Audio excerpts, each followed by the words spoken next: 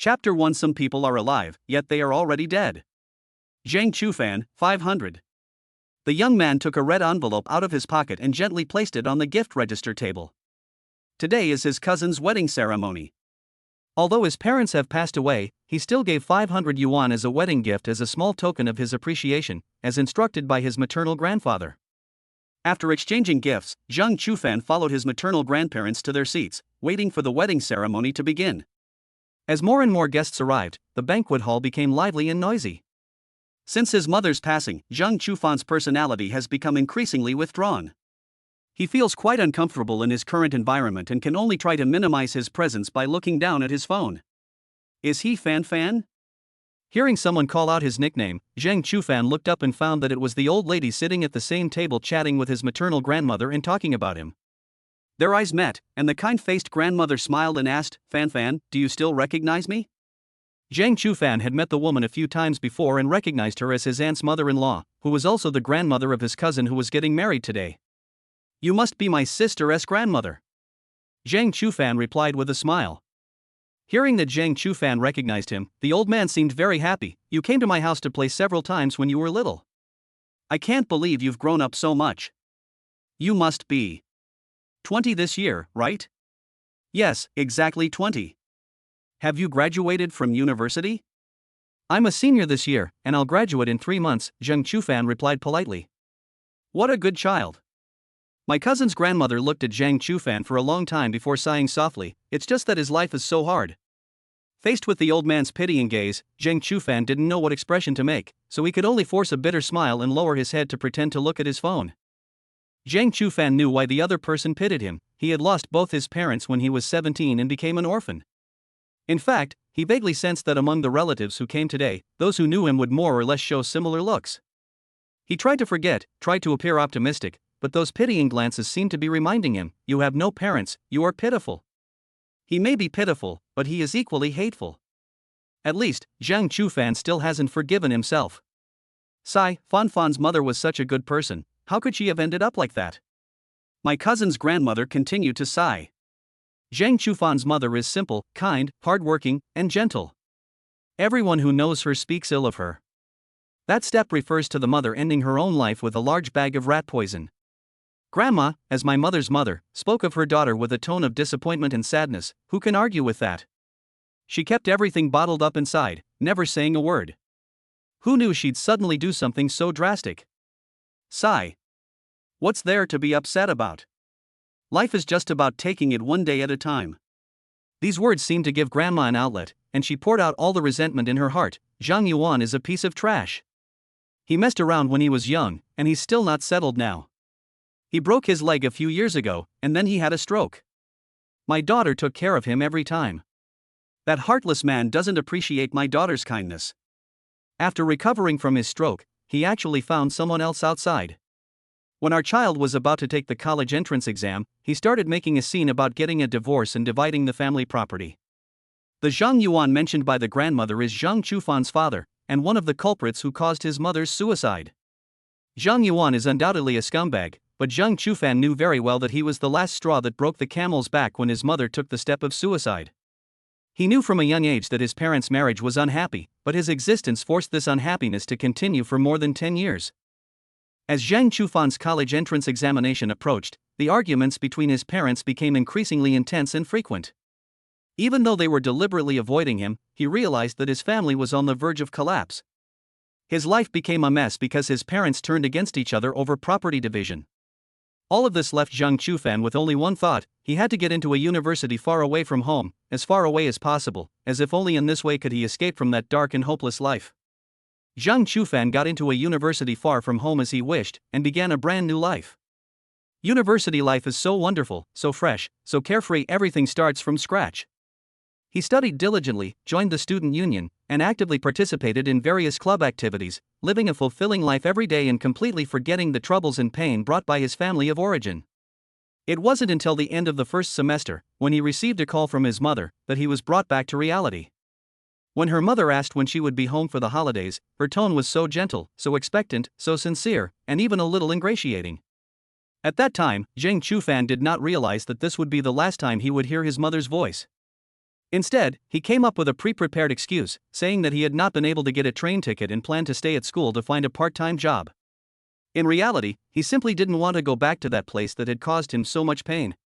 He wanted to become independent as soon as possible so that he would have the confidence not to go back. 5 days later, the devastating news arrived: he had lost the person who loved him most in the world forever. Since then, Zhang Chufan has lived with guilt. He often wonders if his mother would not have been so heartbroken and driven to suicide if he had chosen to go home. A few months later, Zhang Yuan suffered a second stroke due to alcoholism, and this time he did not survive. Zhang Chufan didn't feel particularly sad about his father's death. He even felt that it was divine retribution, and that he would suffer the same fate sooner or later for not saving his mother who was drowning. That day we were making braised New Year's goods, and I called them all back for dinner. The eldest and third children are all family, but the second child was all alone. I never expected that she would pass away that night. Grandma kept rambling on, her words like sharp knives stabbing into Zhang Chufan's heart. For a moment, he felt like he was suffocating, and his vision became blurry. Suddenly, all the lights in the venue went out, the light dimmed, and as soothing and cheerful music began, the wedding ceremony officially started. Guided by the host, all the guests looked towards the newlyweds with their blessings, but no one noticed that Zhang Chufan, who was hiding in the shadows, was already in tears. At this moment, he finally understood how he felt when he was having dinner at his maternal grandmother's house on the day his mother passed away. Loneliness, endless loneliness. Out of place with everyone, abandoned by the whole world. As the moon rose, the banquet ended, and Zhang Chufan, wearing the mask, finally made it through the day. He didn't go home, because a home without family is just an empty house. Wandering aimlessly, like a walking corpse, I unknowingly arrived at the lakeside park in the county. The dark, deep lake water, like an abyss, draws in those who are lost and disoriented. Gazing at the calm lake, a sentence suddenly popped into Zhang Chufan's mind. Some people are alive, yet they are already dead. His life came to a standstill at the age of 17. It's better to die quickly than to live a miserable life. Ding! The wish fulfillment system has been loaded. Willing to help others and achieve one's wishes. Fulfilling the desires of others can grant any wish of the host. Initial gift pack, Charm +3. Chapter 2 Zhou Ruxue. Just as Zhang Chufan stepped onto the lakeside railing, a ding sound suddenly rang in his mind. When he came to his senses, he realized that he had loaded a system that only existed in online novels, and this system seemed to be able to grant any wish of its host. Any wish? Including bringing his mother back to life? With this question in mind, Zhang Chufan temporarily put aside his negative thoughts, climbed back over the fence, and began to study his system. With a thought, the system interface appeared in my mind. Wish Fulfillment System. Host, Zhang Chufan. Age, 20.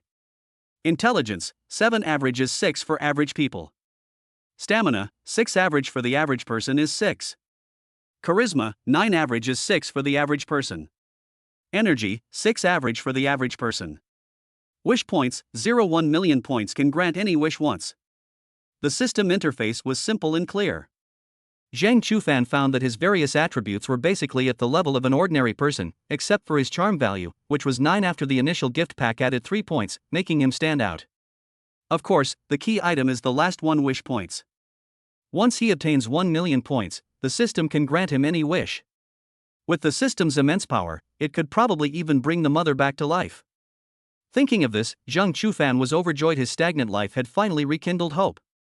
Overcome with emotion, he leaned half his body out from under the railing, facing the dark lake, and let out a long roar. Ah! This roar released all the pent-up frustration and anguish he had accumulated over the past 3 years. From now on, a completely new world awaits you. Right now, Zhang Chufan was eager to acquire wish points, but the reality was that he had no idea where to start. The system wanted to fulfill what others wanted, so while he was walking in the park, he secretly observed passers-by, trying to see if there was anything different about them. Woof woof woof. A barking sound drew Zhang Chufan's attention. It turned out that 2 dog walkers had met, and one of their small dogs was barking incessantly at the other large dog. The large dog appeared to be gentle, but it gradually grew angry after being constantly provoked. Fortunately, the owner noticed something was wrong and forcibly pulled the large dog away by its leash. The large dog's retreat emboldened the small dog to pursue, and the small dog's owner did not stop it, but stood there holding the leash, arrogantly watching the large dog and its owner leave, as if their dog had won a great victory in this encounter. The two dogs were separated for dozens of meters without incident, and Zhang Chufan thought it was just a minor incident and was about to look away. Just then, something unexpected happened. The large dog suddenly broke free of its leash and charged at the small dog with lightning speed. The two dogs then became entangled and began to bite each other. Soon, the small dog's barking turned into howling, and by the time the two owners separated the two dogs, the small dog was barely breathing. Next, the two owners engaged in a heated argument. As passers-by gathered around to watch the commotion, Zhang Chufan approached an elderly woman who had fallen down in fright and asked softly, "Grandma, are you all right?" The elderly man was just passing by when he saw a large dog break free of its leash and charge towards him at full speed. In his panic, he accidentally fell on the grass by the roadside, suffering an undeserved misfortune. That big dog suddenly rushed over. It was really scary. The old man complained slightly, then smiled kindly at Zhang Chufan and said, "It's nothing, I just fell." Zhang Chufan didn't just stand there, he prepared to lend a hand to help his grandmother up from the ground. "Come on, let me help you up." However, as soon as Grandma stood up, she couldn't help but gasp, "Ouch, I think I twisted my right ankle." "Is it serious? Should I talk to those two dog owners and ask them to take you to the vet for a checkup?" Zhang Chufan asked worriedly. "No need. It's just a sprained ankle. I'll soak it in cold water when I get home and rest for a few days, and it'll be fine." The old man was probably afraid of trouble, but since the other party didn't choose to pursue the matter, Zhang Chufan naturally wouldn't presume to do anything about it. "You're having trouble walking right now, why don't you call your family to come and pick you up?" Upon hearing his well-intentioned suggestion, the grandmother simply waved her hand magnanimously and said, "There's no need to go to such trouble. I don't live far away." Although older generations are used to enduring pain, if someone sprains their ankle and tries to walk back on their own, this minor problem might turn into a big trouble. At this moment, Zhang Chufan remembered that the system told him to be helpful, so he decided to go all the way and deliver the person to their home. Maybe he could get some wish points. "Since you don't live far away, I'll carry you back." After saying that, Zhang Chufan squatted down, not giving his grandmother a chance to refuse. Seeing his decisiveness, the old man couldn't help but exclaim, "What a good boy! Grandma, please come up." "Okay, then I'll leave it to you." The old man was very light, so even though Zhang Chufan's physical strength was only at the level of an average person, it wasn't too difficult for him to carry him. As they walked down the street, his grandmother started chatting with him. "Child, how old are you this year? Have you started working yet?" "I'm 20 years old, a senior about to graduate, and I'm currently looking for an internship." The old woman and the young man started chatting. Zhang Chufan learned that the old woman's surname was Lu. She was not a local, her daughter had been transferred to work here, and she had come along to take care of her. Meanwhile, Grandma Lu had also figured out Zhang Chufan's situation quite well. When she learned that his parents were no longer alive, she first expressed her pity and sorrow, and then said that she wanted to introduce her daughter to him as his godmother, leaving him speechless. Fortunately, Grandma Lu's place was indeed very close to the lakeside park, and when he felt he couldn't handle it, he finally managed to get her to her doorstep. "I don't know if my daughter is back yet. Here's the key, just open the door." Grandma Lu simply handed the key to Zhang Chufan. When the door opened, the living room lights were on, indicating that someone was there. Seeing Zhang Chufan standing hesitantly at the door, Grandma Lu hurriedly urged, "Come in. You've carried me all this way, come in and have a drink of water and rest for a while." Having said that, Zhang Chufan could only go inside and wait a while.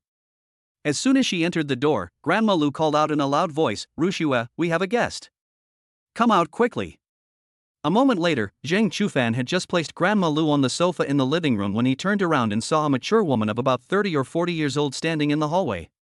Her hair was styled in a bun, and she had a dignified and beautiful appearance. She wore a black women's suit, and her overall temperament was serious and aloof. "Mom, what's wrong? I was taking a walk in the park when suddenly a big dog broke free of its leash and ran towards me. I got scared and twisted my ankle," Grandma Lu explained, then pointed to Zhang Chufan and said, "It was all thanks to young Zhang that I was carried back. Thank you for bringing my mother back." The mature woman's lips parted slightly, clearly expressing her gratitude, yet there was a hint of politeness in her words. Seeing her daughter's perfunctory attitude, Grandma Lu couldn't help but criticize her. "What kind of attitude is that? Who are you trying to impress with your bureaucratic tone at home?" Turning her head, she spoke to Zhang Chufan in a gentle tone. "She is my daughter Jo Rushue.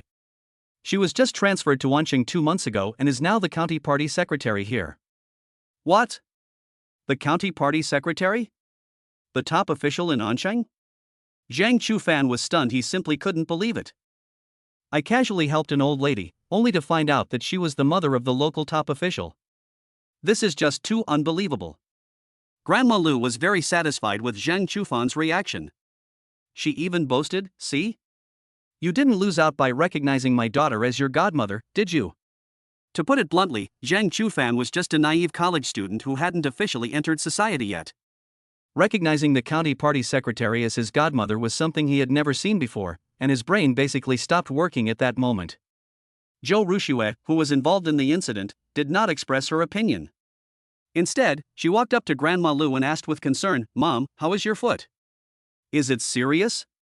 No one knows a daughter better than her mother, and Grandma Lu knew perfectly well that Zhou Ruxue deliberately changed the subject and replied in an annoyed tone, "Very well, no need for you, the county party secretary, to worry about it." Zhou Ruxue wasn't bothered by her mother's retort. She still said worriedly, "Why don't we go to the hospital tomorrow for an X-ray? After all, I'm getting old, and my health isn't what it used to be. I'll go tomorrow." He paused abruptly halfway through his sentence. At that moment, an extremely magical scene appeared in Zhang Chufan's view. He saw a yellow exclamation mark suddenly appear above Zhou Ruxue's head, just like when an NPC issues a quest in a game.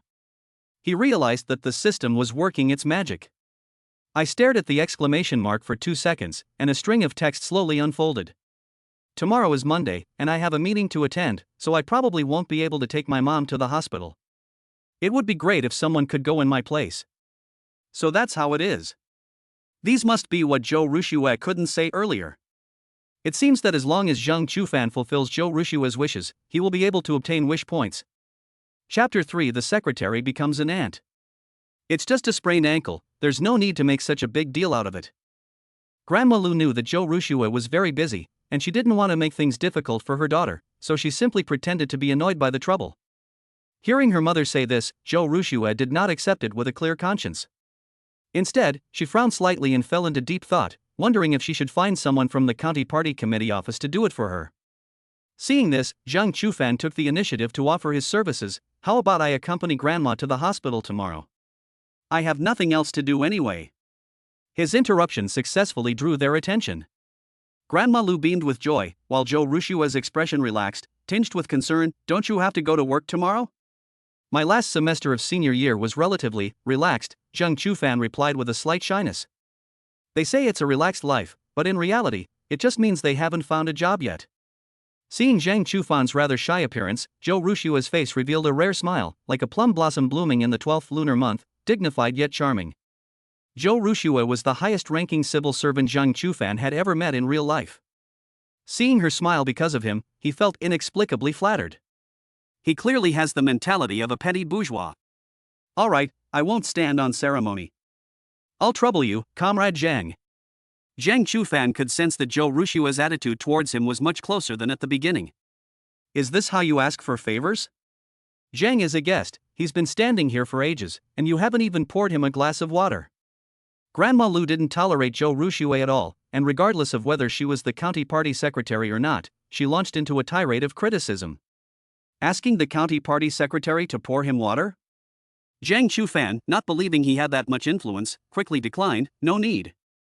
It's getting late, I should go back." Just as he was about to leave, Grandma Lu tried to get up and stop him. "You carried me back with such difficulty, and I didn't even get a glass of water after I came in. How can you do this?" "The old man is very stubborn, he probably won't be able to leave without drinking this glass of water. Come on, sit next to me." Grandma Lu pressed her advantage and pulled Zhang Chufan down to sit. Zhou Ruxue didn't say anything, and silently turned around and walked towards the water dispenser. She was tall and well-proportioned.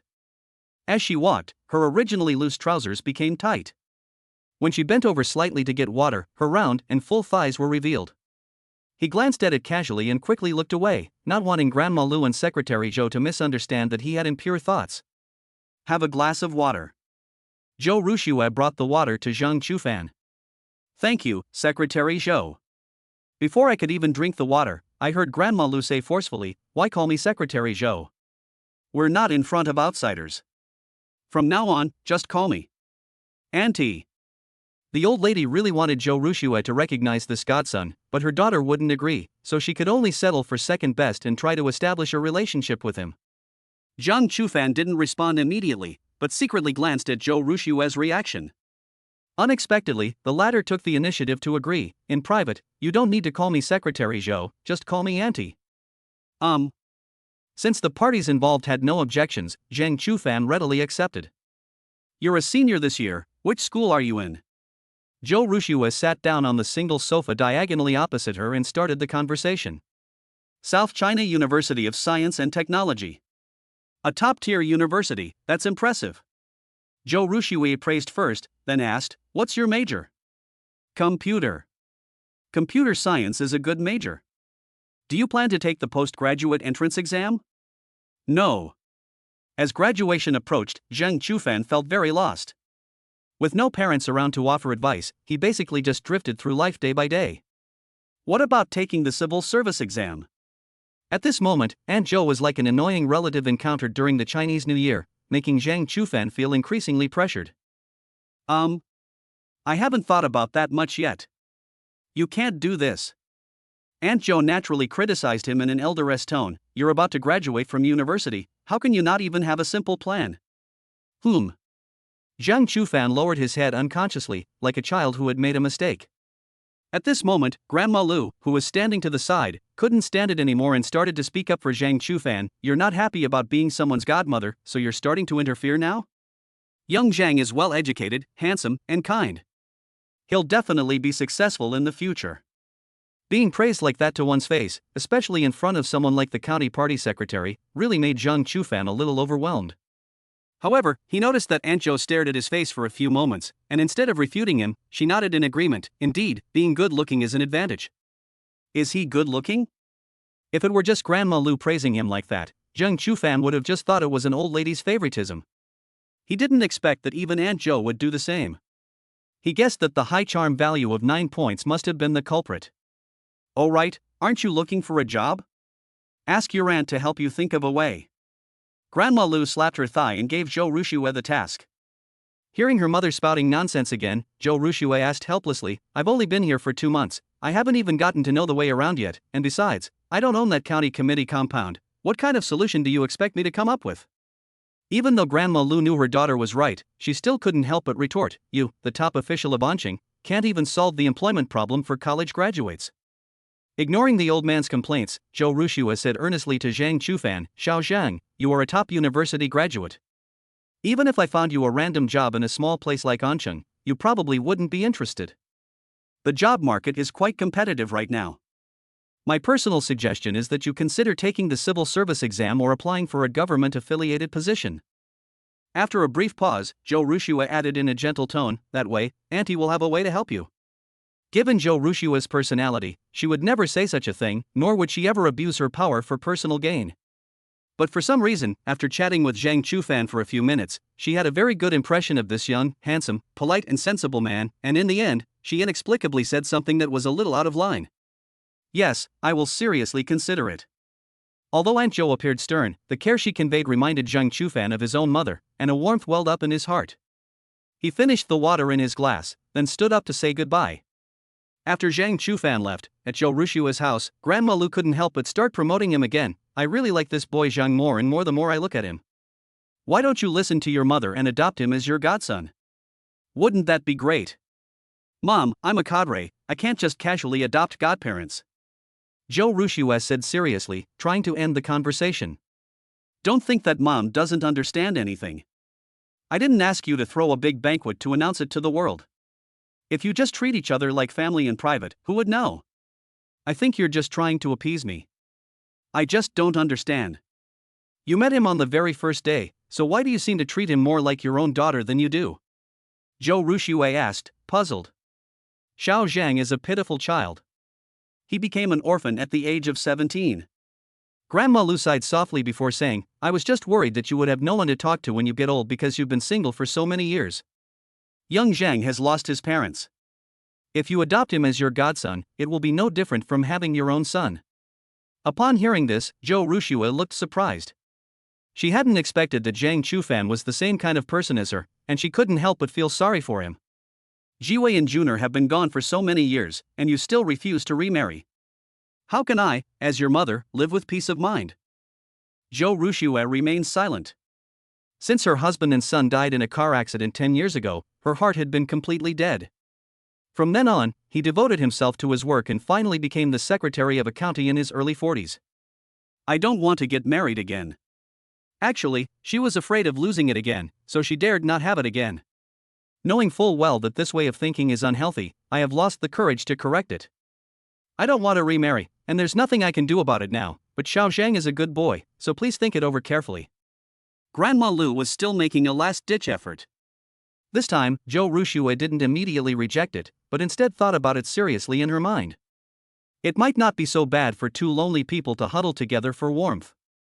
Chapter 4 Tenant Su Rongrong. After leaving Aunt Zhou's house, Zheng Chufan scanned a shared bicycle on the roadside and rode it home. His house is a self-built 3-story building. The first and third floors are not very well decorated, only the second floor, which is the main living area, has been fully renovated. After his parents passed away, he rented out the first floor of his house for 3,500 yuan a year.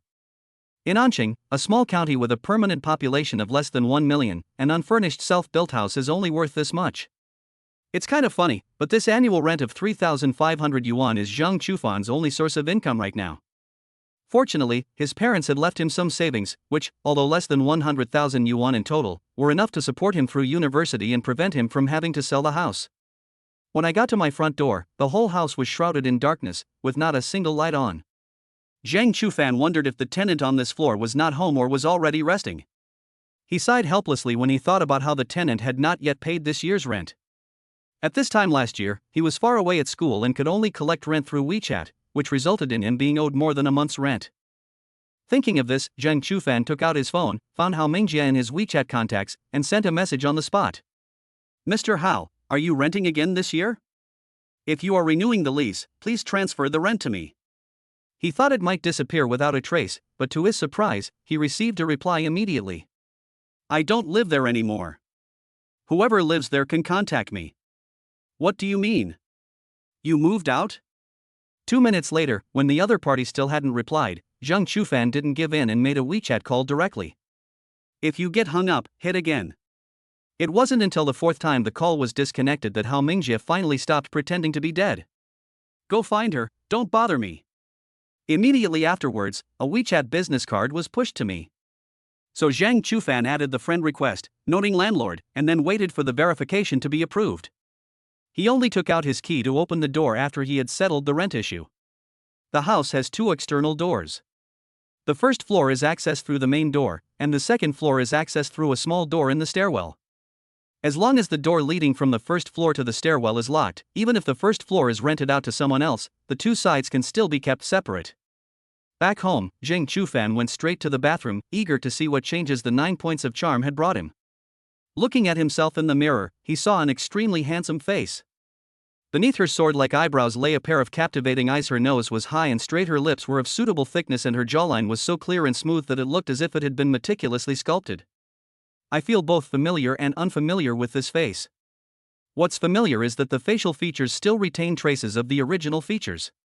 What's surprising is that the overall appearance has been optimized, and even blemishes such as dark circles and acne scars have disappeared, leaving the skin almost flawless. Zhang Chufan doesn't wear makeup and has never worn it before, but his bare face looks better than some idol stars with full makeup. No wonder even Aunt Zhou, who is the county party secretary, couldn't help but take a second look. Besides his face, Zhang Chufan also discovered that he had grown several centimeters taller. She used to be a little over 170 centimeters, but now she's probably over 180 centimeters. Her body proportions have also improved from a 50-50 split to now being very close to the golden ratio. Moreover, even his body fat percentage has decreased, and his six-pack abs are only a thin layer. Although the muscle mass is not large, the lines are beautiful. 9 points of charm, terrifyingly so. If his charm value could continue to increase, Zhang Chufan couldn't even imagine how far he would evolve. He might just transform into a succubus himself. He couldn't help but feel excited. After all, no one can resist the idea of their external conditions improving. But amidst the excitement, the realization that the person with whom one most wanted to share joy was no longer there caused the enthusiasm to gradually wane. However, Zhang Chufan quickly rallied. Now that he had the system, everything was different. What I need to do now is to earn more points and accumulate 1 million as soon as possible. At 11:08 p.m., Zhang Chufan was about to put down his phone and go to sleep when he heard the sound of a door opening downstairs. He opened WeChat and found that the friend request he sent 2 hours earlier was still not accepted. He immediately stood up, ready to ask for clarification in person. Upon arriving on the first floor, Zhang Chufan didn't bother to knock on the main door, but instead patted the door separating the first-floor living room from the stairwell.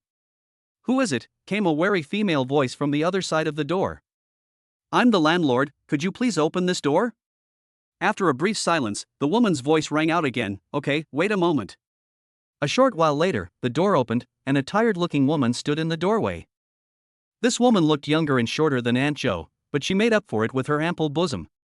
Her face was fair and delicate, and her eyes seemed to hold a gentle, watery quality. "I'm the landlord here."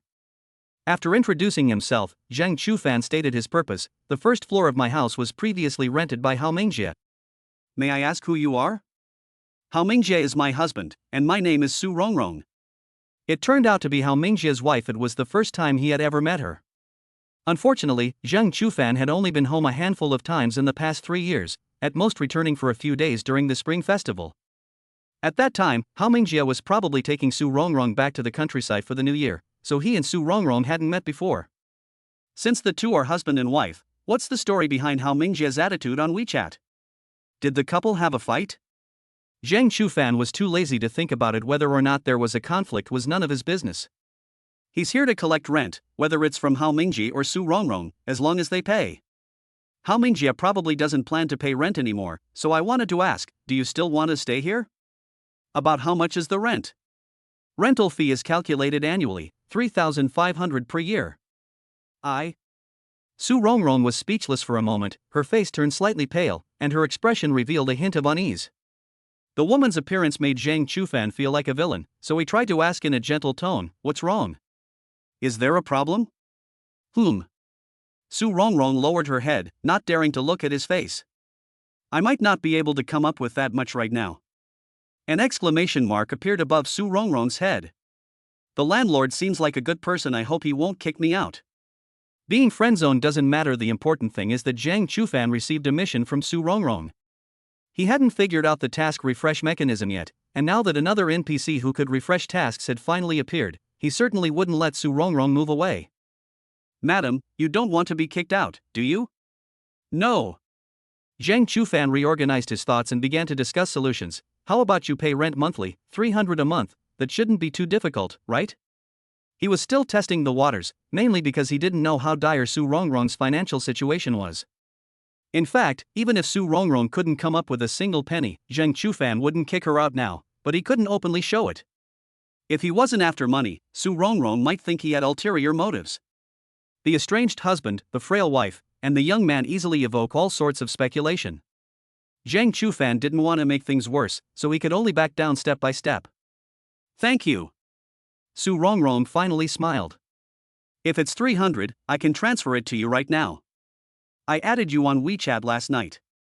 Please accept my request and I'll transfer the money to you via WeChat." Upon hearing this, Su Rongrong blushed. In fact, she had already seen the friend request, but she was just pretending not to see it. WeChat transfer of 300 received. Congratulations, host, for successfully helping Su Rongrong achieve her wish. You have received the following rewards: wish points plus 10, cash plus 1,000. Is 10 points too few? Perhaps this task is too easy. There will definitely be more tasks in the future. For now, this is the only way Zhang Chufan can comfort himself. As for the cash reward, he completely ignored it. Once Su Rongrong was no longer worried about being kicked out, she finally had the time to carefully observe the young landlady in front of her. Once you look at it, you're almost reluctant to look away. Having lived here for 3 years, Su Rongrong had heard about the landlord from her neighbors. She learned that he was a college student who had lost his parents a few years earlier and was a pitiful child. Having just met her today, she had a fairly good impression of the landlady and couldn't help but feel sorry for his plight. However, when he thought about how hopeless his own life was, his feelings of sympathy faded a bit. Zhang Chufan received the rent and the points, and now he just felt sleepy. "I'm going upstairs to sleep now, good night." His voice successfully pulled Su Rongrong back to reality. In fact, she wanted to chat a little longer, but there seemed to be no reason to keep her, so she could only reply with goodnight. Zhang Chufan had just said goodnight and turned to go upstairs, not noticing that a new exclamation mark appeared above Su Rongrong's head the next second. I had just lain down when I received a message on WeChat. Landlord, what's your name? I'd like to make a note of it. Young landlord, likely refers to age. Zhang Chufan. Okay. Chapter 5, A Little Rascal with Big Abilities. The morning sunlight streamed into the room through the curtains, and a new day quietly began. Zhang Chufan stretched, dispelling his sleepiness. He had finally had a good night's sleep and felt refreshed. Then, as if suddenly remembering something, he got out of bed and rushed to the bathroom. Only when he saw his still handsome face in the mirror did he finally feel at ease. Thankfully, none of this is a dream. He was going to accompany Grandma Lu to the hospital today, so he left at 8:30. As soon as I came downstairs, I saw Su Rongrong pushing her electric scooter, also preparing to go out. Good morning, landlady. Su Rongrong greeted her proactively. Zhang Chufan didn't care about the way she addressed him, but asked with some curiosity, Are you going to work? Where do you work? Shinrong Textile Factory, Su Rongrong replied with a smile. Upon hearing this familiar name, Zhang Chufan felt a tremor in his heart, because his mother had worked there before she passed away. He had been there before. When it was hot, the factory was like being baked at high temperatures. It was simply not a place for a human to stay. It's tough over there, people quit and leave every day. How long have you been working there?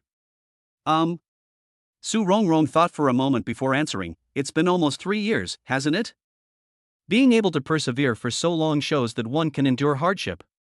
However, there was one thing that Zhang Chufan couldn't understand. He knew the salary level at Shinrong Textile Factory. Although the work there was tiring, he could earn at least 3 or 4,000 yuan a month. If you have a long tenure or work a lot of overtime, earning 4 or 5,000 a month is not impossible. Su Rongrong worked there for 3 years, but she couldn't even afford the 3,500 yuan rent. Where did all the money she earned go? Even though Zhang Chufan had doubts, he didn't ask directly. After all, every family has its own troubles, and maybe an elderly person in the family had fallen seriously ill and had been drained of their resources. There's an old saying that goes, decades of hard work can be wiped out by a single illness. Zhang Chufan also deeply understands this point. When his father suffered his first stroke, he almost spent all of the family's savings. I never imagined that the treatment, which spared no expense to save the person, would leave them with a heart that wandered elsewhere. Su Rongrong closed the door, turned around and saw Zhang Chufan still standing there, interrupting his wandering thoughts. Where are you going? If it's on your way, I can give you a ride. Don't worry about me, go to work. Zhang Chufan refused the other party's kindness. Tell me where you're going first, Su Rongrong replied somewhat stubbornly.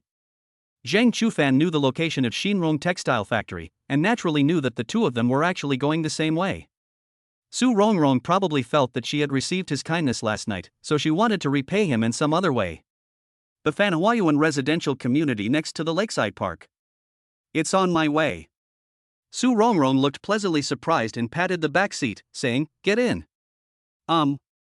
Once Su Rongrong gripped the handlebars and straightened the bike, Zhang Chufan straddled her, and under his conscious control, a fist-width gap was barely left between them. As soon as I sat down, Su Rongrong in the seat in front of me asked, Landlady, what kind of shower gel do you use? It smells really nice. It's just ordinary soap. Zhang Chufan wondered to himself, while sniffing himself. Do I? I can't smell it. Maybe it's the landlord's natural scent? It's faint and full of youthful energy. Su Rongrong was much more relaxed than last night and even teased Zhang Chufan. Body fragrance? Could this also be a manifestation of Charm 9? Zhang Chufan silently marveled at the wonder of the system. Smelling the delicate fragrance wafting from behind her, Su Rongrong felt a surge of warmth deep within her. However, she quickly realized that Su Rongrong was already over 30, always busy and not knowing how to put on makeup or take care of herself. To a young landlady like herself, she must look like an old woman. A feeling of inferiority welled up inside me, and I quietly shifted my buttocks a few inches forward. Zhang Chufan didn't think much of this small gesture, assuming that the other party was trying to avoid suspicion. The electric scooter was moving quite fast, and even though he was gripping the frame with both hands to try to steady himself, he could feel the distance between them slowly closing. Looking down, I could vaguely see Su Rongrong's graceful waistline through the gap. He subconsciously swallowed and quickly looked away. Just as Zhang Chufan was calming down, he suddenly braked hard, causing him to lose his balance and his entire body to press against the other side. At that moment, the world seemed to stand still, and the two of them remained unusually silent, while the physical sensations became increasingly clear. Even more outrageous, a task icon appeared above Su Rongrong's head. I hope the landlord won't mind if I take advantage of him? Sigh, he'll definitely look down on this old woman. From both sides' perspectives, they all felt that they had the advantage. However, what Zhang Chufan couldn't understand was that Su Rongrong wasn't thinking about breaking up as soon as possible, but rather that she didn't want to be disliked by him. So how can he show that he doesn't dislike this kind of contact? While they were pondering, the two remained together and neither spoke of the matter, as if nothing had happened. We've arrived, we've arrived. Su Rongrong's voice was barely audible, but upon closer listening, it carried a hint of coquettishness. Zhang Chufan didn't even know how he got out of the car. He was still completely unaware of what was happening. Then I'm leaving. It was still a mechanical reply. Seeing that the landlord was still lost in thought, Su Rongrong's face turned bright red. She couldn't believe it, and even felt a little pleased, but she couldn't bring herself to feel disgust. Reason told her she shouldn't do this, but her heart yearned to go further. Perhaps because she had been suppressing her emotions for too long, Su Rongrong felt as if she had been activated, with every cell in her body cheering with joy. The young landlord is incredibly shrewd for his age. The system alert sounded as the electric vehicle drove away. Congratulations, host. You have successfully helped Su Rongrong achieve her wish. Rewards, wish points plus 20, cash plus 2,000. Chapter 6 Grandma Lu's Godfather Relationship. Mission complete? Upon hearing the system notification, Zhang Chufan finally came to his senses. He hadn't expected that he had unintentionally completed the task. It really was an unexpected stroke of luck. Wish points increased by 20. The rewards are indeed gradually increasing. The cash bonus of 2,000 seems to increase proportionally to the number of wish points. In other words, when he accumulates 1,000,000 points, the cash reward could reach 100 million. Wow! That's no small sum. Zhang Chufan was so tired last night that he completely forgot about the cash reward, but now it seems that this reward is not to be underestimated. Open the text message on your phone. China Construction Bank reminds you, your account ending in XXXX received a transfer of 2,000 yuan at 8:42 on March 17. Your current balance is 42,067 yuan. The system transfer should be able to withstand scrutiny, so there's no point in Zhang Chufan worrying. He might as well accept it calmly.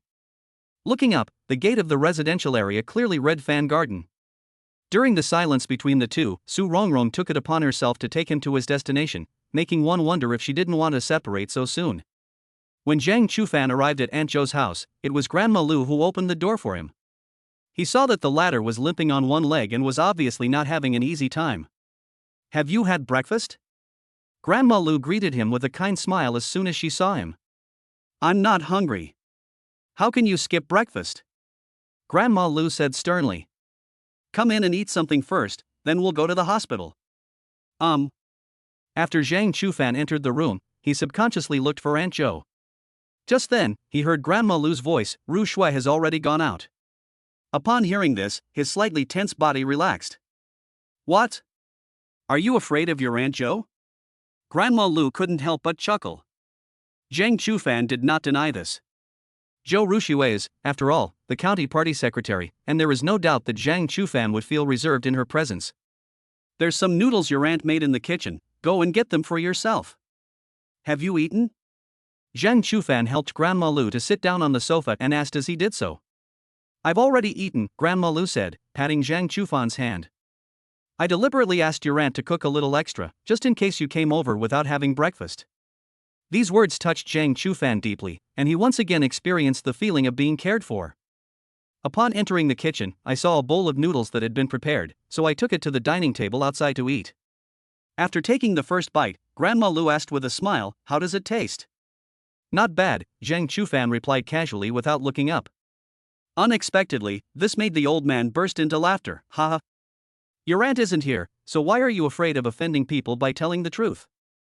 Actually, the noodle soup was too sour and salty, probably because the seasoning was too heavy. Grandma Lu sighed softly before slowly explaining, actually, Ru Shui is just like you, all alone. Over the years, she has lived with me and her father. She usually eats either at home or in the company cafeteria and never cooks for herself. If I hadn't sprained my ankle, I wouldn't be able to eat the noodles your aunt makes. Even in front of Zhang Chufan, Grandma Lu didn't hold back in criticizing her daughter, who was the county party secretary. She's 40 years old and can't even cook a meal properly. A county party secretary? Aren't you afraid people will laugh at you?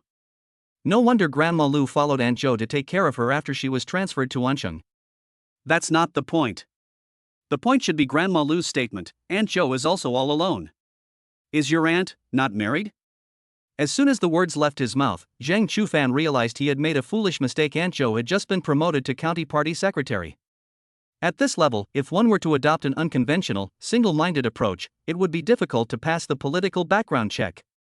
This means that Aunt Zhou is probably divorced or even widowed. It's settled. Grandma Lu said in a low voice, but a car accident 10 years ago took away Ru Shui's husband and son. Your aunt was so young back then, didn't you ever think about remarrying? Zhang Chufan asked, puzzled. Ru Shui is a stubborn person.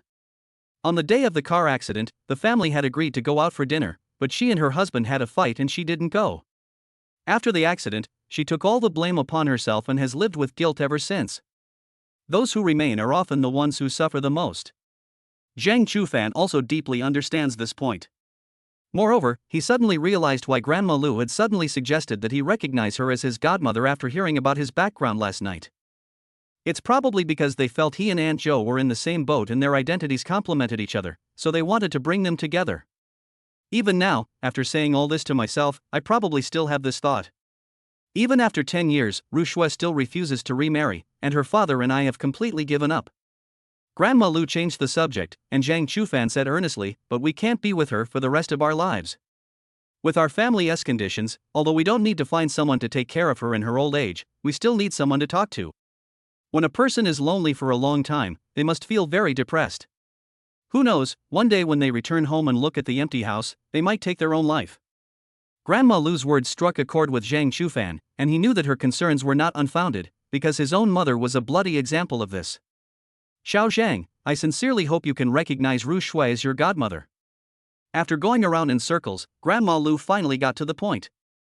As long as you agree, our family will definitely treat you like our own son and grandson from now on, and we promise we won't let you suffer any grievances. If Zhang Chufan were to recognize the county party secretary as his godmother, he could practically live a life of ease, but he didn't immediately agree. The main thing is to find out whether Grandma Lu will have any new system tasks. If possible, now is probably the most likely time to trigger the mission. After finishing the last 2 mouthfuls of noodles in the bowl, he smiled and said to Grandma Lu, I'll go wash the bowl first. Go ahead. Grandma Lu said with her kind face. When you're washing the dishes, think carefully about my suggestion. There's really nothing to consider. In fact, Zhang Chufan has no reason to refuse at all no matter how you look at it, he's the one who benefits. Moreover, by becoming sworn siblings, I can interact with Aunt Zhou frequently and naturally continue to earn wish points from her. That alone is enough for him to accept it. Emerging from the kitchen, Zhang Chufan didn't see the familiar exclamation mark. Suppressing his disappointment, he gave a tactful reply, I think we should respect Aunt Zhou's attitude in this matter. She's the county party secretary, and she'll definitely have considerations from all sides. If it's inconvenient, then we shouldn't force it. Don't worry, as long as you agree, I'm sure I can persuade her to change her mindset, Grandma Lu boasted. In her opinion, after last night's persuasion, Ru Shui was hesitant, which was a good sign. For the past 10 years, his stubborn daughter has never given up on the topic of remarriage. Chapter 7 Aunt's cooking skills revealed. After breakfast, Zhang Chufan took a taxi to take Grandma Lu to the hospital. First, an X-ray was taken, and thankfully there was no fracture. The doctor applied pressure bandages to the swollen area and prescribed some anti-inflammatory and analgesic medication. Congratulations, host, for successfully helping Zhou Rushui achieve her wish. You have received the following rewards: wish points plus 10, cash plus 1,000. It seems that everyone is settled separately. By the time we returned to Aunt Zhou's house, it was almost noon. Xiao Zhang, why don't you stay for lunch?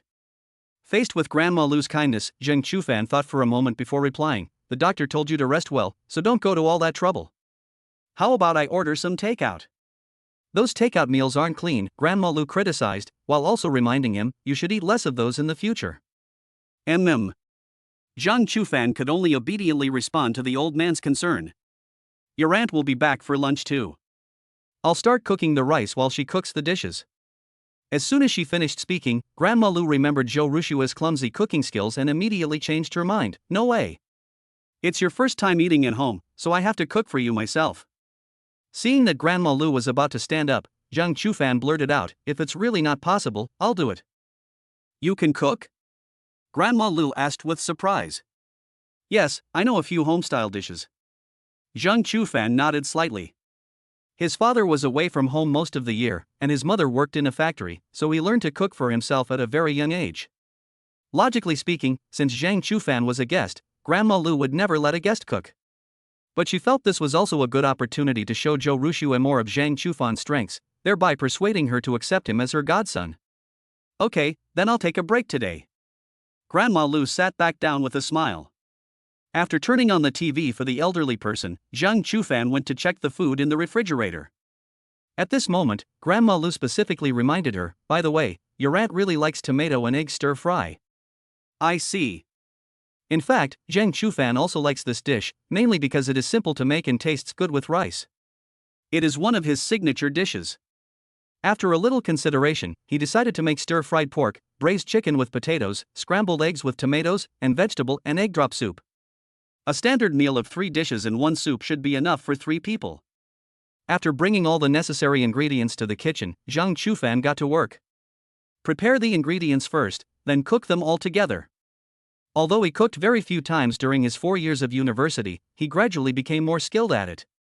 Prepare all the ingredients by cutting them, then heat the oil in a wok. Stir-fry the chicken in a pan until the moisture evaporates, then add scallions, ginger, and garlic and sauté until fragrant. When the first dish of braised chicken with potatoes was served, Grandma Lu couldn't help but praise it as soon as she smelled the aroma. It smells so good. I know it must be delicious just by the smell. Next, the second dish, stir-fried pork, was served. Just as Zhang Chufan was preparing to cook the third dish, Aunt Zhou arrived home. As soon as Zhou Rushua entered the door, she smelled the aroma of the food and saw her mother sitting on the sofa. She assumed that her mother had already finished cooking and was waiting for her, so she couldn't help but scold her with a cold face. Didn't I tell you to wait for me to come back and cook? You sprained your ankle, aren't you afraid of hurting it even more? Haha, who said I cooked this? Go to the kitchen and you'll see. Grandma Lu laughed heartily, keeping everyone in suspense. Entering the kitchen with questions in her mind, Zhou Rushua saw Zhang Chufan pour the beaten eggs into the pan and gently slide the spatula across the pan. She was quite surprised. She never expected that the young man she had just met yesterday was cooking, and he seemed to be doing it with great ease. Hearing the noise, Zhang Chufan turned around and met Zhou Rushua's curious gaze. Aunt Zhou, you're off work.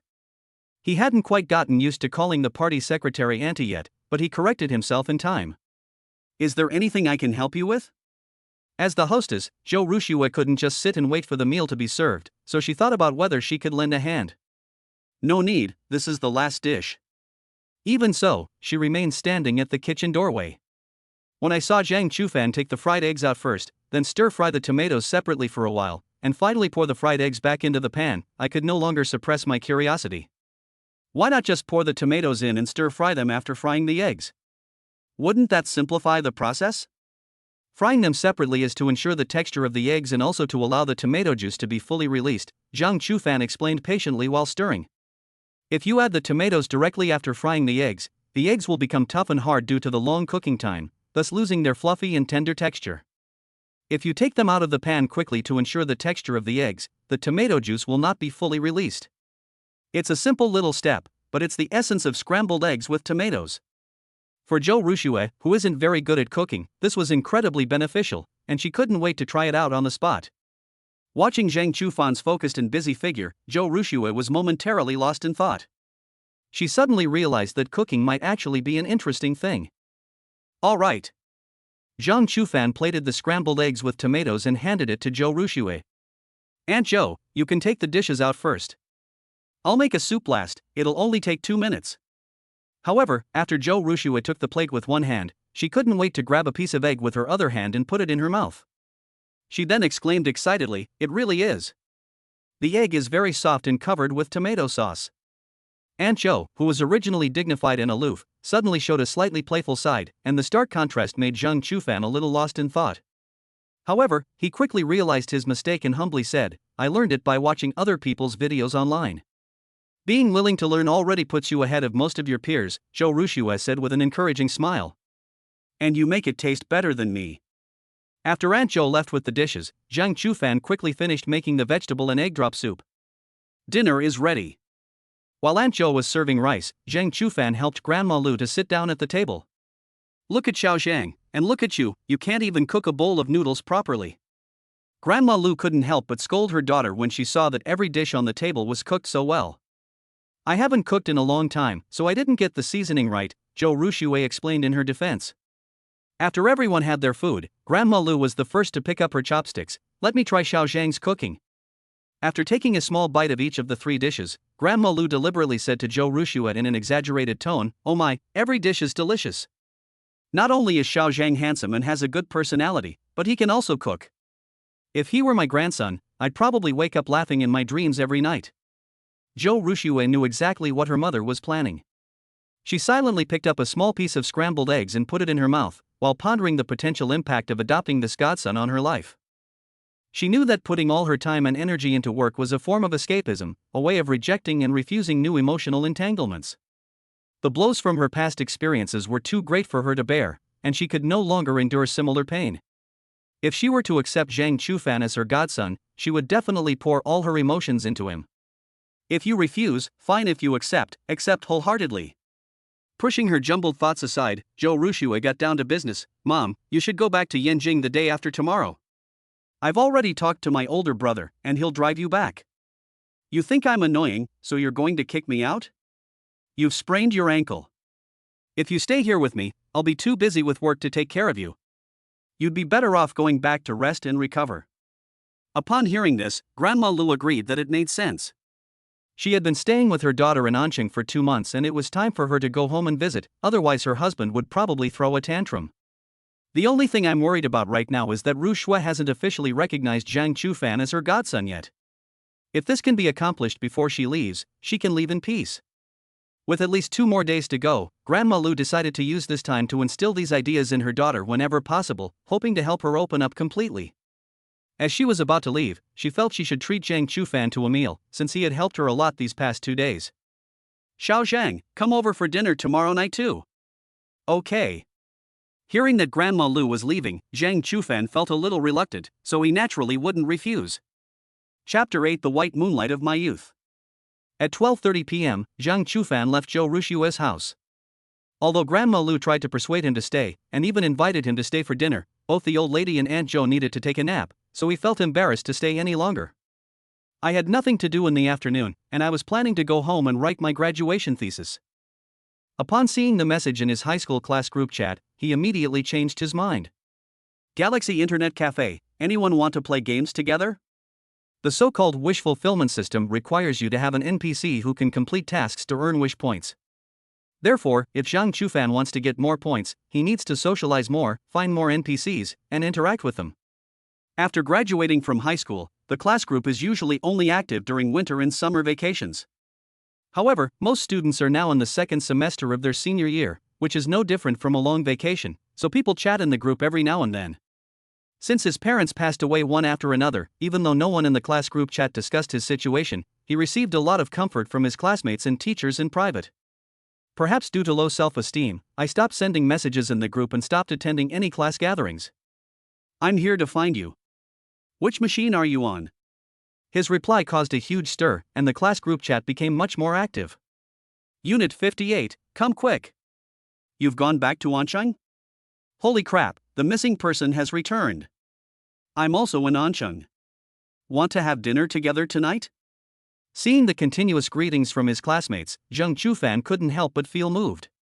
He also realized that he had been closing himself off all along. So, I sent another message in the group. "I'm heading to Galaxy Internet Cafe now, anyone want to go with me?" "Coming right away." "I can't come right now, but we can have dinner together tonight." After scanning a QR code, Zhang Chufan headed towards the Galaxy Internet Cafe. When he found machine number 58, he saw a familiar figure from behind, and was overwhelmed with emotion. Li DePale Li the Cannon. This is his nickname, given because of his loud voice. His real name is Li Xinqing, and he used to have a fairly good relationship with Zhang Chufan. The man took off his headphones and turned around, but when he saw Zhang Chufan's face, he looked puzzled. Who are you? Me, Zhang Chufan, don't you recognize me? Zhang Chufan had changed so much that Li Xinqing didn't recognize him at first glance. Holy crap! Haven't seen you in years. Did you go to Korea for plastic surgery? It's true that there are no wrong nicknames, only wrong names. Li Xinqing's loud voice immediately attracted the attention of everyone around him, but the person involved didn't seem to realize it at all. He ignored the other person, pressed the power button first, and then pulled out the gaming chair and sat down. You really didn't get plastic surgery? Li Xinqing asked, still unwilling to give up. Zhang Chufan didn't know how to answer this question, so he joked, if thinking about it this way makes you feel better, then let's just say it is. He didn't give a direct answer, but Li Xinqing didn't seem to care about the answer. Instead, he said enviously, with a face like yours, you must have changed girlfriends every day in college, right? We didn't talk about it, and I'm not in the mood. The news of Zhang Chufan's family troubles had spread among his classmates, and Li Xinqing mistakenly thought it touched on his painful past, so he took the initiative to change the subject. Let's not talk about that, let's play games. Then, 2 more classmates arrived, and by dinner time, there were 5 of them. The 5 boys seemed to have endless things to talk about when they got together, and they couldn't help but reminisce about the funny things that had happened in the past. After a few drinks, the conversation became increasingly intimate, moving from who was punished for eating in class to who used to have a crush on whom. I know. Li Xinqing blurted out, Zhang Chufan had a crush on Shui Yaxin from our class. These words drew curious glances from the other 3, their eagerness to watch the drama unfold making no attempt to hide. I haven't heard the name Shui Yaxin for several years. She should be considered his ideal woman. I had a crush on someone for 2 years in high school, but before I could confess, I was warned by her mother, and the relationship ended before it even began. Shui Yaxin's mother was the class's Chinese teacher. She noticed his teenage crush and nipped it in the bud so as not to affect their final year of high school. As for Shui Yaxin herself, she probably doesn't even know that she once liked her. You mean, the Chinese teacher's daughter? One of the boys asked, looking incredulous. That's right, it's her. Li Xinqing confirmed. Holy crap, this is something I didn't expect. You're really bold to even like the daughter of a Chinese language teacher. The people present were all shocked. During her high school years, Shui Yaxin was not considered a class beauty.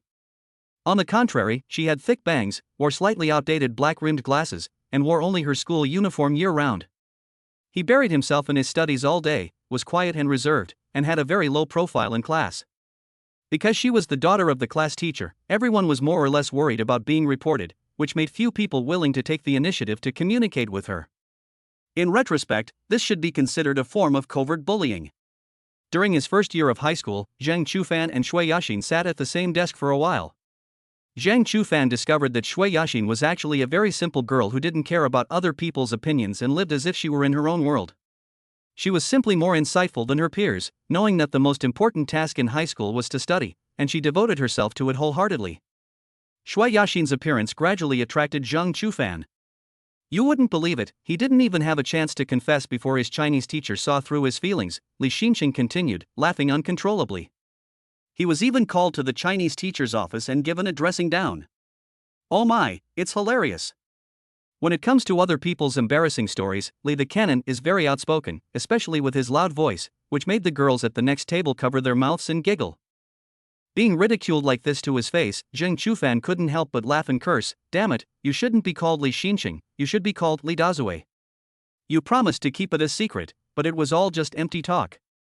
Only the Chinese teacher and Li Xinqing knew that Zhang Chufan had a crush on Shui Yaxin. He had almost forgotten about it himself, but Li Xinqing was so unreliable that he revealed it in front of the classmates. I can't keep your secret forever. Li Xinqing retorted indignantly. It's been almost 4 years since I graduated from high school, the confidentiality period has long passed. You have no idea how much I've suffered by keeping this a secret for so long. Ha, that must have been hard for you. Zhang Chufan was also amused by Li Xinqing's comical expression. Actually, he didn't care much, after all, so many years have passed, and time has erased the traces. Chapter 9 High School Teacher Lu Fanyun. Just when Zhang Chufan thought the topic of Shui Yaxin was about to pass, Li Xinqing seemed unwilling to let him off the hook. Don't be fooled by his calm demeanor now, he must have suffered terribly back then. He dragged me to buy a few cans of beer, and the two of us drank until we were both dizzy. He was still drinking and crying at the same time. Li Xinqing laughed so hard he could hardly close his mouth. Did I cry? Zhang Chufan asked in return. You must have cried, I promise. As far as I can remember, he was indeed quite upset at the time. His first love had ended, and he thought he was heartbroken, so he inexplicably sought out someone to drink with him and drown his sorrows, making it seem like he was very affectionate. Looking back now, it's a truly embarrassing history. He used to be very naive. A breakup felt like the sky had fallen, and he could grieve alone for days. After my mother passed away, I finally understood what true pain and sorrow were like, and I suffered from guilt for more than 3 years.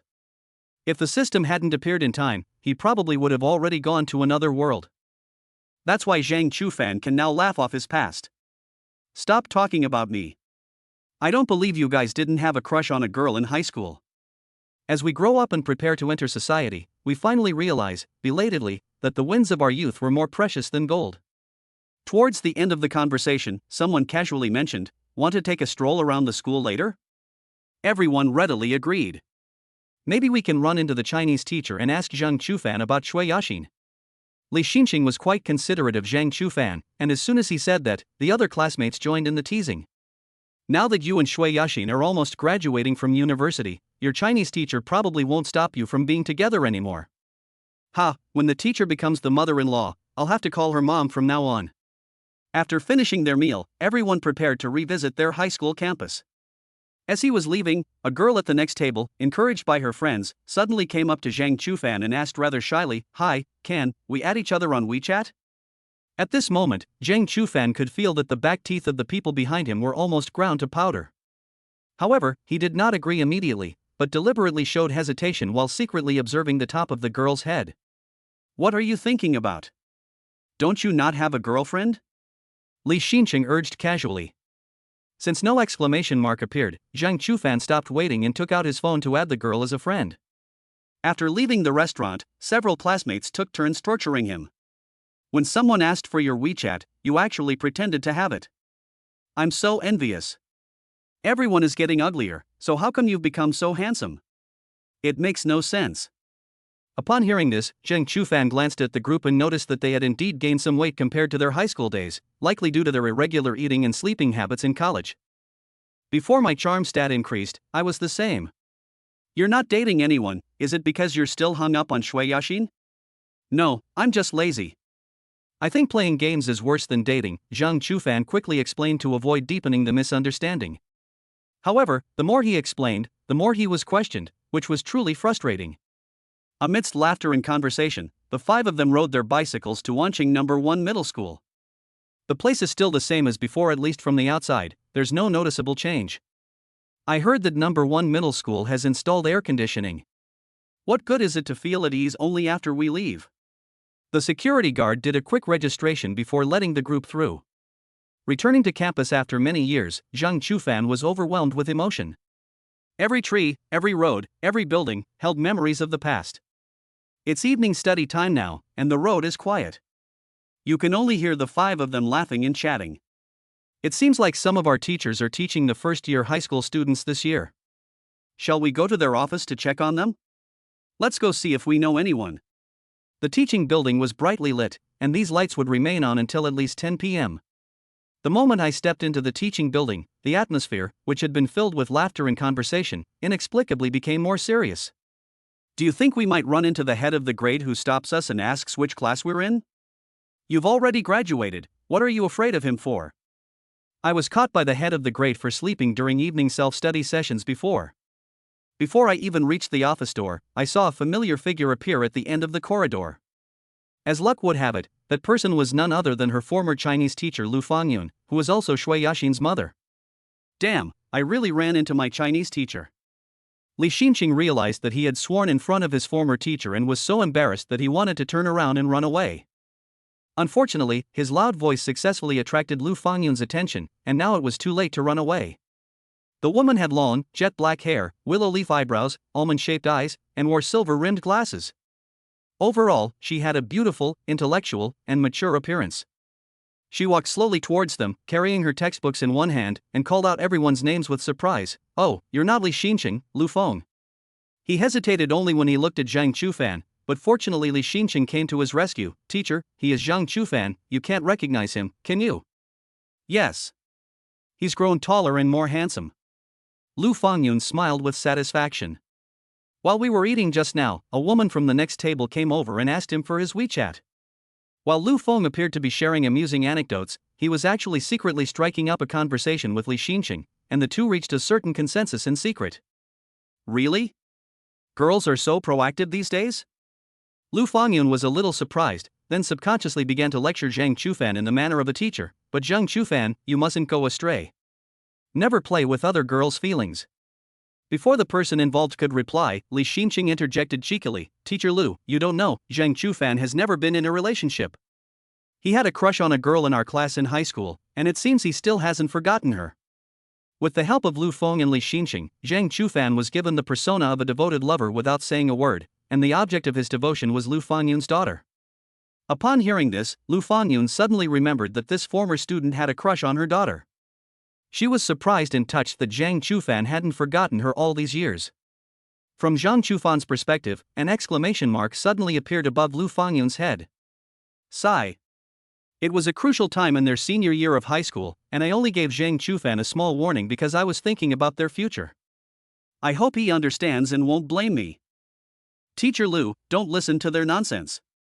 I'm not in a relationship just because I haven't met someone I like. Zhang Chufan said sincerely. In high school, I mistook admiration for love. If it weren't for Teacher Lu reminding me that my studies were more important, I definitely wouldn't have been able to get into South China University of Science and Technology. These words are at least 90% true. He truly never blamed Teacher Lu. Hearing the gratitude in Zhang Chufan's words, Lu Fangyun's mood brightened a little. High school should focus on studying. Now that you're all grown up, I won't interfere with your dating life anymore. She didn't say it very clearly, but she did convey a message to Zhang Chufan indirectly. She would no longer interfere in the relationship between him and his daughter. Of course, if there's any follow-up. Congratulations, host, for successfully helping Lu Fangyun achieve her wish. You have received the following rewards: wish points plus 10, cash plus 1,000. By the way, has Shui Yaxin gone back to Anqing yet? Or is she still at school? Lu Feng asked tentatively. They were all classmates, and Shui Yaxin was Teacher Lu's daughter. It was normal for her to ask her about it when they bumped into each other.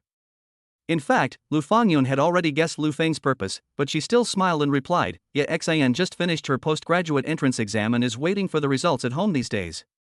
If you go out together again next time, you can invite her too." Having heard these words from Lu Fangyun, Lu Feng and Li Xinqing had achieved their goal. Afterwards, they chatted briefly about university-related topics before bidding farewell to Professor Lu. As soon as he left, Li Xinqing immediately began to boast, "How about it? Now even Teacher Lu said she wouldn't interfere anymore, so you can openly pursue Shui Yaxin. And she just happens to be in Anqing right now, so why don't you step up your efforts and win back your white moonlight?" 6. Zhang Chufan gave a thumbs up speechlessly. Chapter 10: Setting up a stall. Having the rare opportunity to revisit the familiar grounds, Zhang Chufan, Li Xinqing, and the others explored almost the entire campus, visiting the teaching buildings, basketball courts, cafeterias, and more. Finally, we bought some snacks and drinks at the school store and sat on the lawn of the playground chatting. The night breeze was gentle and felt very comfortable on my face. Memories are pearls, friendship is diamonds. At 9:46 p.m., Zhang Chufan and his friends left the campus. By then, the area outside the campus was already very crowded, with parents picking up their children and various food stalls filling the entire road. If we had come out another 10 minutes or so, the scene would have been even more spectacular when the students finished their evening self-study. The five parted ways at the school gate. Let's go.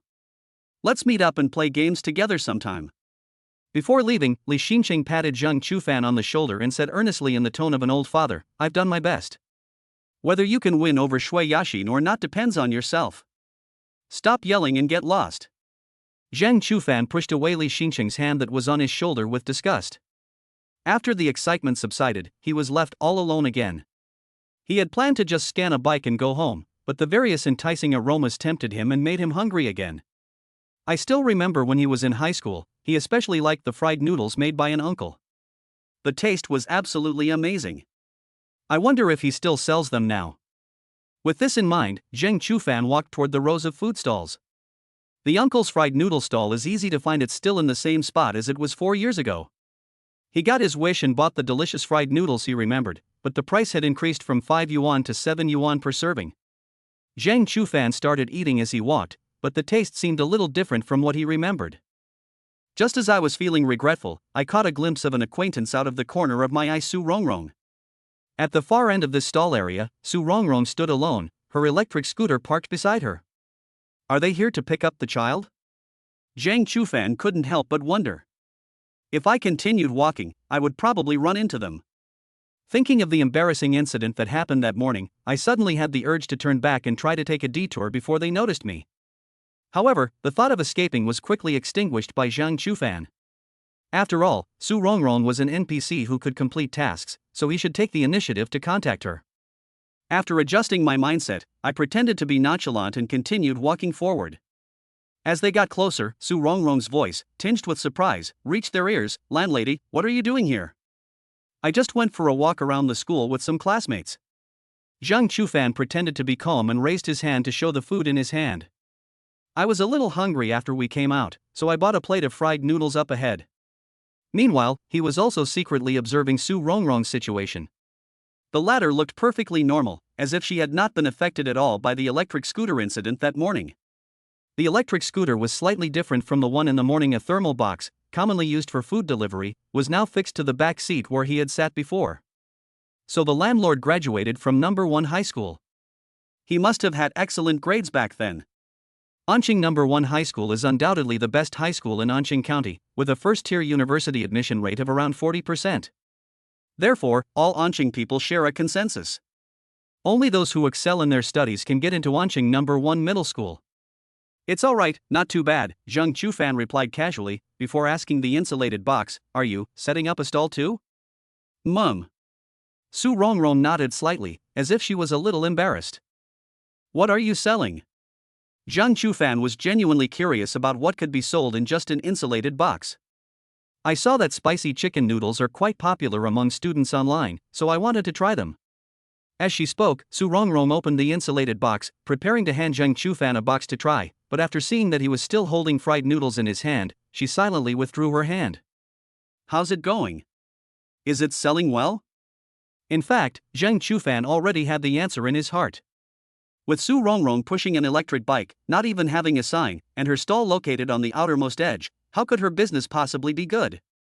Sure enough, Su Rongrong looked distressed and sighed. Sigh, I'm only making 50 boxes a day now, but I still can't guarantee I'll sell them all.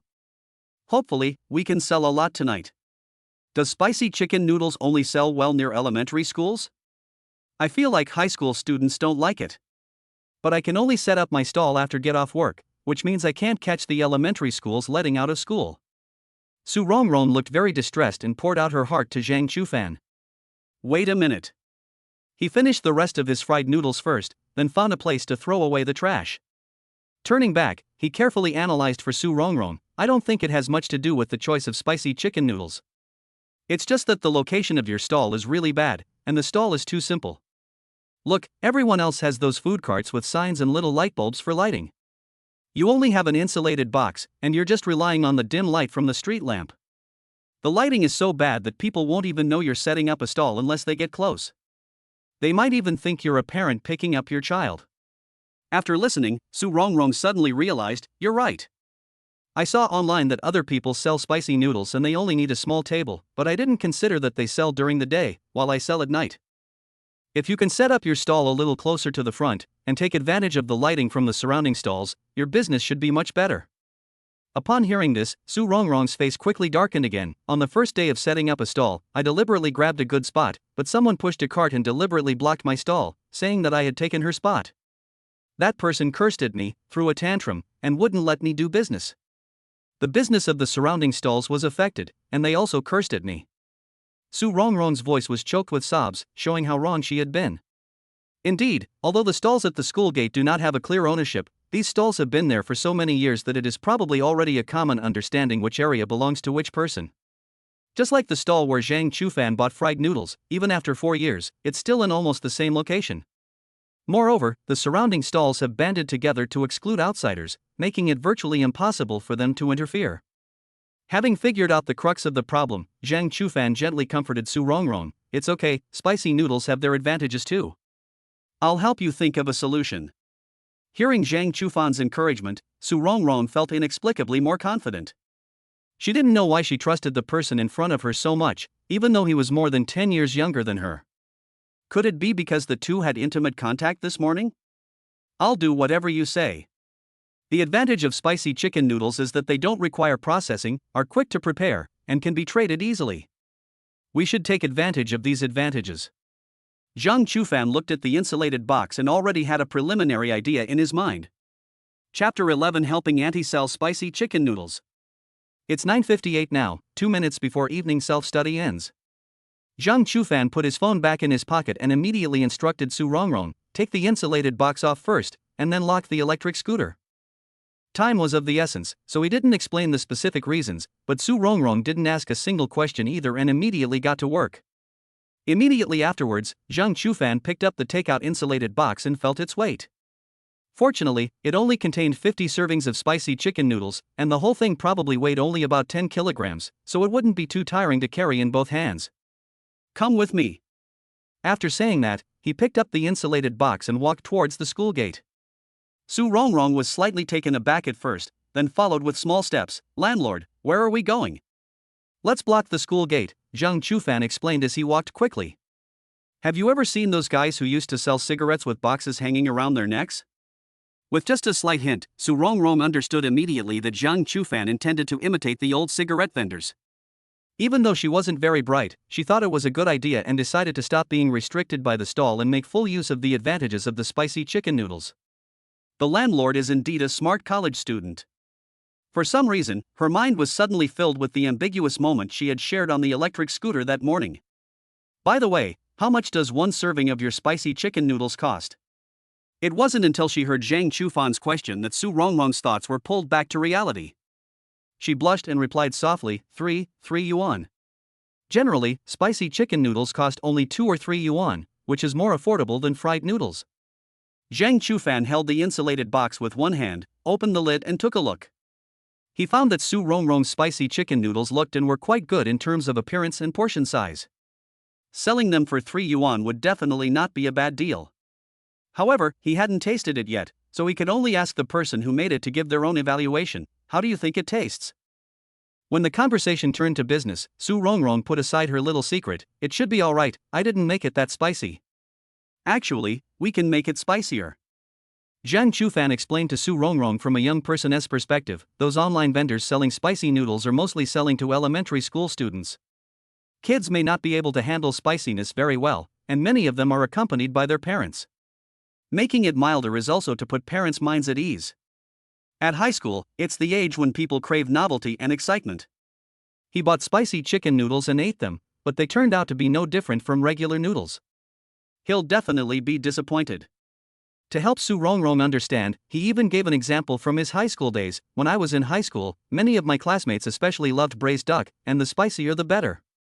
So you could try changing your taste, you might be surprised how popular it is. Actually, Zhang Chufan realized halfway through his sentence that Su Rongrong was staring intently at his face, and he wasn't sure if she had heard a word he was saying. Although Su Rongrong was inadvertently attracted by Zhang Chufan's handsomeness again, she didn't lose focus and still listened attentively. Okay, I'll make it spicier tomorrow. As the two got closer to the school gate, the surrounding area became increasingly congested, making it impossible to ride an electric bike in. This was also why Zhang Chufan only brought an insulated box. You can come a little earlier tomorrow and bring your electric scooter, so you won't have to carry the boxes around to sell them. Good. Zhang Chufan stopped about 7 or 8 meters away from the school's main gate. Going further in, it became too crowded. When the students poured out, even if someone wanted to buy something, they couldn't stop because they would be pushed forward by the flow of people behind them. Just as I stood still, the school bell rang, signaling the end of evening self-study. Zhang Chufan was busy and had to ask Su Rongrong to do it. Take out 8 portions first, then put them on the box for display. After Su Rongrong did as instructed, she noticed that Zhang Chufan was holding the container even more carefully, probably afraid that a slight misstep would cause the spicy chicken noodles on top of the insulated box to fall off. At that moment, she suddenly realized that the landlady was a college student with higher education. She never expected that the landlady would lower herself to help her set up a stall for someone like her. Besides being touched, I also felt a secret joy. She knew that her body's reactions didn't lie, and that others' kindness wouldn't be without reason. Even though she was already 36, her feelings were like those of a young girl experiencing her first love, unable to stop her from overthinking. I'll sell the goods later, and you'll be in charge of collecting the money. Let's work together and try not to block the road. The sound of voices disturbed Su Rongrong's thoughts again. From an angle where Zhang Chufan couldn't see her, she gave him a resentful glance before softly replying, "Okay." As students streamed out of the campus in groups, the war over selling spicy chicken noodles officially began. Selling turkey noodles. 3 yuan a serving. Zhang Chufan shouted loudly. Since you're going to sell things, you can't just stand there blankly without a stall or sign, you have to actively call out to them. Fortunately, Zhang Chufan is not very socially anxious. Even though he became withdrawn after his mother's death, it was because he was avoiding social interaction, not because he was afraid. I gradually developed my mental fortitude by participating in student council and club activities in the past, so now I don't feel any pressure when I'm selling in front of so many people. However, Zhang Chufan was unaware that Su Rongrong, who admitted she couldn't shout as openly as him, secretly felt a surge of admiration for him. Spicy chicken noodles, 3 yuan a serving, 5 yuan for 2 servings. The following sentence was added by Zhang Chufan on the spot. This pricing method is also a marketing tactic, which can stimulate consumption to a certain extent. Boss, give me 1. The first one sold out quickly. I'll have 2. After opening, everything fell into place naturally. Since Anqing No. 1 Middle School has a clear rule that mobile phones are not allowed on campus, students mainly use cash. Su Rongrong is specifically responsible for collecting money and giving change. A transaction can be completed in about 3 or 4 seconds, which is almost the same speed as passing by normally. As business improved, Zhang Chufan simply opened the insulated boxes and let the students take what they needed to avoid congestion. The only one who hesitated was a girl with light makeup and a slightly mature appearance. She held up her phone and asked Zhang Chufan shyly, "Little brother, can I add you on WeChat?" Before Zhang Chufan could speak, Su Rongrong preemptively replied, "I'm sorry, we're a bit busy right now, so it might not be convenient." "I'll take one." The girl scanned the code to pay, her eyes practically glued to Zhang Chufan. "Hey handsome, will you come again tomorrow?" "I'll be back tomorrow," Su Rongrong answered first. Upon hearing this answer, the girl didn't insist on adding him on WeChat. Instead, she said goodbye with a youthful and cheerful expression before leaving with a reluctant look on her face. Watching the young woman's departing figure, Su Rongrong's initial excitement and exhilaration over the booming sales of the spicy chicken noodles suddenly cooled down. She knew that in the girl's eyes, she was at most just an elder of the landlord, which was why the man asked for her WeChat in front of her. Thinking about this, a strong sense of inferiority welled up in my heart. Chapter 12. Don't try to guess what your aunt is thinking. Just after the school rush hour, all 50 servings of spicy chicken noodles were sold out. Congratulations, host, for successfully helping Su Rongrong achieve her wish. You have received the following rewards: wish points plus 30, cash plus 3,000. The speed was so fast that Su Rongrong couldn't even imagine it. It sold out in less than 10 minutes. It looks like we can try increasing it to 80 servings tomorrow, Zhang Chufan analyzed rationally. The peak time for people to come out is right after evening self-study, but there are still some people who are temporarily studying in the classroom or exercising on the playground who have not yet come out, so the food stalls outside the school will be set up until at least 10:30 p.m. Thanks to you tonight, otherwise even if I set up the stall until 11 o'clock, I probably wouldn't have sold out. Su Rongrong thanked Zhang Chufan gratefully. No wonder Su Rongrong didn't get home until after 11 p.m. last night. She was setting up her stall until very late. In response, Zhang Chufan politely replied, "It's nothing, it was just a coincidence." Am I overthinking things? Su Rongrong murmured dejectedly. What did you say? It's nothing. Su Rongrong shook her head slightly and pretended to be happy. I said, little landlord, you're a good person. Being given the good guy card again left Zhang Chufan somewhat amused and exasperated. In truth, he knew that he wouldn't have bothered with other people's business if it weren't for the wish points. He is a kind person because his mother taught him that from a young age, but he is by no means a selfless person. It is already kind of him not to kick Su Rongrong when she is down after her business failed. Back where he parked his electric scooter, Zhang Chufan placed the insulated box on the back seat and then rubbed his aching arms. Although the insulated box containing the spicy noodles wasn't heavy, maintaining the same posture for more than 10 minutes was still quite uncomfortable. Seeing this, Su Rongrong cursed herself for being blind. The landlord had swallowed her pride and gone to great lengths to help her make money, yet she was still having wild thoughts and even letting the insulated box carry her the whole time.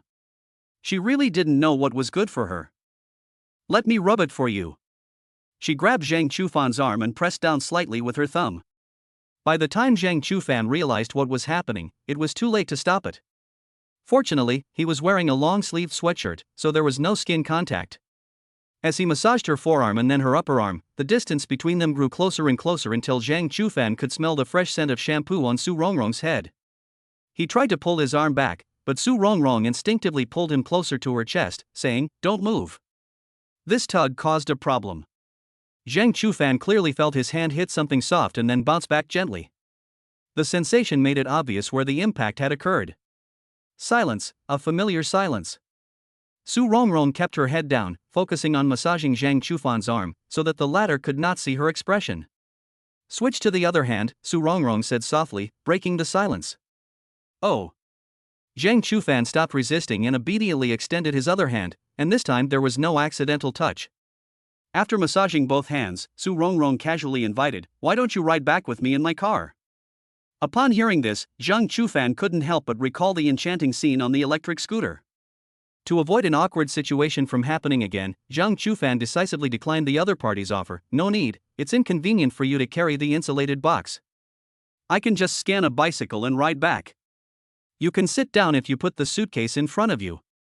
As she spoke, Su Rongrong began to work, successfully inserting the insulated box into the footrest of the electric vehicle, although nearly a quarter of the box was still hanging out of the air on both sides. Seeing this, Zhang Chufan was unmoved and insisted on his own opinion. "It's not safe for you to ride like this. I'd better go back by myself." Just as he was about to turn around, he felt someone grab his arm. Turning around, he met Su Rongrong's slightly flustered face. "What's wrong?" Zhang Chufan asked, puzzled. When Su Rongrong saw Zhang Chufan about to leave, her body acted before her brain could react, and by the time she came to her senses, she had already grabbed him. So her brain started working frantically to find excuses for her impulsive behavior. In a moment of inspiration, she actually found a win-win solution. You can hug the incubator and sit with your back to me. That way, it won't affect your safety, and you'll have enough room to sit." The landlady was staring at me. Was she thinking about how to refuse? Why was she so reluctant to ride in my car? Was it because she didn't want to experience the same accident as this morning again? So, she really did look down on me. Compared to that pretty high school girl from earlier, I must look old and fat in her eyes, and I don't know how to dress. It's normal for her to look down on me. Well, alright. Zhang Chufan immediately changed his mind. He was shocked because he never imagined that Su Rongrong's inner thoughts could be so fascinating and complex. Rather, he simply couldn't understand this woman's thought process. He was trying to avoid embarrassment, but it was misinterpreted as him disliking the other person.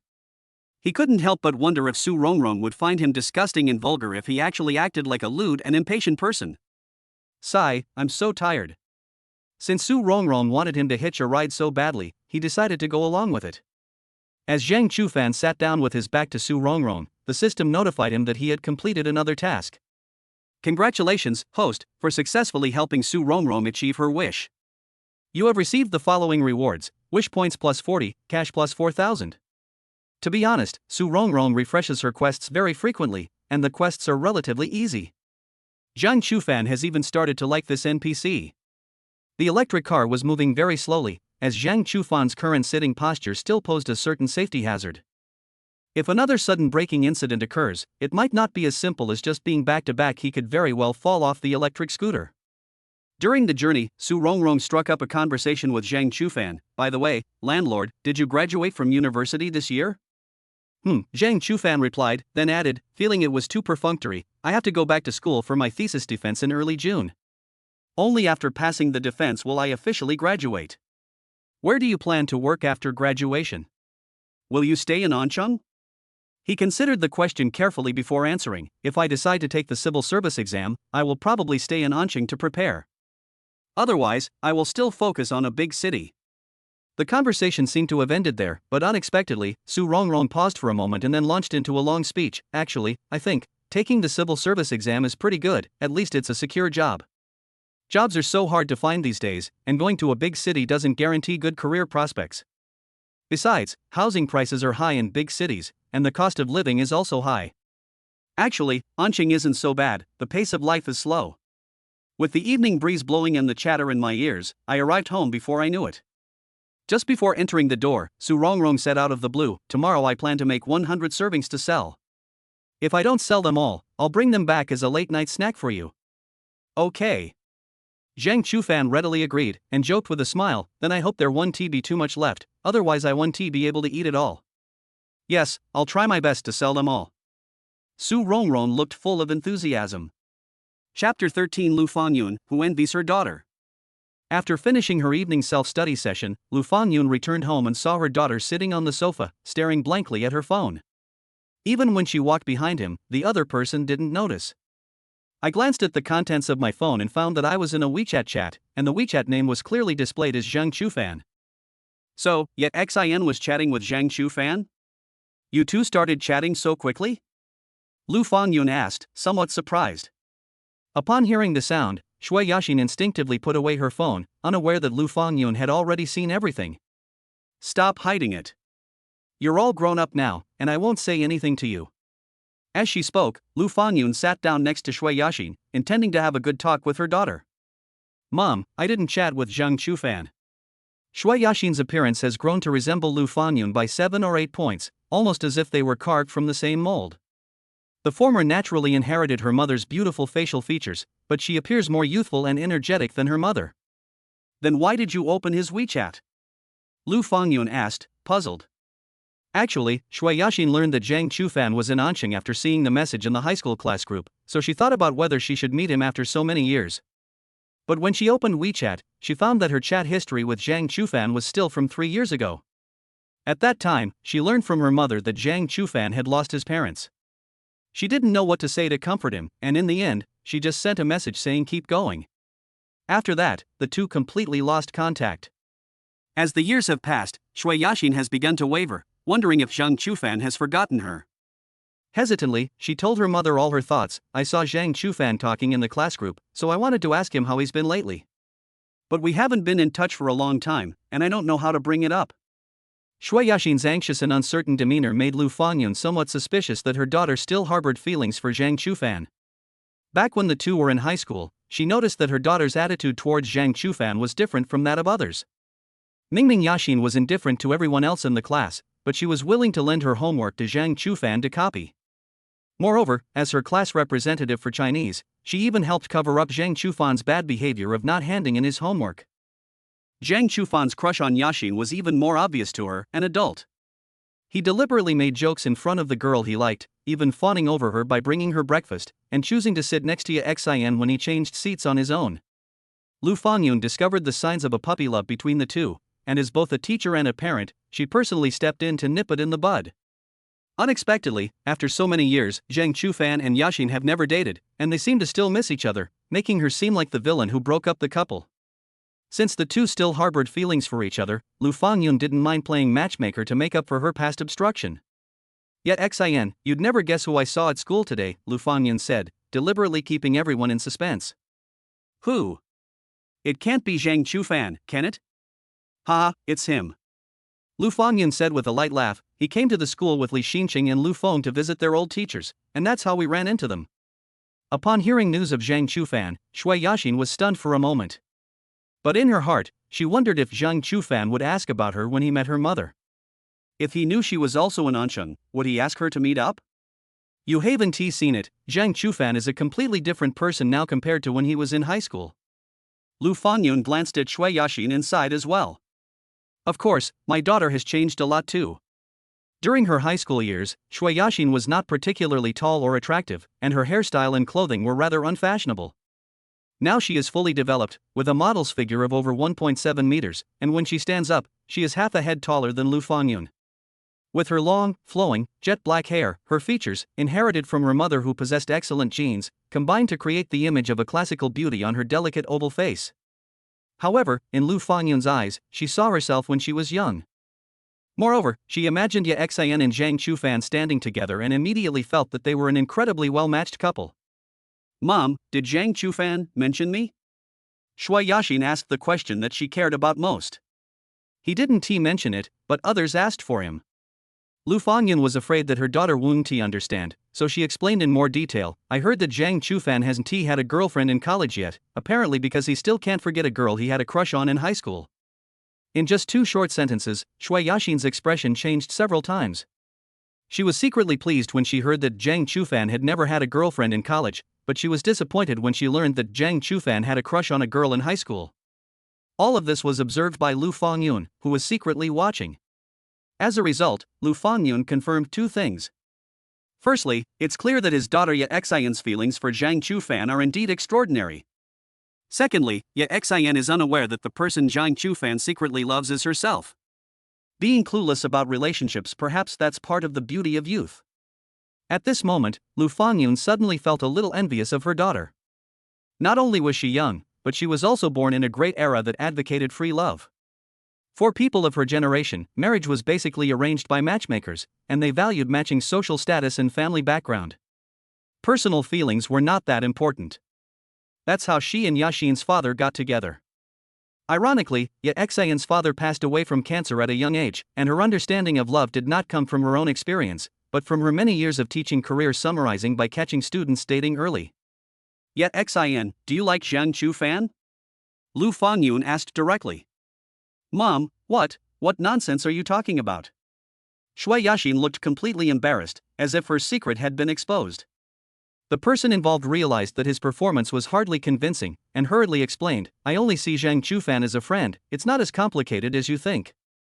Lu Fangyun clearly didn't believe this, so she bluntly stated, Zhang Chufan liked you in high school, but I talked to him once, and only then did he focus on his studies. Ha? Shui Yaxin was initially incredulous, but then the corners of her mouth couldn't help but turn up slightly. Mom, you're not lying to me, are you? Why would I lie to you about this? Lu Fangyun doesn't want Yaxin to have any regrets, so she now encourages her daughter to date someone she likes, instead of skipping the dating step like she did and going straight to marriage, which symbolizes the end.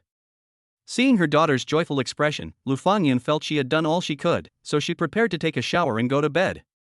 Now she is a high school homeroom teacher, and she has to get up at 5 or 6 o'clock every morning and doesn't get off work until after 10 o'clock at night.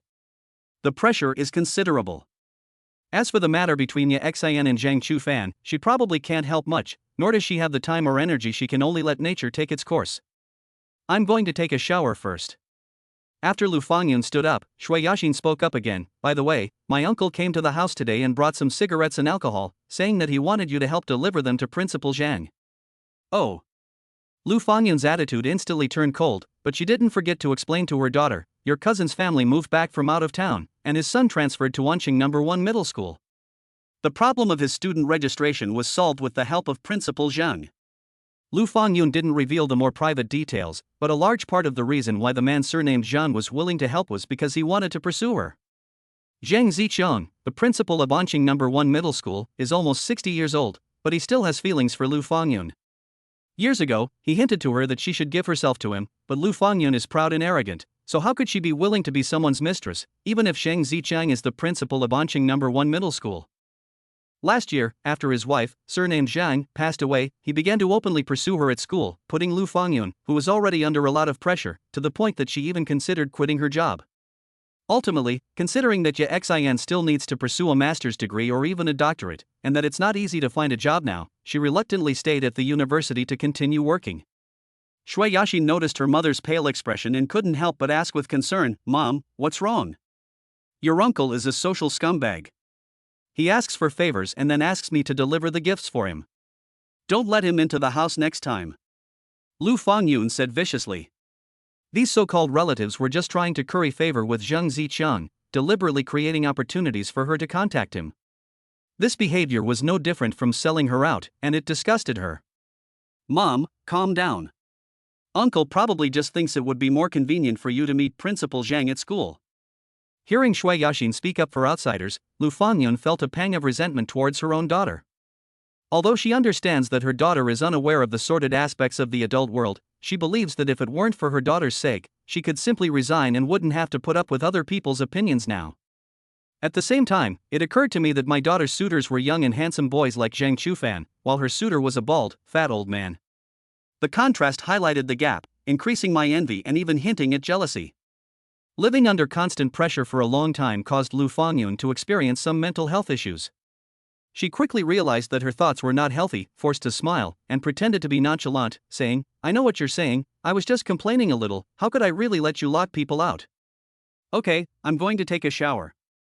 I have to get up early tomorrow. Okay, good night." Seeing that her mother had returned to normal, Shui Yaxin didn't think much of it anymore. At this moment, her mind was entirely focused on Zhang Chufan, and she didn't notice the changes that had occurred in her mother. Chapter 14 Sister Shen. After taking a shower, Zhang Chufan lay in bed and briefly reviewed the events of the day. He had contact with many people that day, and through his conscious probing, he discovered that the system seemed to have no reaction to men, nor to minors or elderly women. Currently, the NPCs who can refresh the mission are Secretary Zhou Rushua, Tenant Su Rongrong, and high school Chinese teacher Lu Fangyun. All three are older women who are much older than Zhang Chufan. Perhaps it was his obsession with his mother that summoned the system, which is why the system reads his thoughts from mature women of similar age to his mother. He has very limited contact with people at the moment, so it is too early to draw any conclusions. I picked up my phone and saw several unread messages on WeChat.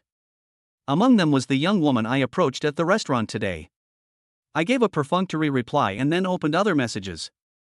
"Are you in Auntie right now? When are you free? Let's grab a bite to eat together?" This message was sent by Shui Yaxin, which surprised Zhang Chufan. He thought that given her personality, even if she heard about him from teacher Lu, she shouldn't care too much. I never expected that I would take the initiative to ask him to meet. It seems that everyone has changed to some extent during their 4 years of university, and Shui Yaxin is no exception. Faced with the invitation from his former love, Zhang Chufan had no reason to refuse, nor did he intend to. Similarly, he wouldn't be excited about it, he would just treat it as an ordinary classmate reunion. "No problem, I'm free the day after tomorrow. Tomorrow at noon I'm attending my cousin's homecoming banquet after her wedding, and in the evening I'm having dinner at Aunt Jo's house. My schedule is already full. We'll meet at the milk tea shop across from number 1 middle school at 4 p.m. the day after tomorrow." Okay. The next morning, when Zhang Chufan arrived at his cousin's house, there were already quite a few people there. Today is the homecoming banquet, and the guests are the bride's relatives and friends, so he knows most of them. However, Zhang Chufan himself was almost not recognized. When his cousin greeted him, she hesitated for a long time before asking uncertainly, "Are you my brother?" "What?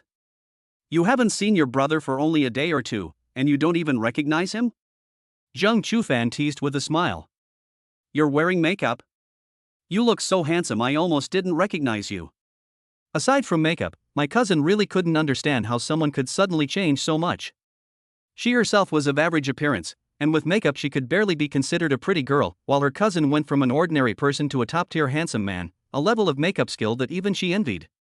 Zhang Chufan didn't offer much explanation, simply responding softly. Sometimes, other people's interpretations can make things that are hard to explain seem reasonable. "I didn't see you wearing makeup on my wedding day, how come you look so handsome today? Are you on a date with a girl tonight?" my cousin asked with a knowing smile. "You're the star of the show on your wedding day, how could I steal your thunder?" Zhang Chufan casually added, "I do have plans for tonight, so I won't be staying for dinner." My cousin didn't say anything, but she insisted on taking pictures with him. The two took several photos before the older cousin's excitement subsided. "Hee, I'm going to post this on my WeChat moments." While typing, her cousin said to Zhang Chufan, "I remember you don't have a girlfriend yet, right? Let me introduce you to a few. My brother, a pure and innocent young man, with no dating history, add me on WeChat if you're interested." It also includes a classic 9-grid image. After seeing the details of her cousin's WeChat moments, Zhang Chufan said irritably, "Seriously, are you using your brother as a pretext here? Just consider it helping your sister earn some money for mahjong, and I'll give you half of it when I get it." What can I say? The post had already been published on WeChat Moments, so what could Zhang Chufan say? He had no choice but to agree. Just then, a man and a woman entered the house. The man looked to be in his 50s, dressed in a suit, tie, watch, and leather shoes, looking every bit the successful man. In a small place like Anshan, someone who dresses like that must be someone with real power and influence. The woman was quite young, around 30 years old. Her face was exquisitely beautiful, with a pair of captivating fox-like eyes that could mesmerize anyone with just a glance. She wore a black dress, the hem of which barely covered her hips, and she wore sheer black stockings on her legs. Her overall style was bold and alluring. My aunt, uncle, and cousin-in-law came out to greet me, their expressions extremely warm, clearly indicating that we were honored guests. That man is my dad's former comrade in arms, his surname is Lee, and his name is Lee Junhui. He made a lot of money doing business outside in his early years, and now he is considered one of the richest people in Ancheng. The cousin took the initiative to introduce him to Zhang Chufan. At the end, she added in his ear, "I got married the day before yesterday, and he brought over 100,000 yuan in cash." In a small county town, a gift of 100,000 yuan is indeed considered a sign of a distinguished guest. "Is that his wife next to him?" Zhang Chufan asked in a low voice. "I guess so." His cousin didn't give a clear yes or no answer, but he immediately understood. Small-town entrepreneurs like Lee Junhui are practically local tyrants. It's perfectly normal for them to have a wife at home and several mistresses outside. Moreover, no one would accuse him of being a womanizer, they would even praise him for being capable. Compared to Lee Junhui, Zhang Chufan's father, Zhang Yuan, is the complete opposite. He's a typical example of someone who's incompetent and a womanizer. In fact, due to Zhang Chufan's painful personal experiences, he genuinely disliked people who were unfaithful to their families. Even someone as wealthy and capable as Lee Junhui couldn't appreciate it. Of course, Zhang Chufan knew that his thoughts were naive, and that they might change as he gained more experience. But at least at this stage, he has not yet been corrupted by this dirty reality. Lee Junhui walked into the house surrounded by people, and his cousin hurriedly went forward to greet him. The woman in the black dress, upon seeing her cousin, immediately took her hand and began chatting animatedly. The conversation mainly revolved around mahjong, suggesting that the two were frequent mahjong buddies. "Oh? Who is this handsome young man?" The woman in the black dress noticed Zhang Chufan and took the initiative to ask her cousin. "He is my cousin, named Zhang Chufan, and he is currently in university." After introducing Zhang Chufan, my cousin pointed to the woman in the black dress and said, "She's my mahjong partner Shen Manting. You can call her sister Shen. After all, Shen Manting and her cousin don't look that far apart in age. If Lee Junhui calls her auntie according to their generational hierarchy, it does make her sound a bit old." "Sister Shen," Zhang Chufan called out. Upon hearing Sister Shen, Shen Manting's eyes narrowed with delight, but she still said shyly, "I'm over 30 years old, and I still have this handsome young man call me sister. I'm really shameless." "If I really have to call you auntie, you'll probably be unhappy again," Zhang Chufan thought to himself. Chapter 15: The Master of Lightning. Sister Shen takes such good care of herself, you can't tell she's over 30. Besides, she used to be a dance teacher, and her figure hasn't changed at all. My cousin was full of compliments.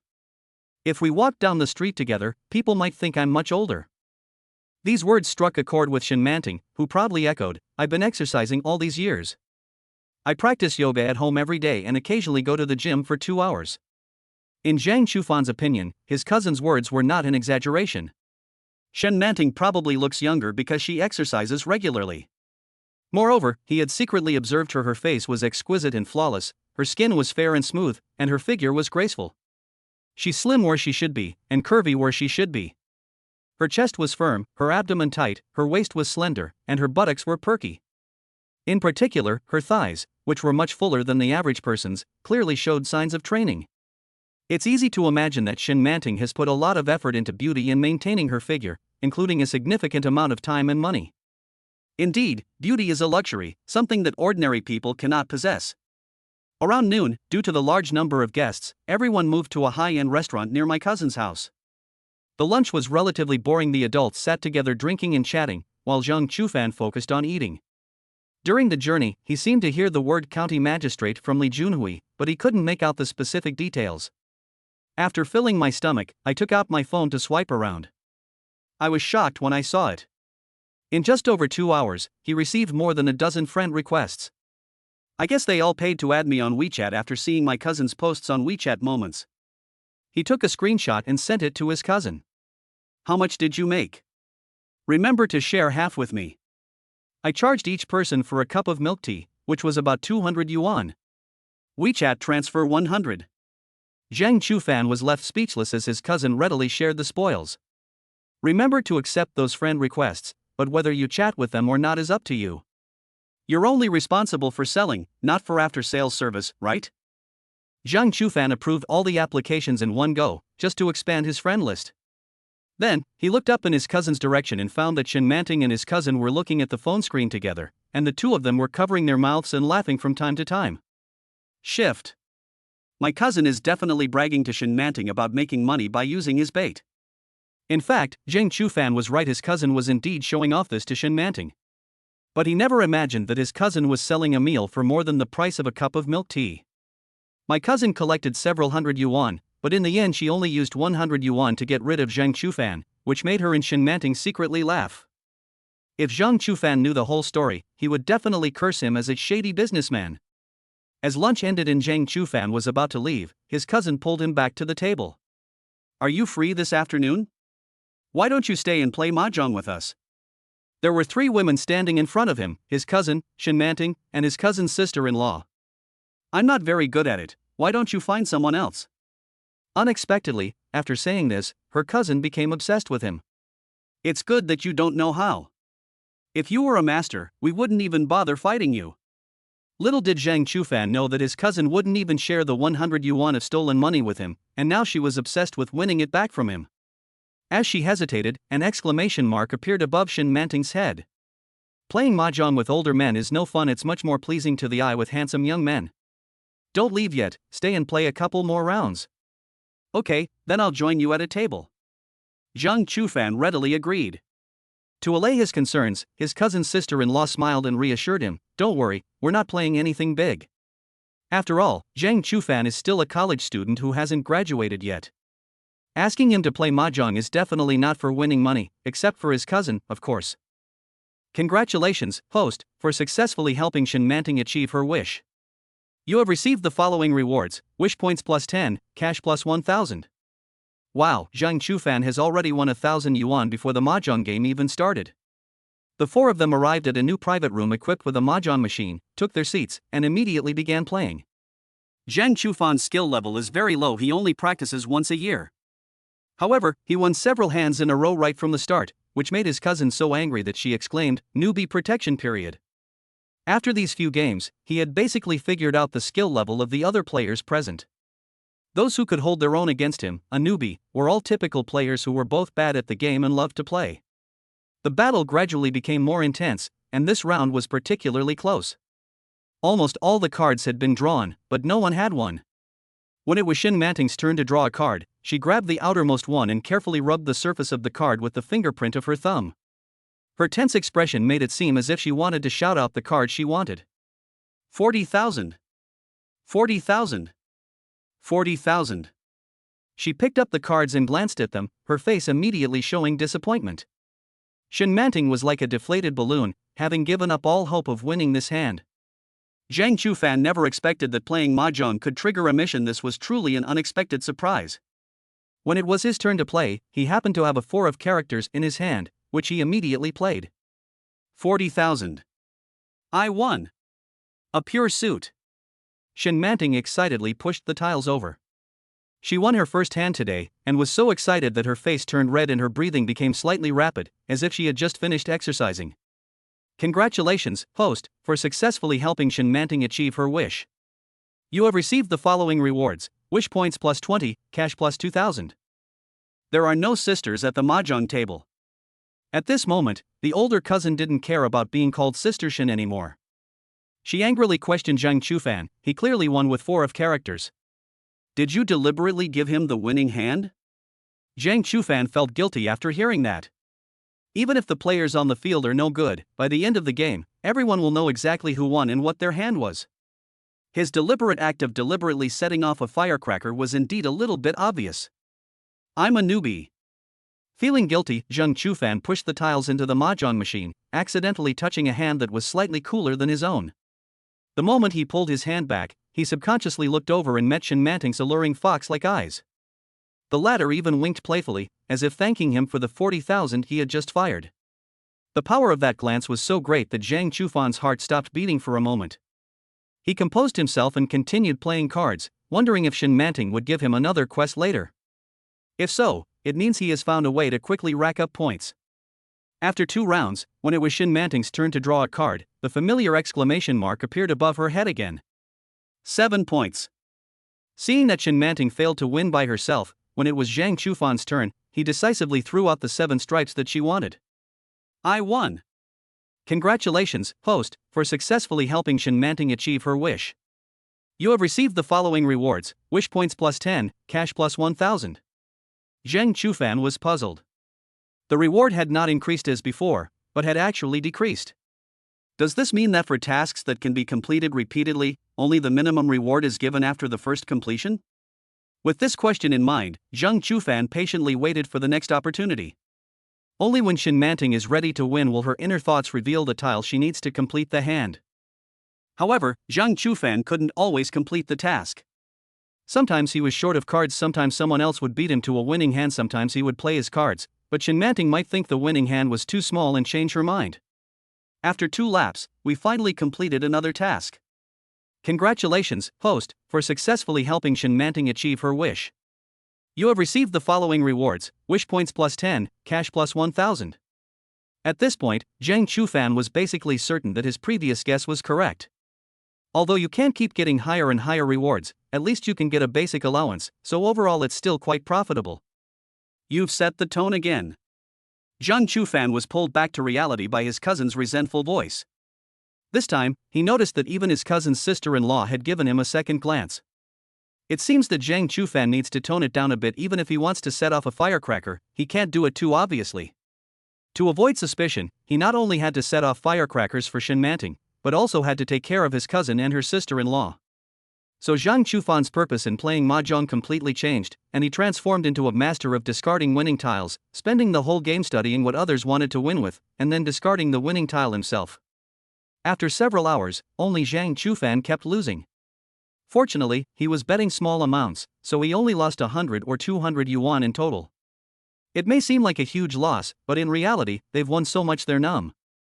I completed 6 tasks with Shin Manting in one afternoon.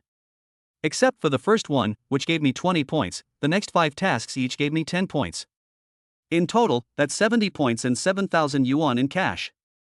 This mahjong game was truly enjoyable, and everyone present was satisfied, including Zhang Chufan, who seemed to be losing money the whole time. You play mahjong well, I'll invite you again next time. His cousin patted Zhang Chufan on the shoulder, very pleased.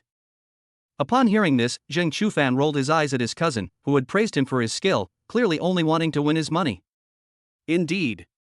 Playing mahjong with this handsome young man makes me feel like my luck has improved. Shin Manting nodded in agreement. The key is that he has good sportsmanship. Even when he is losing non-stop, he doesn't get angry. This mahjong game was the best Shin Manting had experienced in recent months. She noticed that Zhang Chufan kept giving her easy wins, making her wonder if he was doing it on purpose. On second thought, she realized that she wasn't the young man's boss, so he had no reason to do that. She decided to just assume that the two of them got along well at the mahjong table.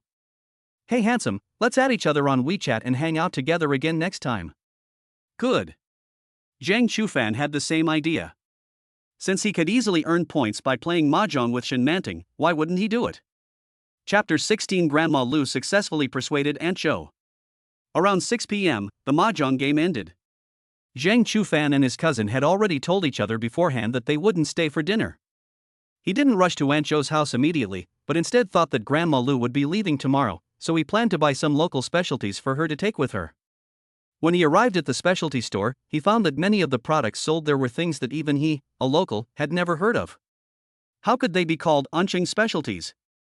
He picked out 2 roasted ducks and a box of salted duck eggs, which, in Zhang Chufan's knowledge, were some of the more distinctive items from Anqing.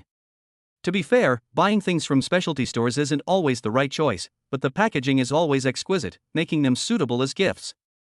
Carrying the gift box, Zhang Chufan hailed a car as soon as he left the specialty store.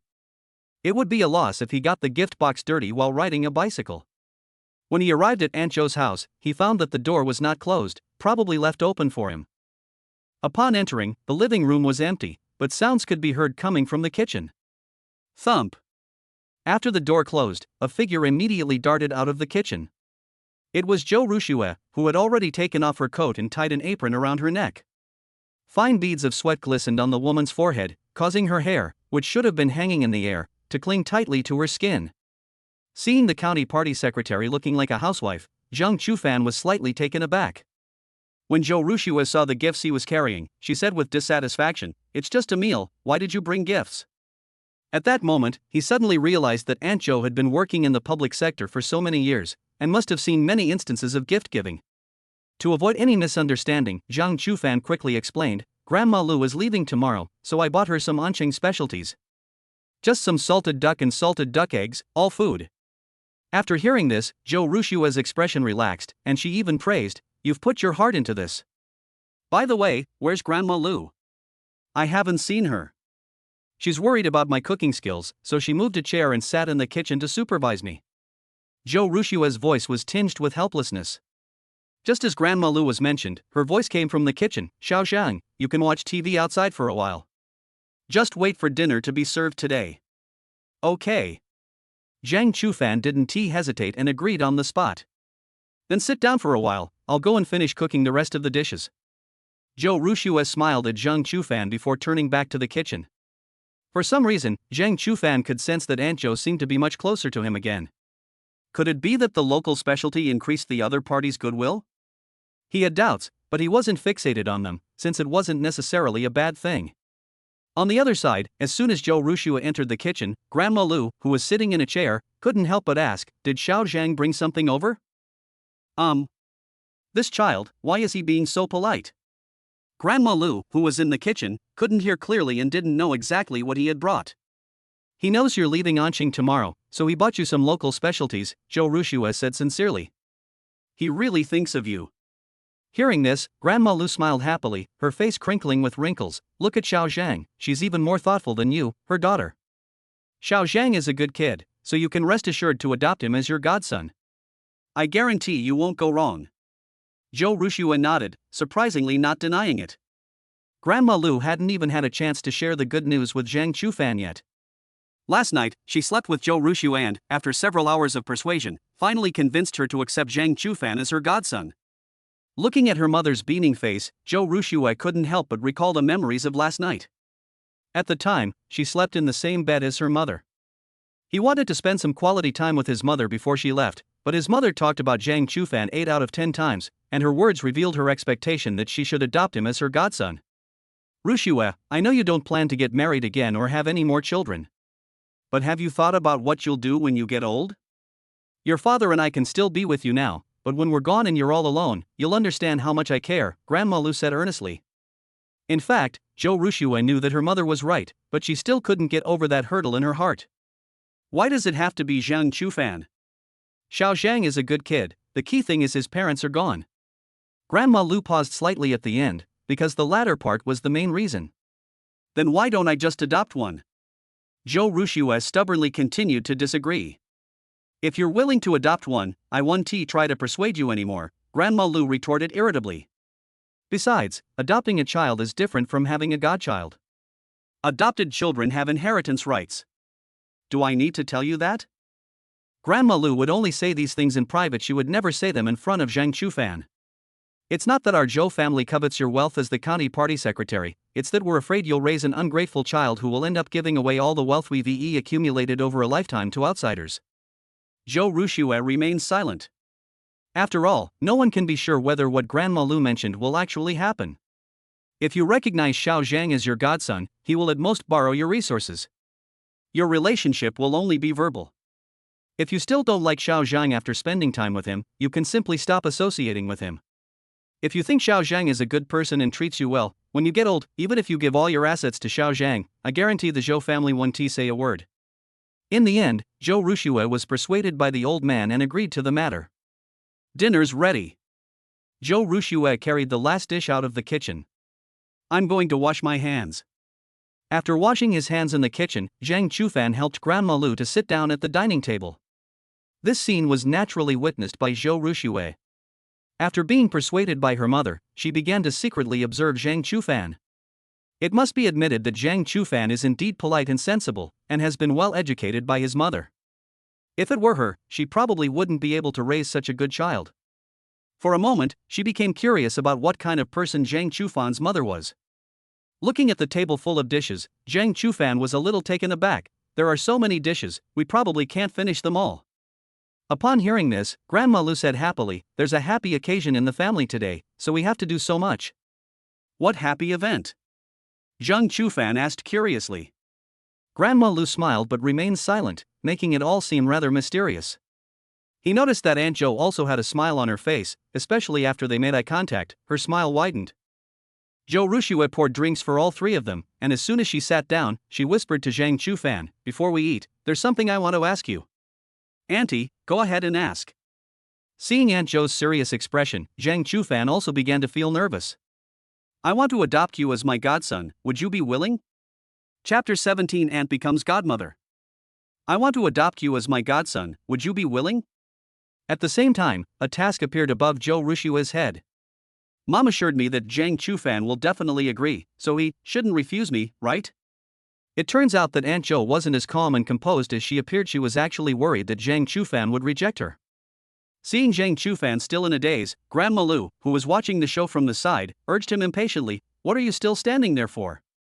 Hurry up and say yes. If Aunt Zhou doesn't mind, then I'm definitely willing, Zhang Chufan replied earnestly. Good. This step was finally taken, and Zhou Rushue's state of mind began to change as a result. At this moment, she felt a secret joy, but even more so, she was looking forward to the unknown future. Congratulations, host. You have successfully helped Zhou Ruxue achieve her wish. Rewards, wish points plus 20, cash plus 2,000. Now that the good thing has come to fruition, Grandma Lu is finally satisfied. She smiled and said to Zhang Chufan, quickly call me godmother. Godmother. Why? Zhou Ruxue responded in a cheerful tone, then took out a red envelope and handed it to Zhang Chufan. Of course, Grandma Lu didn't miss out either, handing over a pre-prepared red envelope. My dear grandson, please accept this. Thank you, godmother, thank you, grandma. Zhang Chufan accepted the red envelope without hesitation. Alright, let's eat. Try it and see if your godmother's cooking has improved. Grandma Lu said as she put a piece of pork rib into Zhang Chufan's bowl. After the godparents were recognized, even meals became a joyful occasion. During the journey, Zhou Ruxue suddenly spoke up, somewhat solemnly, breaking the previously relaxed atmosphere. Chufan, now that I'm your godmother, there are some things I hope you'll listen to my advice on.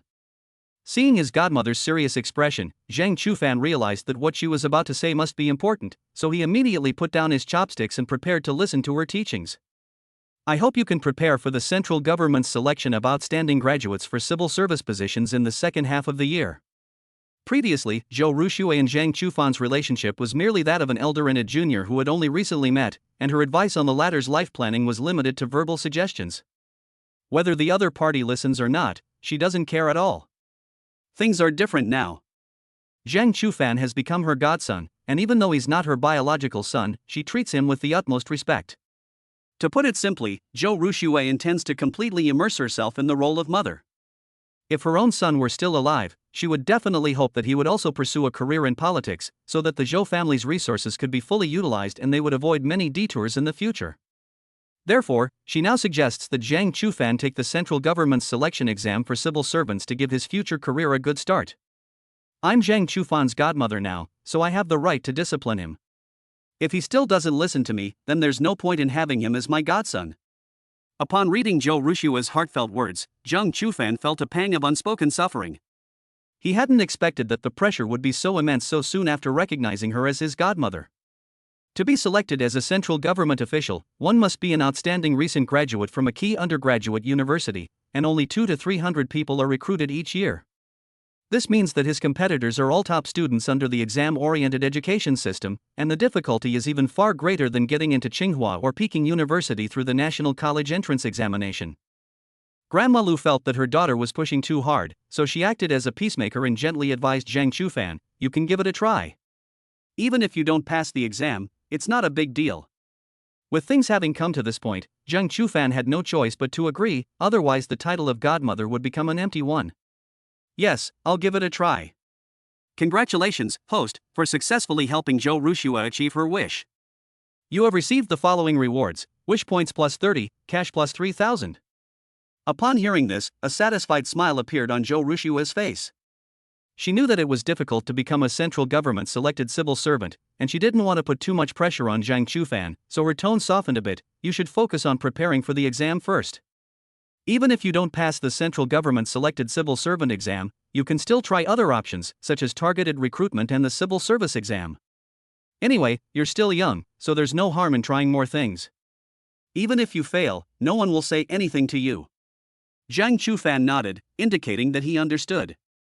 Hope Zhang Chufan succeeds in passing the central government's selection examination for outstanding graduates. The new task is quite different from the previous one.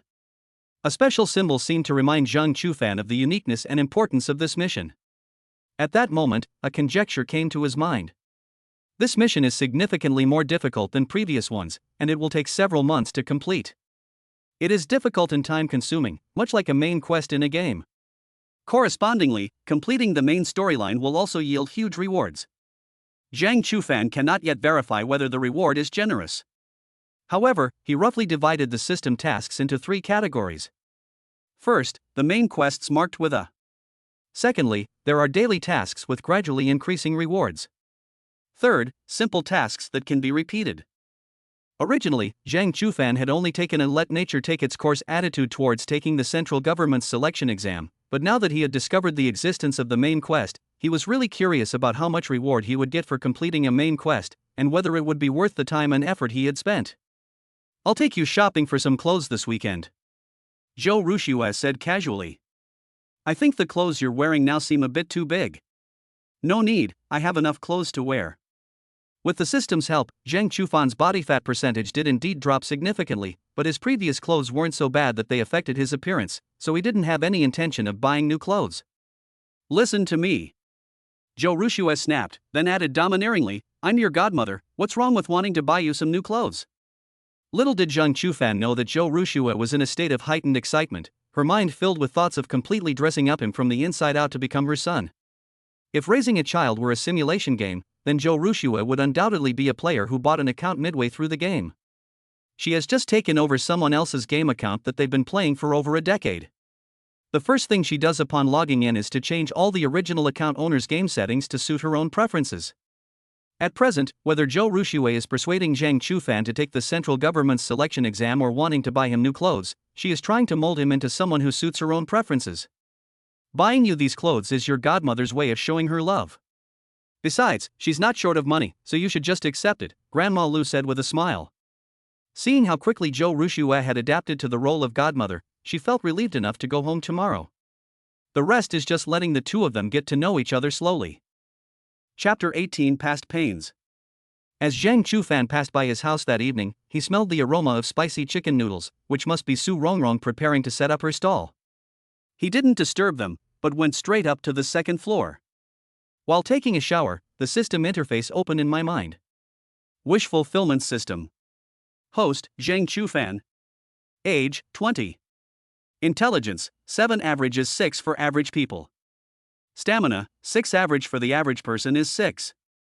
Charisma, 9 average is 6 for the average person. Energy, 6 average for the average person. Wish points, 251 million points can grant any wish once. On the third day after obtaining the system, a total of 250 points were accumulated, namely 60 for Zhou Rushue, 100 for Su Rongrong, 10 for Lu Fangyun, and 80 for Xin Manting. At this rate, accumulating 1,000,000 points seems like a distant dream. To improve efficiency, you need to increase the rewards from daily tasks and also try to complete some main quests. Following this logic, what Zhang Chufan needs to do is not to win by sheer quantity, but to have deeper interactions with the existing NPCs. It seems that only by gradually building closer relationships can he unlock the main quest. After taking a shower, Zhang Chufan lay on the bed and started scrolling through his phone. Especially on WeChat, I just added a dozen or so new friends today, and I can barely keep up with all the messages. At this moment, he suddenly understood the troubles of a player, chatting with so many women at the same time. He felt that his brain was almost not enough to handle it. Time flew by, and before we knew it, it was past 10 o'clock at night. Hearing the noise downstairs, it must be Su Rongrong returning from her stall. He had intended to ask on WeChat how are sales today, but he received the message from the other party first. Landlord, are you asleep? No. There's still some spicy chicken noodles left over from today. Would you like to come down and have some? Can. After getting dressed, Zhang Chufan went downstairs and saw that the door connecting the stairwell to the living room was already open. Even if it were his own house, now that he's renting it to Su Rongrong, he wouldn't rashly enter someone else's home. He knocked on the door first, then waited for Su Rongrong to appear. "Why aren't you coming in?" Su Rongrong asked softly as she came over after hearing the noise. "What does this mean? Is this an invitation for him to come in? Shouldn't we just hand him the spicy chicken noodles?" Perhaps noticing Zhang Chufan's confusion, Su Rongrong added, "The spicy chicken noodles are a bit cold. Let me heat them up for you before you eat them." So that's how it is. Zhang Chufan then went into Su Rongrong's house. As soon as he entered, he looked around, mainly curious about how his house had been occupied. The living room was still empty. There was no sofa, coffee table, or television. The only thing missing was a small square table in the middle, which was probably where they usually ate. Actually, Zhang Chufan wasn't too surprised. After all, it was a rented house, and Hao Mingjie and Su Rongrong's financial situation wasn't very good, so they naturally didn't have spare money to buy extra furniture. Seeing Zhang Chufan carefully observing the house, Su Rongrong belatedly realized what his status as the landlord meant, and said somewhat hesitantly, "I'm usually very careful when I live here, and I clean the house regularly." Su Rongrong wasn't lying. Ever since she moved here, she'd been living here as if it were her own house. Because this is the first time she has owned a home of her own, even if it is just rented, she cherishes it very much. However, to Zhang Chufan, Su Rongrong's explanation seemed more like a sign of guilt. If nothing had really been damaged, Su Rongrong should have openly allowed him to inspect her. Sure enough, his gaze quickly fell upon the situation that shouldn't have happened in the rental property. The wooden door to the second bedroom has a noticeable dent near the bottom, indicating it was smashed. However, Zhang Chufan immediately saw the reason: domestic violence.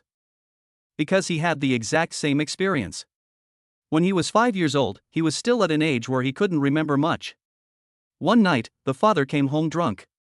The mother, who was sleeping in the second bedroom with her, did not want to talk to the drunk father. As a result, the father, emboldened by his drunkenness, insisted that the mother open the door. After repeated shouts and threats went unanswered, he became enraged and kicked the door violently. At that time, he clearly remembered that his mother's face was filled with panic and fear, but she stubbornly held him in her arms and gently comforted him as he trembled. Finally, the door was kicked open, and the mother was severely beaten. The little boy mustered his courage and shielded his mother behind him, only to be kicked away in return. Seeing him injured, his mother, with a sudden surge of courage, got up and fought back against the burly man, eventually carrying him away from home. This experience became Zhang Chufan's earliest childhood memory and a permanent wound in his heart. Afterwards, with the comfort and persuasion of both sets of elders, the mother eventually forgave the man, but he knew that at that time, his mother only had eyes for him. His mother made the sacrifice so that Zhang Chufan could have a complete family. As he grew up, he would often think negatively that he should not have been born. In addition, during his adolescence, Zhang Chufan also secretly despised his mother's weakness and indecisiveness. It is precisely because of weakness that one is persuaded by elders with various "for your own good" remarks, is burdened by family ties, and is unable to truly make up one's mind to divorce. Therefore, he constantly reminded himself that he must learn from his mother's lesson and never be bound by family ties, but do what he wanted to do. In fact, Zhang Chufan did just that. He got into a university far from home, and even during the spring festival, he was able to harden his heart and not go home, leaving his mother alone in that empty house. Looking back now, I realize how naive and ridiculous my thoughts were. He thought he could be indifferent to family ties, but he forgot that people are made of flesh and blood. Upon receiving the devastating news of his mother's passing, Zhang Chufan did not shed a tear. Even during the vigil, he was more concerned with his future survival than with grief. All his mental preparation crumbled the moment he saw his mother's remains before she was cremated.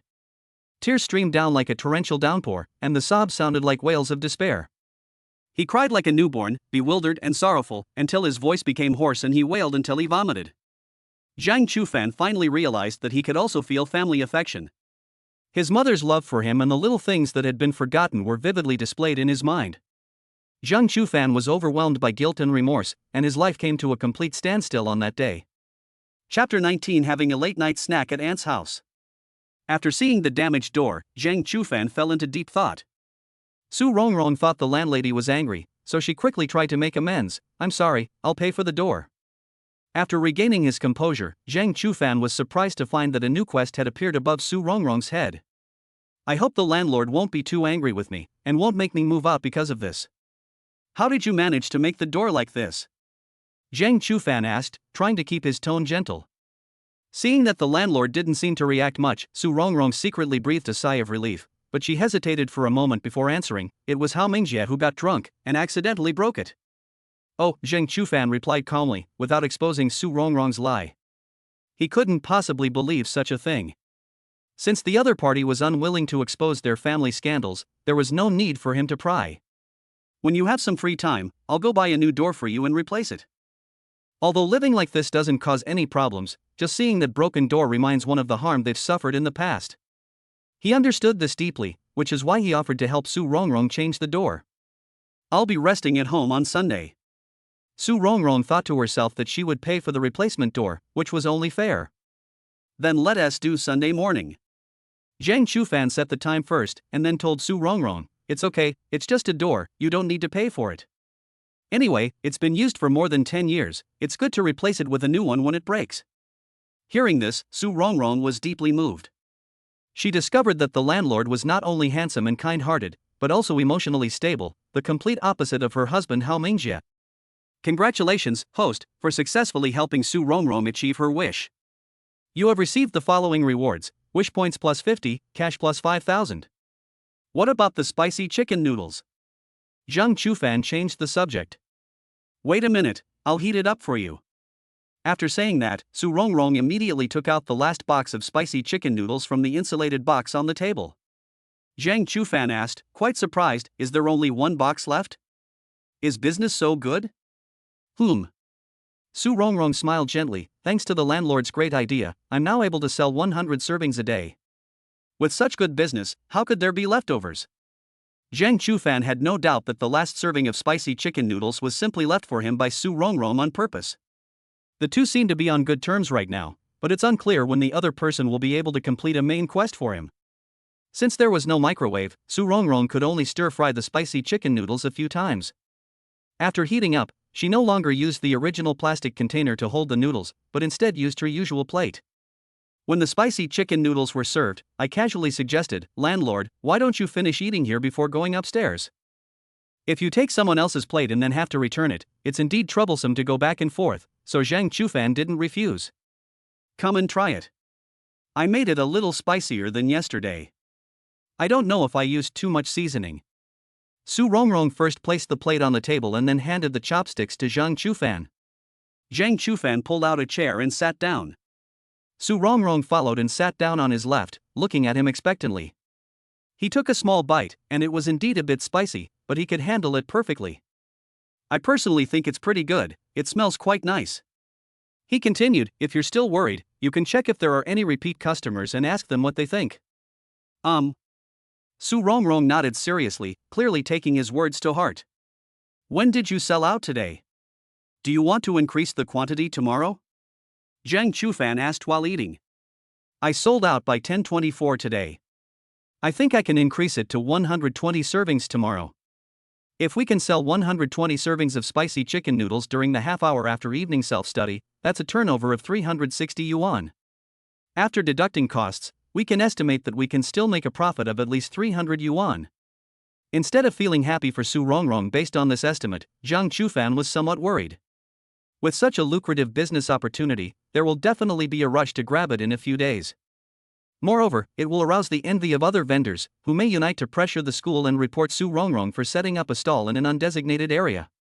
Ultimately, it will most likely revert to its original form. It's not that Zhang Chufan is pessimistic, rather, he knows that business competition has always been like this. He told Su Rongrong all his guesses so that she could prepare herself mentally. He thought Su Rongrong would be a little disappointed, but to his surprise, she just chuckled and replied, it's okay. I used to sell only 30 or so a day, but now the sales have increased several times. Every extra day I sell is an extra day I earn. Seeing that Su Rongrong could remain optimistic, Zhang Chufan felt relieved and changed the subject to a lighter one. By the way, the girl who asked me for her WeChat yesterday, is she still coming to buy anything tonight? For some reason, the smile on Su Rongrong's face disappeared when this matter was mentioned. She came. She even asked me why I wasn't here today. So what did you say? I told you, you already have a girlfriend, Su Rongrong said matter-of-factly. She hasn't even graduated high school yet, and instead of focusing on her studies, she is only thinking about dating. So I definitely have to put an end to that idea of hers. That makes sense, Zhang Chufan replied awkwardly. If he hadn't known that Su Rongrong was unaware that he had a crush on Shui Yaxin in high school, he would have suspected that she was making veiled accusations against him. Throughout Zhang Chufan's meal, Su Rongrong kept her eyes glued to him. Watching her landlord devour the noodles she had made herself, she felt inexplicably happy. As Zhang Chufan finished his noodles and was about to leave, Su Rongrong suddenly spoke gently, "If we don't sell out by tomorrow, I'll let you know so you can come for a late-night snack." Okay. Zhang Chufan agreed but then changed the subject, "But you don't need to save any for me. It's fine for me to have a late-night snack once in a while, but if I eat it every night, I'll definitely gain weight." He was worried that Su Rongrong would save him a portion of her food every night as a late-night snack in return for him, so he deliberately brought it up. Even though Su Rongrong knew that Zhang Chufan was right and that spicy noodles were not a healthy or nutritious food, she still felt a little resentful about the landlord's attitude of refusing to be fed. "Yeah, you'd get tired of eating spicy chicken noodles every day. Is this a question of whether it's too cloying or not? Wasn't Zhang Chufan talking about health concerns? He sometimes just couldn't understand women's peculiar thought processes." "Good night." "Good night, little landlord." After Zhang Chufan went upstairs, Su Rongrong stared blankly at the broken door to her bedroom, and a flood of grievances welled up in her heart. Chapter 20: The Promise with the White Moonlight. There is a milk tea shop directly opposite Anqing No. 1 Middle School. This shop has been open for many years, and almost every student from the school has left their mark there. Returning here after many years, Zhang Chufan found that nothing seemed to have changed. To the left was a row of bar counters, and to the right, against the wall, were several sets of tables and chairs. In particular, the entire wall covered with sticky notes of various colors has become the confession wall recognized by the students of No. 1 Middle School, and it has also become the soul of this store's enduring popularity. Looking at the confession wall evoked a sense of nostalgia. I vaguely remembered that I had posted one there myself. Zhang Chufan. Hearing someone call his name, he curiously looked in the direction of the voice and saw a young woman with a classical charm sitting in the innermost seat. The person had long, flowing hair, willow leaf eyebrows, almond-shaped eyes, a delicate nose, and a charming mouth. Their features bore a striking resemblance to Lu Fangyun, a high school Chinese teacher. "Shui Yaxin?" Zhang Chufan greeted her somewhat uncertainly. The girl's lips curled up slightly, revealing a faint smile. "Long time no see. Judging from the looks of it, this girl is Shui Yaxin." Compared to her high school days, Shui Yaxin had changed so much that Zhang Chufan didn't recognize her at first glance. However, he now understood the shock Li Xinqing felt when he saw him again. In fact, most girls become more beautiful when they go to college, not only because their facial features gradually develop and their bodies mature, but also because they learn how to do makeup and dress. If Zhang Chufan's transformation was due to the system, then Shui Yaxin's success was simply due to her superior genes. Walking up to Shui Yaxin, I saw 2 cups of milk tea on the table and asked, "Did you order this one for me?" Since someone was treating him, he simply pulled out a chair and sat down, facing Shui Yaxin. Up close, one can appreciate the girl's exquisite face and discover that Shui Yaxin doesn't actually wear much makeup. She's naturally beautiful. Moreover, she's not wearing glasses anymore, and her beauty has been fully revealed. "Are you wearing contact lenses right now?" Zhang Chufan asked, voicing his doubts. "No, I had surgery." After a brief exchange, there was a sudden silence. The main problem was that Zhang Chufan realized that even though Shui Yaxin was much prettier than before, he couldn't recapture the excitement he once felt when facing her again. I inserted the straw into the cup and took a sip. The taste was still as cloyingly sweet as before. To prevent the awkward atmosphere from continuing, he took the initiative to start a conversation. "By the way, what did you major in at university?" "Law." "I heard from Teacher Lu that you're taking the postgraduate entrance exam? Which school are you applying to?"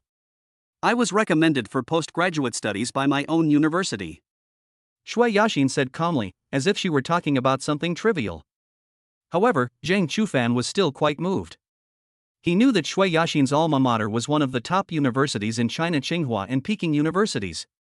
Being able to be recommended for postgraduate studies meant that her academic performance had always been among the best during her 4 years of university. To be able to do that is truly the pinnacle of academic excellence.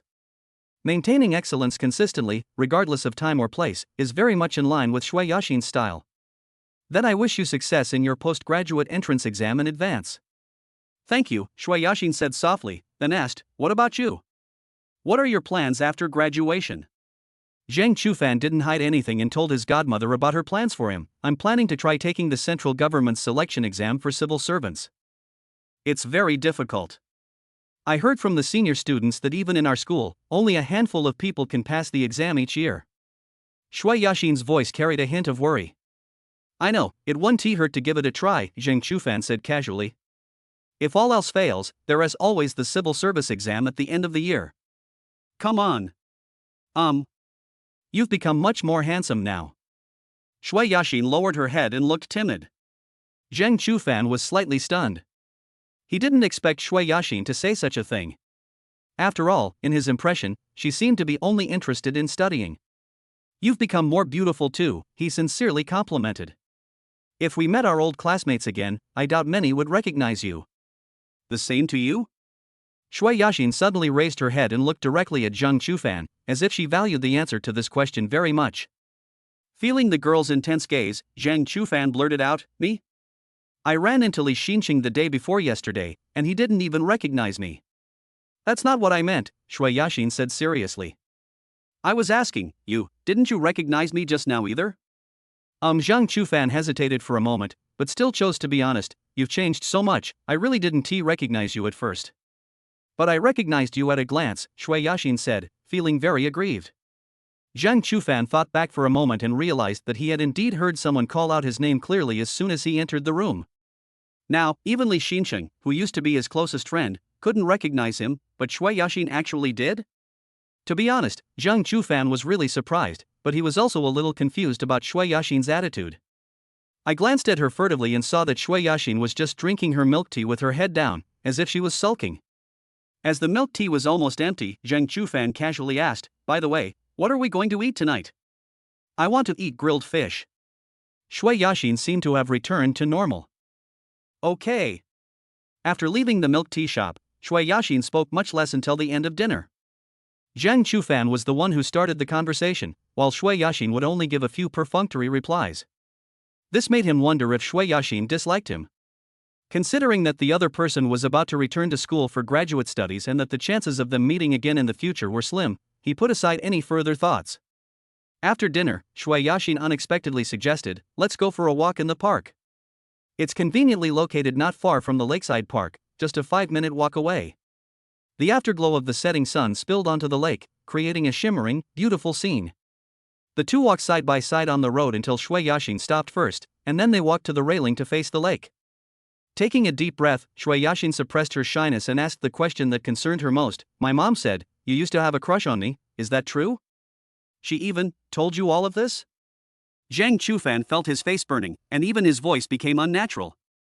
After all, he couldn't remain calm when his crush confronted him directly. Shui Yaxin blushed even more, but still stubbornly pressed on, Is it true? It's true. Zhang Chufan had no choice but to admit it, even though he was being shameless. Do you still like me now? Shui Yaxin really does have a knack for making outrageous statements. Zhang Chufan was bombarded with them so much that he felt like he was going to faint. Honestly, I do have feelings for Shui Yaxin, but those feelings are from 4 years ago. Having not seen each other for so long, it's already a good sign that we still have some classmate affection. He hesitated for a long time before finally giving a vague answer, I guess so. Not getting the answer she wanted, Shui Yaxin wasn't disappointed. She simply turned to Zhang Chufan and said tenderly, If you still don't have a girlfriend by the time I graduate with my master's degree, can we be together? What does this mean? A confession? Zhang Chufan was completely dumbfounded. After 4 years apart, why is he confessing his feelings right away? Is Shui Yaxin actually a looks-obsessed person? Zhang Chufan's mind was in turmoil, while Shui Yaxin silently took his hand and continued, After hearing about you from my mother, I've thought a lot these past 2 days and finally made up my mind about my feelings. Actually, I've liked you since high school. So it turns out that Zhang Chufan's feelings weren't one-sided, but rather mutual? It's a pity he found out too late. If he had known this in high school, he probably would have been so happy he couldn't sleep. Moreover, Shui Yaxin isn't willing to be his girlfriend right now. Who knows what will happen in the future after she graduates with her master's degree in 2 or 3 years. However, he could understand Shui Yaxin's thoughts. They were both in the prime of their lives, each with their own goals. Even if they forced themselves to stay together, they would have to endure a long-distance relationship. If something happened to their relationship, they might not even be able to remain friends. Shui Yashin is such a rational person, and this has never changed since high school, which is also what he admires. After a brief consideration, Zhang Chufan agreed. If they can really hold on until then, how could I possibly reject my former white moonlight? Okay, I will take this as an agreement between us. At this moment, besides the sunset witnessing their promise, Zhou Rushue was also on her way home in a private car. She saw a young couple holding hands like lovers in the sunset, and recognized one of them as her newly adopted godson, Zhang Chufan. The scene outside the window flashed by quickly, but Zhou Rushue turned her head and stared intently at Zhang Chufan's back, unwilling to look away for a long time until he was completely out of sight. For some reason, after seeing that scene, she felt inexplicably irritable. Chapter 21: Accidentally Entering a Rich Women's Circle. Another evening self-study session ended, and Lu Fangyun walked home under the moonlight. She walked alone on the road, but couldn't help but sigh. Working from dawn till dusk every day can truly leave one feeling physically and mentally exhausted. She has begun to regret choosing to become a high school homeroom teacher in order to get a senior professional title. Recently, 2 wrinkles seem to have appeared out of nowhere on my face, and even gray hairs are starting to show. If this continues, she will definitely age faster. Today, Lu Fangyun even heard some students in her class calling her old hag behind her back, even though she had the title of most beautiful teacher in Anqing No. 1 middle school just 2 years ago. Such a huge difference in just 1 or 2 years, who can accept it calmly? Although she doesn't have a partner and doesn't need to care about her appearance, as a woman, she naturally has the nature to love beauty, and this has nothing to do with age. In fact, obtaining a senior professional title is not difficult, and Lu Fangyun doesn't need to work so hard either. She just needs to accept Zhang Zichang's pursuit, and everything will be solved, allowing her to live an easy life. But she has her own pride, only that pride is being worn down little by the pressures of life, and perhaps it will break down sooner or later. When I got home, I saw my daughter sitting on the sofa with her legs curled up, chatting on her phone, with a smile unconsciously on her face. Lu Fangyun felt envious. She envied the other person's youth and carefree life, while she herself was filled with bitterness but had no one to confide in. She knew in her heart that her daughter Yashin was much more sensible than her peers, and that she received high scholarships every year at school, which helped to reduce the burden on the family.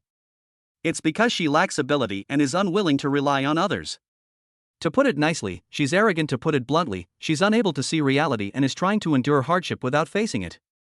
Mom, you're back. Lu Fangyun asked while changing her shoes. How did your meeting with Zhang Chufan go today? It's all right. Shui Yashin blushed, too embarrassed to tell her mother the truth. Seeing Shui Yashin's expression, Lu Fangyun knew that her daughter's relationship with Zhang Chufan was progressing quite well. But since the other party was too embarrassed to talk about it, she didn't press the matter further. After Lu Fangyun changed into slippers and slumped onto the sofa, Shui Yashin pointed to the cigarettes and alcohol on the coffee table and asked, Mom, should we return these things to Uncle? I called your uncle today and asked him to deliver it himself, Lu Fangyun said, her voice heavy with exhaustion. What did my uncle say? He felt that just sending some gifts wasn't enough, so he is planning to invite Principal Zhang to dinner on Saturday night. Lu Fangyun remembered that the other party had also invited her and her daughter, and then asked Shui Yashin what she thought. Your cousin's family invited us to dinner, so we can bring these things with us. Are you going on Saturday night? I'm not familiar with my uncle and his family, so I don't really want to go. Shui Yashin was not good at interpersonal communication, and she was somewhat resistant to having dinner with relatives she didn't know well. Upon hearing this, Lu Fangyun did not intend to force her daughter. She knew her daughter's personality. When your cousin moved away from Anqing, you were only 7 or 8 years old. You probably forgot about him long ago. If you don't want to go, then don't go. Then come back soon, I'll be waiting for you at home, Shui Yashin said with concern. Good. These past 2 days, Zhang Chufan has basically stayed at home writing his graduation thesis, and also took the opportunity to study the subjects required for the central government's selection of outstanding graduates. The main problem is that the NPCs are all busy with their own work, so even if he wanted to contact them, he couldn't find a good reason to do so and could only focus on his own tasks for the time being. On Saturday afternoon, I unexpectedly received a WeChat message from Shin Manting. Hey handsome, wanna join us for a meal? When? Now. Immediately afterwards, a location was sent over. Wait for me for 10 minutes. Okay. After replying to the message, Zhang Chufan immediately set off. He was just worried about not having a place to earn points, and unexpectedly, someone delivered a pillow when he was sleepy. In order to save time, he called a card directly and chatted with Shin Manting on the way. "We might be playing a bit too high today, so I'll pay for it." "What do you mean?" Zhang Chufan didn't quite understand. "If we lose, it's on me. If we win, it's yours." He only contributed his time, not his money. He was just there to fill the table. "Sure, I'll make a pure profit anyway." Zhang Chufan naturally had no objection. After all, Shen Manting wasn't short of money, so why should he refuse her request? The afternoon gathering place was a high-end tea-in card room. Those who usually played mahjong there were generally quite well-off people in Ansheng. Upon entering the designated private room, Zhang Chufan saw 3 stylishly dressed women, giving him the feeling that he had accidentally wandered into a circle of wealthy women. "Handsome young man, you've arrived." Shen Manting greeted him and introduced them. These two are Sister Xia and Sister Xiao. Both women looked to be in their 40s, wearing makeup and well-maintained, but they were far less attractive than Zhou Ruxue and Lu Fangyun, who were not much older. Afterwards, Shen Manting introduced Zhang Chufan to Sister Xia and Sister Xiao. "He is the cousin of one of my good friends." Sister Xia just said, "Find a handsome guy." "What do you think of this handsome young man? Is he really your acquaintance's cousin? Or did you just hire a male model from somewhere?" Sister Xia didn't believe Shen Manting's words at all, but her eyes were honestly fixed on Zhang Chufan. "Don't talk nonsense, that handsome young man is still a college student." After hearing the explanation, Sister Xia became a little more serious. "What's your name, handsome young man?" "Zhang Chufan, just call me Xiao Zhang. Come on, play a few rounds with us aunties." In terms of age, they are indeed all of the auntie generation, but Zhang Chufan calls Shen Manting's sister while calling the other 2 aunties would be really lacking in emotional intelligence. The 3 older sisters all look young, how could they be aunties? Zhang Chufan shamelessly said, making polite remarks. Upon hearing this, all 3 people on the scene burst into laughter. Indeed, no woman is indifferent to the issue of age. "How come you have such a sweet tongue? You must have charmed a lot of young girls." Sister Xia gave Zhang Chufan a flirtatious look, a small gesture that seemed a bit ambiguous. At this moment, Sister Xiao, who had been silent until now, finally spoke up. "Stop flirting with that young man. Are we still going to play mahjong or not?" Sister Xiao was probably the one with the most influence among the 3. As soon as she spoke, Sister Xia and Shen Manting sat down at the mahjong table without saying a word. "Handsome young man, come on, sit down next to me." As soon as Sister Xia sat down, she waved to Zhang Chufan, acting very familiar. Chapter 22 Being favored by a rich woman. Zhang Chufan took his seat, sitting between Shen Manting and Sister Xia, with Sister Xiao opposite him. As the mahjong machine started, the group began playing cards with great enthusiasm.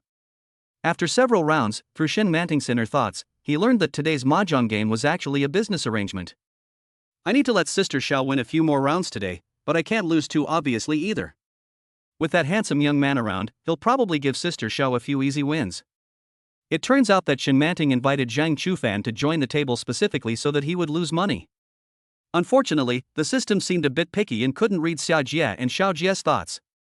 Zhang Chufan could only analyze the game slowly to make the right move. After successfully giving Sister Xiao a winning hand for the first time, Shen Manting said in a slightly reproachful tone, "Handsome boy, you should remember the cards a little better." Even so, the system notified him that he had completed the task. "Congratulations, host, for successfully helping Shen Manting achieve her wish. You have received the following rewards: wish points plus 30, cash plus 3,000. Women are indeed born actresses. Shen Manting was clearly very satisfied with Zhang Chufan's provocation, but she didn't show it at all. At this moment, Sister Xia spoke up to smooth things over. "Xiao Zhang is still a student and doesn't play much. Unlike us, who hang out in the mahjong parlor every day."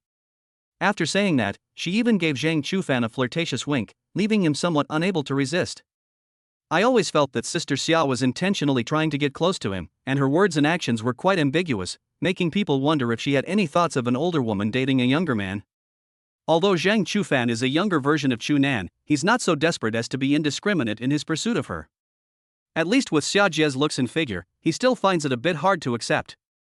At this moment, Zhang Chufan had another guess in his mind. The people whose thoughts the system read seemed to be, apart from being older, all beauties who scored above 80 points in his aesthetic standards. "I never expected that the system would judge people by their appearance. The mahjong game continued, and Zhang Chufan, for the second time, became a master at discarding winning tiles, showing much more experience. He ordered food for the other 3 people several times, and occasionally won a small prize himself. Over the course of several hours, I completed the task of setting off firecrackers for Sister Xiao 5 times, and each time I received a system reward. However, the last 4 times were treated as easy tasks, and the reward was only 10 points. I also gave Shen Manting 3 tasks, all simple tasks, each worth 10 points. In today's mahjong game, he scored a total of 100 points off Shen Manting, breaking the 3-digit mark for the first time. Around 7 p.m., 2 middle-aged men entered the private room. One of them was Sister Xia's husband. He had just been dominating the next room and was very generous in offering to treat everyone present to dinner. Zhang Chufan originally wanted to refuse, but he couldn't resist the enthusiasm of the others and had no choice but to agree. After the final round, everyone began to weigh the wins and losses. As expected, Zhang Chufan lost the most, followed by Shen Manting. Since the game has always been settled with chips, he hasn't had a chance to pay out yet. Sister Xiao won the most, but she said nonchalantly, "Xiao Zhang is here to keep us company today, so he won't be winning any money."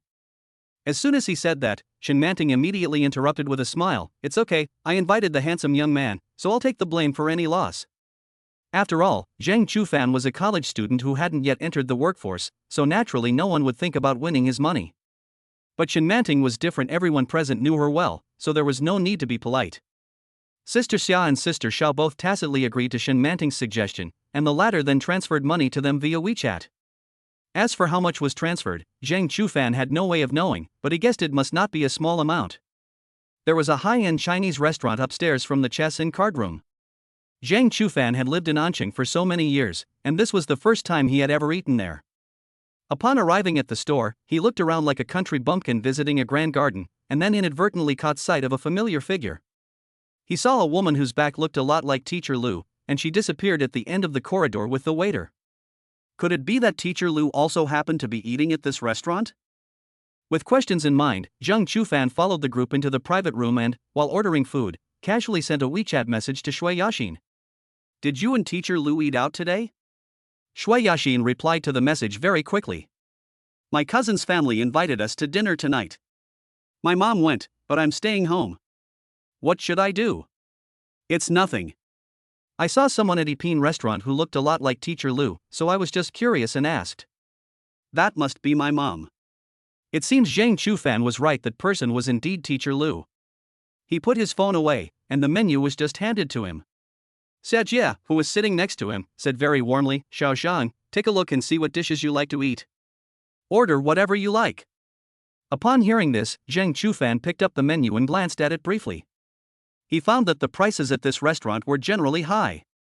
Since he wasn't very familiar with the people at the table, he only ordered a simple dish of scrambled eggs with tomatoes. However, Sister Xia was not pleased with his politeness and snatched the menu, asking, "Do you like crab?" Before Zhang Chufan could answer, Sister Xia said to the waiter, "Add a steamed crab dish. And braised pork." Xia Jia didn't give Zhang Chufan a chance to speak at all, and directly added several more main dishes before handing the menu to the others. To be honest, Zhang Chufan was still a little confused. He didn't expect Sister Xia to be so enthusiastic towards him in front of her husband. Wasn't she afraid that her husband would overthink things? I secretly glanced at Sister Xia's husband and found that he was chatting happily with another man, seemingly oblivious to what was happening on my end. While waiting for the food to be served, Shen Manting and Sister Xiao chatted in hushed tones. Shen Manting had deliberately lost money today, so she must have something to ask of Sister Xiao. They were probably talking about serious business at the moment. Seeing that the opportunity was right, Sister Xia took out her phone and whispered, "Xiao Zhang, let's add each other on WeChat." Zhang Chufan did not refuse, but he always felt that Xia Jia's purpose in adding him as a friend when no one was paying attention might not be pure. Afterwards, the two chatted for a few more minutes, and he noticed that Sister Xia seemed to be making some physical contact with him intentionally or unintentionally. When the conversation got exciting, she would pat his leg with her hand, or even cross her legs and lightly kick his calf with the tip of her high heels. At this moment, Zhang Chufan realized that being too charming wasn't entirely a good thing. He was now almost certain that Sister Xia had taken a liking to him. If Sister Xia were good-looking, or if she were an NPC as identified by the system, he could barely try to convince himself. The problem is that Sister Xia doesn't have either of those qualities, and she also has a husband, so Zhang Chufan really can't accept it and can only pretend to be polite to her. Fortunately, the food was served quickly, so he didn't have to keep dealing with Sister Xia. After dinner, Xia Jie's husband took it upon himself to pour Zhang Chufan a full glass of strong liquor. "Xiao Zhang, let's have a drink together." Seeing this, Zhang Chufan was a little embarrassed. "Uncle, I have never drunk baijiu before." The man smiled and said in a seasoned tone, "It's okay, everyone has a first time. You'll have to learn it sooner or later when you enter the workforce." I. He was about to say something more when the man interrupted him directly. "What? You won't even give your uncle this much face?" Zhang Chufan was speechless. Chapter 23: The Beginning of the Fall. Yipin Restaurant, Moonlit Hall. There were 8 people in the private room: Lu Fangyun and her relatives, Zhang Ziqiang, the principal of Anqing No. 1 Middle School, and some leaders from the Education Bureau. Lu Fangyun was surprised. She thought it was just a dinner invitation for Zhang Ziqiang, but she didn't expect that there would be several unfamiliar people at the dinner, and they were all leaders from her own system. As one of only 2 women at the table, she was already feeling a little uneasy. The other woman beside her cousin's wife, seemed to be used to such scenes, and was very open and even occasionally told dirty jokes with the older men, making everyone laugh. In fact, Lu Fangyun knew in her heart that her lack of confidence did not stem from a gender disadvantage, but from the fact that there was no man on the field who was hers. Of course, it's no one's fault but one's own unrealistic ambitions. Lu Fangyun was not without suitors, including someone with status and position like Zhang Ziqiang. She was not entirely without the idea of remarrying, but she did not want to marry without love, as she had in her first marriage. To put it bluntly, it's about preferring to have nothing rather than something bad. "I haven't met the person I like yet." She's endured so many years, and now she's going to choose an older man to start a new family? Wouldn't that make all her past perseverance seem like a joke? Therefore, Lu Fangyun is still struggling to hold on, hoping that one day someone will appear who can take her body and soul away. At the dinner table, Lu Fangyun simply ate her food in silence, not wanting to participate in any conversation.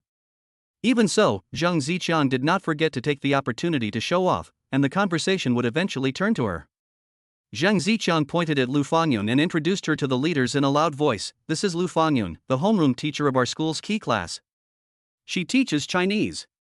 In any class she teaches, the students' Chinese scores are basically among the top 1 or 2 in the grade. Her teaching level is beyond doubt." Upon hearing this, the leaders all turned their attention to Lu Fangyun.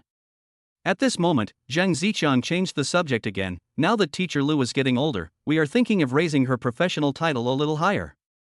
Hearing this, everyone present knew what Zhang Ziqiang was really up to. However, none of the leaders present expressed their opinions, only vaguely saying, "I remember that No. 1 Middle School has a few application slots every year, right? Just tell teacher Lu to apply with confidence. As long as the conditions are met, there will definitely be no problem. They're all seasoned foxes, they won't act until they see a clear benefit.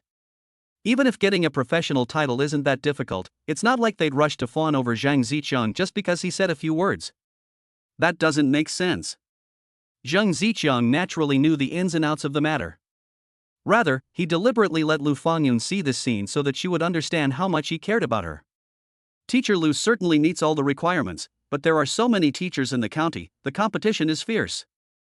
Zhang Ziqiang then played the emotional card. Her husband passed away early, and she has been alone for so many years, teaching students and taking care of her children. It's not easy for her. Moreover, their child is also very promising. He almost became the top scorer in our county in the college entrance examination and got into Tsinghua or Peking University. The key point is that he was also recommended for postgraduate studies by the school this year, so his future is definitely limitless." After hearing Zhang Ziqiang's words, the leaders looked at Lu Fangyun with new respect, but only because she had raised an outstanding daughter. After all, given her educational background, no one can be sure whether Lu Fangyun's daughter will become someone that everyone on the field needs to curry favor with in the future.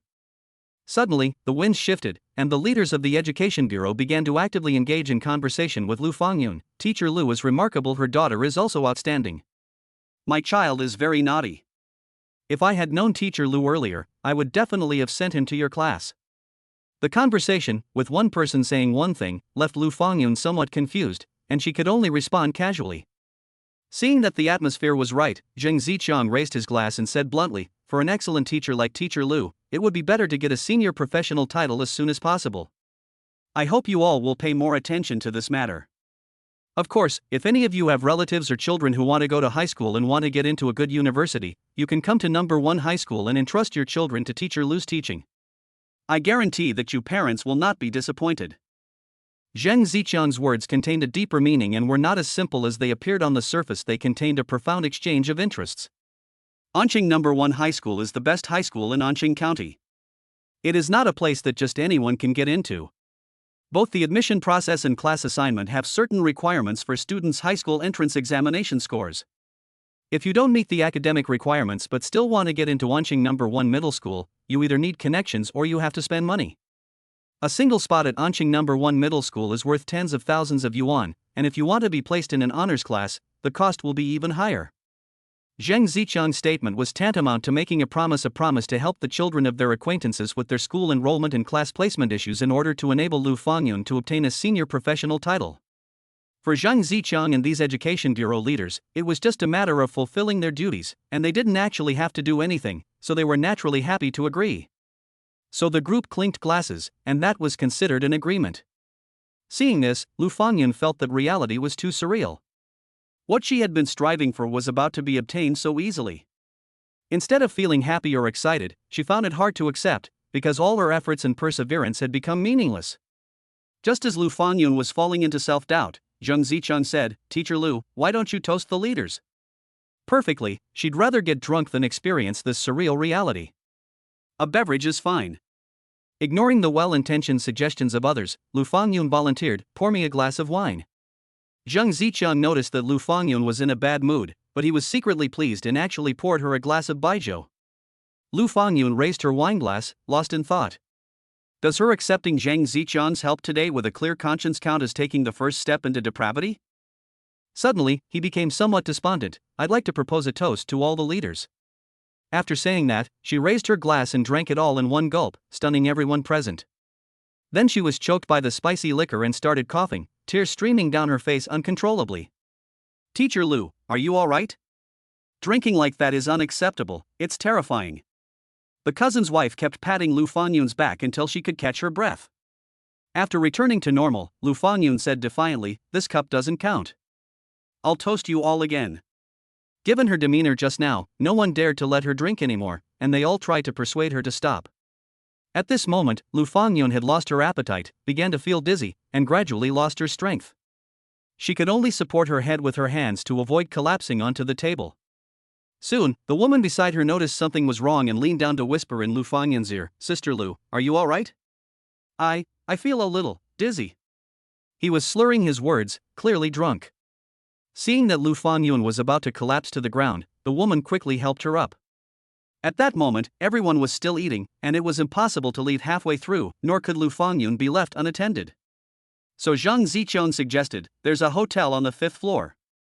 Why don't you help her get a room and let her sleep for a while? That's all we can do." The woman helped Lu Fangyun leave the private room. Chapter 24 Occasional Hearings of Sordid Things. Yipin Restaurant, Tingyu Pavilion. After Zhang Chufan finished his first drink, Xiaojie's husband couldn't help but ask curiously, "How was your first time drinking? Did you feel dizzy?" "Fine." Aside from the fact that the liquor burned his throat and was a bit hard to swallow, he didn't have any particular symptoms so far. "Then you must have a pretty good alcohol tolerance," Xia's husband continued to urge. "One more glass." Before Zhang Chufan could refuse, the man snatched his glass and poured him a drink. Xiaojie, who was standing nearby, couldn't stand it anymore and scolded her husband sternly, "It's Xiao Zhang's first time drinking, he only had a little taste, do you want to get him drunk? Alcohol tolerance is something you gradually build up over time. If I hadn't pushed him a bit today, he wouldn't have known he could actually hold his liquor." Even so, the man didn't fill his glass, which meant he was somewhat persuaded by Sister Xia to stop. "Come on, just drink the last half glass." Zhang Chufan had no choice but to accept the wine glass. At this moment, Shen Manting suddenly leaned down and whispered in his ear, "How are you? Can you still drink? If you don't want to, that's fine." After all, Zhang Chufan was brought by Shen Manting, and she would feel bad if he got drunk. "Half a cup, it should be fine." Perhaps the effects of the alcohol were starting to kick in, and Zhang Chufan's mind went blank for a moment. He subconsciously turned his head to reply, and accidentally pressed his lips to Shen Manting's face. Time seemed to stand still for a moment until Shen Manting took the initiative to create distance, and Zhang Chufan realized what he had just done. So he immediately apologized, "I'm sorry." "It's nothing." Shen Manting smiled and appeared quite calm. She's not some young girl who would relentlessly pursue an accident, and besides, Zhang Chufan is young and handsome, so she might not be the one who suffers. At the table, only Sister Xia, who had been watching Zhang Chufan closely, witnessed the unexpected incident. She imitated Shen Manting and whispered in Zhang Chufan's ear, teasingly asking, "How was it? Was her face nice to kiss?" The matter was almost over, but Xia Jie's teasing made Zhang Chufan and Shen Manting feel awkward instead. Shen Manting was much more mature than Zhang Chufan, and quickly recovered, even starting to explain for Zhang Chufan, "Sister Xia, don't talk nonsense, the handsome young man didn't do it on purpose." "Oh dear, why wasn't it me who got kissed?" Sister Xia said, feigning jealousy. Shen Manting didn't take those words seriously. She had no idea that Sister Xia was actually genuinely envious. This was just a minor incident. When they had almost finished dinner, Zhang Chufan left the private room to go to the restroom. As he entered the hallway where the restroom was located, a couple walked ahead of him. "Sister Lu is probably asleep already. What should we do? Should we take her back tonight?" the woman asked. "Never mind, let her sleep in the hotel for the night. I'll call Yashin later and tell her." Upon hearing a familiar name, Zhang Chufan's spirits lifted instantly. He immediately realized that the Sister Lu the two people had mentioned must be Teacher Lu. "All right, I still have the room key." As she spoke, the woman took out the room key, which the man readily accepted, saying, "You haven't been drinking.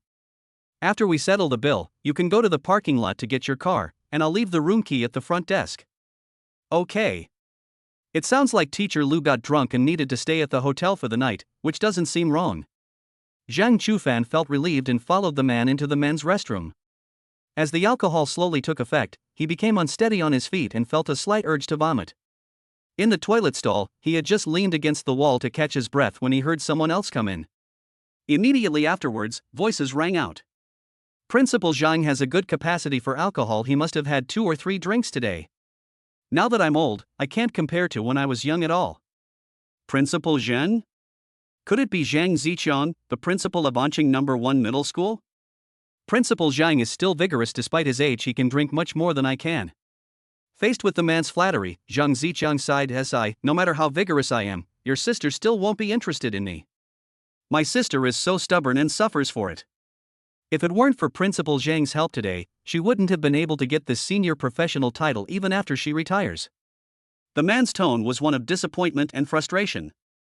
After relieving themselves, the two did not leave immediately. Instead, they lit cigarettes in the toilet. Zhang Chufan listened quietly in the private stall, mainly because it concerned Teacher Lu, and he was also quite curious. Unexpectedly, Principal Zhang actually had feelings for Teacher Lu. If he remembered correctly, Principal Zhang was almost 60 years old, wasn't he? He really is old in years but young in heart. "I'm definitely sincere towards your sister, but she's never given me a chance. That's just my sister's personality, she is very stubborn." The man took a deep drag on his cigarette and offered Zhang Ziqiang some advice, "But she does listen to her parents, so you can try working on her with the older generation." The man's words enlightened Zhang Ziqiang. Although he had a close proximity at school, it was meaningless if he couldn't get you. It would be better to change his approach. But that's all in the future. Today, a golden opportunity has presented itself, and he must seize it. Sometimes it's just a matter of finding the right opportunity. If you can break through that crucial connection, everything will be much easier.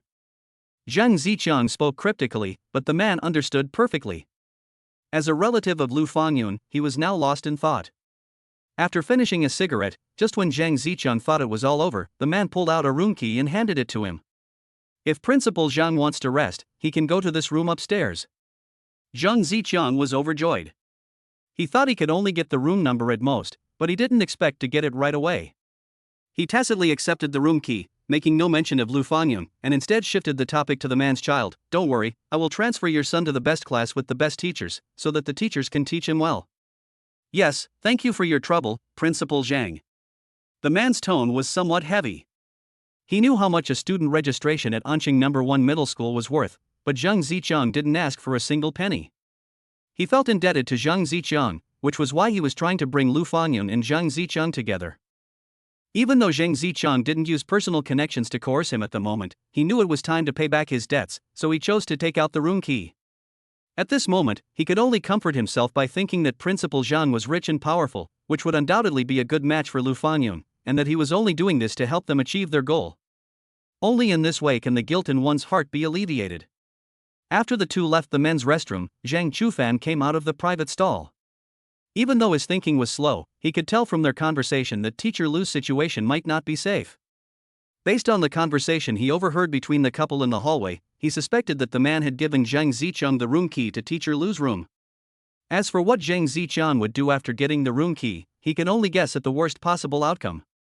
Since Zhang Chufan happened to witness such a sordid affair, he naturally couldn't just sit idly by, especially since Teacher Lu was Shui Yaxin's mother, and possibly even his future mother-in-law.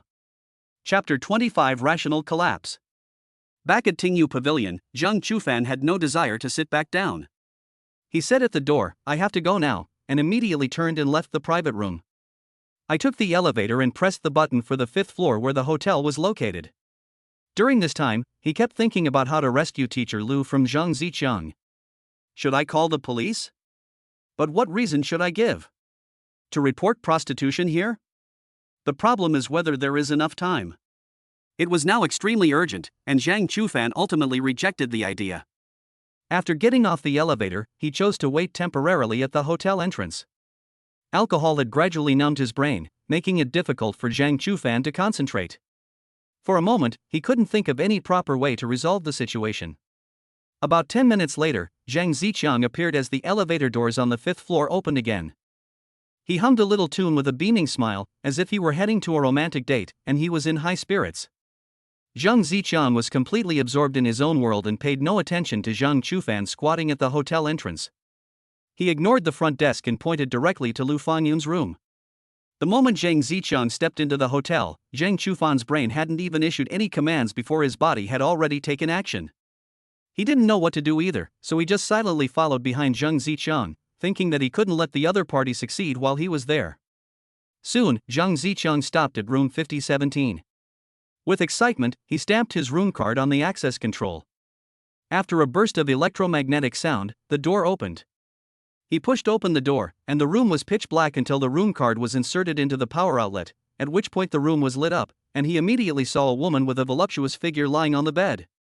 He couldn't help but swallow hard before turning around to close the door, ready to slowly enjoy this wonderful night. However, just as the door was about to close, a foot slipped in through the crack, and then the entire door was pushed open forcefully. Enraged that his plans had been thwarted, Zhang Zichang saw a strange young man reeking of alcohol standing outside the door and immediately started yelling, "Are you crazy? Is this your room? Why are you barging in?" Upon hearing this, Zhang Chufan was also enraged.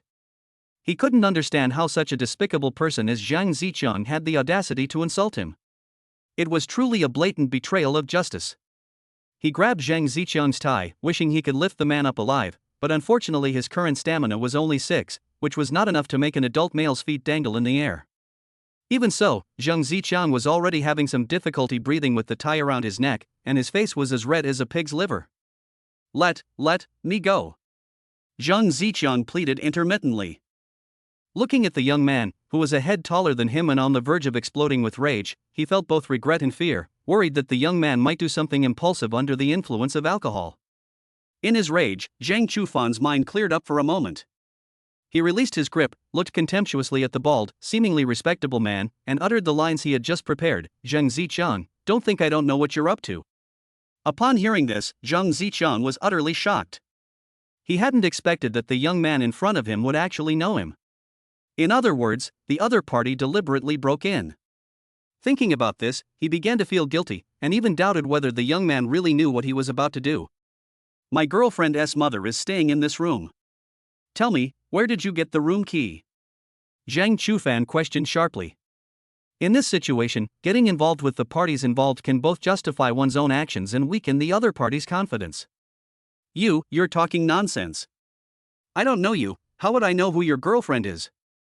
It seems Zhang Zichang won't admit defeat until he's faced with the truth. Zhang Chufan sneered, "My girlfriend is Shui Yaxin, and her mother, Lu Fanyun, lives here. President Zhang, am I right?" Upon hearing Zhang Chufan accurately call out Lu Fanyun's name and her identity, Zhang Zichang's last bit of wishful thinking vanished completely. He guessed that the man who gave him the room key had not communicated well with his wife, which led to the current situation.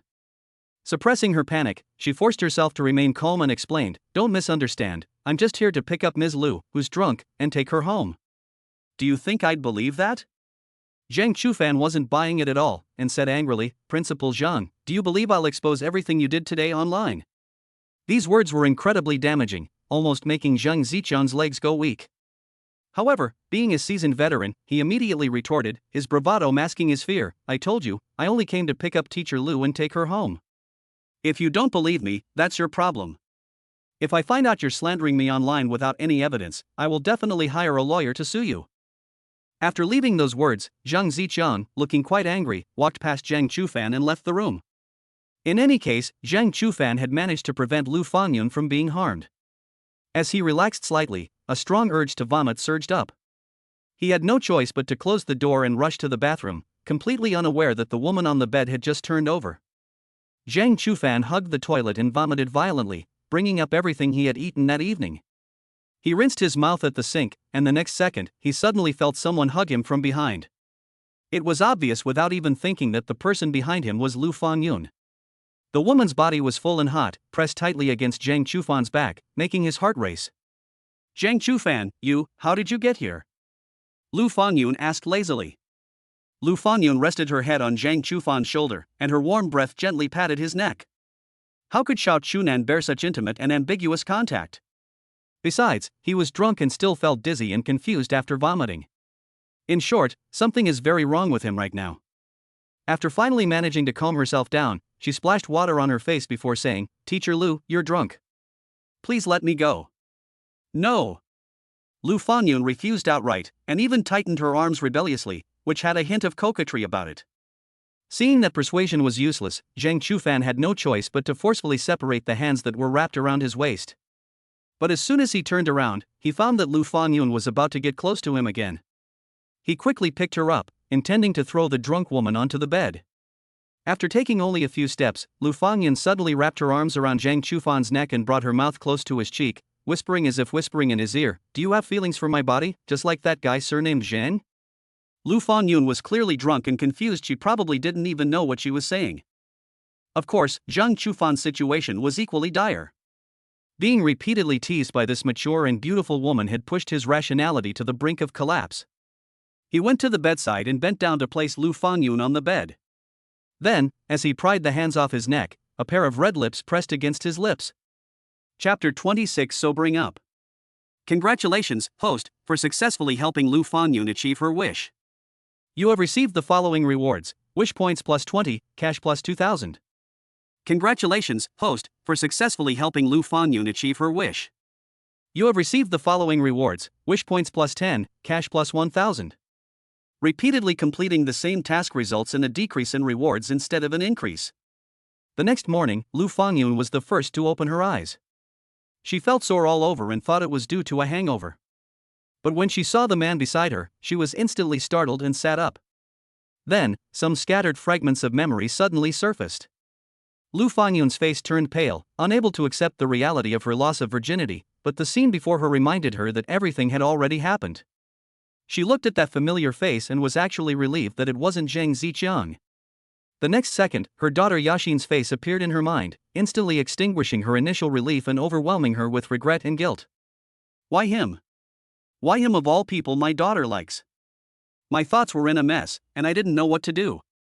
However, Lu Fanyun quickly made up her mind that no matter what, she must not let Ye Xan know about this. The sound of rushing water woke Zhang Chufan from his sleep. He reached out and pressed his still aching head before slowly opening his eyes. As he gradually regained consciousness, he realized that he was not at home. He immediately propped himself up on one side and looked toward the source of the sound. Through the semi-transparent glass of the bathroom, he saw a blurry figure. Zhang Chufan realized that something was very wrong and began to try to recall what had happened last night. The more he thought about it, the more horrified and ashamed he became. How could he do such a thing? The other party was both her former teacher and Shui Yaxin's mother. In this situation, what difference is there between myself and Zhang Zichang? Now that things have come to this, instead of blaming himself, he should be more concerned about and find out what Teacher Lu's attitude is. This is no small matter. If we cannot obtain the understanding of the parties involved, it is still uncertain whether it will eventually go to court. While Teacher Lu was still in the bathroom, Zhang Chufan quickly prepared to put on his clothes. Looking around, I finally found his clothes on the bedside table next to me. They were neatly folded, and even his underwear was thoughtfully placed on top. If I remember correctly, his clothes were just thrown on the floor last night, so Teacher Lu must have tidied them up for him after he woke up.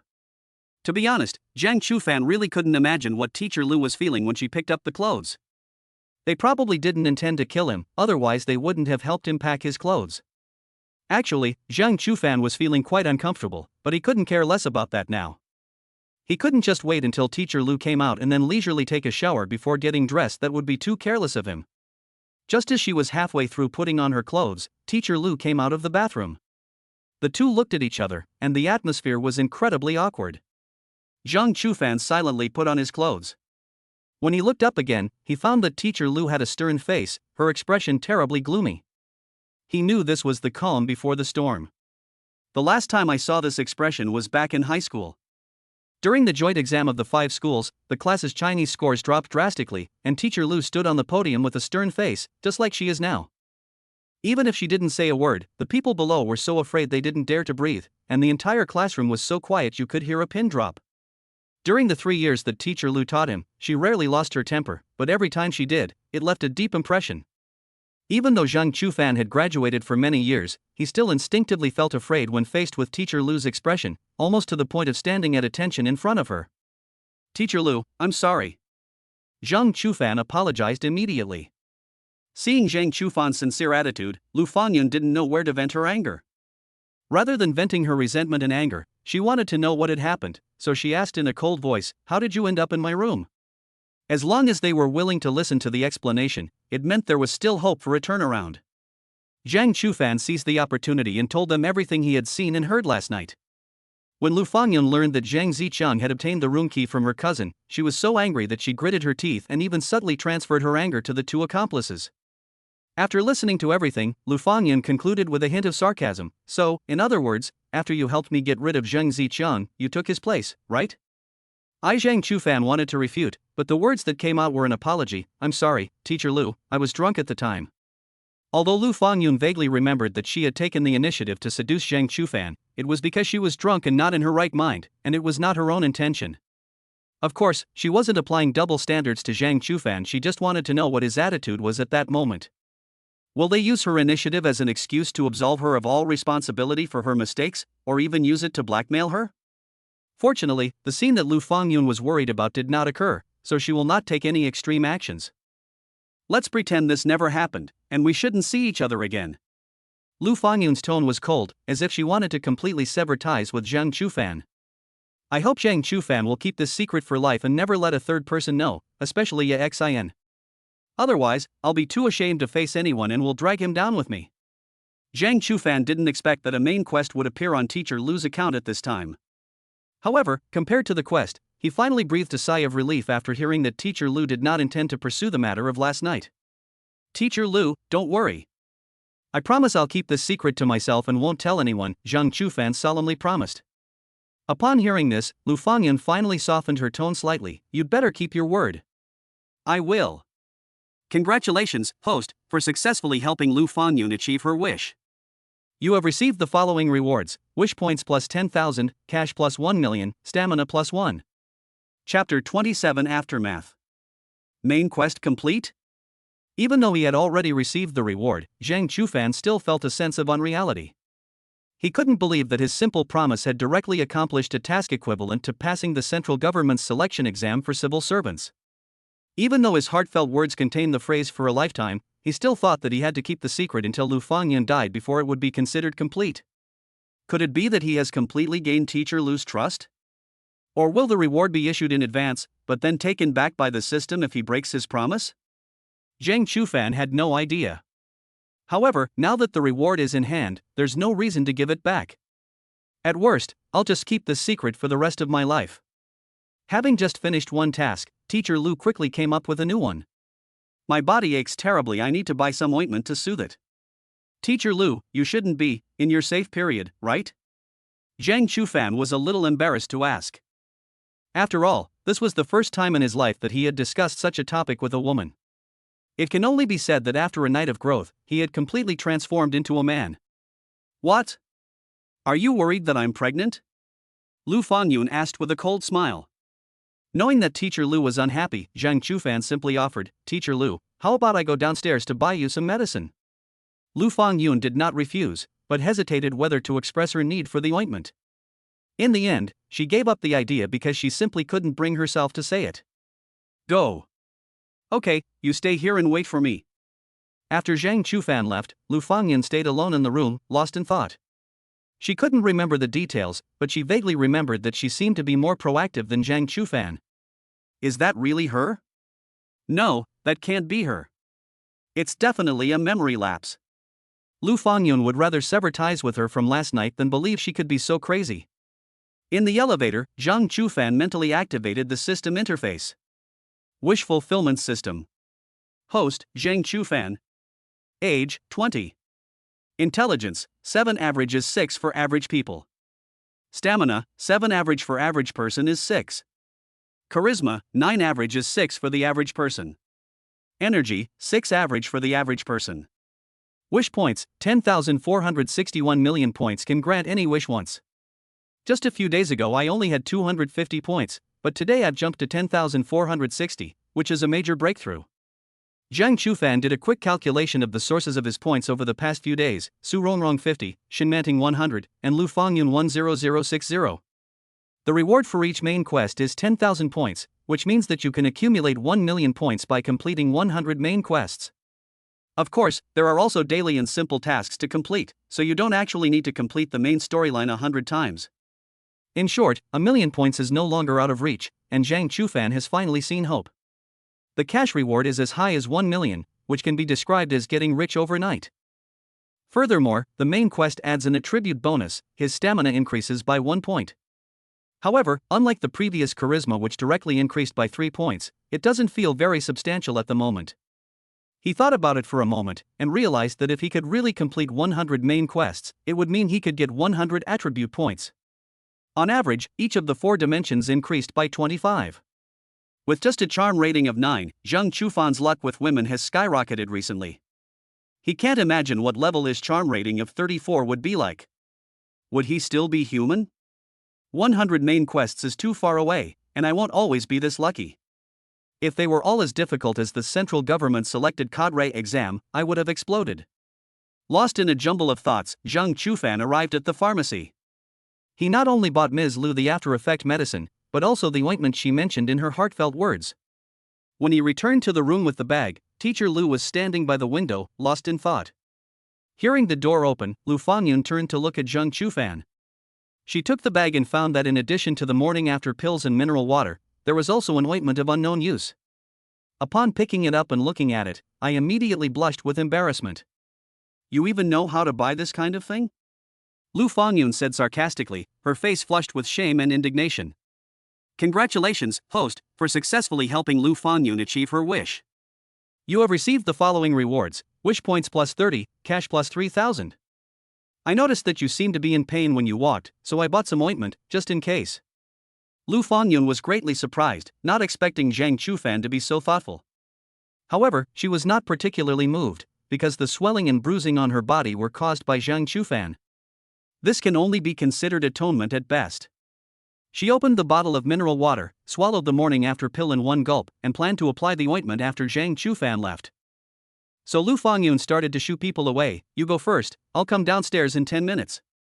Although it was just a small detail, it showed Lu Fangyun's caution. Zhang Chufan had read Lu Fangyun's heartfelt words, and she knew that Teacher Lu would probably rather die than have their affair exposed. He stopped arguing and immediately turned and left the room. Outside the door, Zhang Chufan took one last look at room 5017. This room held an important memory, but unfortunately, that memory would remain here forever and could not be taken away. The best way to keep a promise and keep a secret forever is to forget it. Since Teacher Lu doesn't want to see him again, I will keep that in mind and try to keep my distance from her. Chapter 28: Understanding Pulling. Lu Fangyun dragged her tired body home. As soon as she entered the door, Shui Yashin came out of her room. Mom, why did you get drunk last night? Shui Yashin asked with a worried look. My uncle even called me and said you slept in a hotel. Upon hearing this, Lu Fangyun understood. It turned out that the beast had called his daughter. No wonder she hadn't come home all night, and yet Xin hadn't even sent a WeChat message. They really went to great lengths to help Zhang Zicheng achieve his goal, but in the end, it was Zhang Chufan who benefited. Several leaders from the Education Bureau were present yesterday, and we had a few drinks. Later, as the alcohol took effect, we booked a room at the hotel upstairs, Lu Fangyun replied weakly. She's sore all over and just wants to lie in bed and rest. Seeing that Lu Fangyun was listless, Shui Yashin assumed that her mother was still hungover and said nothing more. My head still hurts a lot. I need to take another nap. Don't call me for lunch. After leaving those words, Lu Fangyun returned to her bedroom and collapsed onto the bed. At the same time, she couldn't help but recall the madness of last night. Yet Xian's father passed away many years ago, and she had almost forgotten her instincts as a woman. Now that she's relaxed, she can still feel a sense of nostalgia. Unfortunately, the person she lost her virginity to was Zhang Chufan, the boy her daughter had liked since high school. She had already broken them up once, so she didn't want to do it a second time because of herself. Thinking of this, Lu Fangyun felt a pang of heartache. She suddenly felt that her life was very tragic. Betrayed by relatives, coveted by superiors, and defiled by a former student, she dared not expose any of it, and had no one to confide in despite her many grievances. She could only bury her face in the blanket and secretly shed tears. On the other side, after leaving the hotel, Zhang Chufan did not go straight home, but went to the building materials market. He did not forget that he had made an appointment with Su Rongrong this morning to replace the door. On his way back, he planned to send Su Rongrong a WeChat message, but instead saw the message she had sent him the night before. 2248 Landlord, are you asleep? 2303 Are you hungry? There's still some leftover spicy chicken noodles today. 2327 There's still so much left, I can't finish it all by myself. Last night around 11 p.m., Zhang Chufan was busy on the battlefield and had no time to reply to messages. It's too late to go back now, so he simply chose to ignore it. Are you home now? I've bought the door. Here I am. Okay, I'll be right there. Zhang Chufan and the delivery driver arrived home one after the other, while Su Rongrong waited outside the door beforehand. There are professional installers who will come to your home to install it. He and Su Rongrong only need to supervise from the side and at most lend a hand to the installers. While the door was being dismantled, the installer asked, rather gossipy, how did you get this door like this? Did you kick it? The door installer had clearly seen a lot. He could tell at a glance why the door was broken. My husband broke it when he was drunk, Su Rongrong replied dejectedly. Upon hearing this, the old master turned around and said to Zhang Chufan earnestly, young man, alcohol is not a good thing. You should drink less in the future. When you get drunk, you can't control yourself sometimes. What does that mean? Zhang Chufan was completely bewildered.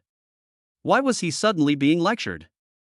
Su Rongrong immediately understood and quickly explained, Master, he's the landlord here, not my husband. The old craftsman saw that the two lived together and were not the age of mother and son, so he mistakenly thought they were husband and wife. I'm sorry, I made a mistake. It's all right. It was just a small misunderstanding, so Zhang Chufan naturally didn't take it to heart. In fact, after listening to his master's lesson, he was filled with emotion. Alcohol is definitely not a good thing when you're drunk and start acting crazy. It's hard to control yourself. Especially after what happened last night, he knew even more that what the old master had said was true. At this moment, Su Rongrong blushed. She never expected that she, who was over 30 years old, would be mistaken for the landlord's wife. Do I not look that old? She couldn't help but feel secretly pleased. But when Su Rongrong realized that Zhang Chufan didn't care at all, her initial joy vanished. Although the old craftsman was quite old, he worked quickly and efficiently, and the door was replaced in no time. After seeing the old master off, Zhang Chufan prepared to go upstairs for a nap, since he was going out to buy clothes with his godmother in the afternoon. Then I'll go up.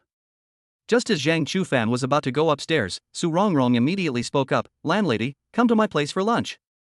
No need, Zhang Chufan said, finding it a bit troublesome. You've helped me so much, and you didn't even ask me to pay for the broken door. I don't know how to thank you enough, so I'll just have to treat you to a meal. Su Rongrong spoke earnestly, her eyes brimming with tears, as if she would burst into tears if rejected again. While Zhang Chufan was still hesitating, he saw an exclamation mark appear above Su Rongrong's head. Hopefully the landlord won't refuse again. Good grief, they're testing him with a mission, aren't they? Okay, no problem. Zhang Chufan finally gave in.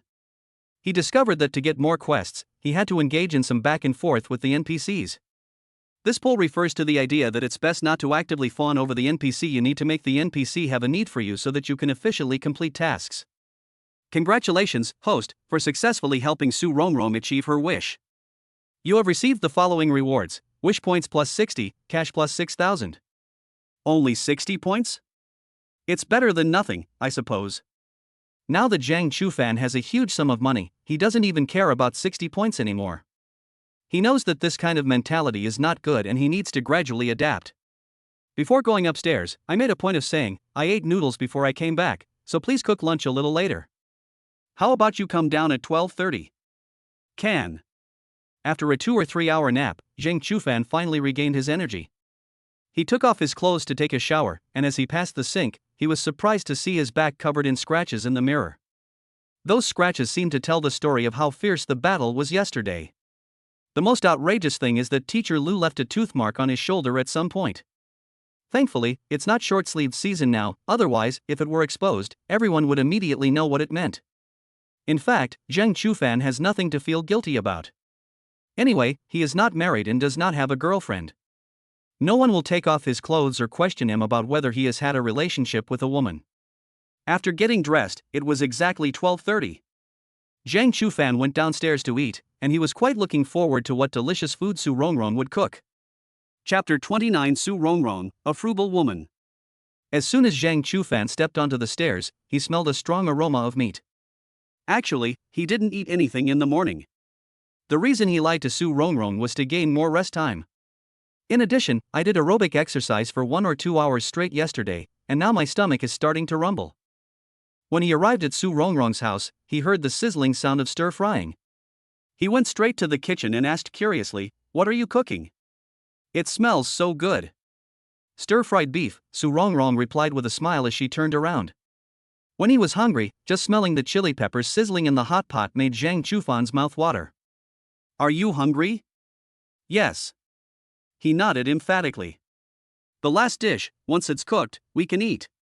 When the stir-fried beef was served, Zhang Chufan realized that Su Rongrong had prepared a huge spread of dishes, almost filling the small square table.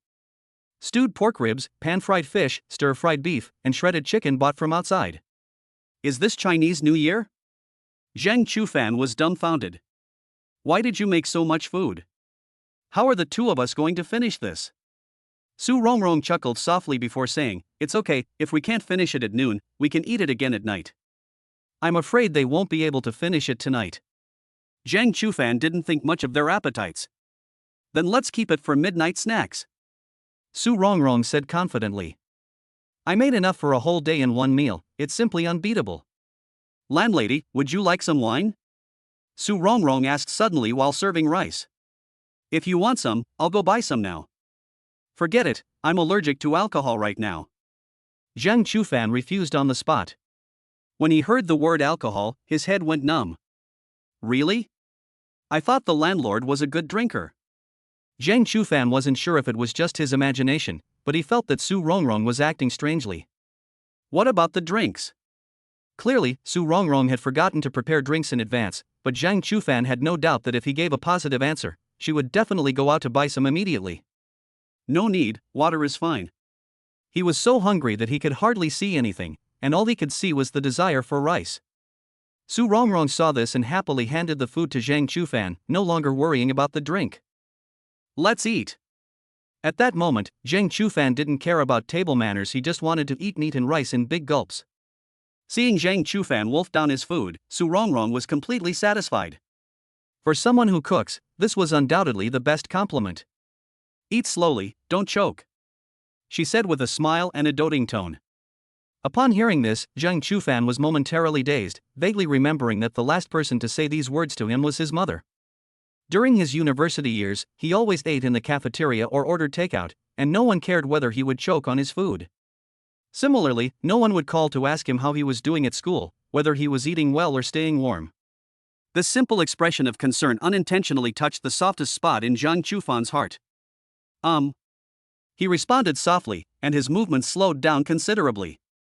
Seeing this, Su Rongrong was also a little surprised. She didn't expect the landlord to listen to her so much. It felt like she was disciplining a child.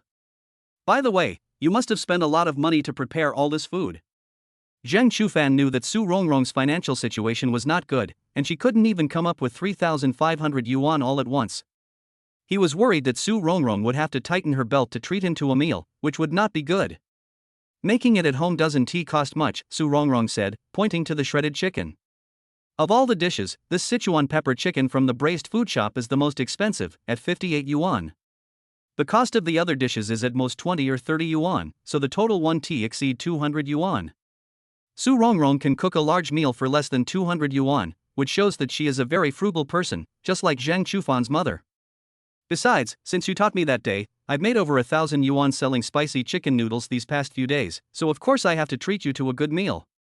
Mentioning the spicy chicken noodles, Zhang Chufan recalled the unanswered WeChat message and asked again, "What happened last night when you sent a WeChat message saying there were many unsold portions?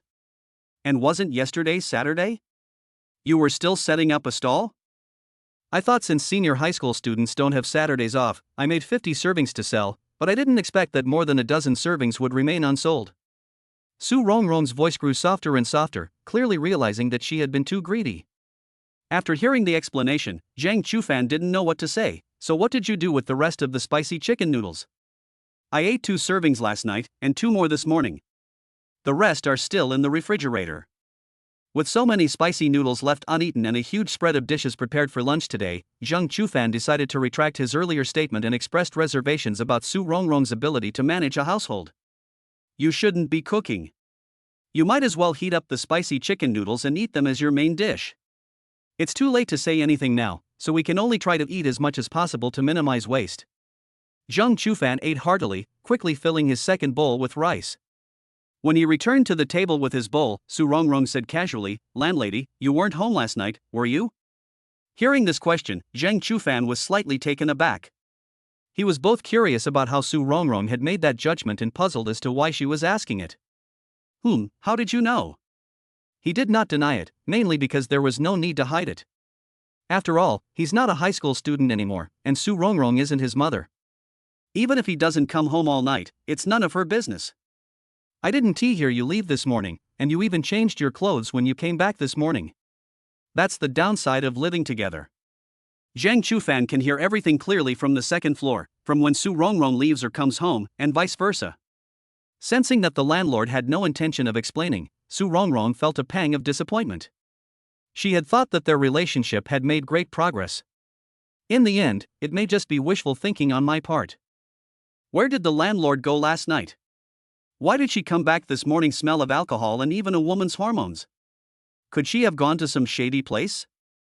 Upon reading Su Rongrong's thoughts, Zhang Chufan finally understood why the door installer had inexplicably advised him to drink less alcohol. It turned out he had smelled alcohol on him.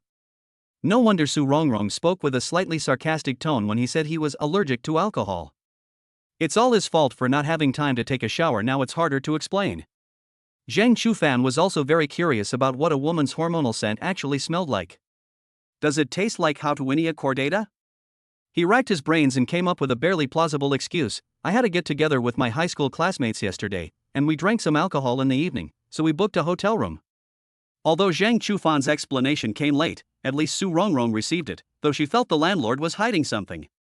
However, she didn't intend to pursue the matter further, because even if the landlord had indeed gone to an illegitimate shop, he certainly wouldn't be honest about it. Men are all the same, they say one thing and do another behind people's backs. Even at class reunions, drink less, Su Rongrong gently advised. Even though Su Rongrong seemed to completely believe Zhang Chufan's words, the system did not prompt her to complete the task, and she was indeed unable to get away with it. Without explaining the source of the female hormonal scent, this task seems impossible to complete. Chapter 30 Godmother's OOTD. Around 2 p.m., Zhang Chufan rode his bicycle to the Fan Garden residential area.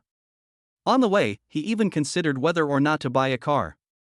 After all, with 1,000,000 yuan suddenly in his account, it was inevitable that his mindset would become somewhat inflated.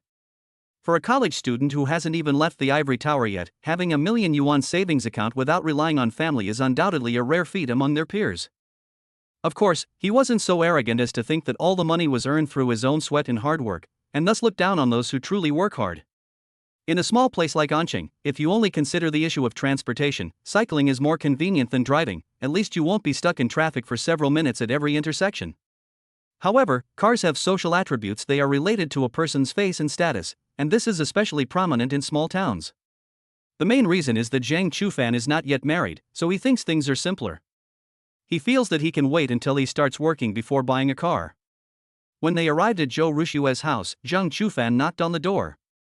He knew that his godmother usually took a nap in the afternoon, so he waited until after 2 p.m. before setting off. By now, my godmother should be awake. Soon, the door opened, but his godmother didn't invite him in. Instead, she changed her shoes right there in the entryway. "I'll leave after I put on my shoes."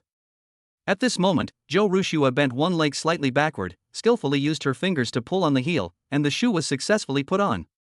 Seeing this, Zhang Chufan was surprised to find that his godmother's outfit today was slightly different from her usual workday outfit. On weekdays, my godmother is usually dressed in a smart suit, with pants on the bottom and black low-heeled shoes with only about 3 centimeters in height. Although it looks elegant and appropriate, to be honest, it makes her look a bit old-fashioned. Today is my day off, and my godmother is wearing a cleverly designed white short blazer, while the undershirt she's wearing is a round neck, low-cut style that even reveals her collarbone and a hint of cleavage. The lower half of her outfit underwent a complete style change, transforming from trousers to a knee-length skirt, and she wore a thin layer of flesh-colored stockings that accentuated her beautiful light curves. Even the heels of her shoes were subtly increased to 5 centimeters. The overall look is less serious and more youthful and beautiful. Indeed, no woman is immune to the desire for beauty, not even a county party secretary. "Let's go." After changing her shoes, Zhou Rushua closed the door and headed for the elevator. Inside the elevator, the two were very close, and Zhang Chufan could smell the perfume his godmother was wearing. The fragrance is not pungent, but fresh and elegant, and very pleasant. He forgot where he read the quote, but it said that you can tell whether a woman values you by looking at her makeup and outfit on a date. Even though Zhang Chufan and his godmother's relationship couldn't be considered a date, he could still feel how much his godmother valued him. "It should only take us about 10 minutes to walk to the street, right?" Zhou Rushua asked softly. "Walk faster, it might not even take 10 minutes. Upon hearing Zhang Chufan's response, Zhou Rushua immediately made a decision. "Then let's walk there slowly. It's our day off today, and I don't want to trouble the driver to pick us up." Zhou Rushua, as the county party secretary, was transferred from another region. She did not have her own car in the local area, and her commute to and from get-off work was handled by a company car. Although she could easily call a driver over, she didn't want to take up someone else's rest time today, as it was Sunday. Sure. Zhang Chufan naturally had no objection. It's a holiday today, so the shopping street will definitely be crowded. If we drive, we might get stuck in traffic. As the two walked along the commercial street, just as Zhang Chufan had predicted, the population density on the street had increased significantly. Even though it wasn't to the point where people were shoulder to shoulder, they could only slow down and move forward slowly. As for cars, once they're in, they can forget about getting out. They're surrounded by delivery guys and can only move forward 1 meter per minute. The main problem is that the road is too narrow, and there are also vendors and electric bikes parked on the side of the road blocking the way. Cars can only follow behind the electric bikes, which easily causes traffic congestion. Just as Zhang Chufan was relieved that they had walked there, he suddenly heard Zhou Rushua say with dissatisfaction, "The roads on Anqing Commercial Street are so narrow. Hasn't your local government said anything about expanding them over the years?" Even while shopping, Zhou Rushua still had some professional habits she couldn't help but criticize any unreasonable urban planning. Zhang Chufan completely understood this, and as a local, he could now answer his godmother's questions. It was indeed mentioned a few years ago, but to expand the street, some storefronts would have to be demolished. The merchants raised their prices on the spot, and when they couldn't reach an agreement with the government, the matter was dropped. This was indeed a troublesome matter, and even Zhou Rushua fell into a brief period of contemplation after hearing it. A moment later, she muttered to herself, "The street expansion is only good for the businesses. If this can be done, then my time as the county party secretary will not have been in vain." Upon hearing this, Zhang Chufan was taken aback. He never expected that a casual stroll with his godmother would lead her to a direction that could boost her political achievements.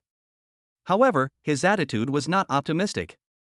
The fact that the local government had failed to accomplish this task over the years showed how difficult it was. Even the top official in the county would probably find it difficult to complete. So Zhang Chufan shared his thoughts. "Godmother, I think this is going to be very difficult. There are hundreds of businesses on this street, and if you have to pay each of them over 1 million yuan, the government can't possibly afford that." Zhou Rushue wasn't appointed as the county party secretary for nothing. She could think of anything Zhang Chufan could think of. But this was out of concern for her godson, and she replied with a smile, "I know what you're saying, but it's not as easy to do business in the physical store industry these days, and prices certainly won't be as outrageous as before. You can try to investigate, but if it really doesn't work, then you'll just have to give up." After saying that, Zhou Rushue realized she had forgotten the important matter and quickly changed the subject. "I said I would buy you clothes, how come we're talking about this kind of thing when we're out shopping? Sigh, I'm really obsessed." Seeing his godmother looking self-pitying, Zhang Chufan comforted her, "It's okay, shopping is all about being able to talk about whatever you want." These words seemed to strike a chord with Zhou Rushue. In high spirits, she took Zhang Chufan's arm and said softly, "Where do you usually buy your clothes? Let's go to the store and take a look." This action made Zhang Chufan feel a little shy. He could not only clearly smell the fragrance coming from the other person, but also vaguely feel a soft mass pressing against his arm. Chapter 31 Shopping. Actually, Zhou Rushue's decision wasn't impulsive. She had just passed by a mother and son who seemed to have a very good relationship, and the mother's intimate posture with her son made her feel very curious. Because when her child Junior was still alive, she was only a few years old, and she always held Junior's hand when they went out. She couldn't wait for her child to grow up, so she wouldn't be able to stroll hand in hand with the mother and child like the one she had just seen. That's why she wanted to experience that feeling with Zhang Chufan. Having not been in such close contact with a member of the opposite sex for many years, Zhou Rushue was even more nervous than Zhang Chufan. She was not only wondering if he would find her pretentious, but also secretly observing whether the people around them were looking at them with strange eyes. In fact, Zhou Rushue was overthinking it. Even if passers-by were looking at them, they were only amazed by their good looks. After Zhang Chufan gradually got used to the soft touch on his arm, he said in a calm tone, "I usually buy clothes online and rarely go to physical stores." Before he acquired the system, he was just an ordinary person who knew nothing about trendy brands or fashion. He bought clothes that were mostly mainstream styles and predominantly black. "She's of average looks, quite lazy, and has absolutely no luck with the opposite sex." Zhou Rushue knew even less about men's clothing. She only occasionally bought a few pieces for her father. But Zhang Chufan was a young man, so the two were definitely different. "Then let's just wander around." The two strolled slowly along the street, and when they passed a sports brand store, Zhou Rushue immediately suggested, "Let's go in and take a look." Upon entering, the shop assistant greeted me warmly, saying, "Hello, may I ask who is looking to take a look at the clothes? Help him pick out a few outfits." Zhou Rushue let go of his hand. Nowadays, in order to remain competitive, sportswear brands are not only focusing on comfort and practicality, but also paying more and more attention to aesthetics in their designs. Of course, the price is also a bit high. Guided by the shop assistant, Zhang Chufan tried on the store's main item as her first outfit, a black sports jacket paired with a white t-shirt and a pair of well-fitting casual trousers. When Zhang Chufan came out of the fitting room, several shop assistants, including Zhou Rushue, were immediately impressed. "This set is pretty cool." The shop assistant next to her immediately seized the opportunity to promote it. Zhou Rushue was slightly stunned. She felt that the clothes didn't have any fancy patterns or designs, but they looked great on Zhang Chufan. His face and figure were just too much of a plus. Because she had only ever encountered middle-aged and elderly men at work who didn't care about their physique, she didn't have a clear concept of what a clothes hanger was until she brought Zhang Chufan shopping for clothes today, and finally saw it for herself. With this model, it's no surprise that it will look good in any clothes. "Let's wrap this one up first," Zhou Rushue said with great generosity. "Then we'll try the others." Upon hearing this, the sales assistant's face lit up with joy, and she immediately took the clothes off the mannequin on display. "You can try this one on too." At Zhou Rushue's prompting, Zhang Chufan had no choice but to take the clothes back to the fitting room. In the time that followed, he transformed into a ruthless fitting machine, tirelessly changing into different outfits one after another. Zhang Chufan was already numb, while Zhou Rushue became increasingly obsessed, as if she were playing a dress-up game, freely dressing up the characters under her account. In the end, Zhou Rushue picked out 3 outfits that she thought were the best looking and handed them to the shop assistant to pack up. Seeing the shop assistant happily packing up the clothes, Zhang Chufan said with some concern, "Godmother, isn't this too much?"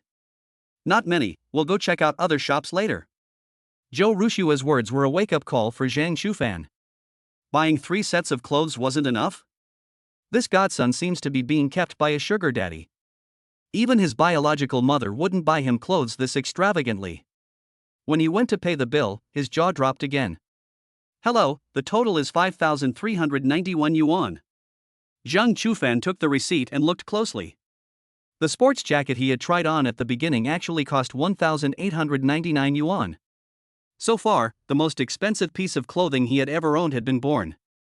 However, Zhou Rushue showed no sign of distress and paid the money without hesitation. After leaving the store, Zhang Chufan tried to persuade him, "Why don't you just forget about it?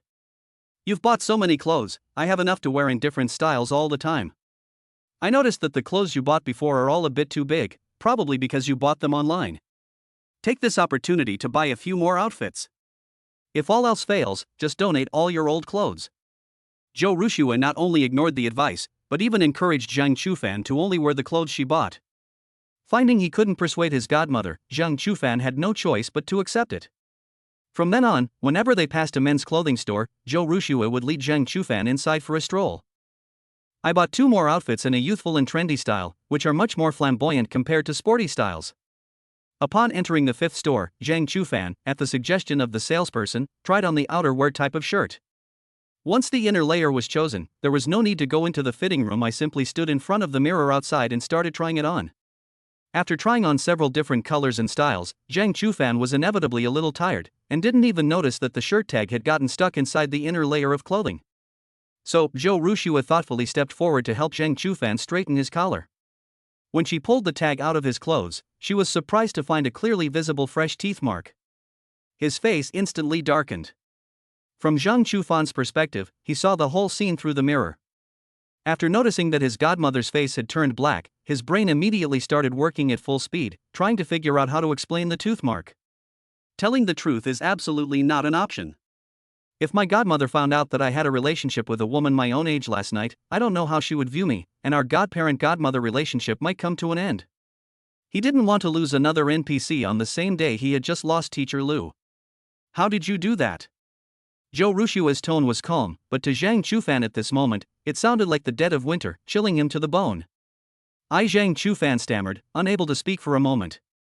Even the sales clerks who were promoting the clothes understood the unusual atmosphere and stood aside with the clothes, not daring to approach and disturb them. "Explain."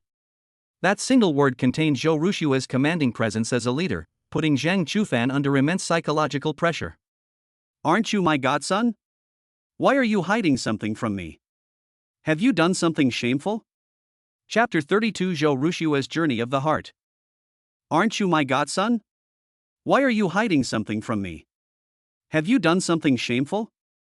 Zhou Rushue's face was as cold as ice, making Zhang Chufan feel a little numb. Fortunately, his godmother only found teeth marks. If she knew that there were several scratch marks left by fingernails on his back, he would have no way to explain himself. The situation is all right now. His godmother probably just suspects him of misbehaving, just like Su Rongrong does. "Although I did do it, I can't say it out loud, so I can only find someone to take the blame. It was my classmate who bit me." Upon hearing this answer, Zhou Rushue subconsciously recalled the scene she had witnessed a few days ago on her way home from Get Off Work, Zhang Chufan and a young woman holding hands in the sunset, the atmosphere harmonious and romantic.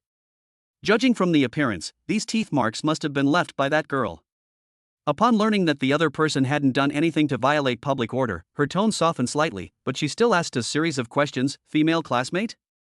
Are you dating? When did it start?" Obviously, ordinary classmates would not engage in such intimate acts as biting each other's necks, so Zhang Chufan could only give a vague answer. It should be considered as dating, but it only happened a few days ago. He silently apologized to Shui Yashin in his heart, but there was nothing he could do but consider it a daughter paying for her mother's debts.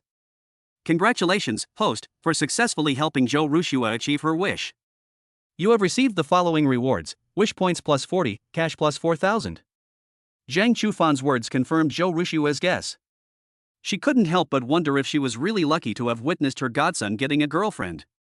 Logically speaking, an ordinary mother would be overjoyed to learn that her grown-up son has a girlfriend, but Zhou Rushua's mood is definitely not happy at all. She has even lost the desire to continue shopping. So she turned around and said weakly to the shop assistant, "Wrap up this one he's wearing, and he doesn't need to try on the others." Seeing Zhou Rushua's dejected appearance, Zhang Chufan was also puzzled. Did his godmother not want him to have a girlfriend? But why? He quickly realized that his godmother was quite controlling, and then he felt relieved. After all, the moment she became his godmother, she made plans for her own life, so it's not surprising that she would care whether he had a girlfriend. After leaving the store, Zhou Rushua no longer took Zhang Chufan's arm. Instead, she walked alone in silence, pondering why she felt disappointed after learning that her godson had a girlfriend. Reason told her that this was the wrong emotion. Therefore, she needs to figure out where the mistake is. Before long, Zhou Rushua realized that she had set her expectations too high at the beginning. Just like someone who has never been in a relationship, they always have endless dreams about love, but after actually being in one, they find that it's not like that at all. Zhou Rushua originally thought that once Zhang Chufan became her godson, he would belong entirely to her, and that they would become each other's closest confidants. However, reality dealt her a heavy blow, and she realized that Zhang Chufan was not her possession, nor would she be her only intimate partner. In the future, Zhang Chufan will get married and have children. They will form a new family, but there may not be a place for her in that family. The huge gap between reality and expectations caused Zhou Rushua to lose her original enthusiasm. She guessed that every parent goes through a similar emotional journey, but they gradually learn to cope and let go through the daily interactions and years of getting along. Junior was only 6 or 7 years old when she left, a time when she was very clingy. Zhang Chufan is 20 years old, an adult, and an independent individual. In other words, Zhou Rushua had never experienced the rebellion and estrangement that children go through during their growth. She naively thought that Zhang Chufan would be like Junior before, with only his mother in his heart. After facing reality, Zhou Rushua realized that what she needed to do was lower her expectations for the relationship. That way, you won't feel disappointed when your partner gets a girlfriend. When the idea first came to her, Zhou Rushua almost convinced herself to accept it. But then she suddenly remembered the determination she had made when she agreed to take Zhang Chufan as her godson. Zhou Rushua was afraid of losing what she had lost, which is why she didn't dare to start over and refuse to remarry or have any more children. She finally made up her mind to place all her emotions on Zhang Chufan. Now that she has to passively accept the fact that the other person has a girlfriend, and even lower her expectations for the relationship, what about her previous determination? Is that bullshit? Since she had chosen to take Zhang Chufan as her godson, Zhou Rushua was determined to keep him firmly in her grasp and not let anyone else have him. Besides, she's just a girlfriend, not someone I'm actually married to. Since Zhang Chufan is now her godson, his marriage should be decided by her, as his elder. Having navigated the officialdom for so many years, Zhou Rushua possessed ample strength and resources, and she refused to believe that she was inferior to a young woman who hadn't even graduated from university. Moreover, she wanted Zhang Chufan to know that she was the person with whom he had the closest relationship in the world, and no one else could compare. Suddenly, Zhou Rushua felt a sense of clarity. She slowed her pace, and when Zhang Chufan walked up to her, she took his arm again and suggested in a natural tone, "How about we go buy you a few more pairs of shoes?" Seeing that his godmother seemed to have recovered, Zhang Chufan felt relieved. He lifted the bag he was carrying, which was almost too heavy to carry, and said helplessly, "Forget about the shoes, I really can't carry anymore." "Well, let's talk about it next time then." Zhou Rushua felt she had done enough shopping for the day, so she asked, "Is there anything you'd like to eat tonight?" From what she said, Zhang Chufan realized that his godmother intended to invite him to stay for dinner. Actually, he was somewhat inclined to refuse, because he considered that Su Rongrong still had a lot of food left over, plus the leftover spicy chicken noodles from last night. If he didn't help out tonight, a lot of food would definitely go to waste. So he tried to politely decline, saying, "Someone has already invited me to dinner tonight." "Who?" Zhou Rushua's voice carried a hint of wariness. "The person who rents my house." Zhang Chufan thought for a moment and realized there was nothing to hide, so he simply explained in detail, "She invited me to lunch and cooked a huge table of dishes. There were still quite a few left over, so she invited me to come over for dinner." Zhou Rushua didn't think much of it, but asked with some concern, "Your house is rented out? Where do you live then?" "My house is a self-built house with 3 floors, but only the first floor is rented out. I live on the second floor." "You've recognized me as your godmother, but I haven't even been to your house yet," Zhou Rushua said, taking the opportunity to suggest, "If I have the chance, I'd like to visit where you live." "Sure. I'm welcome to come whenever you're free, godmother, Zheng Chufan replied enthusiastically. Zhou Ruxue hesitated for a moment, but ultimately decided to respect Zheng Chufan's decision. Since someone is inviting you to dinner tonight, I won't make things difficult for you. Even so, Zheng Chufan could read his godmother's true feelings at this moment. Sigh, we only see each other every few days, and we don't even have a chance to have a meal together. Actually, he felt that it was fine to waste the leftovers, but he still had to consider his godmother's feelings. I still want to eat my godmother's cooking, otherwise I won't go over tonight.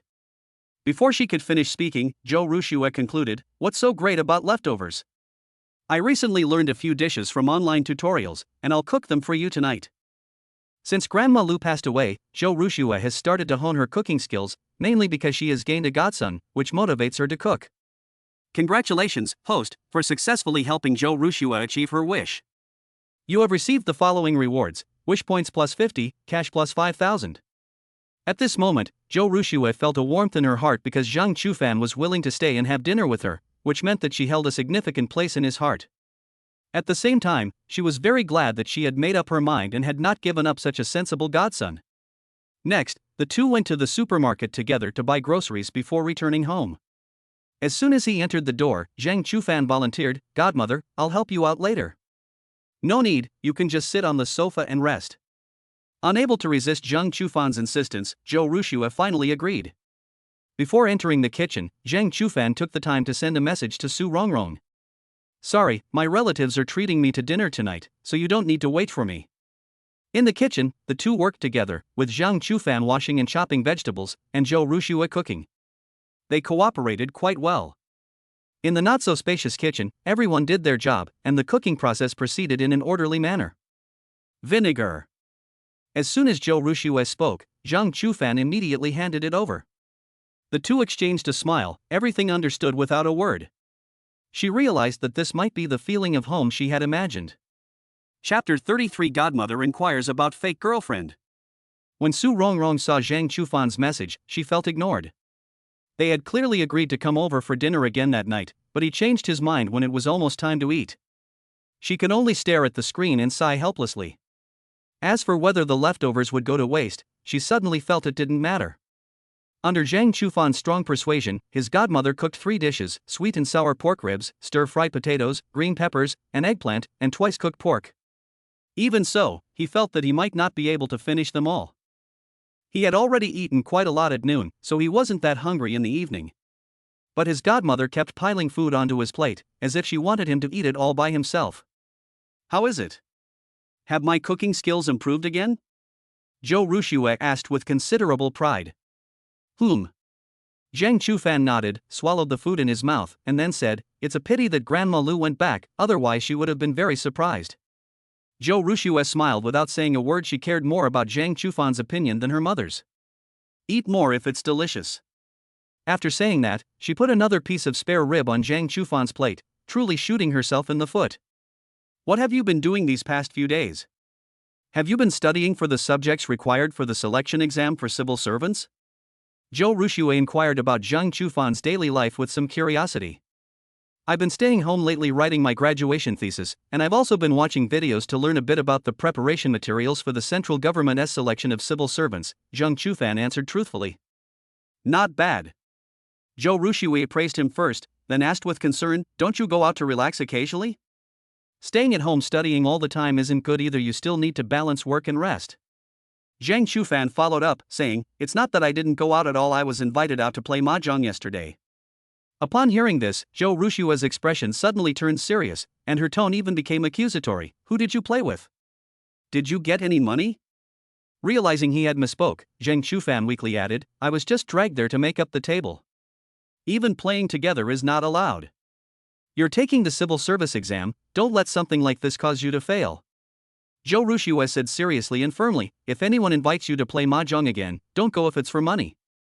In fact, given Zhou Ruxue's status, even if Zhang Chufan were to face administrative penalties for playing mahjong, she could completely protect him without affecting his chances of being selected as a central government official. But she said this in the hope that Zhang Chufan would take it seriously and never do anything to ruin his future. For Zhang Chufan, not being able to play mahjong meant losing an important way to repeatedly earn points, which he was quite reluctant to give up. Despite his deep reluctance, he dared not disobey his godmother's wishes at this moment, and could only agree for the time being. I understand, I will be more careful next time. After ending this somewhat serious topic, Zhou Rushue inquired about Shui Yaxin's information. Are you and your girlfriend high school classmates? Since things had come to this point, Zhang Chufan had no choice but to acknowledge Shui Yaxin as his girlfriend. Yes, we were even classmates for a while. How did you two get together? Zhou Rushue asked the question she was most concerned about. She asked me out a few days ago, and I never expected her to confess her feelings. So casual? You two haven't seen each other in a long time, have you? Zhou Rushue's expression was calm, but her words were sharp. It was difficult to discuss the agreement between Zhang Chufan and Shui Yaxin. He could only describe Shui Yaxin's personality to his godmother to let her know that Shui Yaxin was not the kind of person who acted casually. However, Zhou Rushue felt uncomfortable when she heard Zhang Chufan defend his girlfriend, and she asked a series of questions as if she were conducting a census. Which school did she attend? Tsinghua and Peking universities. What did you study? Law major. What do your parents do? Her father died early, and her mother was my high school Chinese teacher. After asking the question, Zhou Rushue commented, her personal abilities are probably okay, but her family background is too poor. If you get together in the future, she won't be of any help to you. This statement is tantamount to sentencing Shui Yaxin to death. Zhang Chufan knew that his godmother was only saying this because she cared about him, and he could completely understand. However, he felt that feelings should be something purer. If other messy considerations are mixed in, such a marriage is more like a transaction. Of course, he wouldn't say these things to his godmother, as that might cause unnecessary conflict. Chapter 34: Meddling in Others' Business. After dinner, Zhang Chufan watched TV with his godmother on the sofa for a while before carrying a bunch of bags to go home. Before leaving, Zhou Rushue said with reluctance, you must come to see me often in the future, okay? If you don't feel like cooking one night, just come to my place for a meal. Okay, I will. After watching Zhang Chufan enter the elevator, Zhou Rushue reluctantly closed the door. She turned around and looked at her empty home, feeling a sense of loneliness for the first time ever. Having endured so many years of hardship, she had just begun to experience a little warmth, and she immediately became immersed in it, even considering whether to have Zhang Chufan move in with her. Living together like this, the two of them will never be lonely again. But as soon as the thought popped into her head, Zhou Rushue forced herself to calm down. She and Zhang Chufan weren't really family, so there was no reason for them to live together. Moreover, she is a public official and is subject to supervision. If she and Zhang Chufan were to live together and this were spread by someone with ulterior motives, it could very likely have some negative consequences.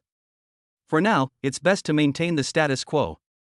Being able to meet and chat during rest periods is already quite good. As Zhang Chufan approached Su Rongrong's house after taking a taxi home, he heard a heated argument coming from inside. To be precise, it was a one-sided barrage of insults, and the insults were quite offensive. You shameless bastard who owes money and refuses to pay it back, yet you eat so well yourself. Do you deserve it? Look at your big breasts, you should go out and sell them, I guarantee business would be booming. The voices that were hurling insults clearly did not belong to Su Rongrong, meaning that Su Rongrong was very likely the one being insulted. In addition, Zhang Chufan also vaguely heard a woman sobbing. Thinking of Su Rongrong's pitiful appearance as she was being insulted, he decided to meddle in her affairs. The front door on the first floor was open. He put the bag in his hand at the door and went in. Then he saw a middle-aged man and woman he didn't know, a woman with disheveled hair kneeling on the ground crying, and food and broken plates scattered all over the ground. Based on the situation on the ground and what he had just heard, Zhang Chufan instantly sorted out his thoughts. It seems that Su Rongrong owed money, and these two people came to collect it. However, Su Rongrong was unable to repay, so the two people became enraged, overturned the table, and began to vent their anger with insults. At this moment, Zhang Chufan's appearance attracted the attention of the other three, including Su Rongrong. However, she glanced at him and quickly looked away, shrinking back as if she felt ashamed to face anyone. Who are you? The woman asked in an unfriendly tone. I'm the landlord here, and I live upstairs, Zhang Chufan said, identifying himself before adding with great dissatisfaction, you're making a lot of noise in my house, and it's affecting me. What's it to me? The woman was completely unmoved and extremely shrewish, no wonder she had said such nasty things earlier.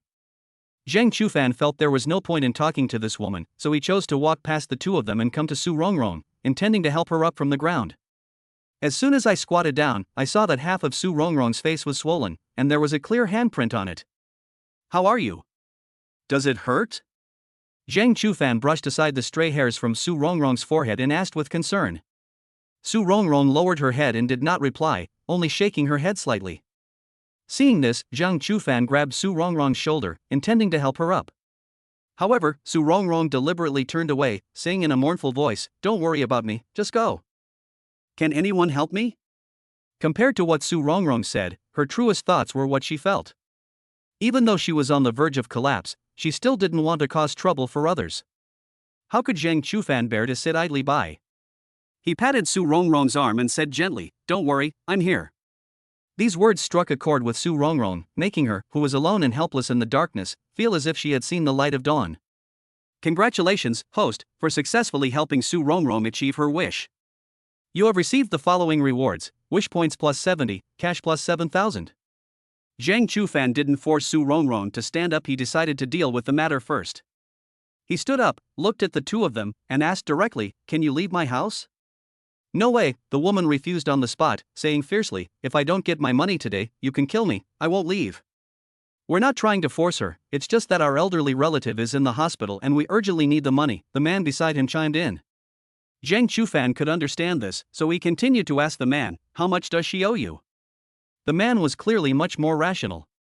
He could tell that Zhang Chufan intended to get involved, so he started to reason with him. "Hao Mingjie has borrowed 12,000 yuan from our family in total. We have kept a record of every single loan, and I can show it to you. Today, I won't charge any interest, you just need to pay me back the 12,000 yuan. You're saying this money was borrowed by Hao Mingjie? Then why don't you go ask Hao Mingjie for the money back?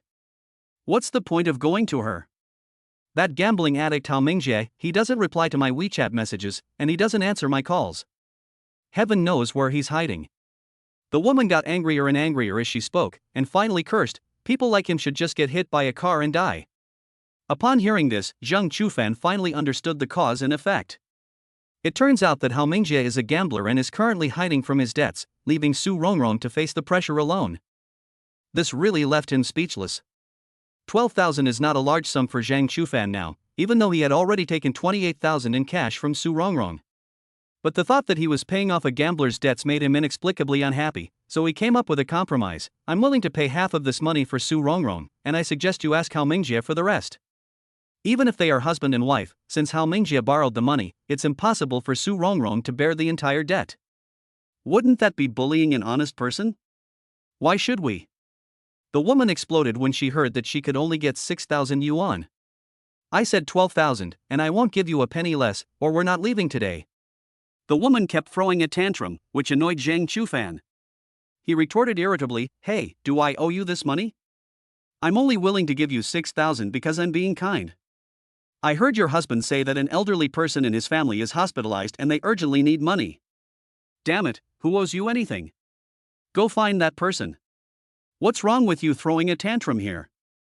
The woman was rendered speechless by Zhang Chufan's retort. Enraged, she charged at Su Rongrong, grabbed her hair, and began to yell, "You slut, find your husband right now, or I'll tear you apart today." Chapter 35. Two main storylines. Seeing Su Rongrong's face contorted in pain as her hair was grabbed, Zhang Chufan immediately stepped forward, grabbed the woman's wrist, and exerted force. At that moment, his 7 points of stamina began to take effect, and the woman couldn't even last a second before letting go in pain. "What do you want to do?" The woman met Zhang Chufan's angry gaze and was so intimidated that even her questioning tone softened. "I told you, go find whoever borrowed the money from you. If you're not satisfied, you can hire a lawyer and sue Hao Mingjie."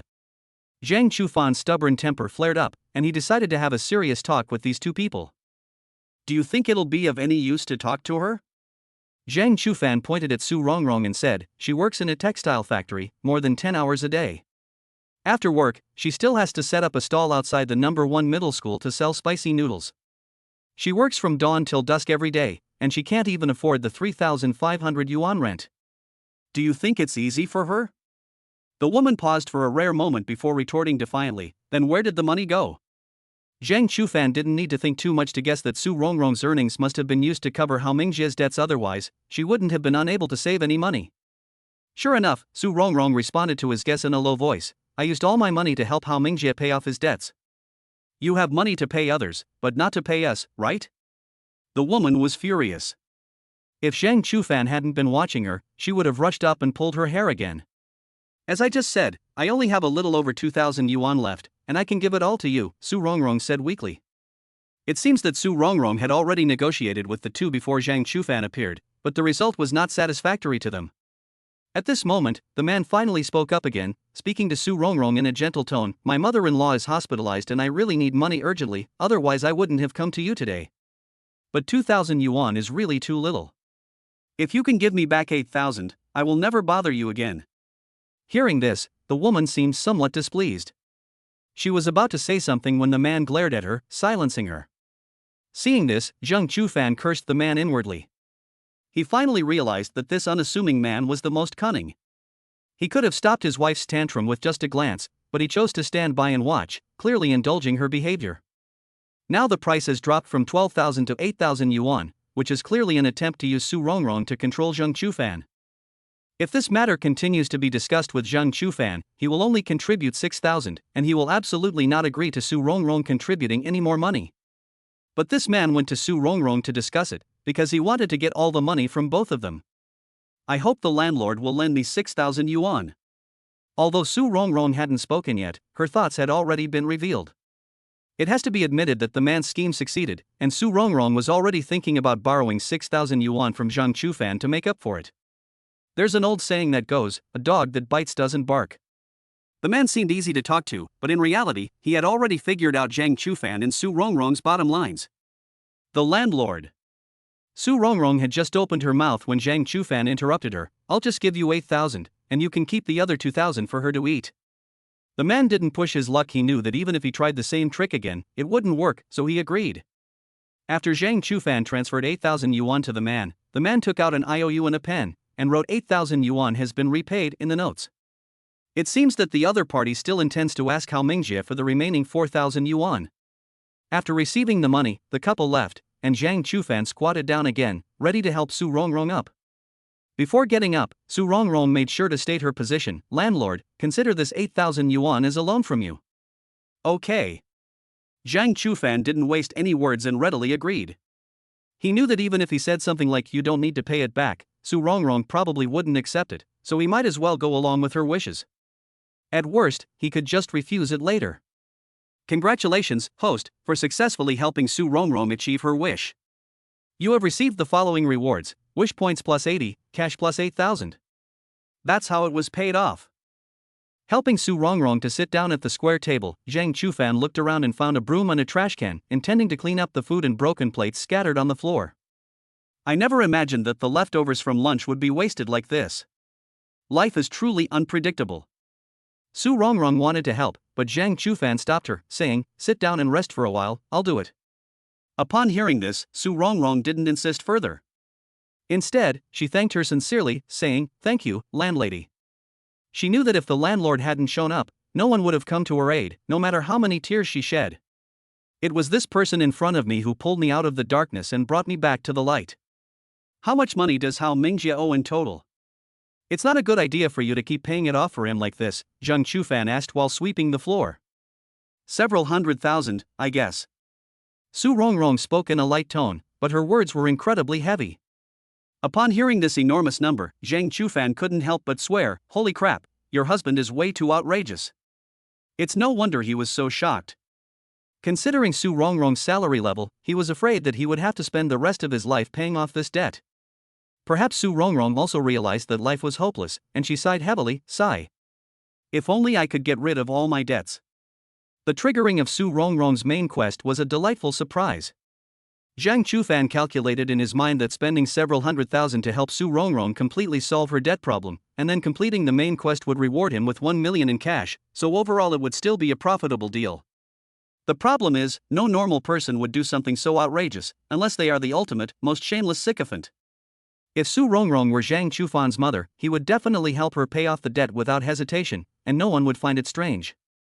But Su Rongrong was just one of his tenants. Moreover, Zhang Chufan didn't want to pay back Su Rongrong's money, because that would be letting Hao Mingjie, that gambling addict, get away with it for nothing. Hao Mingjie would feel like he'd been taken advantage of and would be very unhappy. Zhang Chufan thought that he should start with Hao Mingjie to complete this task, such as persuading Su Rongrong to get a divorce. Even if the two of them split the debt, he would only need to help pay off Su Rongrong's share. Without hesitation, Zhang Chufan first probed Su Rongrong's attitude. Hao Mingjie has already abandoned you, haven't you thought about divorce? When the topic of divorce came up, Su Rongrong couldn't help but show sadness on her face. She smiled wryly and said, how could I not want a divorce? But he just wouldn't agree, and there was nothing I could do. I want to divorce Hao Mingjie. Holy crap! Two main quests appeared on Su Rongrong at once, leaving Zhang Chufan speechless with surprise. He was now very glad that he had chosen to meddle, otherwise he would have missed out on the 20,000 points and 2 million cash. Chapter 36 Uniting is 1. Hao Mingjie would definitely not agree to a divorce, so he would stay far away and let Su Rongrong pay off his debts. With such a good thing, how could he possibly be willing to give it up? Since you want to divorce Hao Mingjie, why do you keep helping him pay off his debts? Zhang Chufan asked, quite puzzled. Su Rongrong lowered her eyes and sighed helplessly, there's nothing I can do. I owe my relatives money, and I'm too embarrassed to deliberately delay paying it off. To put it bluntly, Su Rongrong isn't thick-skinned enough and has a too soft personality. If I could do what Hao Mingjie did, I wouldn't have been bullied so badly by that woman today. Glancing at Su Rongrong's still swollen face, Zhang Chufan asked with concern, by the way, how's your face? Does it still hurt? Should we buy some ointment to apply? It's okay, it doesn't hurt anymore. The mental exhaustion is far more severe than the physical pain. Su Rongrong had had enough of this life without a future or hope. She didn't ask for wealth, she just wanted to live a little easier. You don't have to work yourself to the bone to pay off debts, you can have occasional free time to do what you love, and you might even meet someone who truly loves you. These are all things that Su Rongrong longs for, but she may never be able to achieve them. Thinking of this, she subconsciously looked at Zhang Chufan, who was sweeping the floor beside her, and wondered what he was expecting. Perhaps in Su Rongrong's heart, there also exists a peerless hero who will one day rescue her from this quagmire. After sweeping out the trash, Zhang Chufan mopped the floor before finally finishing his work with satisfaction. He turned to look at Su Rongrong and found her staring blankly in one direction, seemingly lost in thought. He pulled out a chair and sat down next to Su Rongrong, deciding to offer her some advice. After all that happened today, I'm sure I'm feeling terrible. Actually, I think that as long as you want to divorce Hao Mingjie, you definitely can. Su Rongrong's attention was drawn to Zhang Chufan, and she asked somewhat numbly, really? Who told you that divorce requires the consent of both parties? Although Zhang Chufan wasn't a law student, he had occasionally come across some videos online and knew that if one party disagreed with the divorce, they could choose to sue the other party and let the judge decide. Have you consulted a lawyer? If you choose to file for divorce, what are your chances of winning? This issue was completely beyond Su Rongrong's comprehension. She was just a country woman born in the last century who had barely received any education. She had never even called the police, let alone consulted a lawyer. In her narrow-minded view, she thought that divorce required the consent of both parties, but she didn't realize that there was also the option of filing for divorce. I don't know. Su Rongrong lowered her head, looking somewhat embarrassed. Zhang Chufan realized that Su Rongrong probably had no knowledge of this matter, so he took the initiative to take on the task. It's okay, I happen to have a high school classmate who studied law, I'll ask her for you right now. After saying that, he took out his phone and sent a WeChat message to Shui Yaxin on the spot. Are you there? What's wrong? Is it a convenient time to take this call? On the other side, Shui Yaxin glanced at her mother beside her, and then decided to get up and walk to her room. Seeing this, Lu Fangyun couldn't help but ask, what's wrong? Are you sleepy? No, I'm going to answer a call. Zhang Chufan seems to have something to discuss with me, Shui Yaxin told her mother truthfully.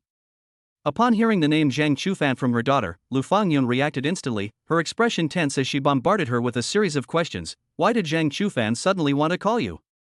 What could he possibly want to say? And couldn't you have just answered it in front of me? Why did you have to go back to your room? All this is because Lu Fangyun is worried that Zhang Chufan, feeling guilty, will tell her daughter Yaxin what happened last night, so she has to be there to listen in to put her mind at ease. Although Shui Yaxin was puzzled by her mother's attitude, she also felt that there was no need to deliberately avoid her mother when she talked to Zhang Chufan, so she sat back down. Convenient. The moment the message was sent, Shui Yaxin received a WeChat call.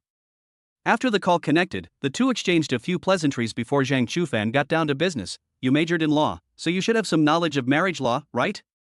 What? Do you want to test me? Shui Yashin asked playfully. Yes, that's the idea. Shui Yashin didn't ask for the specific reason, but instead confidently accepted the challenge. Go ahead and ask, I got almost a perfect score in this course. Please listen to the question. Zhang Chufan, also influenced by this, began to consult in the form of questions. Under what circumstances can one file for divorce? As long as the marital relationship has broken down and the other party does not agree, you can choose to file for divorce. Shui Yashin even added, but in order to successfully obtain a divorce, you must explain the specific reasons for the breakdown of the relationship to the judge and provide evidence. Finally, the judge will make a decision. In which situations are the divorces more likely to be granted? You can basically win cases like bigamy, domestic violence, abuse or abandonment of family members, repeated offenses of gambling, prostitution, and drugs, and separation for more than 2 years. After hearing what Shui Yashin said, Zhang Chufan could hardly suppress a smile. It seemed that Su Rongrong and Hao Mingjie's divorce wasn't too difficult. He turned his head and met Su Rongrong's gaze, seeing hope in her eyes. Suddenly, Zhang Chufan remembered another main quest involving Su Rongrong, and he asked, if there are debts during the marriage, who will be responsible for them after the divorce? Generally, the debt is borne by the individual in debt. However, if the debt is used for the couple's joint life or business after marriage, it may become a joint debt of the couple, in which case both parties need to bear it together. Zhang Chufan was overjoyed because he realized that the two main tasks on Su Rongrong's mind were actually one task. As long as Su Rongrong successfully divorced Hao Mingjie, all the debts would be resolved. Are there any other questions? That's all, thank you. Zhang Chufan expressed his sincere gratitude. You're welcome. Just treat me to a meal next time. Just before hanging up, Shui Yashin couldn't help but ask curiously, by the way, who are you asking those questions for? One of my tenants is a gambling addict, and she is considering filing for divorce. Having satisfied her curiosity, Shui Yashin stopped pestering Zhang Chufan for long phone calls, then remembered to get some rest early. I'll hang up now. Good night. After Shui Yashin hung up the phone, Lu Fangyun, having heard the whole story, secretly breathed a sigh of relief after confirming that Zhang Chufan had no intention of leaking the information. However, she then noticed that Zhang Chufan hadn't mentioned her even once throughout the entire conversation, which made her inexplicably unhappy. Does Zhang Chufan not care at all about her current situation? Does that mean that someone who has had an intimate relationship with Zhang Chufan is less important than the tenant downstairs? I made her sore and swollen just yesterday, but now I haven't even said a word of concern to her. Lu Fangyun felt resentful, believing that all men were heartless and cruel. Chapter 37 Su Rongrong's Transformation. In fact, when Zhang Chufan called Shui Yashin, he had already considered the possibility that Lu Fangyun was nearby. So he deliberately avoided talking about it with teacher Lu. Since the other party asked him to keep the secret and even pretend that what happened between them never happened, all he could do was keep his distance. Sometimes, not disturbing others is also a form of self-cultivation. After hanging up the WeChat call, Zhang Chufan looked at Su Rongrong and found her covering her face and crying. Was she crying because she was so excited to hear that a divorce was possible? So this could be considered tears of joy. If you were suddenly told that you no longer had to repay hundreds of thousands of yuan in debt, anyone would have done the same. Unfortunately, Zhang Chufan didn't have any tissues on him, so he could only comfort him with words, "Don't worry, I'll help you with this. After the divorce, you won't have any more burdens." Thank you. Zhang Chufan's persuasion seemed to have the opposite effect. Su Rongrong's crying grew louder and louder, and her tears flowed more and more. It was the first time he had experienced such a scene, and he didn't know what to do. He could only stand up, go to Su Rongrong's side, and gently pat her back like he was comforting a child. This action backfired spectacularly, as Su Rongrong suddenly buried her face in Zhang Chufan's arms and held him tightly with both hands. She was initially immersed in complex emotions and was crying uncontrollably. But then the crying grew softer and softer, and even tears could no longer be shed, as her attention shifted elsewhere. For some reason, Su Rongrong recalled the female voice from the phone call earlier. Judging from their tone of voice, the other person was probably more than just the landlord's classmate. She might even be his girlfriend. In other words, the landlord may not have lied to himself at noon. He may have simply had intimate relations with his girlfriend last night. Thinking of this, Su Rongrong couldn't help but feel a little guilty. She had misunderstood the other party and actually thought that the landlady was the kind of person who would do something reckless.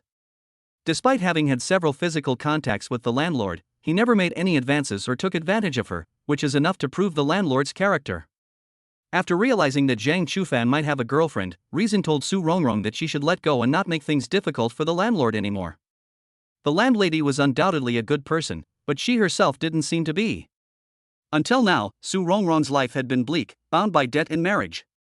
She was insecure, sensitive, and cowardly, enduring the torment of living one day at a time, waiting to silently leave this world when she could no longer bear it. Now that she had hope of breaking free from this constraint, she became greedy and began to crave more. It's like someone who has never seen sunlight before finally standing in the sun. How could they possibly want to go back to that dark, damp place? Su Rongrong had always felt gratitude and longing towards Zhang Chufan. She dared not have any improper thoughts because she knew she was not worthy of such a wonderful and kind person. But gradually, the landlady's image became more and more like her own fantasy of a knight in shining armor, and she even began to have the idea of trying to take advantage of her. She is a truly greedy and despicable wicked woman. When Zhang Chufan heard Su Rongrong's crying gradually stop, he secretly rejoiced that he had stayed true to himself and had not had any inappropriate thoughts in the current atmosphere. It's okay to cry. Once you're successfully divorced, you'll live for yourself from now on. He comforted her while trying to remove Su Rongrong's hands from his waist. To everyone's surprise, Su Rongrong was holding on very tightly, seemingly unwilling to let go so easily. What is Su Rongrong trying to do? I want to hug you a little longer. Su Rongrong's behavior was intimate, almost like she was being coquettish. In fact, Su Rongrong just wanted to be close to her landlord, and even wished she could hold him in her arms like this every day. Congratulations, host, for successfully helping Su Rongrong achieve her wish. You have received the following rewards: wish points plus 90, cash plus 9,000. Chapter 38: The Little Secret Between Me and My Aunt. That night, Zhang Chufan lay in bed, unable to stop recalling his experience. At that moment, Su Rongrong wiped her mouth and said with a smile, "Little landlord, don't overthink it, I just want to repay you." This reward was far too extravagant, making it difficult for Zhang Chufan to accept reality for a while. He fell asleep shortly after lying in bed. The next day, Su Rongrong took a day off because Zhang Chufan was going to accompany her to see a lawyer and then formally file for divorce against Hao Mingjie. When Zhang Chufan came downstairs to find Su Rongrong, he stood in front of the door in the stairwell, raised his hand to knock, hesitated for a moment, and then lowered it. Because he really didn't know how to face Su Rongrong. Pretend nothing happened? Is that even possible? Zhang Chufan, who has zero romantic experience, is caught in a dilemma. Just then, the door opened, revealing Su Rongrong's bright smiling face. "Landlord, why are you standing at the door without knocking?" Su Rongrong said with a hint of reproach. "If I hadn't heard you coming downstairs, were you planning to stand here forever?" Zhang Chufan secretly observed Su Rongrong's reaction. He found that there was no embarrassment on her face, but rather an unprecedented ease and vitality. Compared to her previous appearance, which always looked exhausted, Su Rongrong has undergone a complete transformation, making her look several years younger. "No, I just..." Zhang Chufan wanted to explain, but he still got stuck. "Are you afraid to see me?" With her life experience, Su Rongrong immediately understood why Zhang Chufan stood at the door for so long without daring to knock. "No," Zhang Chufan denied outright. "So you're afraid I'll cling to you and make you take responsibility?" Su Rongrong continued to press. This time, Zhang Chufan did not choose to answer. Seeing this, Su Rongrong felt a brief sense of loss.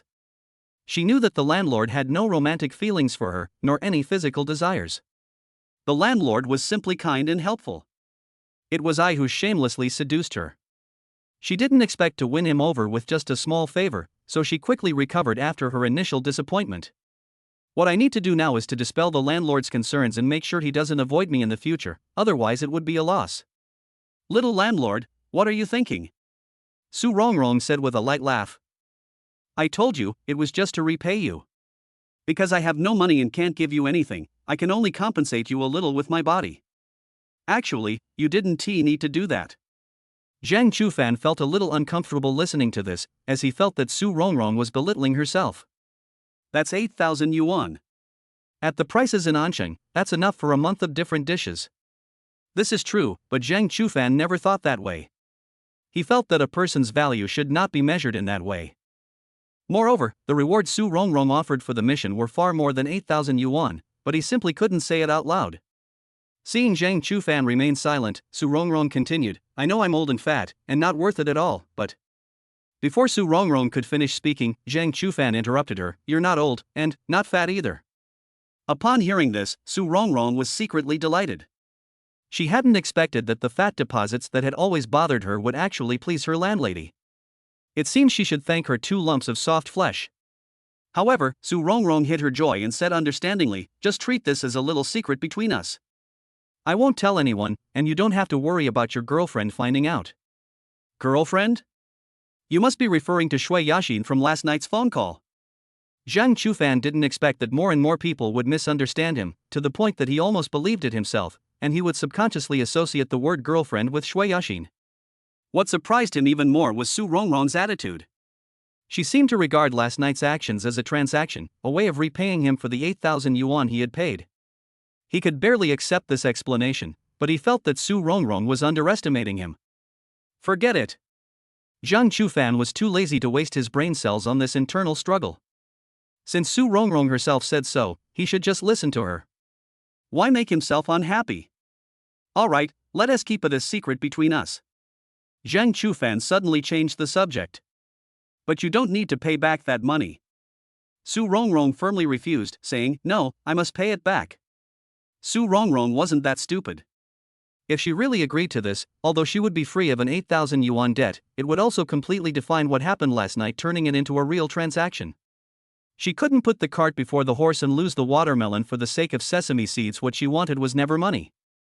As long as this debt exists between her and the landlord, the two will always be in contact, and what happened last night will become a fishbone stuck in the landlord's throat, making her feel like she has a fishbone stuck in her throat every time she thinks about it. One day, she will completely conquer this city and plant her own flag. One thing at a time. I will definitely pay you back. Su Rongrong's expression was firm, leaving Zhang Chufan no room for persuasion. You're the one offering compensation, and you're the one offering to pay back the money. Su Rongrong has said everything, so what else can Zhang Chufan say? Consider it a freebie. He sighed helplessly, realizing that he really didn't understand women's hearts ultimately. It was because he lacked life experience. If Zhang Chufan were a seasoned veteran of the pleasure quarters, he probably wouldn't have these concerns. However, with the system's help, at least he won't be deceived by women, nor will he suffer the tragic fate of being cheated out of money and emotions by gold diggers. Chapter 39 Ant's Little Actions. After understanding Su Rongrong's attitude, Zhang Chufan was finally able to get along with her calmly. Before either of them had eaten breakfast, Su Rongrong suggested going out to eat. Zhang Chufan, considering that there were still a lot of leftover spicy chicken noodles from the night before, simply asked her to take them out and reheat them. It's been sitting here for over a day, I don't know if it's gone bad or not, Su Rongrong said with a hint of worry. It's alright, I've always had a strong stomach. It's only been sitting for a little over a day, it's nothing at all, Zhang Chufan said confidently. Hearing this, Su Rongrong couldn't help but chuckle. She rolled her eyes and teased, you lent me 8,000 yuan without hesitation, but you can't even bear to waste a 3 yuan bowl of spicy noodles. I really don't understand you. It's not about money, I just don't want to waste food, Zhang Chufan explained with a wry smile. When I was a kid, if I dropped rice on the table while eating, my mom would grab my hand and beat me severely. Does it hurt? Su Rongrong seemed a little distressed. Zhang Chufan was speechless. He couldn't understand what Su Rongrong was focusing on. Was it a matter of pain? Besides, that happened more than a decade ago. What's the point of asking him does it hurt, now? However, he still smiled and replied, of course it hurt. I cried so much my voice almost went hoarse. Why is your mother so strict with you? Su Rongrong actually stood up for Zhang Chufan, saying, if you were my son, I definitely wouldn't have the heart to hit you. If you really had a son, you might be even stricter than my mother. Zhang Chufan didn't take Su Rongrong's words seriously. This is a typical case of someone talking without understanding the situation. What mother doesn't want her child to grow into a sensible and excellent adult? Mentioning children successfully piqued Zhang Chufan's curiosity. Su Rongrong and Hao Mingjia have been married for so many years, how come they don't even have a child? Do you not want it? Or are you unable to have it? This involved Su Rongrong's privacy, so Zhang Chufan didn't ask any further questions. After breakfast, the two prepared to head to the law firm. Now the problem is that Zhang Chufan is about to share an electric scooter with Su Rongrong again. To avoid an awkward situation, he offered his suggestion, "How about I drive?" Su Rongrong naturally knew what the landlady was thinking, and she nonchalantly agreed, "Sure, it doesn't matter who opens the door." So Zhang Chufan took the keys from Su Rongrong and sat in the front seat of the electric scooter first. Because Su Rongrong was wearing a long gauze dress, she chose to sit sideways on the back of the electric scooter for the sake of elegance. However, this sitting posture inevitably required her to hold onto the driver's waist, otherwise it would be too dangerous. When Su Rongrong naturally wrapped her arms around Zhang Chufan's waist, the latter felt that he had shot himself in the foot. But since things have come to this point, changing the positions would be too pretentious, so we can only reluctantly accept it. Throughout his 3 years of high school, Zhang Chufan rode an electric bike to and from school, so he was quite experienced in driving and generally maintained a steady speed and smooth ride. Even so, Su Rongrong still clung tightly to his waist, as if afraid that she might accidentally fall off the electric scooter. What could Zhang Chufan say? Could he ask the other party to let go? But Su Rongrong couldn't sit still. Her hand kept touching his lower abdomen, and she even exclaimed in surprise, "Little landlord, you actually have abs." Zhang Chufan didn't explain further. Since he didn't develop those skills through his own training, he didn't have the confidence to boast. At this moment, Su Rongrong playfully pinched it and continued to exclaim, "It's quite sturdy." Upon hearing this, Zhang Chufan lost his composure and almost crashed into a passing car. Fortunately, the error was corrected in time, preventing a car accident. During this time, Su Rongrong exclaimed in surprise, and then half of her body was completely pressed against Zhang Chufan's back, and she remained in this position. However, she also understood the principle of moderation, fearing that if she continued to act recklessly, it would be too late to regret it if she really got into a car accident. Although Zhang Chufan could clearly feel the turbulent waves behind him, after that little incident, Su Rongrong finally realized the importance of traffic safety, and he was able to concentrate on driving again. While Zhang Chufan was focused on observing the road conditions, Su Rongrong secretly leaned her head against the landlord's shoulder, as if this would bring their hearts closer together. Moreover, their current posture would certainly make them appear to passers-by as a sweet couple. Even though she knew she was deceiving herself, she still couldn't help but indulge in it. Unfortunately, the good times were short-lived. When the electric car reached its destination, Su Rongrong's dream ended. Arrive. After Su Rongrong gently jumped off the electric scooter, Zhang Chufan got off and parked it. Anqin Law Firm is the most famous and powerful law firm in Anqing. Su Rongrong's divorce from Hao Mingjie is related to the main quest, so Zhang Chufan must treat it with utmost care.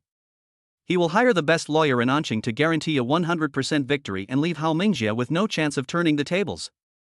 Upon entering the law firm, after Zhang Chufan explained his purpose, the receptionist led them up to the second floor and into one of the offices, where a woman was sitting, engrossed in reading documents. Upon hearing the voice, the woman slightly raised her head, revealing her stunning beauty. She wore gold-rimmed glasses, and although her features were beautiful, they were also aggressive. You could tell at a glance that she was not someone to be trifled with. Her upper body was quite full, making the uniform suit look bulging, but in terms of size, she was still slightly inferior to Su Rongrong. In this field, no one can rival Su Rongrong. Attorney Gua, these two are here to consult about divorce matters. After saying hello, the receptionist turned and left the office, closing the door behind her. Please sit down. Attorney Gua stood up, pointed to the solid wood sofa next to him, and then walked to the water dispenser to pour a cup of hot water for both of them. My name is Gui Yan, and I specialize in divorce cases. After introducing herself, Gui Yan got straight to the point and asked, "Who are you looking for consultation?" "It's me," Su Rongrong replied. "May I ask your name?" Gui Yan asked, sitting in the single seat on the side. Su Rongrong. Gui Yan didn't ask for details directly, but instead turned her gaze to Zhang Chufan. "And who is this?" "His name is Zhang Chufan, he is my landlord, and he came to keep me company." Landlord? Gui Yan didn't believe that the two were just ordinary landlord and tenant. Having handled so many cases, she could easily guess that the relationship between the two was extraordinary, and she estimated that the young man was most likely the woman's lover. However, she also has her own professional ethics and will not treat the person involved differently just because they have cheated on their spouse. In any case, as a lawyer, the primary task is to protect the interests of one's client. Chapter 40: Sexless Marriage. Ms. Su, could you please briefly introduce yourself? After saying that, Gui Yan opened a small notebook, then held a pen in her right hand above the notebook, seemingly preparing to jot down key information while listening. Okay. Su Rongrong was a little nervous. She was over 30 years old, and this was the first time in her life that she had communicated with a lawyer. After much deliberation, his first words were, I want a divorce. Guo Yan didn't even look up, and said calmly, I know your request. What I mean is that you first need to explain your marital situation, that is, why you want a divorce? What conflicts exist between you and your husband? We got married 12 years ago. Seeing that Su Rongrong was about to start from the beginning, Zhang Chufan simply interjected, why don't I do the talking? Okay. Su Rongrong immediately agreed and gave the other person a grateful look. After all, she was just a middle-aged woman with little experience, and she was prone to showing her insecurity when it came to crucial moments. Fortunately, the landlady was there with her. Otherwise, given her poor communication skills, she would probably give attorney Guo a real headache. When it was Zhang Chufan's turn to speak on behalf of Su Rongrong, he summarized as succinctly as possible, Aunt Su's husband is addicted to gambling and shows no remorse. He has accumulated hundreds of thousands of yuan in debt over the years. Now, in order to escape his debts, he has disappeared and no one knows where he is, leaving her alone to bear the pressure of repaying the debts.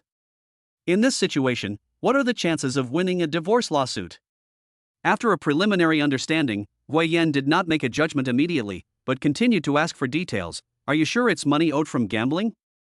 Can you provide evidence? Zhang Chufan couldn't answer this question. He could only wait and see what Su Rongrong had to say.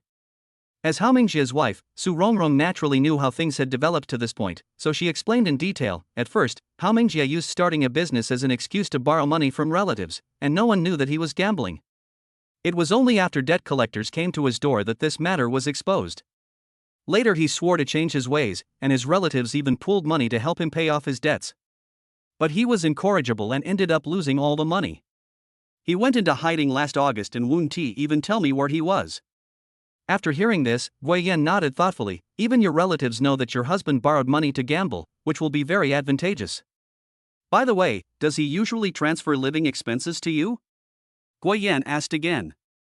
No, I cover my daily expenses with my salary from work. Has your husband ever spent money on the child? For example, paying for the child's tuition or something? We don't have any children. Su Rongrong's answer piqued Guo Yan's curiosity. After 12 years of marriage without children, excluding the rare case of not wanting children, it was highly likely that one of the couple had a health problem. Considering this might be helpful in the lawsuit, Guo Yan took the opportunity to ask, why don't you have children? Is there some special reason? Hao Mingjia injured his body when he was young, and we never slept together. Su Rongrong's voice grew softer and softer, and in the end, she even blushed. Upon hearing this, the other two people present were extremely shocked. No one could believe that a couple who had been married for 12 years had never consummated their marriage. Then why did you marry him? I only found out after the wedding, and by then my family had already used the dowry he gave me to build a wedding house for my brother. It was too late to regret it. Su Rongrong's face was gloomy. She knew she was not valued at home. Her only purpose was to receive a dowry when she got married. Back then, Hao Mingjia wasn't like he is now. Apart from not being able to have sex with me, he was very good to me in every other way. The main reason is that Su Rongrong has resigned herself to her fate. She feels that even her blood relatives don't care about her, so she might as well just live a ridiculous life like this. But Hao Mingjia changed later. He became an alcoholic and irritable, and sometimes he would hit me. He even started gambling. Su Rongrong couldn't help but confide in Guo Yan, I really can't live with him anymore. I just want to get a divorce as soon as possible. As a woman herself, Guo Yan could understand the hardships Su Rongrong had endured over the years, so she comforted her, saying, don't worry, your case isn't difficult to handle, and you won't have to bear any debts after the divorce. Thank you so much, Attorney Guo, Su Rongrong said emotionally. Guo Yan is the most expensive divorce lawyer in Ancheng. With even her making such a guarantee, Zhang Chufan could finally rest assured. Attorney Guo, I'm leaving this matter to you. Let professionals handle professional matters. Zhang Chufan decided to pay a lawyer's fee to entrust Su Rongrong's divorce case to Guo Yan, believing that she would not disappoint him. Leave the matter to me, you don't need to worry about it.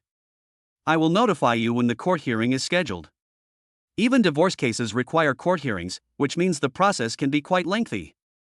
Thinking of this, Zhang Chufan casually inquired, how long does it usually take for this kind of divorce case to reach a conclusion? The trial period for divorce cases usually ranges from 3 months to a year and a half. The specific duration is affected by factors such as the litigation process, the complexity of the case, and whether the other party cooperates.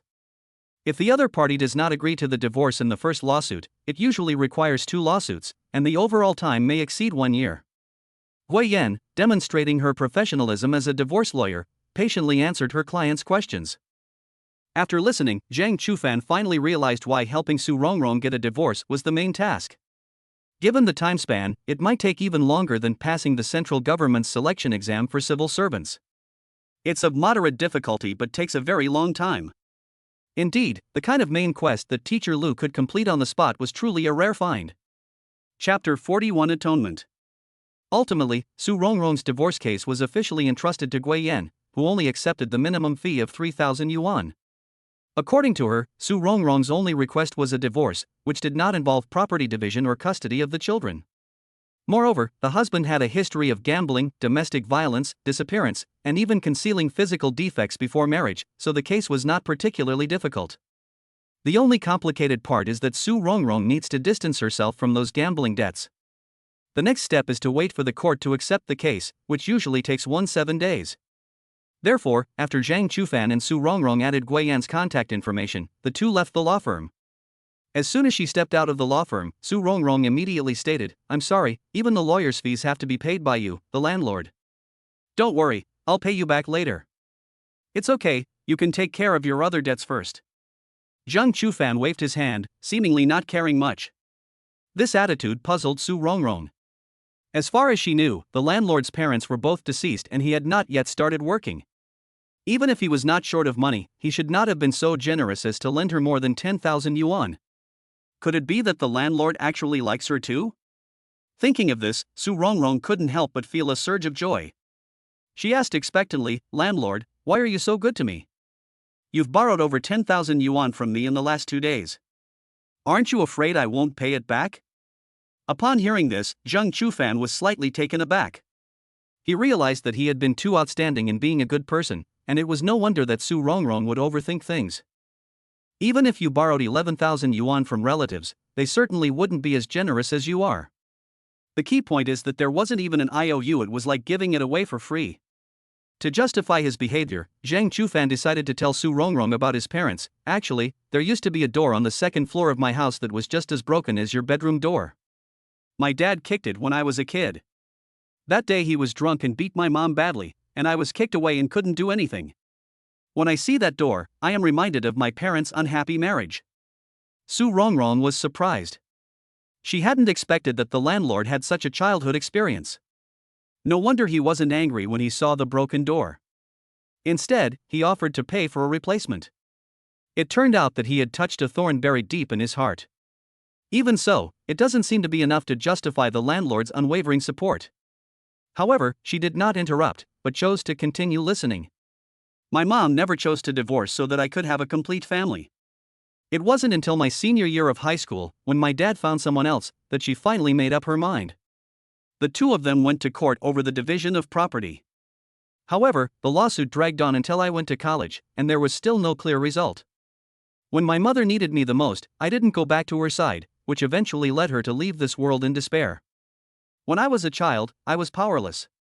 But when I grew up, I chose to run away." As he spoke, Zhang Chufan also brought his own emotions into the conversation. "I hate myself for not standing firmly by my mother's side and not being her pillar of support. So after learning about what happened to you, I don't want to stand idly by anymore. Consider it an act of atonement." After hearing all this, Su Rongrong suddenly made a bold move. She reached out and pressed Zhang Chufan's head into her arms, then gently stroked his soft hair and softly comforted him. "Don't blame yourself too much. No one is perfect. You're just an ordinary person, little landlord." Although Su Rongrong now knows that Zhang Chufan didn't help her out of romantic feelings, she feels more heartache than disappointment.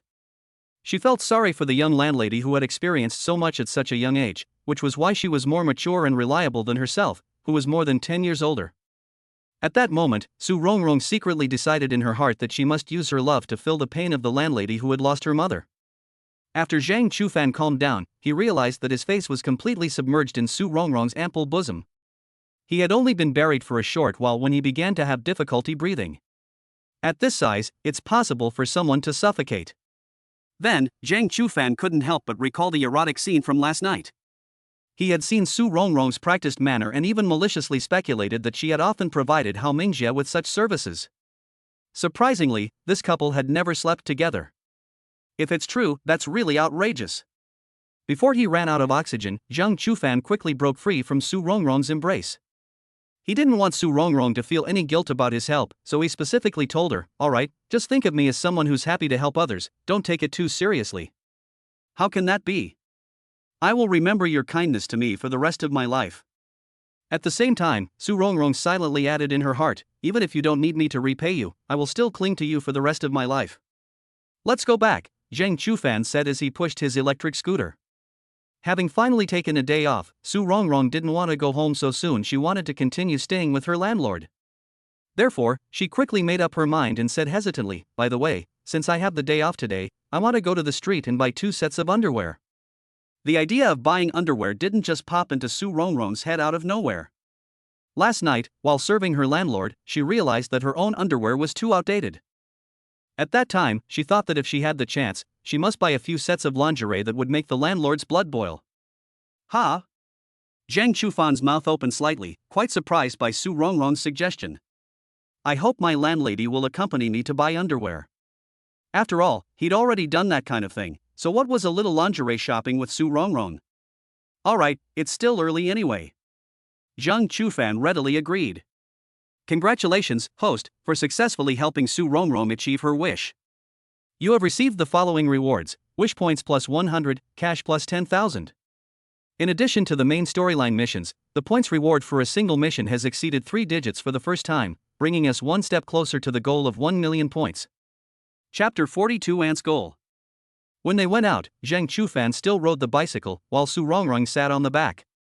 As soon as Su Rongrong got into the car, she naturally put her arm around his waist and leaned half of her body against him.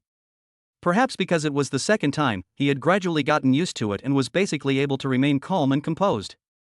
On the way, Su Rongrong suddenly said with a hint of self-deprecation, "Landlord, do you think I'm stupid for being able to spend so many years with Hao Mingjie?"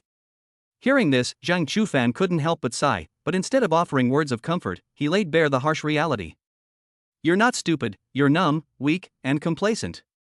Most importantly, you don't even know why you're alive." These words are not only directed at Su Rongrong, but also at my former self. Although the words were harsh, Su Rongrong felt no resistance, because she knew that what the landlady said was true. Her marriage to Hao Mingjie was devoid of affection, and they didn't even have a marital life. So what did she get in return? Was it a beating? Was it verbal abuse? Or was it an unpaid debt? If she weren't afraid of death, she probably would have ended this meaningless life long ago. Of course, things are different now.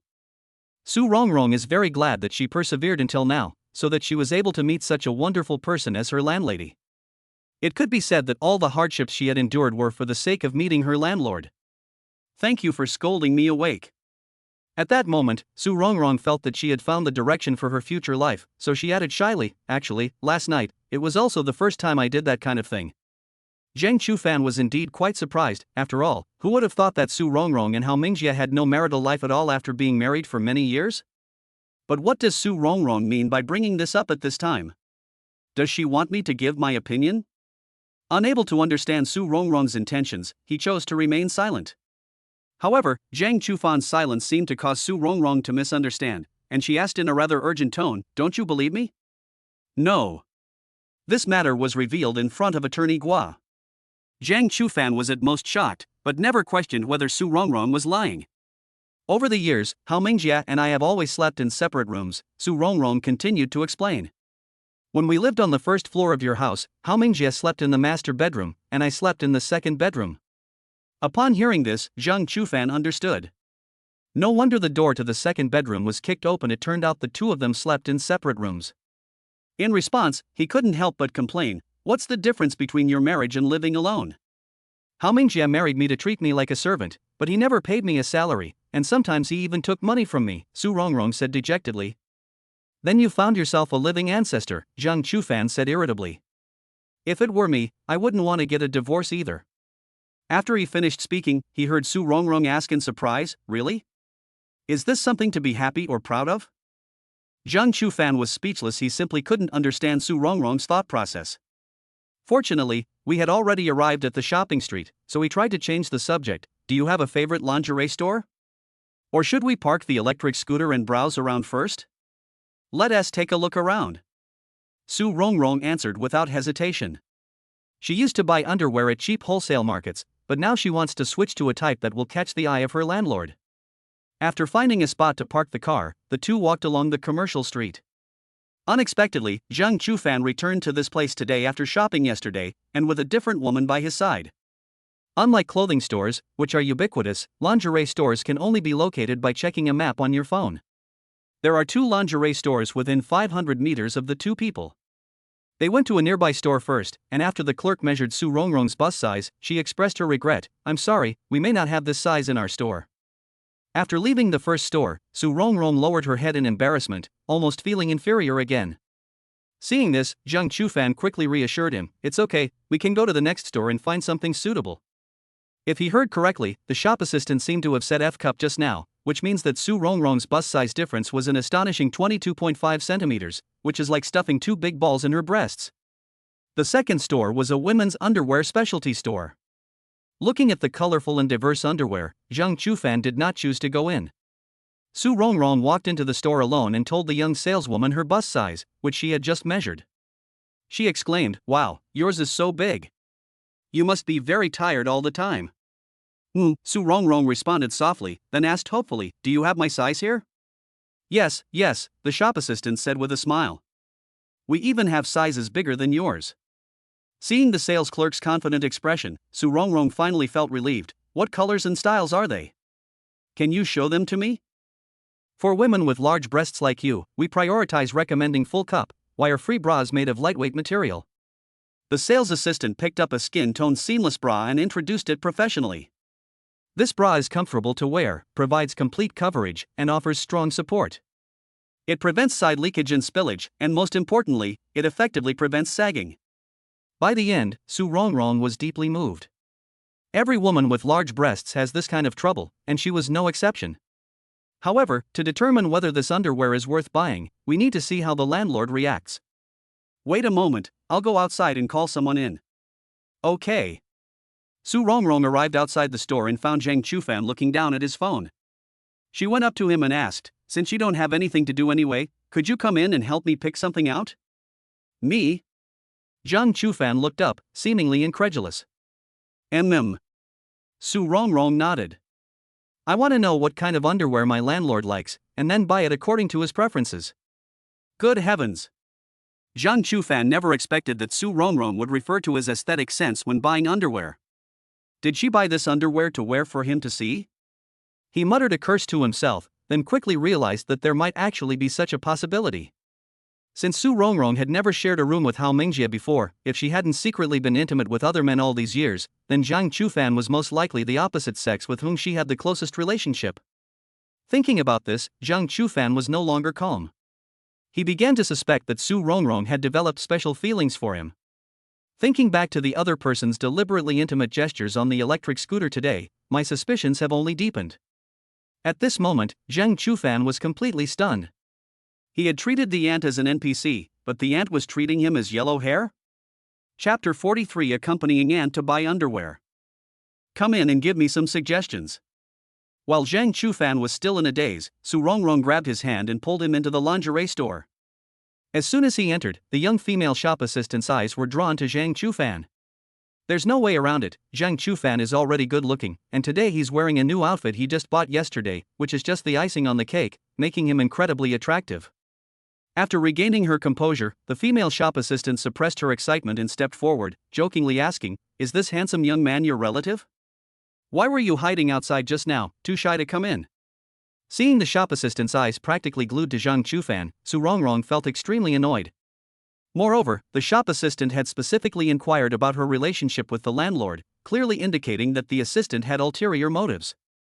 On a sudden impulse, she pointed at Zhang Chufan and began to make up a story. "He is my son, and he is rather shy. The main problem is that telling the truth is too fake. Where would you usually find landlords and tenants buying underwear together? If it is forcibly described as a romantic relationship, regardless of whether the shop assistants would believe it, the landlord might also be slightly dissatisfied. She might as well pretend to be mother and son, which would not only satisfy her perverse tastes but also make the shop assistants serve her more attentively. Upon hearing this, Zhang Chufan was utterly shocked. He looked at Su Rongrong with a puzzled expression, and she blinked, as if signaling him to cooperate. On the other side, the shop assistant was also somewhat surprised, but her surprise was about Su Rongrong's age. "You look quite young. I didn't expect your son to be so big." "I'm not young anymore, I'm well into my 40s, Su Rongrong said, feigning seriousness. "You look to be in your early 30s at most." Su Rongrong smiled without saying a word, because her real age was indeed less than 40. She went along with what the other person said. "Then could you please help me pick out a few sets of underwear that will make me look younger?" Next, the sales clerk became even more enthusiastic than before, finding several sets of F-cup lingerie for Su Rongrong, two of which were sexy styles with fancy lace and floral embroidery. Even Su Rongrong blushed at the sight of such daring lingerie, but she suppressed her shyness, covered her chest with it, and asked Zhang Chufan for his opinion. "How is this one?" In Zhang Chufan's view, the purple lace lingerie that Su Rongrong was currently holding had gone beyond the basic scope of lingerie and was beginning to develop in the direction of enhancing sensuality. He instinctively imagined Su Rongrong wearing this set of underwear, and immediately felt his blood rush to his head and his body slightly warm. "It's not bad." Upon noticing the landlord secretly swallowing, Su Rongrong decided to buy the lingerie, but first she needed to try it on to see if the size was right. "I'll try it first." As soon as Su Rongrong entered the fitting room, the young female shop assistant walked up to Zhang Chufan and struck up a conversation. "Your mother looks quite young." It's all right." Zhang Chufan was a little speechless, not understanding why Su Rongrong would give him such an identity. But since things had come to this point, he couldn't back down and had no choice but to accept it for now. "How old are you?" 20, Zhang Chufan replied casually, having roughly figured out what the shop assistant was thinking. Since his charm level reached 9 points, he has been approached by women several times. "I'm 24, 4 years older than you," the female shop assistant said, stating her age before asking, "Do you have a girlfriend?" "I've got it." Zhang Chufan ended the conversation with a single sentence. Since the other party had no potential to become an NPC, he couldn't be blamed for lacking patience. Since there was no one else in the store at the time, Su Rongrong, who was in the fitting room, heard their conversation clearly. She wasn't surprised by Zhang Chufan's answer that he had a girlfriend, but she didn't expect the landlord to reject someone's advances so decisively. This meant that the landlord and his girlfriend's relationship was probably quite solid, making her own attempt to interfere seem rather ridiculous. No matter what, she will not give up. Moreover, having successfully lured the landlord into making a mistake last night by leveraging her own advantages, she felt that she wasn't entirely without a chance of winning. After changing into her underwear, Su Rongrong looked at herself in the mirror in the fitting room. Although she really wanted to call her landlord in and ask for his opinion, she ultimately gave up on the terrible idea, considering their current pretense of a relationship. Wearing this incredibly alluring and mature lingerie set, she felt much more confident. Fortunately, she had her own unique advantages. Otherwise, it's hard to know why the landlord would have chosen her. "Could you help me bring over the other sets of lingerie?" Su Rongrong asked, peeking out from the fitting room.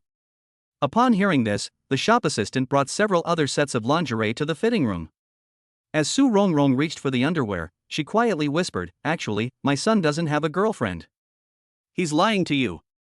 She just wanted to tease this young girl as a small revenge for the girl's covetousness of the landlord. But this sentence gave the shop assistant hope. She thought that since the handsome man didn't want to talk to her, she would try to get close to his mother. With this in mind, the female shop assistant stopped trying to talk to Zhang Chufan and instead focused on serving Su Rongrong. She would bring out whatever style Su Rongrong wanted. She would take whatever color you wanted. There wasn't a trace of impatience. After trying on nearly half an hour, Su Rongrong finally settled on 4 sets of lingerie, including nude, purple, black, and light pink, with the styles mainly being sexy. "If I have the chance to show it to the landlord again in the future, I believe their resistance will be greatly reduced."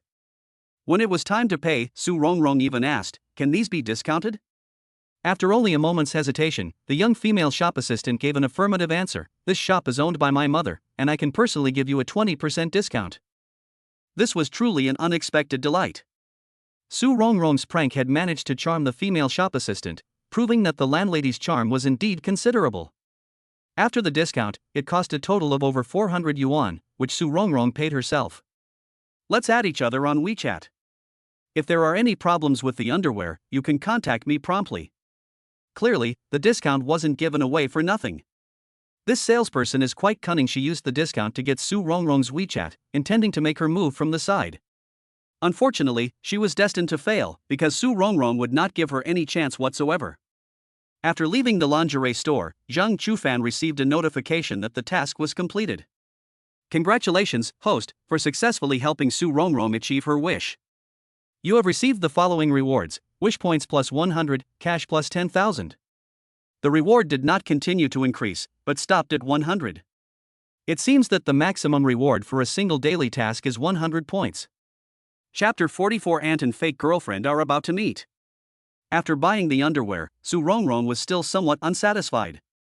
After all, no matter how fancy the clothes inside were, she couldn't just show them to the landlord for no reason or without restraint. She glanced at the young landlady's youthful and energetic outfit, then looked down at her own old clothes that she hadn't changed in years, which she wore for convenience while working in the factory. She felt that she needed to change her style of dress a little, at least to make herself look younger. That way, when the two of them walk together, people won't immediately perceive them as an elder and a junior. When Su Rongrong suggested buying 2 more outfits, Zhang Chufan expressed concern. You've already spent a lot of money on underwear today, haven't you? If you buy more clothes, will you have enough for your living expenses this month? I get paid tomorrow, the 25th. Today is a special day. I want to start changing myself from today. Zhang Chufan could completely understand this. Su Rongrong had finally taken the first step out of her previous constraints and saw hope of clearing all her debts, so it was only natural that she wanted to spend some money. He didn't try to persuade her further, but instead accompanied Su Rongrong as they continued shopping. Su Rongrong's gentle and virtuous appearance, coupled with her stunning figure, made her look incredibly charming even in a simple combination of a tight-fitting shirt and jeans, in Zhang Chufan's eyes. While Zhang Chufan was accompanying Su Rongrong to buy clothes, he received a message from Shui Yashin. I want to see this movie. Can you come with me this afternoon? The accompanying screenshot shows a new theatrical version of a serialized detective anime. He had seen a few of them before, but hadn't paid much attention to them in recent years. Sure, what time is it? Zhang Chufan replied immediately. We only have 2 shows scheduled in Ancheng, one at 1 p.m. and one at 9 p.m. How about the 1 p.m. showing? How about we go out for lunch together? Upon seeing Shui Yashin's suggestion, Zhang Chufan hesitated for a moment, but ultimately agreed. He felt like a master of time management. First, he accompanied Su Rongrong shopping for clothes, then he went to dinner and watched a movie with Shui Yashin. He just didn't know if there would be anything else waiting for him next. I said I'd treat you to dinner yesterday, so I'll treat you today. I'll buy the movie tickets. When 2 people go out together, one treats to a meal and the other treats to a movie. This kind of interaction is very relaxed. Meet at Wanyuat Plaza at 11:30. Okay.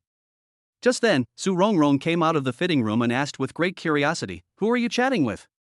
You're laughing so happily. High school classmate. Su Rongrong clearly didn't believe that the person who could make the landlady smile unconsciously could be an ordinary high school classmate. She couldn't help but guess, girlfriend? I don't think so. Zhang Chufan's answer was ambiguous, mainly because explaining his relationship with Shui Yashin was complicated. In Su Rongrong's view, the landlord might have slept with her the night before, so how could she believe him now that he was denying their relationship? What are you talking about? Su Rongrong felt a pang of sadness, but on the surface she remained calm. She wanted me to go to the movies with her, Zhang Chufan answered truthfully. I thought I'd treat her to a meal as payment for last night's legal consultation. Upon hearing this, Su Rongrong felt even more bitter. She had been shopping with the woman, yet she had been easily captivated by a single WeChat message from the woman. Does that mean I'm no better than the landlord in his eyes? She was unconvinced, or at least unwilling to admit defeat. Moreover, she has decided to focus her future on her landlord. Even if he and his girlfriend are a perfect match, she will still wield her little hoe and secretly chisel a hole in the corner of the wall. I should be the one treating you to dinner, Su Rongrong said naturally. You and your girlfriend have both helped me, so I have to treat you to this meal. Upon hearing this, Zhang Chufan was thinking about something else. He had just thought that Su Rongrong might have feelings for him, but now that she heard about his girlfriend, she not only didn't show any negative emotions, but was also very eager to invite them to dinner. This question was really a bit beyond the scope of the curriculum, making him wonder if he was just being presumptuous. Is it possible that Su Rongrong wanted to buy underwear based on his preferences because she valued his status as a young man, rather than specifically referring to herself as a person? Since Zhang Chufan was getting more and more confused, he thought that instead of continuing to struggle with himself, he should let Su Rongrong and Shui Yaxing meet, and maybe all his doubts would be resolved. Then I'll ask her. Zhang Chufan did not agree immediately. He felt that he should respect Shui Yaxing's wishes. If Shui Yaxing did not like to eat with strangers, he would definitely not force her. Good. Seeing how much the landlord valued his girlfriend's feelings, Su Rongrong couldn't help but feel a deep sense of envy. At the same time, she secretly vowed that one day she too would have this deep love. Zhang Chufan sent Shui Yaxing a WeChat message explaining the situation briefly, and to his surprise, Shui Yaxing agreed. So, what was supposed to be a lunch for two suddenly became a lunch for three. However, Zhang Chufan began to regret his actions, realizing that he had been too reckless. If Su Rongrong really has other feelings for him, but is just hiding them well, he worries that she might do something impulsive in front of Shui Yaxing, which would be terrible. Chapter 45. Auntie felt inferior. While Zhang Chufan was still pondering whether his idea of arranging for Su Rongrong to meet Shui Yaxing was correct, Su Rongrong had already gone to the counter to pay and put on the new clothes she had bought. You've agreed to meet at a certain place, let's go there now. The woman's voice pulled Zhang Chufan back to reality. He turned his head and glanced at Su Rongrong's outfit, and was truly amazed. A white-fitted knit top paired with high-waisted jeans. This was a purchase Su Rongrong made with his advice perfectly showcased her curvaceous figure. It must be admitted that the size of the F-cup is indeed extraordinary, especially after wearing a relatively tight top. A high mount is really eye-catching. Is it pretty? Su Rongrong asked with a hint of pride. Zhang Chufan nodded slightly, but wondered if Su Rongrong had put on her new underwear as well, otherwise why did her two mounds look more prominent than ever before? Seeing the landlord's reaction, Su Rongrong couldn't help but feel secretly pleased. She thought that the former's girlfriend's figure was definitely not as good as hers. As long as the two of them stood together, the landlord could experience the beauty of a mature woman. This idea lasted for less than 30 minutes.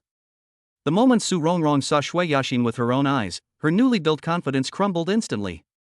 Youthful and beautiful, pure and lovely, graceful and elegant, confident and vibrant, almost every beautiful word can be used to describe this person.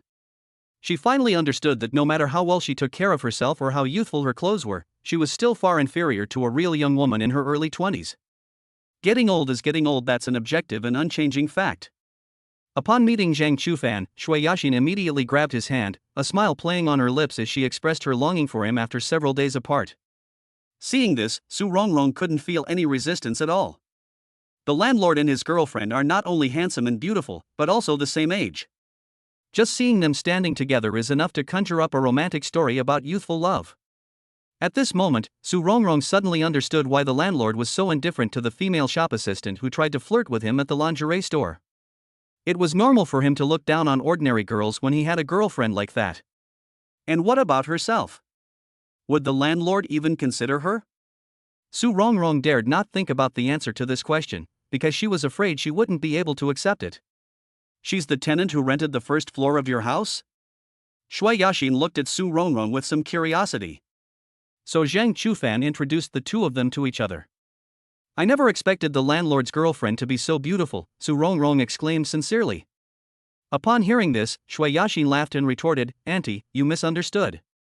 Zhang Chufan and I are not boyfriend and girlfriend yet. The word auntie completely shattered Su Rongrong's psychological defenses. Although the landlady had also called her auntie in front of Lawyer Gua, she couldn't accept her imagined enemy calling her that. It was as if it was deliberately reminding her of her age. Even though Su Rongrong was hurt inside, she didn't show any sign of it on the surface. She asked, puzzled, really? But when I asked the landlord, he didn't deny it either. Shui Yaxing was actually quite happy to learn that Zhang Chufan had tacitly acknowledged their relationship in front of others, but she still gave a clear answer, not now, but possibly in the future. What do you mean? Su Rongrong felt like her brain was about to explode. I'll explain it to you in detail later. Zhang Chufan stepped forward to stop the conversation. I'd like to find a place to eat first. Standing here like this isn't going to work. Yes. Shui Yaxing immediately agreed. Su Rongrong had no choice but to suppress her curiosity, but in her heart she hoped that the two of them were not in a romantic relationship, so that she would still have a chance. After a brief discussion, the three decided to go out for hot pot. I'll treat you to lunch today, Su Rongrong said firmly. Thank you so much for giving me the courage to file for divorce last night, so please give me the opportunity to treat you to a meal. After a brief tug of war, Shui Yashin thoughtfully suggested, you can check if there are any group buying coupons first, that would save you money. Hearing this, even if Su Rongrong considered Shui Yashin as a rival, she had to admit that the other was a good girl who was considerate of others, and at least being around her wouldn't make anyone uncomfortable. But the more she realized this, the more she understood the gap between herself and others. They bought a set meal for 2-3 people, and the three of them went to the hot pot restaurant on the 5th floor of Wanyue Plaza according to the address. While waiting for the food to be served, Su Rongrong continued to inquire of Shui Yashin, what's your relationship with the landlady? Aren't you boyfriend and girlfriend? Faced with Su Rongrong's curiosity, Shui Yashin revealed the agreement between the two without any concealment. Since you two like each other, why don't you get together? Su Rongrong couldn't understand. She didn't know if her thinking was too old-fashioned or if the dating views of modern young people were too advanced. In short, she couldn't understand Shui Yashin's actions. If it were her, even if the two might face a long-distance relationship, she would still have to confirm their relationship first. Of course, Su Rongrong knew she wasn't Shui Yashin, she was just an ordinary woman who made a living in a factory, destined for mediocrity. She had no opportunity to become a better person and couldn't understand Shui Yashin's decision to put love aside for the sake of her education. People like Su Rongrong, if they want to live a better life, can only imitate daughter and obtain water and nutrients by parasitizing. Her target was none other than the young landlord who had captured her heart. Putting aside Su Rongrong's feelings for Zhang Chufan, she believed that with the landlord's excellence, his future was definitely bright. She only needed to hold on to this sapling and wait for it to grow into a towering tree. We shouldn't say we like each other right now, Shui Yashin said calmly, making a startling statement.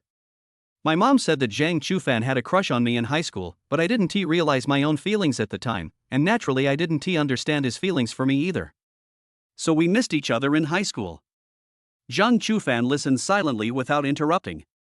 Shui Yashin continued, we had a rare reunion a few days ago, but I sensed that Zhang Chufan's feelings for me might have almost disappeared.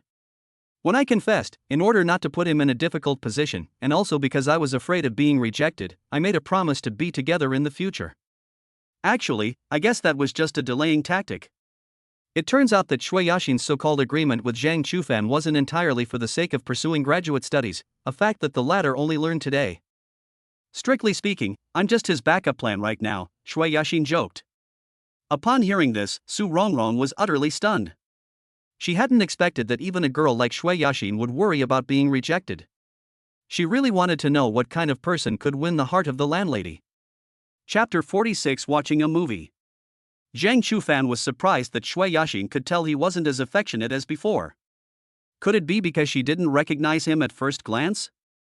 Regardless, he could feel the girl's feelings for him at that moment, and he couldn't help but feel touched deep inside. Zhang Chufan responded with a smile, how could anyone refuse a girl as beautiful as you? Upon hearing this, Su Rongrong realized that things were not going well. Shui Yashin was simply using her question as an opportunity to express her feelings to the landlord, and she had foolishly offered to help.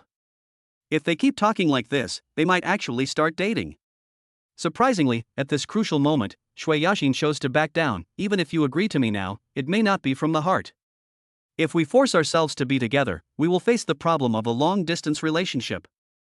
I am worried that if I find out that you are cheating on me, we may not even be able to be friends anymore. Dating is easy, but marriage is difficult. I don't want to just have a relationship with you to make up for the love I missed in my youth, but to build every day of our future together. Shui Yashin looked directly at Zhang Chufan, her expression gentle. Dating requires being inseparable every day, but marriage isn't necessarily like that. If we can really form a family in the future, what do these few short years matter? Shui Yashin is still the same Shui Yashin, almost frighteningly rational. This level of skill made Zhang Chufan and Su Rongrong feel inferior.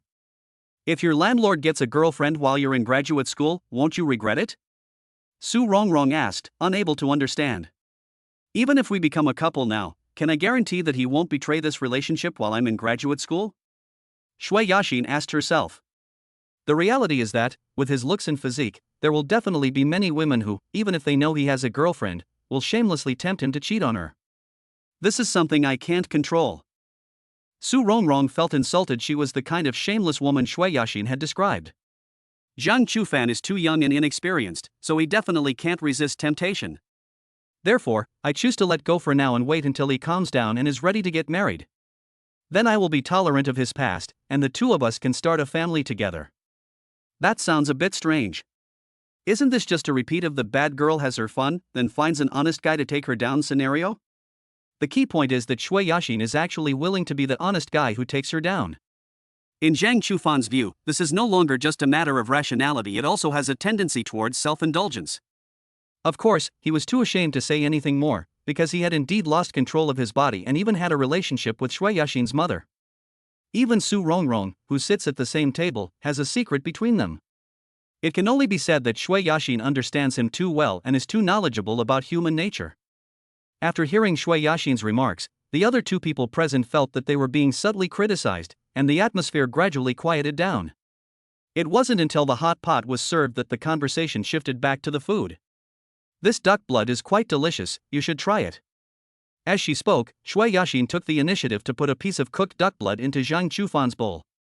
After tasting it, Zhang Chufan nodded slightly. It's indeed not bad. After calming down, he thought carefully about what Shui Yaxin had said and suddenly realized how lucky he was to have someone willing to wait for him to get married. Although Zhang Chufan didn't understand what love was, he felt that marrying Shui Yaxin would definitely lead to a happy and easy married life. In order to earn wish points, Zhang Chufan is destined to maintain close relationships with multiple women. In the process, he may become a person he even hates. But as long as he thinks that Shui Yaxin is waiting for him to get married, perhaps he can stay true to himself and avoid losing himself. Having figured this out, Zhang Chufan began to subtly consider Shui Yaxin as his future marriage partner. As a result, the atmosphere between the two gradually returned to normal, and even became more harmonious than before. Seeing the two chatting and laughing, Su Rongrong felt a strange sense of soul connection between them, as if they were meant to be a couple and she could never be a part of it. Not wanting to appear out of place, she took the initiative to join the conversation. What movie are you guys going to see later? It's a theatrical version of an anime, Shui Yaxin explained considerately. Can I come along? Zhang Chufan and Shui Yaxin were both surprised by this request, not because they disliked Su Rongrong being a third wheel, but because they were worried that she wouldn't understand it at all. After all, animated feature films usually have a certain viewing threshold, and Su Rongrong obviously doesn't know much about this.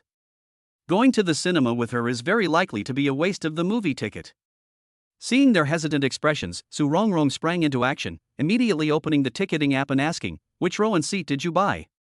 Let me see if there are any seats available next to you." Row 5, seat 7, and row 5, seat 8, Shui Yaxin read out the seat numbers from the booking record. When Su Rongrong discovered that there weren't many people buying tickets, and that the seats in row 5, seat 9 were still unsold, a look of surprise immediately appeared on her face, and she promptly paid to reserve the seats. "I've already bought the tickets. We'll go see a movie together after dinner." Their decisive action left the two no chance to persuade them, and they were forced to accept it. Actually, Su Rongrong didn't really want to go see a movie, she just didn't want to leave Zhang Chufan and Shui Yaxin alone.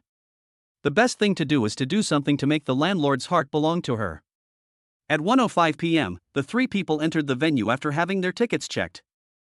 The two women walked ahead and sat in seat 7 and 9 in row 5 respectively, leaving seat 8 in row 5 for Zhang Chufan. So Zhang Chufan sat between the two women, enjoying the pleasure of having two wives. After all the lights in the theater were turned off and a few minutes of commercials were shown on the big screen, the movie officially began. Zhang Chufan was genuinely surprised that this detective anime had already released its 28th theatrical film. He had to admire the remarkable vitality of this IP. The debate over the male lead's romantic partner has raged for over 20 years, demonstrating the formidable fighting spirit of his fans. Considering that Shui Yaxin's personality was similar to that of one of the female leads, he couldn't help but ask in a low voice, "You should support the AI party, right?" How did you know?" Shui Yaxin asked curiously. "I think your personality is similar to hers." Upon hearing this, Shui Yaxin did not deny it, but said to herself, "Although I support AI, my favorite character is Lan's mother, another female lead." "So that's why you studied law?" "You've got cause and effect backwards," Shui Yaxin explained with a light laugh. "My dad used to be a lawyer, so we have a lot of books on the subject at home. When I have free time, I like to flip through those books and gradually I've come to like them." "Did you like the character because she's a lawyer?" "The undefeated queen of the legal profession, that's quite an impressive persona." Shui Yaxin's voice seemed to carry a hint of longing. Zhang Chufan inadvertently glimpsed Shui Yaxin's ideal, and he immediately encouraged her, saying, "She's just a fake. In reality, you'll definitely be even more amazing than her in the future." Shui Yaxin did not reply, but Zhang Chufan noticed the slight upturn of her lips through the light from the screen. Just then, he connected Shui Yaxin's favorite character with her mother, Lu Fangyun. Taking the opportunity, he asked a bold question to test Shui Yaxin's thoughts. "What do you think of unconventional couples? For example, the male lead and the female lead land's mother." "Resolutely resist." Shui Yaxin's words were concise and to the point, and her attitude was extremely firm. Zhang Chufan understood some secrets must be kept for a lifetime. As the movie plot unfolded, many characters appeared that Zhang Chufan didn't recognize. He had to ask Shui Yaxin questions as he watched, and inadvertently, he completely ignored Su Rongrong on his left. Su Rongrong had no interest in watching the movie. Her attention was entirely focused on the landlord, but the landlord didn't even glance in her direction.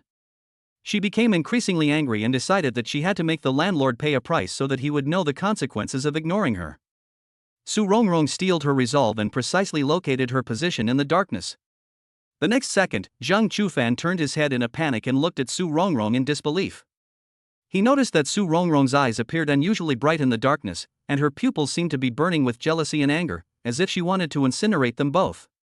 "Don't make a sound." Even without a mission, Zhang Chufan wouldn't dare to speak up in the current situation. He turned his attention back to the screen, pretending to watch the movie, but actually trying hard to control himself. However, Zhang Chufan was ultimately defeated by Su Rongrong. At the last moment, he secretly glanced at Shui Yaxin, and his guilt surged. "Congratulations, host, for successfully helping Su Rongrong achieve her wish. You have received the following rewards: wish points plus 100, cash plus 10,000. Chapter 47. Aunt expresses her feelings. Su Rongrong was extremely domineering, completely refusing to let Zhang Chufan get up and leave.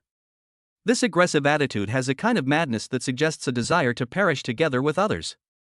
In order to avoid attracting Shui Yaxin's attention, Zhang Chufan had no choice but to pretend to be nonchalant while watching the movie. A moment later, he immediately stood up, left the words "going to the toilet" and left his seat.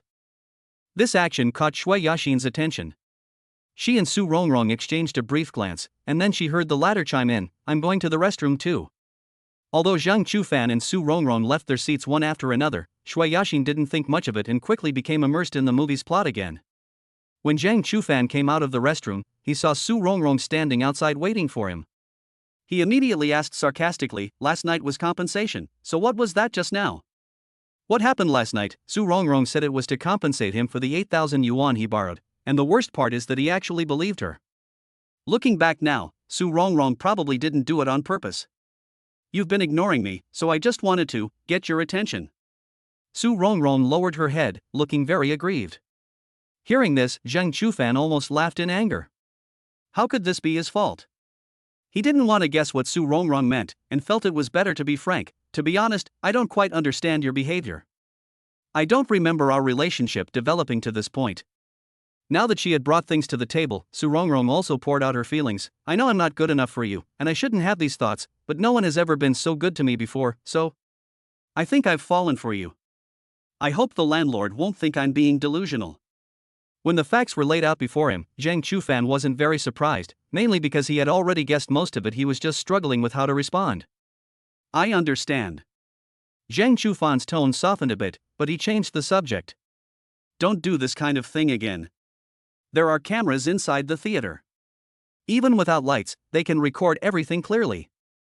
I don't want to see videos of myself as the main character on some shady website." Su Rongrong was shocked. She really didn't understand that much, and immediately regretted her impulsive actions. After being lectured by her landlady, she realized her mistake and immediately apologized. "I'm sorry, I was out of my mind and did something so irrational." Zhang Chufan didn't know what to say, so he could only brush it off for now. "Let's go back, we've been out for a long time." "Mum." Su Rongrong responded obediently, then followed Zhang Chufan with small, quick steps. Although the landlady did not give a clear answer, for her, not being rejected was a success.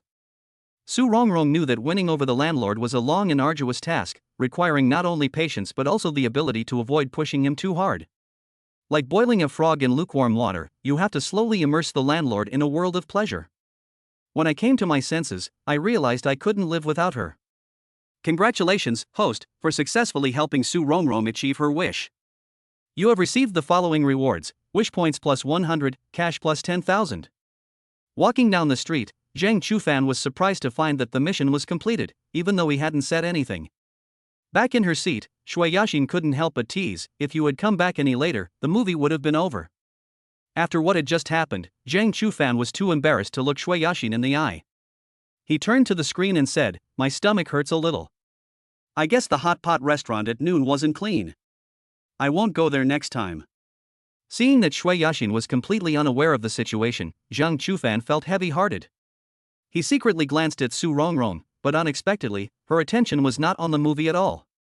The two of them made eye contact. Feeling that Su Rongrong's eyes were filled with him, Zhang Chufan was not quite used to it. He felt that after they talked things out, Su Rongrong was even less able to hide her feelings.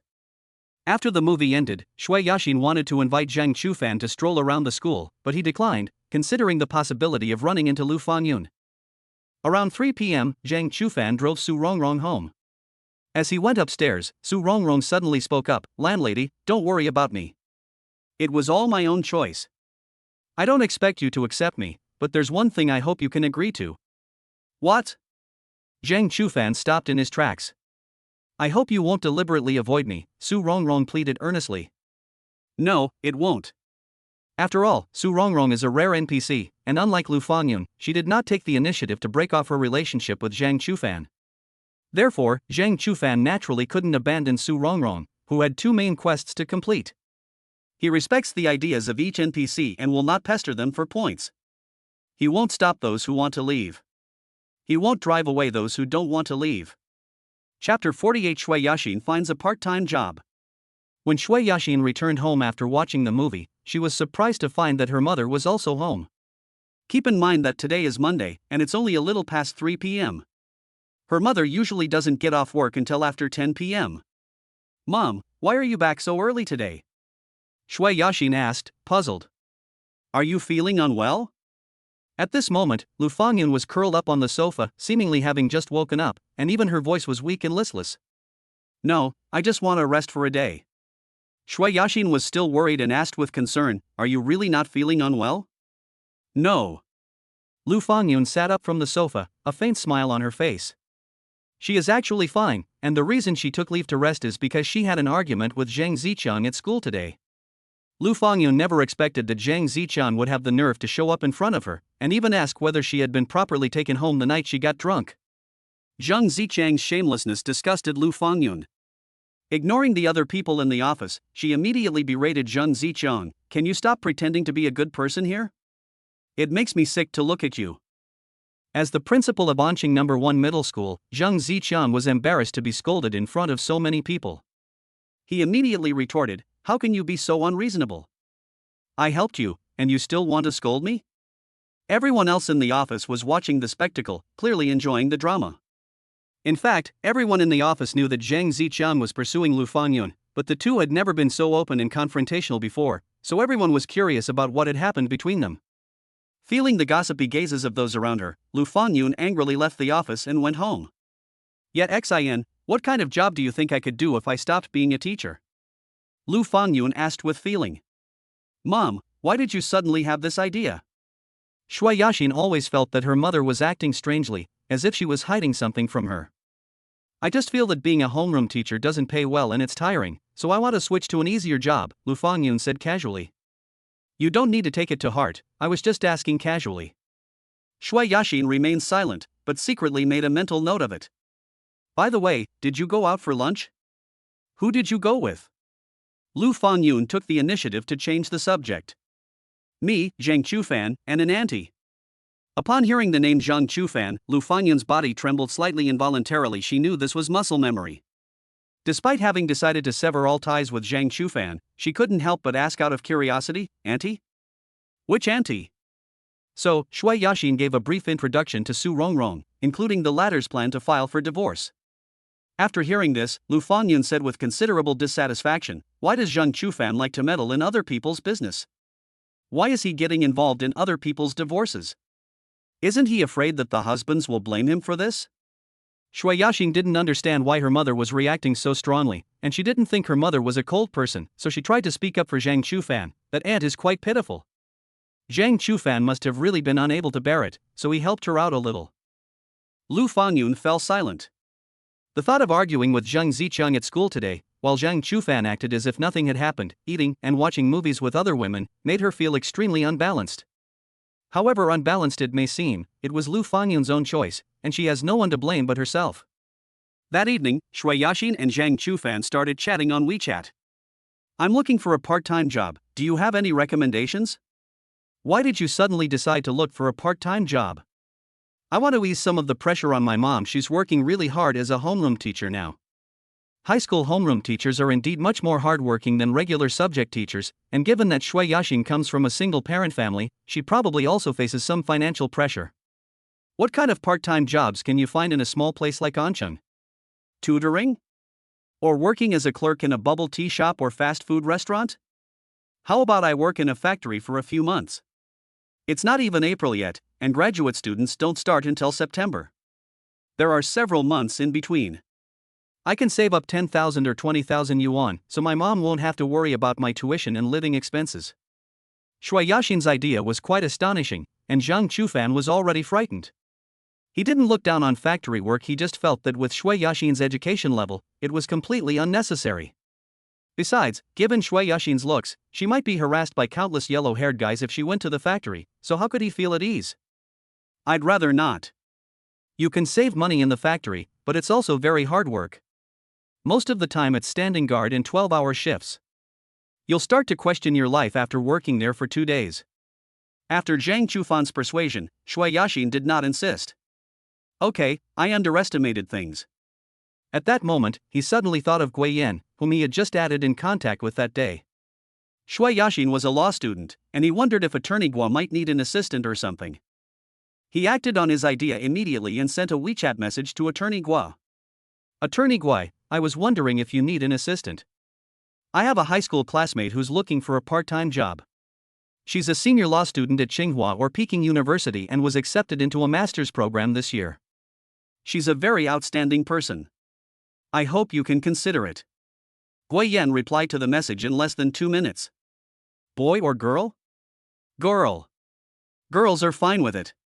But the salary I offer won't be very high, 2,500 a month. Ask her if she can accept that. College students working part-time are essentially cheap labor. Moreover, the average wage in Ancheng is only 3 or 4,000 yuan, so 2,500 yuan is considered quite reasonable. However, Zhang Chufan did not ask Shui Yaxin for her opinion or agree to it. If I give you an extra 3,500, can you raise her salary to 6,000 per month? Just pay her as a commission on cases. Zhang Chufan earned 1 million yuan in cash from Lu Fangyun, so this money was actually a compensation from Lu Fangyun to Shui Yaxin, giving the impression that the money came from someone else's pocket. Upon seeing this message, Gui Yan couldn't help but laugh. She knew perfectly well that this boy had ulterior motives towards his so-called classmate. The thought that the other party came to file for divorce with Su Rongrong this morning clearly indicated that their relationship was not ordinary. This two-timing behavior caused her impression of Zhang Chufan to plummet. However, she agreed to the part-time job, since it wouldn't do her any harm and could also serve as a reminder to the girl. Okay, bring her to see me tomorrow. Chapter 49 Pure Hatred Warrior. After discussing it with Gui Yan, Zhang Chufan relayed the good news to Shui Yaxin. Do you accept part-time work as a legal assistant? Do. Shui Yaxin was naturally happy to take on a part-time job related to her major, even if the pay wasn't high. I'll take you there tomorrow morning. How did you help me find this part-time job? So Zhang Chufan gave a brief explanation, but he concealed the fact that he was owed a salary. Thank you. I'll give you a gift when I get paid. I'm really looking forward to it. The following morning, Zhang Chufan met Shui Yaxin at the milk tea shop opposite the number 1 middle school, and the two then went to Anshin law firm together. As soon as Zhang Chufan and Shui Yaxin entered Gui Yan's office, his phone rang. Please sit for a while, I need to take this call, Gui Yan said, pointing to the sofa. After exchanging greetings, she answered the phone directly in her office, seemingly without any intention of avoiding suspicion. Mom, what's wrong? Gui Yan spoke first. Come back for lunch today, I've arranged a blind date for you. No, Gui Yan refused coldly. You're already 34 this year, and you're not worried at all. Do you plan to never get married? Gui Yan's mother's worry could be felt even through the phone. However, Gui Yan remained unmoved and stubbornly insisted, if we don't want to get married, then we don't want to get married. You really made me angry. Seeing that force wouldn't work, Gui Yan's mother tried a softer approach. He's the same age as you, works in the government, is handsome, and comes from a well-off family. He's such a good person. Why don't you come back for a meal, sit down and have a good chat? Maybe you'll get along. Mom, don't believe everything others say, Gui Yan lectured her mother. If that guy were really as good as you say, he would have been taken in by the system long ago. How could he possibly end up in the regular matchmaking market? Someone in their 30s who isn't married while working in the system must have some serious flaws. Maybe he's not good looking, or he has a messy private life, or he's divorced with a child.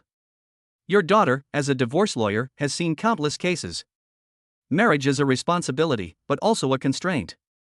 Happiness is rare, most people just make do, and there are countless cases where marriage ends up in court and becomes a complete mess. Anyway, I don't want to get married right now. After saying that, Gui Yan didn't give her mother a chance to speak and decisively hung up the phone. On the sofa, Zheng Chufan and Shui Yaxin looked at each other, clearly surprised by Gui Yan's way of doing things. Gui Yan remained remarkably calm. She sat down in front of the two of them as if nothing had happened and asked directly, "You're a law student at Tsinghua or Peking University, right?" Shui Yaxin nodded slightly. I heard you got accepted into a graduate program? Yes. She's excellent, she's more than capable of being my assistant. Gui Yan looked Shui Yaxin up and down with an approving gaze, and immediately understood why Zhang Chufan was willing to spend money on this girl. I can hire you as my assistant, with a base salary of 2,500 per month plus commission. Is that acceptable to you? That's acceptable, Shui Yaxin readily agreed. It's good that you're learning more about divorce cases with me, so you can be more discerning when looking for a partner in the future. Upon hearing this, Shui Yaxin jokingly retorted, after seeing so many divorce cases, will you also become like you, Attorney Gua, and not want to get married anymore? Gui Yan has a lot to say when it comes to marriage, even though she herself has never actually been married. She curled her lips into a slight sneer and said, divorce lawyers are a bunch of pure-blooded warriors. They're the kind of people who will even tell their clients how many copies of the divorce agreement to print. Do you think someone who's seen so much falsehood, betrayal, and scheming in marriage would easily step into its vortex? The result was predictable. By the way, have you thought about your direction in deep learning for your postgraduate studies? Are you interested in marriage law? Gui Yan tried to entice Shui Yaxin into the conversation with a suggestive tone. I plan to focus on criminal law. Unfortunately, Shui Yaxin is a very opinionated person. Gui Yan didn't take it to heart and said nonchalantly, it's okay, you can study with me for a while and maybe you'll change your mind. Since it was close to noon, after the part-time job was arranged, Gui Yan told Shui Yaxin to start work officially the next day. As they left the law firm, Shui Yaxin casually suggested, let's have lunch at my place. Upon hearing this, Zheng Chufan was startled and instinctively asked, is your mother home? She's usually home at noon. After all, Shui Yaxin's home is very close to the school, and there is a 2-hour lunch break, so there is no reason for Lu Fangyun not to go home for lunch. Then forget it, Zheng Chufan quickly refused. You graduated so many years ago, are you still afraid of her? Shui Yaxin smiled, mistakenly thinking that Zhang Chufan was afraid of meeting his former high school teacher. You brought me home for dinner, how are you going to explain that to your mom? We're high school classmates, and you even helped me find a part-time job. What's wrong with inviting you over for a meal? Shui Yaxin wasn't worried that her mother would overthink things, because even the fact that Zhang Chufan had a crush on her was something her mother had told her. It's fair to say that the relationship between the two was no secret to Lu Fangyun. How about we eat out? Zhang Chufan still wanted to avoid meeting Lu Fangyun as much as possible. I haven't even started earning money yet, how can I eat out every day? Shui Yaxin didn't press Zhang Chufan any further. Since you don't want to come to my house, then I'll just have to wait until I get paid to treat you to a meal. No problem. Zhang Chufan escorted Shui Yaxin to the entrance of Anqing No. 1 Middle School, where she planned to go inside to accompany teacher Lu home after get-off work. Unexpectedly, they bumped into Lu Fangyun coming out of the school at the school gate, accompanied by a bald old man named Zheng Ziqiang. Seeing this, Zhang Chufan instinctively wanted to step forward and stop Zheng Ziqiang from continuing to harass teacher Lu, but he was quickly restrained by reason. First, in what capacity should he step forward to stop it? Secondly, how should we explain this to Shui Yaxin afterwards? Finally, he felt that Teacher Lu probably didn't want to see him more than deal with Zheng Zicheng. These questions left Zheng Chufan momentarily stunned. As for Shui Yaxin, she was completely unaware of the conflict between her mother and Zheng Zicheng, and took the initiative to greet them, "Mom, Principal Zheng." Upon hearing the sound, Lu Fangyun looked in Shui Yaxin's direction and immediately noticed Zheng Chufan standing not far away. "Yet Xin, you've come at the perfect time.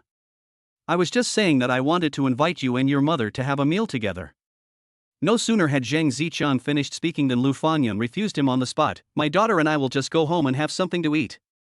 There's no need for Principal Zheng to trouble himself." Zheng Zicheng ignored Lu Fangyun's sarcastic tone and instead pretended to be generous, explaining, "There's been a misunderstanding between your mother and me, so I wanted to invite you to dinner to apologize properly." At that moment, Zheng Chufan noticed a mission appear above Lu Fangyun's head. "That little bastard Zheng Chufan, he saw me being harassed by Zheng Zicheng and just stood by and watched. He's completely unreliable." Chapter 50 Teacher Lu's new main story. Just as Lu Fangyun couldn't stand it anymore and was about to take Shui Yaxin's hand and leave, Zheng Chufan blocked Zheng Zicheng's way. The moment the latter saw him, his pupils shrank and an embarrassed look appeared on his face. "Principal Zheng, do you remember me?" Zheng Chufan asked with an innocent smile, taking Zheng Zicheng's hand but secretly exerting force. Compared to the previous night, his physical strength had improved, and he quickly made Zheng Zicheng's face contort in pain. Let go." Zheng Zicheng shouted in a low voice, struggling to pull his hand back. "Principal Zheng, are you hard of hearing? If you're old and can't understand what people are saying, I suggest you go to the hospital for a checkup." Zheng Chufan tried to reason with him, but Zheng Zicheng was so angry that he couldn't speak for a moment. You. Humph, I won't stoop to your level." Zheng Zicheng finally felt guilty and turned to leave with a stern face. Seeing this, Shui Yaxin asked in confusion, "Do you have some kind of conflict with Principal Zhen? Why does he seem so afraid of you?" "He's done too many bad things, so he's not in the right and doesn't have the confidence to back it up," Zheng Chufan explained with a smile. As soon as he finished speaking, his gaze inadvertently met that of Teacher Lu, and he sensed the subtle mockery in her eyes. Only then did he realize that he had done quite a few things that were against his conscience. "Congratulations, host, for successfully helping Lu Fangyun achieve her wish. You have received the following rewards: wish points plus 40, cash plus 4,000. Since we've already run into each other, why don't you come to my house for lunch?" Shui Yaxin suggested. Zheng Chufan didn't respond immediately, but instead glanced at Lu Fangyun out of the corner of his eye. He saw that Teacher Lu had turned her face away, seemingly tacitly agreeing to Shui Yaxin's invitation, without even a hint of her inner thoughts. What's there to hesitate about? Come with us. Shui Yaxin was unaware of the awkward situation between Zheng Chufan and his mother, so she naturally couldn't understand why Zheng Chufan was conflicted. She simply took the boy's hand and walked towards her home. The two walked ahead, with Lu Fangyun following closely behind. Looking at the rather intimate figures of her daughter and Zheng Chufan, she felt somewhat uncomfortable. The main reason was that she felt that since Zheng Chufan had already had an extraordinary relationship with her, he shouldn't continue to provoke her daughter, just like one cannot have both fish in bear's paw. Actually, Lu Fangyun didn't think that way at first. She just wanted to treat the accident that night as if it never happened, and she didn't intend to care how far Zheng Chufan and her daughter Yaxin could go. But when Zheng Chufan reappeared in front of her, she found that she couldn't completely forget him, and naturally she started to pay attention to the relationship between the two young people. "What did you do this morning?" "Zheng Chufan helped me find a part-time job as a lawyer's assistant," Shui Yaxin replied excitedly. Upon hearing this, Lu Fangyun was extremely surprised. "Why did you suddenly start doing a part-time job?" "I see how hard you work every day, Mom, so I wanted to help ease some of your burden." Shui Yaxin's understanding deeply moved Lu Fangyun. At the same time, Zheng Chufan saw a new main quest above Teacher Lu's head. "I also want to change jobs, preferably easier than being a teacher, and with a decent salary. That way I won't have to deal with Zheng Zicheng's harassment anymore, and my daughter won't need to work part-time. The difficulty of this main task is definitely not high compared to the central government selected cadres." Zheng Chufan suppressed his inner joy and pondered how to complete the task. In a small place like Anqing, apart from those within the government system, there are basically no jobs that are both easy and high-paying. Even if there were such opportunities, they would be reserved for those with connections, and would not fall into Teacher Lu's lap. Rather than racking his brains to find a slim possibility, Zheng Chufan felt it was better to create one himself. Anyway, he now has $1 million fortune, which he earned from Teacher Lu. At worst, he can find a reason to give Teacher Lu money, just like he did with Shui Yaxin. That way, he should be able to complete the task.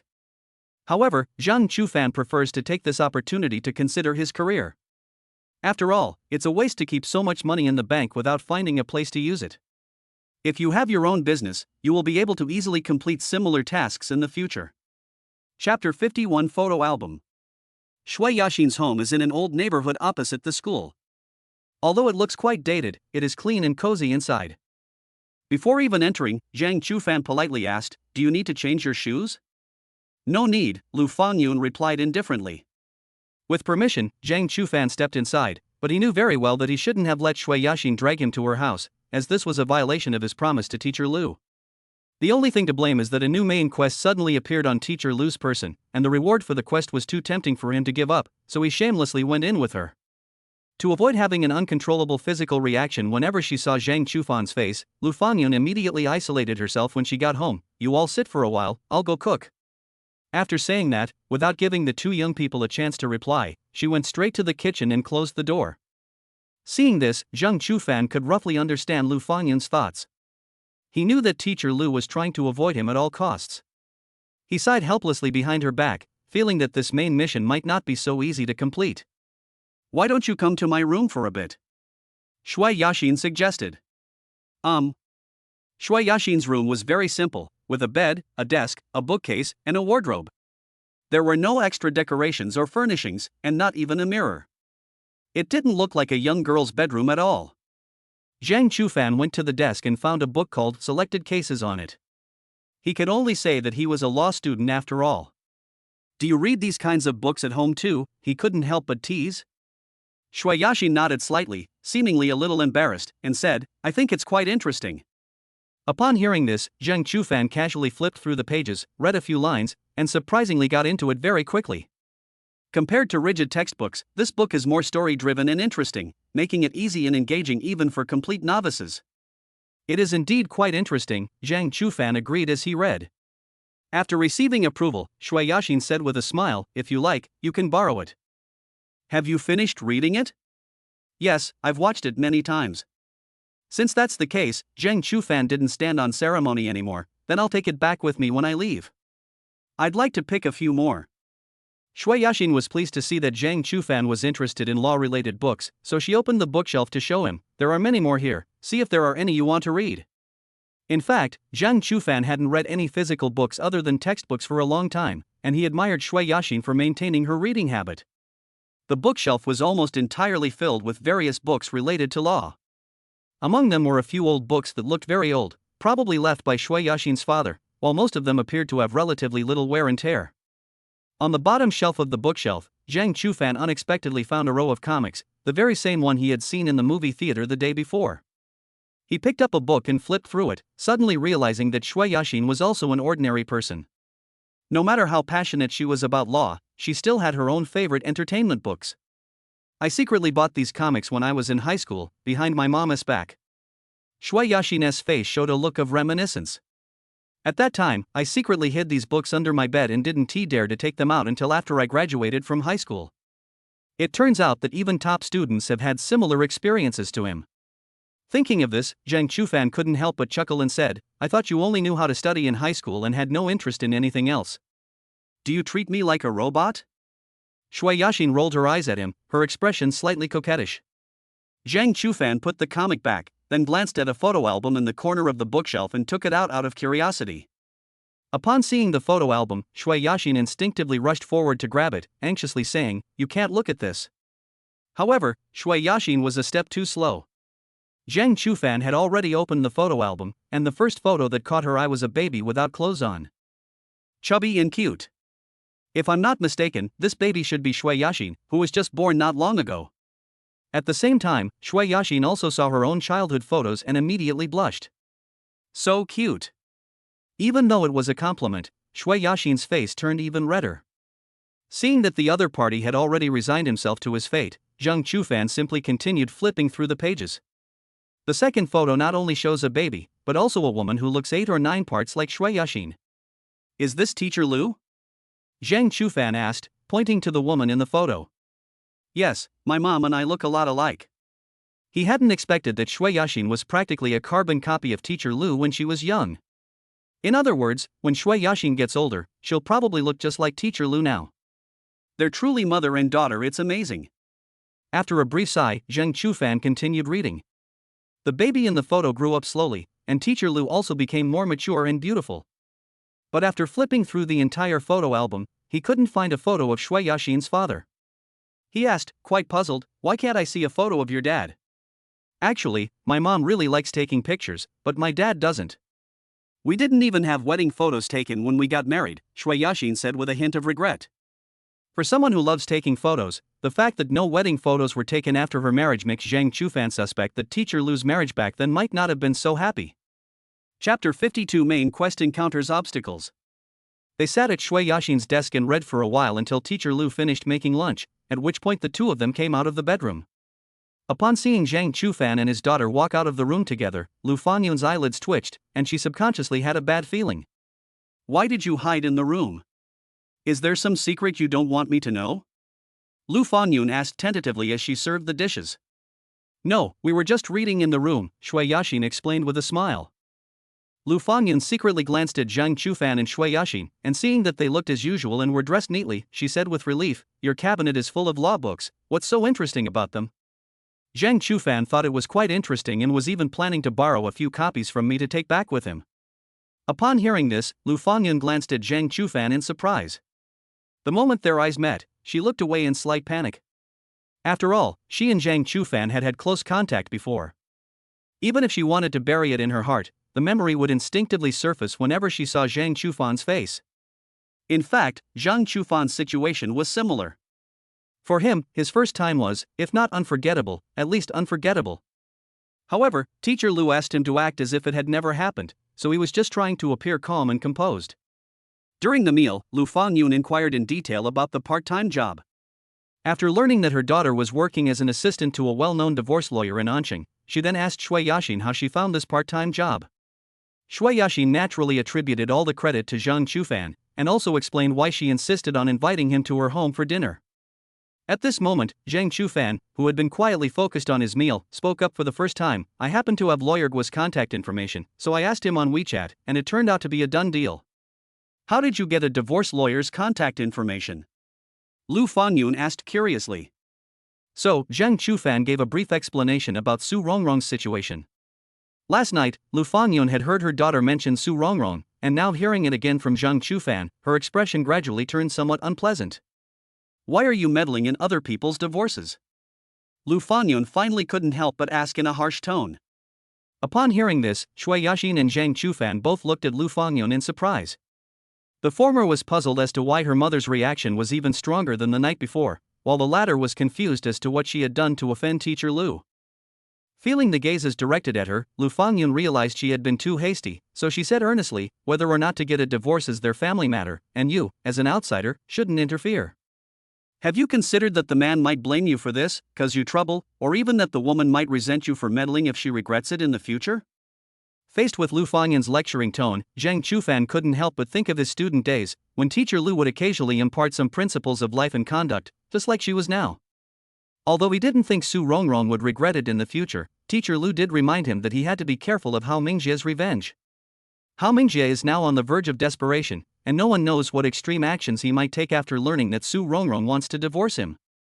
Therefore, he must be very careful. Thank you for the reminder, Teacher Lu. Zhang Chufan expressed his sincere gratitude. Seeing that Zhang Chufan seemed to have taken her words to heart, Lu Fangyun felt inexplicably relieved. This was the first time she had felt this way in all her years as a teacher, which was quite amazing. During the meal, Zhang Chufan did not forget the new main theme of Teacher Lu. He prepared his speech before taking the initiative to talk about it. Shui Yashin told me that Teacher Lu, you are working very hard as a homeroom teacher now, and you have considered changing jobs. Upon hearing Zhang Chufan's words, Lu Fangyun's first reaction was to look at her daughter with a resentful gaze, as if complaining about why the other party would blurt out everything. Shui Yashin was completely bewildered. She only remembered saying that being a homeroom teacher is very hard work, but she couldn't recall mentioning that her mother wanted to change jobs. I was just saying it casually, I didn't expect her to take it seriously. Lu Fanyun took a bite of her food, trying her best not to look into Zhang Chufan's eyes. Seeing that teacher Lu was inclined to skip the topic, Zhang Chufan quickly got straight to the point. I have a relative who wants to do some business in Anqing. He is usually quite busy, so he will probably hire a few people to help him manage it. If Ms. Lu wants to change jobs, I can put in a good word for you. Of course, the salary won't be low, and it will be much easier than being a teacher. Given the current climate, such a good opportunity was hard for Lu Fangyun to believe. She politely declined, saying, I only know how to teach, I'm afraid I can't do that kind of job. Actually, the job content is not very complicated. It's similar to accounting. You only need to know how to use a computer to make spreadsheets, and you can handle it perfectly. Nowadays, most teachers use computer courseware for teaching, so teacher Lu naturally knows how to use office software. For some reason, Lu Fanyan didn't want to show her weakness in front of Zhang Chufan, nor did she want to owe him a favor. When she heard that he could help her get an easy, high-paying job, she actually thought, is this Zhang Chufan's way of making it up to me? She didn't need compensation, and she never thought of exchanging her body for convenience. So Lu Fangyun reacted impulsively, coldly rejecting Zhang Chufan's offer. I feel being a teacher is quite good, at least it's a field I'm familiar with. As for your relative, let him find someone more professional. Shui Yaxin originally wanted to help persuade her mother, but when she saw her mother's cold face, she gave up the idea. Because of this little incident, the rest of the meal was spent in silence. However, Zhang Chufan did not give up. He felt that teacher Lu's attitude was worthy of the main mission. In short, we cannot be impatient for quick results. Chapter 53 Godmother and Aunt Meet. After leaving teacher Lu's house, Zhang Chufan kept thinking about starting a business and was troubled by not knowing where to start. The key issue is that he may pursue a career in public service in the future, which will certainly limit his ability to do business. He was wondering whether to consult his godmother, but he was worried that she would reject the idea outright. After hesitating for a long time, I finally decided to discuss it with my godmother. Otherwise, if you do something secretly without your godmother's knowledge and she finds out later, it might make her unhappy. After making the decision, Zhang Chufan sent a message to Zhou Ruxue in the afternoon. Godmother, what time do you get off work today? I'd like to come over for a free meal. After a while, I received a reply from the other party. Why don't you send me your home address? I can come over to your place today and cook you a meal. Okay. Zhang Chufan did not refuse, but planned to tidy up the house in a while. After all, it was rare for guests to come to the house, and he wanted to leave a good impression on them. Fortunately, he does a thorough cleaning of the house every year before the Lunar New Year, so it was basically done without much effort. Around 7 p.m., Zhang Chufan received a call from his godmother. Sorry, I'm a little late getting off work today, Zhou Ruxue said apologetically. I'll be there soon. Zhang Chufan understood perfectly, and he replied with a smile, okay, then I'll come out to meet you, so you don't get lost. After hanging up the phone, Zhang Chufan hurried downstairs. His area consisted of self-built houses, which were quite different from those in residential communities, making it easy to get lost. Even ordering takeout usually requires a long conversation with the delivery driver. He had just stepped onto a slightly wider road when he saw a black official car slowly approaching from not far away. The car stopped in front of Zhang Chufan, and as the back door opened, a pair of long legs stepped out. The person who came out was none other than his godmother, Zhou Ruxue. After getting out of the car, Zhou Ruxue briefly spoke to the driver and watched the car drive away before walking up to Zhang Chufan and softly asking, "Are you hungry?" "Fine. I ate a fairly full lunch at teacher Lu's house, so I'm not very hungry right now." Zhou Ruxue followed Zhang Chufan to his front door. Looking at the three-story building, she asked curiously, "Is this your home?" After receiving an affirmative answer, Zhou Ruxue stopped and looked her up and down carefully, then exclaimed, "It's pretty good." Just then, Su Rongrong happened to be riding her electric scooter home from get off work. Seeing Su Rongrong park her electric scooter in front of Zhang Chufan's house, Zhou Ruxue looked quite puzzled, as she thought Zhang Chufan should live alone. At the same time, Su Rongrong also noticed Zhou Ruxue next to Zhang Chufan. She found that the woman next to the landlord was exceptionally beautiful and had an extraordinary temperament, which was obviously not comparable to ordinary people like herself. She immediately felt a little uneasy. "Landlord, is this your relative?" Su Rongrong asked, taking the initiative to strike up a conversation. "She is my godmother." Upon hearing the explanation, Su Rongrong even felt the nervousness of meeting an elder, and her speech became less fluent, How come I've never heard you mention before that you have a godmother? We just met, not long ago, Zhou Ruxue answered for Zhang Chufan. Through their brief conversation, Zhou Ruxue had figured out the relationship between Zhang Chufan and Su Rongrong. They were simply landlord and tenant, and Su Rongrong must have rented one of the floors. But for some reason, her woman's intuition told her that Su Rongrong's gaze towards Zhang Chufan was not simple. That's why she stepped in to speak, wanting to test Su Rongrong's attitude. How long have you been staying here? Zhou Ruxue asked next. It's been about 3 years. The two mature women naturally started chatting. Are you alone? I used to live with my husband, but now we're going through a divorce, so I'm living alone now. When Zhou Ruxue interacts with others, she naturally takes the lead, while Su Rongrong, due to her tendency to feel inferior, inevitably finds herself in a weaker position. Thus, their conversation naturally turned into a question and answer format. And what about your child? I don't have children yet. Don't you feel like you have too many rooms and it's a bit of a waste to live here all by yourself? When answering the question, Su Rongrong subconsciously glanced at Zhang Chufan with a smile. The landlord is nice, and the rent is cheap. I quite like living here. Zhou Ruxue, who had been secretly observing Su Rongrong, naturally noticed this small detail. Although she couldn't be sure if Zhang Chufan and Su Rongrong had any shady relationship, she could at least tell that Su Rongrong had a very high level of affection for Zhang Chufan. As Zhang Chufan's godmother, she had to make this soon-to-be divorced woman have some self-awareness and not harbor any thoughts of an old cow eating young grass. Chapter 54 Godmother's Support. Seeing that Su Rongrong had just returned from outside, Zhou Ruxue asked softly, You just got off work?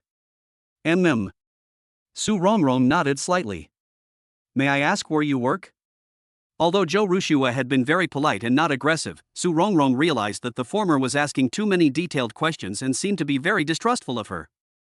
However, considering that Zhou Ruxue was the landlady's godmother, she felt relieved. If their identities were reversed, he would probably end up doing the same thing. After all, the landlord is handsome and kind-hearted, and you might easily get entangled with a bad woman like her. Aunt Su works at Shinrong Textile Factory, and my mother used to work there too, Zhang Chufan said at the right moment. Upon hearing this, Zhou Ruxue remained calm and did not discriminate against Su Rongrong because of her status as an ordinary worker. She was just thinking that she had already asked Su Rongrong many questions at the door, but still had not been able to find out anything. Still somewhat worried, she took the opportunity to extend an invitation. Chufan lives here alone and needs your help. Since we have the chance today, how about we have dinner together tonight? Sure. Su Rongrong agreed on the spot, mainly because she wanted to get along well with the landlord's relatives. However, she also added with self-awareness, actually, it's the landlord who takes care of me the most. It's already good enough if I don't cause him any trouble. Zhou Ruxue smiled without saying a word. She knew her godson's helpful nature, and it was even because of this that the two of them met. You rest for a while, and I'll call you when it's time to eat. Good. After agreeing on the terms, Zhang Chufan used the key to open the side door of the stairwell, and Zhou Ruxue followed closely behind. Before going upstairs, Zhou Ruxue saw the door in the stairwell leading to the living room on the first floor and asked curiously, Is this door connected to the first floor? Zhang Chufan proactively dispelled his godmother's doubts, but the door is locked from the inside, and I can't get in without the key. Such problems are inevitable when renting out self-built houses. Even if Zhou Ruxue hadn't experienced them herself, she could understand. However, when they got to the second floor, she saw Zhang Chufan casually open the door and finally couldn't help but remind him, when you're not home, remember to lock this door on the second floor too. Zhang Chufan knew that his godmother wanted to tell him that one should always be wary of others, since Su Rongrong's side could go directly to the second floor through the stairwell. I know. Actually, he would definitely lock the second floor door when he was away from home for a long time, but he hasn't been so strict about it lately because he's been staying at home all the time. Stepping into the living room, Zhou Ruxue looked around and noticed that the house was very clean. She couldn't help but smile and asked, Did you clean it specially today? I just mopped the floor a little, Zhang Chufan did not deny. Good. Zhang Chufan simply led his godmother to take a general look at each room, until they finally got a complaint when they got to his bedroom. Why didn't you fold your blanket? Zhou Ruxue had a teasing smile on her face, while Zhang Chufan shamelessly said, It's too much trouble to fold the quilt every day. Zhou Ruxue wasn't too critical of this, knowing that expecting a young man to fold his blankets every day was unrealistic. After a quick look around, the two finally arrived at the kitchen. Fortunately, there was still plenty of food left in the refrigerator, so the skilled cook couldn't cook without rice situation was avoided. In the kitchen, the two continued to work together, and Zhang Chufan took the opportunity to bring up the topic of starting a business. Godmother, there's something I'd like to ask you. Oh? What is it? Zhou Rushue stopped what she was doing and looked at Zhang Chufan with surprise. Actually, I have some spare money right now and I want to make full use of it. I wonder if you, Godmother, could give me some advice? Approximately how many? A little over 1 million. Zhou Rushue thought it would be at most tens of thousands of yuan, but Zhang Chufan surprised her with a number that she found hard to believe. Where did you get so much money? Are you planning to sell this house? Zhou Rushue asked repeatedly. It wasn't that she hadn't seen 1 million before, but she felt that given Zhang Chufan's family's financial situation, they shouldn't be able to come up with that much money. No. Zhang Chufan shook his head and gave the reason he had already thought of. I accidentally got a few bitcoins a long time ago, and I didn't expect the price to skyrocket, so I made a windfall. Zhou Rushue had heard of Bitcoin's reputation and knew that some people had become rich overnight because of it, but she never expected that Zhang Chufan would also have such good luck. Have you told anyone else about this? No, I only told you, my godmother. Hearing the answer, Zhou Rushue was secretly delighted, but on the surface she said very solemnly, don't flaunt your wealth. Even with your relatives, try not to tell them easily. Otherwise, so many people will ask you for money that it will annoy you to death. The money's origin was unclear, so Zhang Chufan naturally had no intention of showing it off and immediately agreed. You want to use this money to start your own small business? Yes, Zhang Chufan readily admitted, while also expressing his concerns, but it seems that public officials are prohibited from engaging in profit-making entrepreneurial activities. Aren't you a public servant yet? Zhou Rushue asked casually. Indeed, Zhang Chufan is currently just a college student who hasn't even graduated yet, and he's not even close to getting a government job. It's too early to talk about that now. There's no need to worry too much. Just do what you want to do. Zhou Rushue first encouraged Zhang Chufan, then added cryptically, once you actually pass the exam, there are other options. Most public servants cannot just receive a fixed salary, they all have some other, unknown income. Even Zhou Rushue is no exception. However, it is too early to teach Zhang Chufan about this. Since his godmother didn't object, Zhang Chufan was relieved. What are your own ideas? Zhou Rushue asked with interest. Do you want to open a shop? Or are you thinking of investing in some products? Zhang Chufan hadn't really thought about these things seriously. His childhood dream was to open an internet cafe, and he couldn't possibly just impulsively open one. Seeing Zhang Chufan deep in thought, Zhou Rushue then shared her thoughts. No matter which direction you want to develop in, I don't want you to put too much energy into it. If it affects your preparation for the central government's selection of civil servants, then it will be a loss. Sure enough, the godmother is still the same godmother. Even if she agrees to Zhang Chufan starting his own business, it must be done in a way that does not affect his preparation for the civil service exam. As Zhang Chufan inwardly marveled at his godmother's strictness, he heard her say softly, just do what you want to do. If you lose money, I'll subsidize it for you. These words were essentially Zhang Chufan's guarantee, giving him peace of mind no matter what he did. It could be said that his godmother was strict, but she also doted on him immensely. Chapter 55 The two women meet. The godmother is still the same godmother. Even if she agrees to Zhang Chufan starting his own business, it must be done in a way that does not affect his preparation for the civil service exam. As Zhang Chufan inwardly marveled at his godmother's strictness, he heard her say softly, just do what you want to do. If you lose money, I'll subsidize it for you. These words were essentially Zhang Chufan's guarantee, giving him peace of mind no matter what he did. It could be said that his godmother was strict, but she also doted on him immensely. 1 million is undoubtedly a huge sum of money for an ordinary family, but for Zhou Rushue and the Zhou family behind her, it is not a matter that requires special attention. If Zhang Chufan has any ideas about starting a business, she, as his godmother, can fully support him, as long as he is absolutely obedient in the general direction. This is her educational philosophy. As for business or investment, Zhou Rushue herself had never been involved in it and could not offer any good advice. She could only encourage Zhang Chufan to do what he liked and was interested in. After a brief chat, Zhang Chufan figured out his godmother's attitude. In her eyes, entrepreneurship was just a game, and as long as he didn't become obsessed with it, she was quite lenient. As for what exactly he was to do, he was still completely clueless. Afterwards, Zhou Rushua smoothly shifted the topic to Su Rongrong, mainly to find out the relationship between the two. Of course, Zhang Chufan only said what he could say, and naturally, he couldn't reveal the several intimate encounters that had occurred between him and Su Rongrong. Even so, Zhou Rushua frowned frequently as she listened, especially after learning that Zhang Chufan had actually helped Su Rongrong file for divorce, which made her extremely dissatisfied. Zhang Chufan noticed that teacher Lu and his godmother had a surprisingly consistent attitude towards this matter. Even an upright official finds it difficult to settle family disputes, so why are you so eager to meddle? Zhou Rushua couldn't help but say. Zhang Chufan found it difficult to defend himself, as he couldn't bring himself to talk about the system mission and could only emphasize Su Rongrong's unfortunate marriage. However, Zhou Rushua did not show much sympathy for Su Rongrong. Instead, she continued to question her coldly. Aren't you afraid that she will develop inappropriate thoughts about you when you help her so much? Zhang Chufan hadn't really thought about this point, he was just focused on completing the task. Looking back now, perhaps my godmother was right. Su Rongrong's attitude towards him is clearly abnormal, especially yesterday in the movie theater, where she dared to do such a thing next to Shui Yaxin. This kind of reckless madness is simply frightening. Despite this, Zhang Chufan dared not admit it to his godmother. He could only vaguely say, how could that be? There's a big age difference between me and Aunt Su.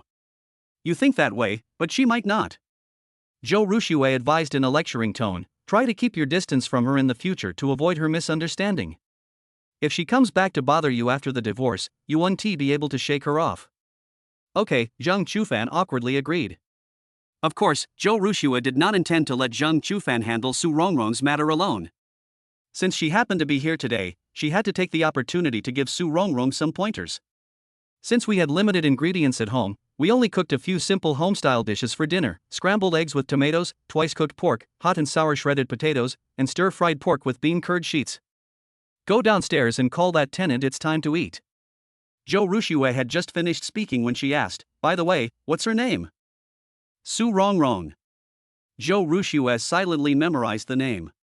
Upon arriving at the stairwell on the first floor, Zhang Chufan knocked on the door, and Su Rongrong quickly opened it. He noticed that Su Rongrong's hair was damp with dew and she smelled of fresh soap, so she must have just taken a shower and changed into a new outfit she had bought yesterday. How is it? Does it look good? Su Rongrong puffed out her proud chest to show Zhang Chufan. Clearly, she's even wearing new underwear. Zhang Chufan secretly swallowed, then answered casually, yes, it looks good. However, Su Rongrong had already seen his predicament, and the latter immediately felt satisfied. Dinner is ready. Zhang Chufan quickly stated his purpose to cover up his embarrassment. Good. Su Rongrong followed Zhang Chufan upstairs. It was actually her first time going up to the second floor to visit her landlord's house, so she couldn't help but feel a little excited. However, she was now more curious about where this godmother came from, so she took the opportunity to ask Zhang Chufan, how did you suddenly find a godmother? Did you know her before? We've only known each other for a short time, Zhang Chufan said briefly. I happen to have helped my godmother's mother once, and the old lady insisted on us becoming godparents, so that's how it happened. As they got closer to the second floor, Su Rongrong lowered her voice further. What does your godmother do? She seems to have a very good temperament. Su Rongrong could tell at a glance the difference between herself and her landlady godmother. It wasn't a difference in appearance or figure, but a difference in the temperament they exuded from the inside out. They were worlds apart. She is a public official. Zhang Chufan only mentioned one aspect without specifying her position. Otherwise, if Su Rongrong found out that the person she was having dinner with tonight was the top leader of Auntie, it would probably scare her. No wonder, Su Rongrong muttered to herself, feeling a little inferior at the same time. Before entering, Su Rongrong asked one last question. What's your godmother's name? Zhou Rushua. Su Rongrong also silently kept this name in her heart. Upon entering the living room, Su Rongrong behaved exactly like Zhou Rushua before, first taking a detailed look around before praising Zhang Chufan. Your house is quite clean and tidy. It's alright, I even cleaned it again today, Zhang Chufan replied with a smile. At this moment, Zhou Rushua came out of the kitchen carrying a bowl of rice. Her practiced manner made it seem as if she were at home, which made Su Rongrong feel a little envious. After the three sat down, they officially started eating. Zhou Rushua said very politely, I'm not very good at cooking. You can try it and see if it tastes bad. Su Rongrong picked up a piece with her chopsticks and put it in her mouth, praising it without hesitation. It tastes much better than what I make. After all, the other party was Zhang Chufan's godmother, and she wanted to try her best to maintain a good impression of her, or at least not to strain the relationship. The two exchanged a few polite words, while Zhang Chufan silently ate his food, wanting to remain invisible. However, Su Rongrong's simple act of serving food to Zhang Chufan completely made Zhou Ruxue unable to sit still. Chapter 56 and temporarily avoids the sharp edge. Landlord, eat more vegetables. Su Rongrong naturally picked up a piece of food for Zhang Chufan with her chopsticks, a scene that Zhou Ruxue found somewhat intimate. You can eat it yourself, no need to put any on his plate, Zhou Ruxue said rather coldly. Since the landlady's godmother had spoken, Su Rongrong naturally wouldn't deliberately go against her. In fact, serving the landlady food earlier was a subconscious act, and afterwards she herself realized that this action was slightly inappropriate. After all, she was just a tenant, not the landlord's relative or girlfriend. By the way, why did you and your husband get divorced? Zhou Ruxue asked, pretending not to know. In fact, Zhou Ruxue already knew the reason for Su Rongrong's divorce from Zhang Chufan, and her question was also an attempt to remind Su Rongrong to be mindful of her status and age. Hearing this question, Su Rongrong was basically unaffected. She answered in a relaxed tone, I have no feelings for him, and he has accumulated a huge gambling debt behind my back over the years. I can't live like this anymore. Then we really need to escape this bottomless pit as soon as possible, Zhou Ruxue agreed, then asked, after the divorce, do you still consider remarrying? Remarriage? Su Rongrong was slightly taken aback. She had never really thought about this question. The main reason is that she has already decided on the landlord and is self-aware enough to know that it is unlikely that the landlord will marry her. For Su Rongrong, as long as the landlord was willing to accept her, whether or not they got married was completely unimportant. After thinking for a moment, Su Rongrong gave her answer with a light laugh, I probably won't get married again. Living alone is fine too. Zhou Ruxue changed the subject.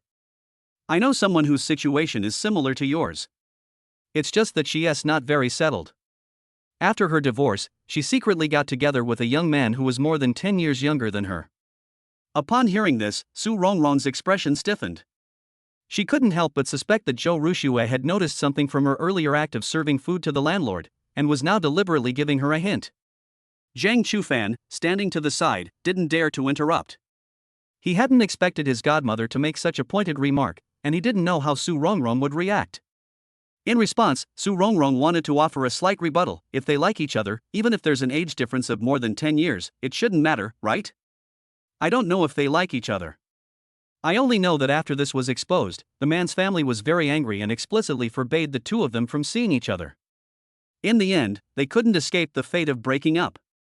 Zhou Ruxue expressed her attitude through this statement. She had to let Su Rongrong know that Zhang Chufan shouldn't think he could do whatever he wanted just because he didn't have parents, and that as his godmother, she also had the right to interfere. Su Rongrong wanted to say, this is outdated and prejudiced, but she was worried that she would overreact and completely expose her true thoughts.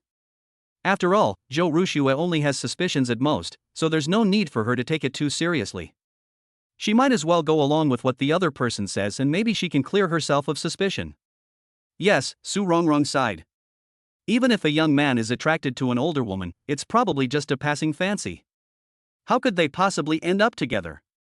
These words were somewhat unexpected for Zhou Ruxue, making her wonder if she had misunderstood the relationship between Su Rongrong and Zhang Chufan. Perhaps Su Rongrong was just like her, treating Zhang Chufan like a junior and doting on him. She was just being too sensitive. Hopefully, that's the case, otherwise, she will definitely drive Su Rongrong away from Zhang Chufan without any mercy. Next, Zhou Ruxue stopped testing Su Rongrong. She felt that she had made her attitude very clear. If the other party was not either stupid or malicious, she would not have any other ideas about Zhang Chufan. After finishing dinner, Su Rongrong didn't linger and went downstairs to go home. While Zhang Chufan was washing the dishes, Zhou Ruxue went to his bedroom again. She came to the bedside, looked at the messy blankets, and a faint smile unconsciously appeared on her face. Then, as if remembering something, she bent down, grabbed a corner of the blanket, sniffed it, and then threw it away with obvious disgust. When Zhang Chufan arrived at the scene, he saw his godmother tearing off the sheets, duvet cover, and pillowcases from his bed. You haven't washed this in ages, it smells awful, Zhou Ruxue complained, pulling at the bedsheet. Since Zhang Chufan rarely stays at home, he has almost forgotten when he last washed his sheets and duvet cover, because his mother used to take care of such things. Thinking of this, he looked at his godmother's busy figure and was deeply moved. After Zhou Ruxue completely removed the blanket, Zhang Chufan stepped forward and hugged everything in his arms, saying, "I'll take these to wash." Basically, you just put it in the washing machine, pour in the detergent, and press the start button, and that's it. Do you have any extra sheets and duvet covers at home? Zhou Ruxue asked with concern, and offered a suggestion. If not, you can stay at my house for the night. Your Grandma Lu's room hasn't been cleaned yet, so you can just go and sleep there. No need, I have extra bed sheets at home, Zhang Chufan immediately declined. Seeing Zhang Chufan's decisive refusal, Zhou Ruxue felt slightly unhappy, but she did not show it. Instead, she changed her words. If you feel that you have no one to talk to when you live alone at home, you can come and stay at my place for a few days. Anyway, there are extra rooms. Zhang Chufan is a person who is not particular about the type of bed he sleeps in. He has never liked to stay overnight at other people's houses since he was a child. Just as he was about to say some polite words to get through the situation, his godmother gave him a task. When it came to staying at my place for a few days, you hesitated. Does that mean you still don't consider me real family? After reading his godmother's heartfelt words, Zhang Chufan quickly changed his attitude and responded positively, "Okay. Then I'll bring a change of clothes and stay at my godmother's house for a while in a few days." Upon hearing Zhang Chufan's answer, Zhou Ruxue pretended to be stern and said, "You won't be able to play around anymore.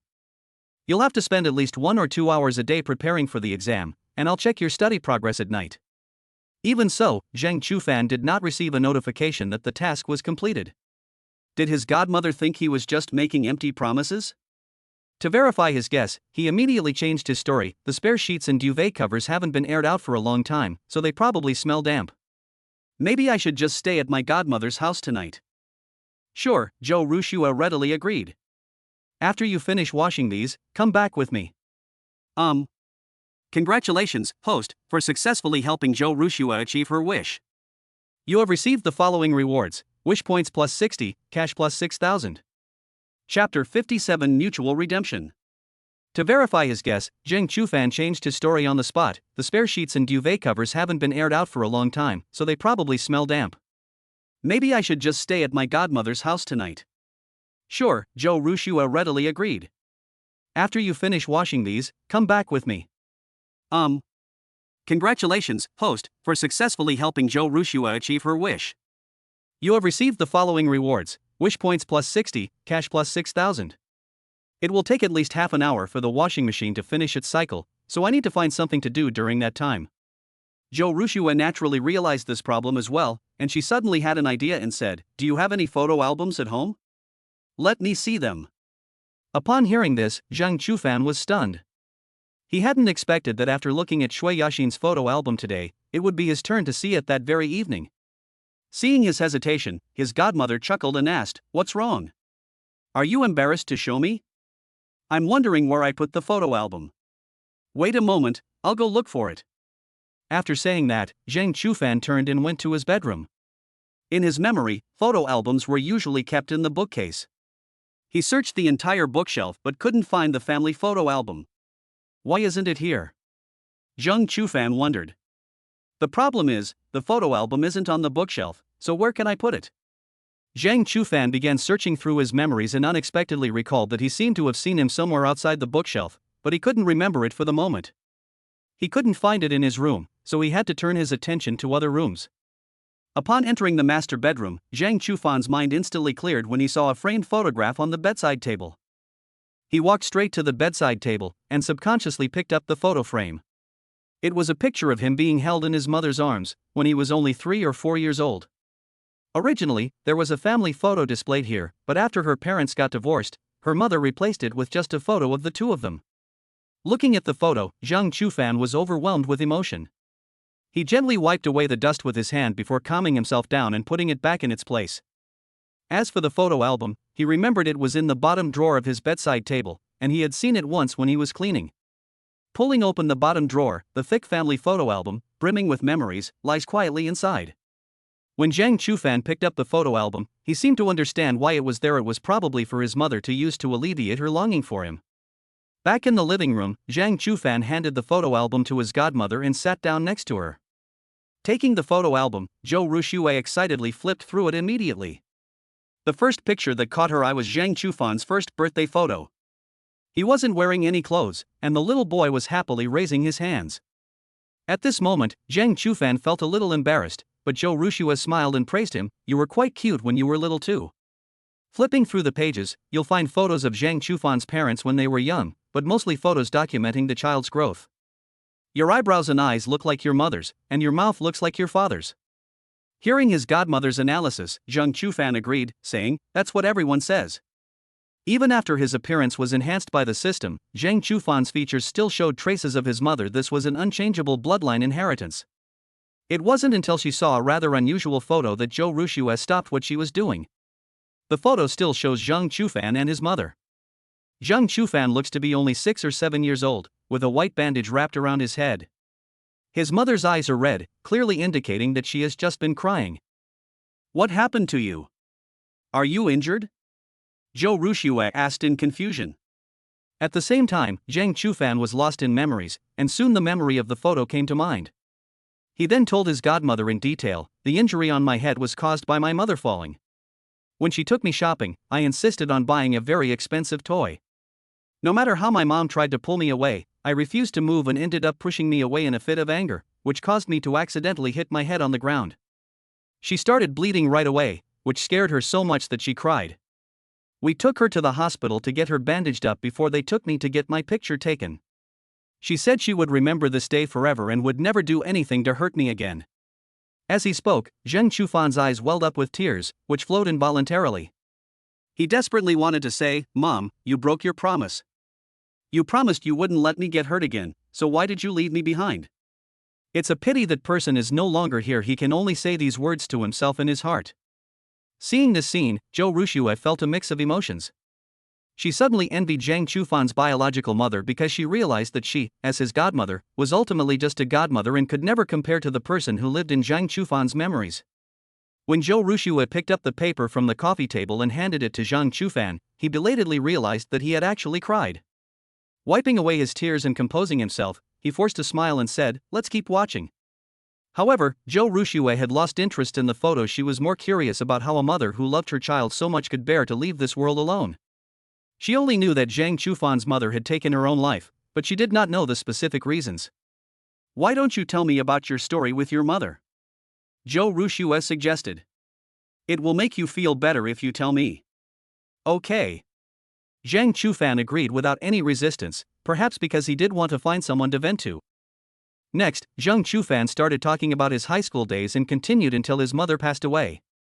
As he continued, he could no longer contain his emotions. It was me who abandoned my mother first, which is why she abandoned me.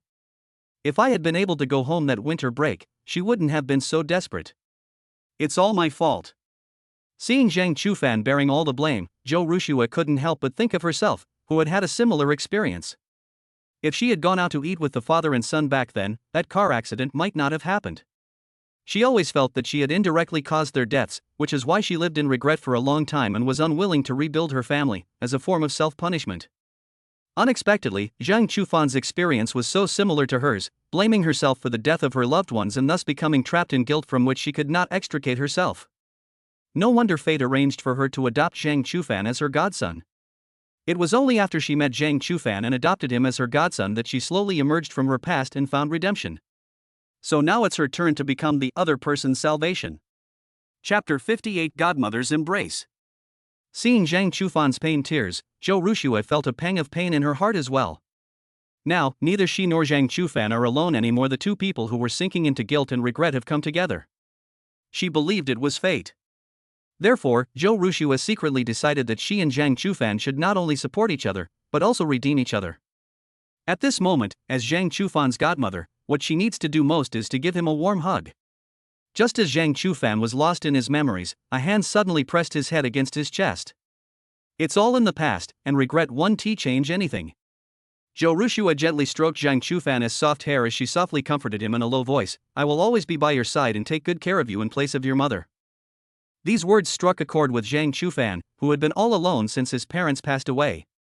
However, he was lucky, so what reason is there to keep living in the past? Having figured this out, Zhang Chufan rallied his spirits. Godmother, thank you. When she expressed her gratitude, Zhou Rushua frowned slightly. Do you and your mother say thank you? Zhang Chufan shook his head. Okay, put the photo album away. Zhou Rushua sat up from the sofa. I'll go check how long the washing machine will take. After hanging up the sheets and duvet covers, Zhang Chufan packed a few sets of clothes from the closet, preparing to stay at his godmother's house for a few days. The two went downstairs, and as they passed Su Rongrong's house, Zhang Chufan smelled the aroma of spicy chicken noodles, which meant Su Rongrong was probably preparing for her evening stall. He couldn't help but wonder if Su Rongrong would no longer have to work so hard to earn money after successfully divorcing Hao Mingjie and clearing all her debts. Furthermore, since Teacher Lu can unlock main quests related to work, could Su Rongrong, who is also facing life difficulties, also unlock similar main quests? At this moment, Zhang Chufan had many ideas he wanted to experiment with, but since he had already agreed to stay at his godmother's house for a few days, he could only keep these ideas to himself for the time being. I can figure it out when I come back next time, it should be enough time. Even so, Zhang Chufan didn't forget to remind Su Rongrong to be careful of Hao Mingjie's revenge. He turned to his godmother and said, "Godmother, I have something to tell Aunt Su. Please wait a moment." "Okay." Zhou Rushue agreed on the spot. Zhang Chufan arrived at the gate and knocked on it. After a short while, the gate was opened. "Hey, landlord, why are you knocking on the door from the outside?" Su Rongrong asked, puzzled. "I'm going to stay at my godmother's house for a few days, so I want to be home for the next few days." Zhang Chufan didn't hide it from his godmother and said directly at the door, "I'm worried that Hao Mingjie might retaliate if he finds out you're going to file for divorce. After all, people can do anything when they're pushed to the limit. You need to be careful. If anything happens, call me immediately or call the police." Hearing this, Su Rongrong was quite moved, and at the same time secretly delighted. She hadn't expected that her landlord would be so worried about her after only being away from home for a few days. It seems that her efforts these past few days have been worthwhile. Even if she relied on her physical body, she has at least gradually gained a place in the landlord's heart. "I understand," Su Rongrong agreed with a hint of reluctance. The landlord was not home these past few days, which meant she had no chance to meet with him, and the two naturally could not continue to develop their relationship. Thinking about this made her feel a little down. Hopefully the landlord can return soon. Seeing the task above Su Rongrong's head, Zhang Chufan felt quite helpless. In front of his godmother, he couldn't make any promises to Su Rongrong, so he could only give up on completing the task. "I'm leaving. You can close the door now." After watching Zhang Chufan and Zhou Rushue walk away, Su Rongrong was actually envious. She also wanted to live with the landlord, not on separate floors, but in the same room. But she couldn't help but think of what Zhou Rushue had said at dinner. Zhou Rushue would never allow her to be with the landlady. "If I insist on getting entangled with the landlord, then our relationship will forever remain hidden underwater, never to be exposed to the light of day. Otherwise, if Zhou Rushue finds out, it might really lead to the separation that she mentioned." Su Rongrong had high hopes for the future, but she was also apprehensive, though at least she wasn't hopeless. In the taxi, Zhou Rushue finally couldn't help but say, "You seem to care a lot about that Su Rongrong." She had overheard the whole thing and knew that Zhang Chufan had gone there specifically to warn Su Rongrong about the possibility of her husband retaliating against her. For some reason, she felt a little jealous. "I just feel sorry for Aunt Su." "Pitiful? There are plenty of pitiful people, can you help them all?" Zhou Rushue retorted in an unfriendly tone. Because Su Rongrong is the target of the mission, unlike the others. Zhang Chufan could only say these words to himself. When he spoke them aloud, they became something else entirely. "My mother used to work at Shinrong Textile Factory. Aunt Su's unhappy marriage reminded me of my mother, so I wanted to help her." Upon hearing this, Zhou Rushue fell into a brief silence. She wanted Zhang Chufan to mind his own business, but she also knew that would be too selfish. It neither aligned with his own values nor could he persuade Zhang Chufan. In fact, Zhou Rushue didn't know why, but she felt very uncomfortable whenever she saw Zhang Chufan being nice to women other than her. Whether it's Zhang Chufan's girlfriend or Su Rongrong, whom he just met today. Zhou Rushue always felt that these people would take Zhang Chufan away from her, which is why she instinctively hated them. When did I become so anxious and insecure? Chapter 59, Spending the Night at Godmother's House. Zhang Chufan was assigned by her godmother to the room where Grandma Lu used to live, which was next to her godmother's room. Because there is only one bathroom in the house, there is a specific order in which people take showers at night. "Go wash up first," Zhou Rushue casually instructed. "Just throw the clothes you take off into the laundry basket." Once inside the bathroom, Zhang Chufan realized that he had only brought a change of clothes but no towel, and he walked out feeling extremely embarrassed. Seeing Zhang Chufan come out of the bathroom, Zhou Ruxue asked in confusion, "What's wrong? Is there anything you forgot to take?" "I forgot to bring a towel," Zhang Chufan answered truthfully. Upon hearing this, Zhou Ruxue hesitated for a moment before saying, "If you don't mind, how about you use mine first?" Zhang Chufan naturally didn't mind, but he wasn't that shameless. He and his own mother used separate towels, so how could he share one with his godmother? However, he was even more surprised that his godmother was willing to lend him such a personal item as a towel, which showed that she trusted him exceptionally much. "I can order takeout now, it'll be delivered in less than half an hour, I can wash it later," Zhang Chufan suggested. Zhou Ruxue also thought this method was feasible, so she simply changed the order, "Then I'll go wash first."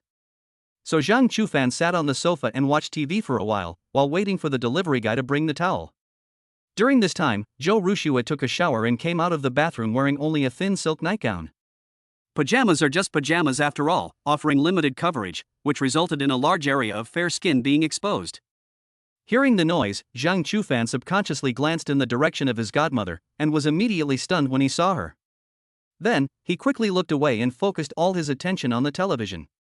Zhou Ruxue sat down next to Zhang Chufan and noticed that Zhang Chufan was sitting very upright and not relaxed at all, as if he was very nervous. She quickly figured out the reason and suspected that Zhang Chufan was probably shy because she was only wearing pajamas. At that moment, Zhou Ruxue suddenly realized that Zhang Chufan was not only her godson, but also a healthy young man. Perhaps she should go back to her room and change into a more conservative style of pajamas to avoid making things awkward for each other. However, Zhou Ruxue was unwilling to do so. She felt that it would be interesting to make Zhang Chufan feel shy and nervous because of her. At least she didn't dislike it. In fact, she was secretly pleased. Zhou Ruxue pretended to be nonchalant, sitting next to Zhang Chufan and gently wiping her hair with a towel, while secretly observing his reaction. Zhang Chufan stared straight ahead, completely absorbed in watching the television, but the faint fragrance wafting from the tip of his nose kept stirring his heartstrings. The two remained locked in a stalemate, neither uttering a word, as if the television program was so captivating that it was impossible to look away. The stalemate was broken only by a knock on the door. Zhang Chufan stood up to get his takeout, but as soon as he turned around, he inadvertently caught a glimpse of a beautiful sight from above. Although he usually didn't wear underwear under his pajamas, he was genuinely surprised that his godmother was so unguarded and treated him like a child, since Zhang Chufan was a woman in the house. Zhang Chufan didn't know what to say, so he pretended not to see anything and walked past his godmother. In fact, Zhou Ruxue also realized that she had exposed herself. After Zhang Chufan left, she subconsciously covered her neckline, but it was too late. She hadn't had her body seen by a man for many years, and surprisingly, she didn't feel much negative emotion when Zhang Chufan saw it. Zhou Ruxue knew that it wasn't because she had been suppressing her feelings for too long, but because the object of her affections was Zhang Chufan. She had completely regarded Zhang Chufan as her close friend, so she was willing to lend him her towel. Therefore, even if he saw her exposed, she didn't care too much. After receiving the towel from the deliveryman, Zhang Chufan didn't return to the sofa but went straight to the bathroom. In the bathroom, where the heat had not yet dissipated, he immediately took off his clothes and prepared to put them in the laundry basket. The clothes that the godmother had changed out of were lying quietly inside, and a pair of black underwear was particularly eye-catching. Zhang Chufan suppressed his unhealthy thoughts and covered himself with his clothes. To be honest, he's a bit mentally exhausted right now. On his very first night at his godmother's house, he had to constantly control his gaze and thoughts. He was afraid that he might accidentally tarnish his godmother's pure feelings for him. After taking a shower, Zhang Chufan came out of the bathroom dressed neatly. If he were at home, he might only be wearing his underwear, but at his godmother's house, he still needs to be mindful of his image. When Zhang Chufan returned to the sofa, Zhou Ruxue asked with some surprise, "Don't you have pajamas?" "No." Zhang Chufan shook his head. Because he doesn't like sleeping in clothes and prefers to sleep naked, he doesn't have the habit of wearing pajamas. "I'll buy you one tomorrow." Upon hearing his godmother's idea, Zhang Chufan quickly refused, "No need, I don't really like wearing pajamas." Seeing that Zhang Chufan had misunderstood, Zhou Ruxue explained to him again, "You can wear it now and take it off when you go to sleep." Actually, it doesn't matter what Zhang Chufan does, but his godmother should buy him a less alluring set of pajamas. "When he came over just now, he only looked at me for a few seconds, but he couldn't take his eyes off me." "Do you have anything planned for tomorrow?" Zhou Ruxue asked softly. "It's nothing. Since there's nothing else to do, I'll stay home and study hard." When the topic of studying came up, the godmother turned stern. Although there are still several months until the central government's selection exam for civil servants, it's never wrong to prepare in advance. Okay, then I'll write my thesis tomorrow morning and study for the selection exam in the afternoon.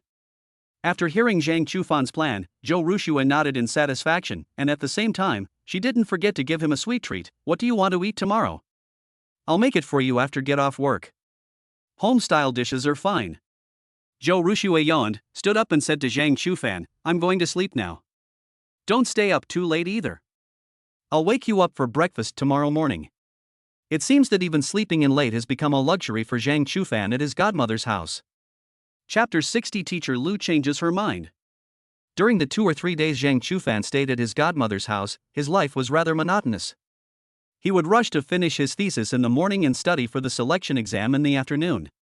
He hardly went out. During this time, he also researched some entrepreneurial projects online and finally decided to open a snack discount store in Anqing. It's not that Anqing doesn't have snack shops, it's just that the density of shops isn't that high. After finalizing the project, the next step is site selection. I bookmarked several shops that were up for sale on a local app, and then waited until Friday to visit them all. Of course, Zhang Chufan told his godmother about his idea, and she expressed her full support for him. On Friday, Zhang Chufan didn't leave home until the afternoon. He visited 3 stores in turn, and could only say that each had its own advantages and disadvantages. The first shop is located on the commercial street, where there is the highest foot traffic and the most expensive rent, and there is a competitor within 500 meters. The second shop is on the first floor of Wanyue Plaza, where the foot traffic is not as high as in the commercial street, and the rent is also slightly lower. The last shop is opposite Anqing No. 1 Middle School. The foot traffic is good during the school year, but there may be few people during the winter and summer vacations. The rent is the lowest among the 3. Since Zhang Chufan had little experience in opening a store, he could only learn by watching videos online. Today, he mainly focused on figuring out the store's area, rent, and transfer fees, and planned to make a decision later. After looking at the shops across from the No. 1 Middle School, it happened to be Friday, a school holiday, and students filed out, making the area suddenly lively.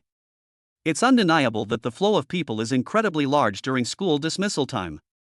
Not only were there students preparing to go home, but also parents picking up their children. During the half-hour peak period, the population density was even more exaggerated than that of a commercial street on a weekend. Just as Zhang Chufan was feeling sentimental, a familiar figure walked towards him. It was Teacher Lu, who was on holiday with her students. Lu Fanyun originally came to buy a drink, but she didn't expect to bump into Zhang Chufan. If she hadn't seen the slightly helpless expression on his face, she would have suspected that he was deliberately bumping into her. Now that you've seen them, should you say hello?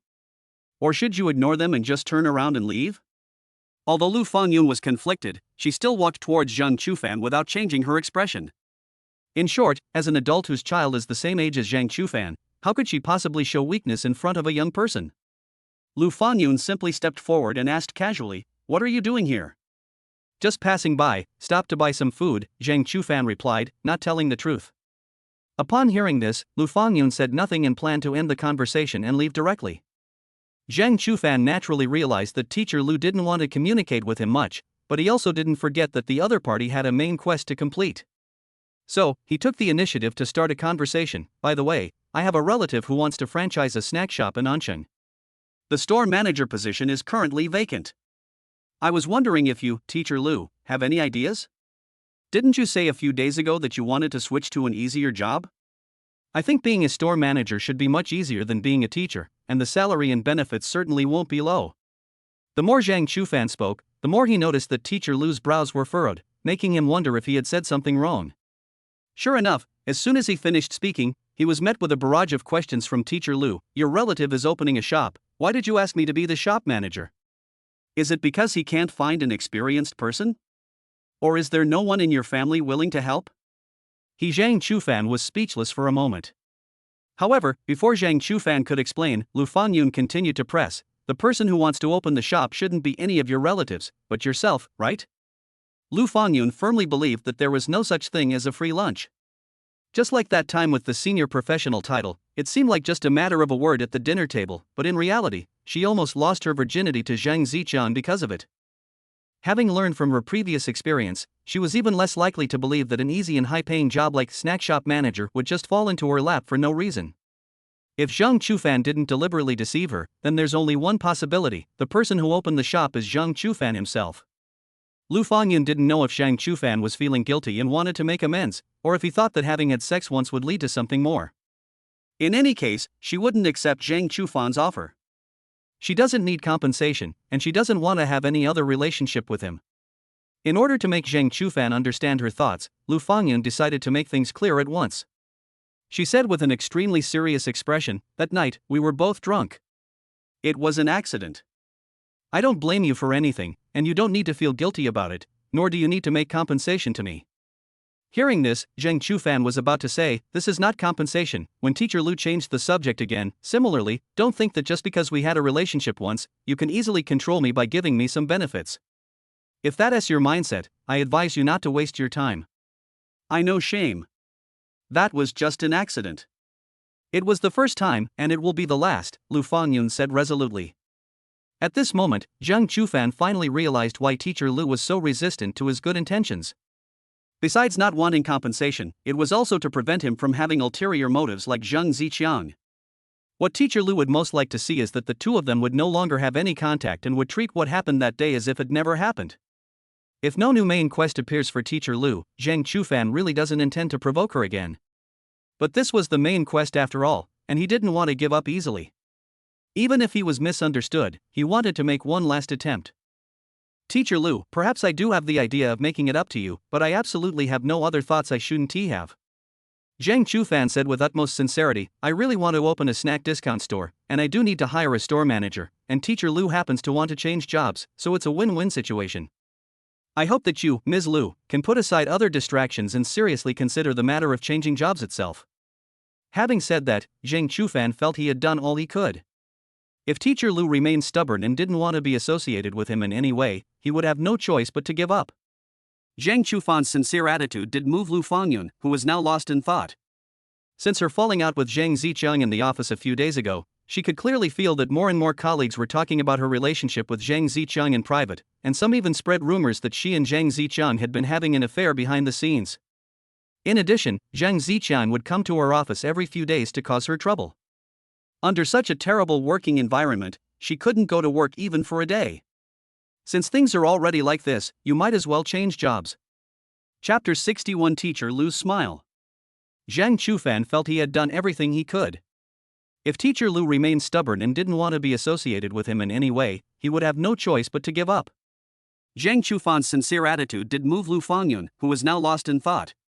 Since her falling out with Zhang Ziqiang in the office a few days ago, she could clearly feel that more and more colleagues were talking about her relationship with Zhang Ziqiang in private, and some even spread rumors that she and Zhang Ziqiang had been having an affair behind the scenes. In addition, Zhang Ziqiang would come to her office every few days to cause her trouble. Under such a terrible working environment, she couldn't go to work even for a day. Since that's the case, you might as well change jobs. I'll think about it carefully. Lu Fangyun was finally tempted.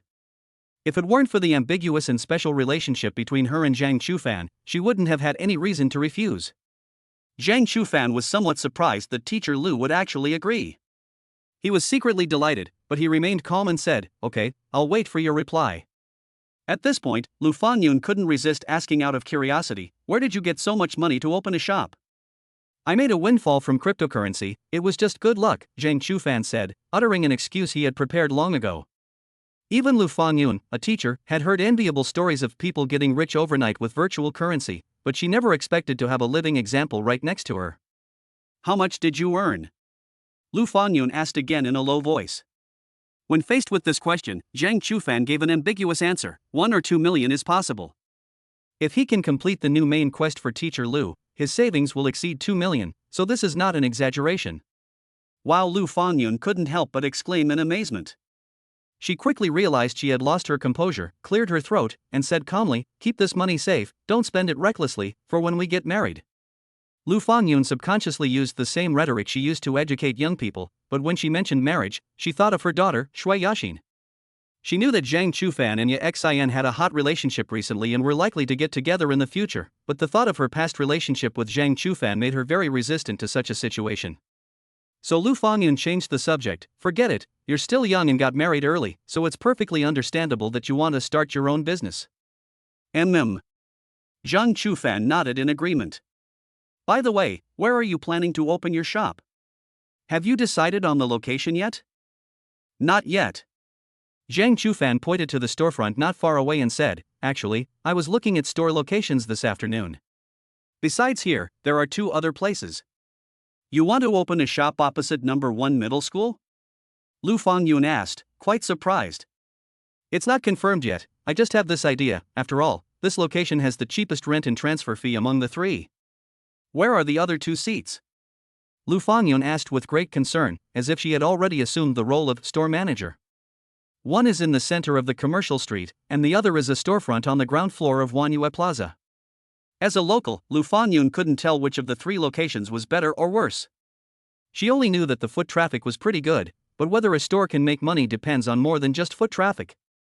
She also watches short videos regularly and knows that the most important thing for opening a store is the break-even point. High turnover does not necessarily mean making money, rather, the greater the difference between turnover and the break-even point, the more profitable it is. The break-even point depends on factors such as rent, utilities, transfer fees, and labor costs, all of which need to be taken into account. How much is the rent for all 3 locations? Are there any transfer fees? As soon as she spoke, Lu Fangyun suddenly realized that it wasn't convenient for the 2 of them to talk while standing on the roadside, so she simply suggested, it's almost dinner time, why don't you come to my house for dinner tonight? We can talk about opening the shop. Zhang Chufan naturally had no reason to refuse, and in his view, with Teacher Lu's dedicated attitude, the main quest was clearly a done deal. Good. After saying that, the 2 went to Teacher Lu's house together. During this time, Zhang Chufan also sent a message to his godmother to let her know that he wouldn't be home for dinner that night. On the way, Zhang Chufan told Teacher Lu in detail what he had learned in the afternoon, and the latter also shared all the knowledge she had learned online. This was somewhat unexpected for Zhang Chufan. He hadn't realized that Teacher Lu actually knew a lot about opening a shop. He had only been thinking about completing the main quest, and it seemed that he had stumbled upon a suitable candidate by accident. How come Teacher Lu knows so much about opening a shop? Zhang Chufan asked curiously. I've had this idea over the past 2 years, and I've watched some videos online, but I just haven't had the courage to put it into practice, Lu Fangyun said dejectedly. Being a teacher is like this, if you stay in one position for too long, you lose your drive and just live a monotonous life day after day. They are afraid to leave the campus and don't know what else they can do besides being teachers. After all, this group has been out of touch with society for too long. That's why Lu Fangyun tolerated Zheng Zichang's workplace harassment until a few days ago when she finally broke off all contact with him. Perhaps it was Zhang Chufan's appearance that made Lu Fangyun's life a little different. Such a thought suddenly popped into her mind, startling her. At this moment, Zhang Chufan's voice brought Lu Fangyun back to her senses. Teacher Lu still has to support Shui Yaxin's schooling, so we really can't take too many risks. Lu Fangyun replied absent-mindedly. The atmosphere suddenly became quiet, so Zhang Chufan took the initiative to start a conversation. How's Shui Yaxin's part-time job going? Is she settling in well? Don't you 2 chat on WeChat? Lu Fangyun didn't answer directly, but instead asked Zhang Chufan. I've been staying home these past few days working on my graduation thesis, so I haven't talked to her much. Upon hearing this, Lu Fangyun replied softly, she's been focusing all her attention on that job lately. She's supposed to get off work at 6 o'clock in the afternoon, but she usually doesn't get home until after 7 o'clock in the evening. Even when she's home, she spends most of her time in her room doing something. She's only working part-time, is she really that busy? Zhang Chufan thought that Attorney Guo was exploiting Shui Yaxin, a temporary worker, but Teacher Lu explained for him. I asked her, and she said that she volunteered to work overtime and that she could learn a lot there. I saw that she was quite happy with her work, so I didn't interfere. Voluntarily working overtime is just too amazing, Zhang Chufan couldn't help but chuckle and complain. Zhang Chufan smiled whenever his daughter Yaxin was mentioned, which made Lu Fangyun inexplicably unhappy. She then changed the subject to opening a store. Regarding the issue of store location, I think you can consult with a live streamer online who specializes in this area. That way, you might avoid making mistakes. If it's a franchise, the headquarters should send a site selection expert to help with the site inspection. However, consulting the live streamer can also combine the opinions of both parties, which is indeed a good option. Zhang Chufan first agreed with teacher Lua's suggestion and then said, I've been watching some videos these past few days, and I've seen some people who like to open health milk tea or traditional Chinese medicine milk tea on their own initiative, which is quite funny. Yes, I've seen it too. Lu Fangyun said, unable to suppress a smile. Some people even commented that such a brilliant idea is comparable to opening a gym next to a construction site. Haha, it's really ingenious. Finally, Lu Fangyun couldn't hold back any longer and covered her mouth to chuckle. Seeing this, Zhang Chufan couldn't help but sigh that teacher Lu was indeed a mature and elegant classical beauty. Even her smile was so classy. Moreover, ever since he had that kind of relationship with teacher Lu, he seemed to have never seen teacher Lu smile again, although he had seen her angry several times. He sighed inwardly, hoping to improve his relationship with teacher Lu as much as possible in the future. When Zhang Chufan arrived at teacher Lu's house, he was still a little reserved. Although this was not his first time visiting teacher Lu's house, Shui Yaxin was their last time, but this time he was alone with teacher Lu. Being alone indoors is quite different from being outdoors. Lu Fangyun was also aware of this awkward situation, and she was no better off than Zhang Chufan. On the surface, she pretended to be natural and entertained Zhang Chufan and poured him water, but in reality, she planned to find an opportunity to send a message to Shui Yaxin, telling her to go home quickly today. To ease the awkwardness, Lu Fangyun decided to immerse herself in the kitchen, hoping to effectively curb her wild thoughts and prevent some sealed memories from returning to her mind. Please sit for a while, I'll go cook. Just as she finished speaking, there was a knock on the door. Lu Fangyun muttered to herself in confusion, didn't Yaxin bring her keys today? Zhang Chufan got up to open the door, but to his surprise, it was an elderly woman in her 60s or 70s standing outside, not Shui Yaxin. Just then, Lu Fangyun's voice rang out from behind Zhang Chufan, Mom, what brings you here? It turned out that the visitor was teacher Lu's mother, who was also Shui Yaxin's maternal grandmother. I picked some vegetables from my own garden for you, the old man said, picking up the bag in his hand. Then he looked at Zhang Chufan and asked, and who is this young man? He was a student I taught before, and he was also Yaxin's classmate. Lu Fangyun's explanation was impeccable, but she was still very guilty because she knew that her relationship with Zhang Chufan was not simple. The old woman sized Zhang Chufan up and down with her eyes darting around. She was clearly overthinking things. She didn't connect him to Lu Fangyun, but rather thought that Zhang Chufan might become her grandson-in-law, which was why she looked at him a few more times. You're a handsome young man, not bad. The old man nodded in praise first, then asked, where do you live? What do your parents do? These two questions stumped Zhang Chufan, and when Lu Fangyun heard her mother mention Zhang Chufan's parents, she quickly stepped forward to interrupt. Mom, why are you asking such nonsense? He's just Yaxin's friend, it's not as complicated as you think. Hearing her daughter complain, the old woman finally let Zhang Chufan go and carried her things inside. Have you eaten? The old man asked as he handed the dishes to Lu Fangyun. Not yet, we're just about to cook. Where's Yaxin? Isn't she home? Upon hearing this question, Lu Fangyun, fearing that the old man might overthink it, quickly explained, Yaxin found a part-time job at a law firm a few days ago, and she hasn't finished get-off work yet. She'll probably be back in a while. Oh. The old man nodded and didn't ask any more questions. Next, Zhang Chufan sat alone in the living room scrolling through his phone, while teacher Lu and her mother went into the kitchen together, closing the kitchen door behind them. After more than 10 minutes, he still didn't hear the sound of cooking, but instead, he vaguely heard people arguing in the kitchen. The two began to speak louder and louder, so loud that Zhang Chufan, who was in the living room, could piece together the content of their conversation in his mind. I'm just a teacher, where would I get the money? Lu Fangyun's voice was filled with helplessness and exhaustion. The old man didn't believe Lu Fangyun's words and said rather shrewdly, how could you not have money? You're a homeroom teacher now, your salary must be much better than before. I've said it so many times, I don't have much money right now, and the little money I have saved is for Yaxin's schooling. Seeing that Lu Fangyun remained unmoved, the old woman resorted to emotional appeal. You can't just live in the city and neglect your family in the countryside, can you? Your brother stays at home all day without a job. Can't you, as his older sister, take care of him? If you don't have a job, go out and find one. Lu Fangyun replied coldly. Do you expect me to support him for the rest of my life? At this point, the old woman's voice was filled with anger as she sternly rebuked him. What kind of environment is this? How much money do you earn working for someone else in a month? Your brother wants to open his own barbecue restaurant, so what's wrong with you, as his older sister, contributing some money to help him? Shouldn't you do that? Open a barbecue restaurant? Ha! Lu Fangyun sneered. I think you'd be better off roasting me. How dare you talk to your mother like that? Is this how I raised you? The two got more and more carried away with their conversation, completely losing control of their volume. Is this how you act as a mother? You come here just to ask me for money? Lu Fangyun's voice carried a hint of sorrow. I already said I have no money. Even if I had a little bit, it was for Yashin's tuition. What? Your son is a human being, but your granddaughter isn't? Isn't Xin still working part-time? She's even earning her own tuition fees. The old man's words became increasingly outrageous, and Zhang Chufan could hardly bear to listen anymore. Lu Fangyun coldly retorted, then let your son earn the money to open his own shop. Fangyun, I heard from your cousin that Principal Zhang at your school has a crush on you. Who would believe you if you said you had no money? The old woman's careless words hit Lu Fangyun's sore spot.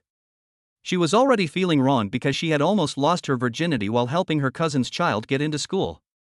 Now, hearing her mother say this, she felt utterly heartbroken and devastated. Chapter 62 Teacher Lu cried. The old man's careless words made Lu Fangyun realize that even the closest relatives may not necessarily have love. Even if there is some familial affection involved, it is not selfless. It was purposeful, and even more so, biased. Realizing this, Lu Fangyun fell silent. However, her silence was met with the other party's aggressive nagging. Why are you so disobedient now? When I ask you to lend some money for your brother's business, you make up all sorts of excuses. It's not like I'm not going to pay you back. If it weren't for the family supporting your schooling, would you have the job you have now? Even a dog would be more sensible than you. We will either die in silence or erupt in silence. Lu Fangyun chose the latter. She put down the kitchen knife in her hand, turned around and looked at her mother, an old woman with gray hair who was still shrewd and calculating. Thinking about it carefully, it seems that I have never received love from someone who doesn't expect anything in return in my entire life.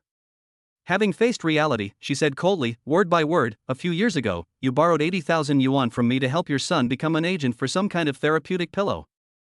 You still haven't paid it back. This is just the most recent one. Apart from that, the total amount you and your son have borrowed from me over the years is at least over 100,000 yuan. Upon hearing this, the old man retorted, embarrassed and annoyed, I'm short of money now, but I'll definitely pay you back when I do. Why are you being so petty with family? Lu Fangyun snorted coldly and said in an extremely firm tone, I will not lend you any more money, and you should make your son pay it back as soon as possible. What do you mean? The old man came to his senses, his face turning quite ugly. It's pointless. I feel that lending you money is no different than throwing it into the sea, so I won't lend any more money to your son, Lu Fangyun continued. And that 80,000 yuan, I hope you can pay me back as soon as possible. That was the county's reward for Yashin getting into Tsinghua and Peking universities. It's money for Yashin's education, not for your son to squander. You. The old man was short of breath and kept pointing at Lu Fangyun but couldn't utter a complete sentence. However, Lu Fangyun did not give the old man a chance to speak and continued to vent her resentment. In my memory, my family did not support me to go to university. I earned my tuition and living expenses by working. I hope you can understand this. I raised you all these years. The old man was interrupted by Lu Fangyun halfway through his sentence. At most, you just kept me from starving to death. What an ungrateful wretch. How could I have given birth to such a thing? Faced with the old man's insults, Lu Fangyun suppressed her pain and said in a tearful voice, That's right, I'm an ingrate, so I will never lend another penny. The old man left behind a few unpleasant words, slammed the door, and stormed off. Seeing this, Zhang Chufan went outside the kitchen and found Teacher Lu squatting on the ground with her knees drawn up, like a piece of duckweed in the ocean, lonely and helpless, and about to fall. He silently stepped forward, wanting to offer some words of comfort, but he didn't know how to begin. At the same time, a faint sobbing sound could be heard. Zhang Chufan was surprised that Teacher Lu actually cried. He immediately knelt down, and upon seeing Teacher Lu's sad and vulnerable face, he subconsciously called out softly, Teacher Lu. I'm so tired. Why is life so tiring? I just want to live a little easier, is that so hard? Chapter 63 Being Cared For. An adult's breakdown often happens in an instant. These past few days, Lu Fangyun has experienced far too much, one thing after another, leaving her no room to catch her breath. Ultimately, the favoritism and indifference of one's closest relatives became the last straw that broke the camel's back. She could no longer bear it and burst into tears on the spot. Witnessing this scene, Zhang Chufan was somewhat at a loss. He called out softly to Teacher Lu, but she couldn't give him any response. However, the sudden assignment revealed Teacher Lu's true feelings at that moment. I'm so tired. Why is life so tiring? I just want to live a little easier, is that so hard? Hearing the conversation, Zhang Chufan learned that Teacher Lu's family situation was quite complicated, which had gradually become a heavy burden on her shoulders over the years.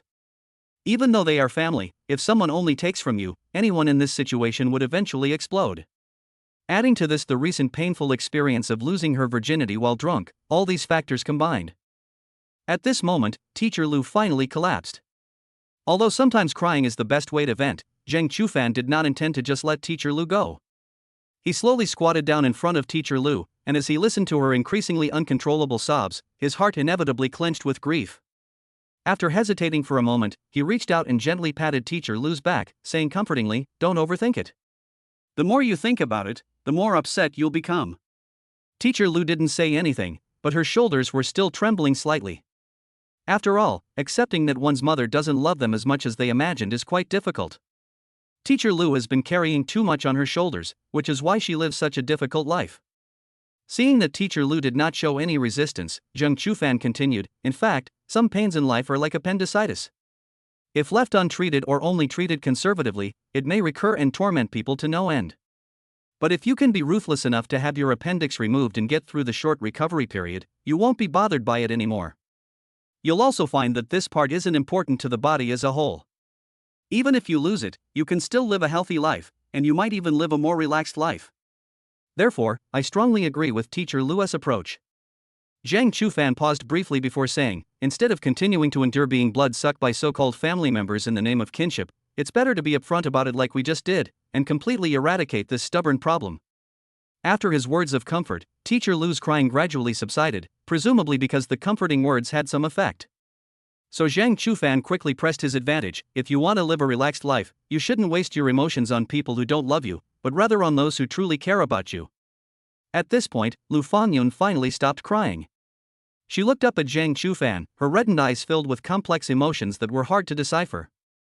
After being stared at by Teacher Lu with red eyes for a few seconds, Zhang Chufan felt a little uncomfortable. He felt that Teacher Lu's condition had improved a lot, so he suggested, "Why don't we go outside and sit for a while longer?" After saying that, Zhang Chufan was about to reach out to help Teacher Lu, but he stopped halfway through. He was worried that Teacher Lu would misunderstand and think that he was deliberately trying to make physical contact with her, so he prepared to withdraw his hand. Unexpectedly, Teacher Lu put her arm around his shoulder and whispered an explanation, "My legs are numb from squatting for too long." With Zhang Chufan's help, Teacher Lu sat down on the sofa, and he followed suit, sitting not far away from her. As soon as I sat down, Teacher Lu's voice reached my ears, "Don't tell ya Xan about this. I don't want her to worry." Okay, Zhang Chufan agreed. He also felt there was no need for Shui Yaxin to know about these upsetting things. As long as he and Teacher Lu didn't say it out loud, Teacher Lu's mother probably wouldn't be embarrassed to bring it up in front of Shui Yaxin. After a brief silence, Lu Fangyun spoke up, "You're right, I don't need to shed tears for people who don't care about me. All along, I've been making my life too hard." If Lu Fangyun hadn't kept lending money to her brother, constantly throwing money into this bottomless pit, her life would definitely be much easier now. Even so, no one appreciated her kindness, they even took it for granted. When she failed to achieve her goal even once, the mother actually called her an ungrateful wretch, which was truly heartbreaking. Therefore, she decided to live a little more selfishly from now on, just like Zhang Chufan said, not to waste her feelings on people who don't love her, but to devote them to people who truly care about her. That way, life should be a little easier. Thinking of this, Lu Fangyun subconsciously looked at Zhang Chufan's face and couldn't help but think, he does care about me, doesn't he? At the same time, Zhang Chufan received a notification that the mission was completed. Congratulations, host, for successfully helping Lu Fangyun achieve her wish. You have received the following rewards: wish points plus 50, cash plus 5,000. It seems that Teacher Lu has come to terms with what she said, which is truly good news. The thoughts she had just had left Lu Fangyun's mind in a state of confusion. In order to clear her mind of these random thoughts, she turned to the important matter at hand. "If I were to become your store manager, how much salary do you plan to offer me?" Zhang Chufan hadn't really considered this point, but since he had already assured Teacher Lu that it wouldn't be lower than being a teacher, he definitely had to keep his word. There should be more than 10,000.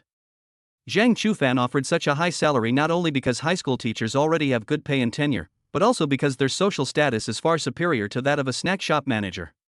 Therefore, he could only increase his efforts in terms of money. Upon hearing this amount, Lu Fangyun's face showed a rather shocked expression. After all, Anqing is just a small county town in the 4th or 5th tier, with an average salary of 3 or 4,000 yuan. Even though the benefits and treatment of high school teachers are not bad, their monthly income is still far from 10,000 yuan. After deducting summer and winter vacations, the gap in annual income widens even further. Lu Fangyun had never imagined earning more than 10,000 yuan a month. She knew that her normal salary would definitely not be this high, which was undoubtedly a special favor from Zhang Chufan. But what was the reason behind their actions? Did they have ulterior motives? Or was it simply compensation? If it had happened half an hour earlier, for whatever reason, Lu Fangyun would not have accepted this extra preferential treatment and would have resolutely refused it. Perhaps it was because she felt cared for by Zhang Chufan, and then she thought about how she felt that her efforts for her family had always been in vain. This time, she plans to try accepting this kindness first. I'll submit my resignation tomorrow, Lu Fangyun said softly. Zhang Chufan was stunned on the spot. He belatedly realized that teacher Lu had accepted his invitation. In other words, the new main quest is expected to be completed. Chapter 64, Section 64, Lu Fangyun's confused thoughts. While Zhang Chufan was feeling excited, Lu Fangyun spoke up, pulling him back to reality. By the way, tomorrow is Saturday, so I can only submit my resignation next Monday. And even if I submit my resignation, I probably can't leave immediately. I'll need some time to hand over my work. Upon hearing this, Zhang Chufan immediately chimed in, it's all right. We haven't even decided on the location of the shop yet, and the renovations will also take time. We have tomorrow off, how about we go check out those places you picked out together? Sure, I can't make up my mind on my own. Zhang Chufan agreed on the spot. Teacher Lu's mood has improved significantly now, as if she has slowly emerged from her grief. After chatting for a while, he learned that teacher Lu actually didn't have any financial pressure. Shui Yaxin achieved excellent results in the college entrance examination and received tens of thousands of yuan in various bonuses. Moreover, she continued to perform well in college and received scholarships every year. With teacher Lu's salary and the money he has saved over the years, he can basically cover Shui Yaxin's tuition and living expenses for 4 years of university without needing student loans. But the problem arose 2 years ago when Ms. Lu's father fell seriously ill. Since her brother did not have a stable job or income, the medical expenses were basically all borne by her. Later, under the strong persuasion of her family, she lent money to her brother to invest in health products, but in the end, she lost everything and couldn't get a single penny back. This led to increased pressure on Ms. Lu, who even took on the role of a high school homeroom teacher in order to earn more money. It's fair to say that teacher Lu was completely worn down. She was clearly the one who sacrificed the most for that family, yet no one appreciated her kindness. After years of pent-up negative emotions, they finally erupted today. In response, Zhang Chufan simply comforted her softly, it's okay, things will get better. Upon hearing this, Lu Fangyun couldn't help but glance at Zhang Chufan. In truth, she knew that it was Zhang Chufan who had been holding her up as she fell, preventing her from plummeting into the abyss. On the day he got drunk, it was Zhang Chufan who stopped Zhang Ziqiang. Although he still lost his virginity in the end, at least it wasn't someone he hated. Today, she was hurt by her loved ones and was so heartbroken that she couldn't breathe. It was Zhang Chufan who stayed by her side to comfort her. When she was having trouble at work and was under financial pressure, Zhang Chufan immediately offered to help her find a new job, even offering a high salary of 10,000 yuan. All of this combined made it impossible for Lu Fangyun not to be moved. For some reason, as she looked at Zhang Chufan's handsome face, the lingering memories of that drunken night suddenly surfaced in her mind. In an instant, his cheeks and ears became burning hot. She stood up abruptly, and under Zhang Chufan's surprised gaze, said somewhat flusteredly, it's getting late, I'll continue cooking. After saying that, she fled into the kitchen, leaving Zhang Chufan alone on the sofa. Around 7 o'clock, Shui Yaxin finally got home from get-off work. As soon as she entered the door and saw Zhang Chufan, she asked in surprise, what are you doing here? So Zhang Chufan told Shui Yaxin about his plans to open a shop and his intention to hire teacher Lu as the shop manager. Her first reaction was, opening a franchised snack shop must cost a lot of money. Do you have that much money? Having no other option, Zhang Chufan had to resort to the excuse that he had made a fortune through cryptocurrency to dispel the other party's doubts. Shui Yaxin first expressed her envy, then voiced her concern. It must be tough for brick-and-mortar stores to do business these days. Indeed. Zhang Chufan nodded in agreement before saying, I didn't expect to make much money. I just thought of it as a trial run. Besides, this money is free, so it won't hurt so much if I lose it. Shui Yaxin didn't try to persuade her further, but instead said, if we become rich and powerful, let's not forget each other.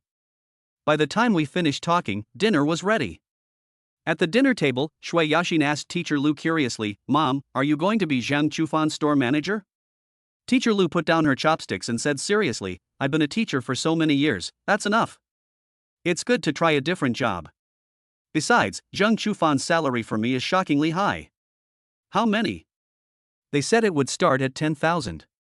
Shui Yaxin was indeed frightened, and then looked at Zhang Chufan pitifully and said, why don't you hire me? It was clearly a joke, and Zhang Chufan naturally didn't take it seriously. He knew that Shui Yaxin had her own life plans. If you come, the monthly salary will be 3,000. Why? Shui Yaxin asked, clearly dissatisfied. Isn't this the standard for college graduates these days? Zhang Chufan said, then added with a smile, oh, and there's a 3-month probationary period. Seeing the harmonious atmosphere between Zhang Chufan and Shui Yaxin, Lu Fangyan couldn't help but smile slightly. Then she wondered if Zhang Chufan was helping her so much because of Xin. Zhang Chufan is helping her like this because he likes Xin. In other words, Zhang Chufan might not have had ulterior motives towards her, but was simply trying to please his future mother-in-law? Thinking of this, Lu Fangyun felt a little bitter. After all, she is no longer young and cannot compare to Xin at all. Perhaps I am just being presumptuous. After the bitterness, there was a lingering sense of resentment. Even though the two of them had already had that kind of relationship, he still wanted to harm her daughter. What kind of behavior is that? But Zhang Chufan and Xin clearly have feelings for each other, and if nothing unexpected happens, they are very likely to get together. Does she still want to stop the two of them? At this moment, Lu Fangyun was filled with a myriad of thoughts. She could neither accept Zhang Chufan and Xin being together, nor could she really stop the two of them. She was extremely conflicted. In the chaos, the voices of the other two were completely inaudible. The court has accepted Aunt Sue's divorce case and has informed her to prepare evidence. Shui Yaxin paused briefly, however, we still can't contact the husband. Then what should we do? Even if he doesn't answer the phone or reply to text messages, the court will still proceed according to legal procedures. They will serve the complainant summons by public notice, and once the notice period expires, it will be considered successfully served, Shui Yaxin patiently explained. Zhang Chufan understood that even if Hao Mingjie disappeared, it wouldn't help at most, it would only buy time, but it wouldn't affect the case itself. As long as we can successfully get Aunt Sue to get a divorce, it doesn't matter if it takes a little longer. It doesn't matter if you don't attend the court hearing. As long as Aunt Sue has sufficient evidence, she will definitely win the case. That's good. With Shui Yaxin's words of encouragement, Zhang Chufan was completely relieved. The main quest of helping Aunt Sue get a divorce seems to be nearing its end, and there's no need to worry about it anymore, just let time take its course. As for the task of helping Teacher Lu find a new job, once the most difficult part is over, the rest should be completed as long as the store is successfully opened. In short, everything is moving in a positive direction. Chapter 65 Godmother's Questioning. It was already past 8 o'clock in the evening when I left Teacher Lu's house. As Zhang Chufan walked down the street, he took out his phone and saw several unread messages. Some of the messages came from his godmother, while others came from Shen Manting and Su Rongrong. It was quite unexpected that several NPCs would contact him at the same time. His godmother's message mainly reminded him to come back soon and be careful, so he immediately replied, I'll be home soon. He then clicked on Shen Manting's profile picture, and the message content was exactly as he expected. Are you free tomorrow afternoon? Want to go out for a few rounds? Currently, the only thing he and Shen Manting seem to have in common is playing mahjong, and it's unclear when their relationship will progress to the point where they can unlock the main quest to game mechanic. Unfortunately, he has already made an appointment with Teacher Lu to go and check out the shop location tomorrow afternoon, so he can only refuse Shen Manting for now. In fact, even without the agreement with Teacher Lu, he might not have agreed, since he had already promised his godmother to stay away from gambling. Although Zhang Chufan has only discovered 4 NPCs so far, he might consider giving up on Shen Manting if he can only get simple mahjong quests from her. I'm sorry, I have other things to do tomorrow afternoon. He replied briefly and then left the chat, finally clicking on Su Rongrong's profile picture.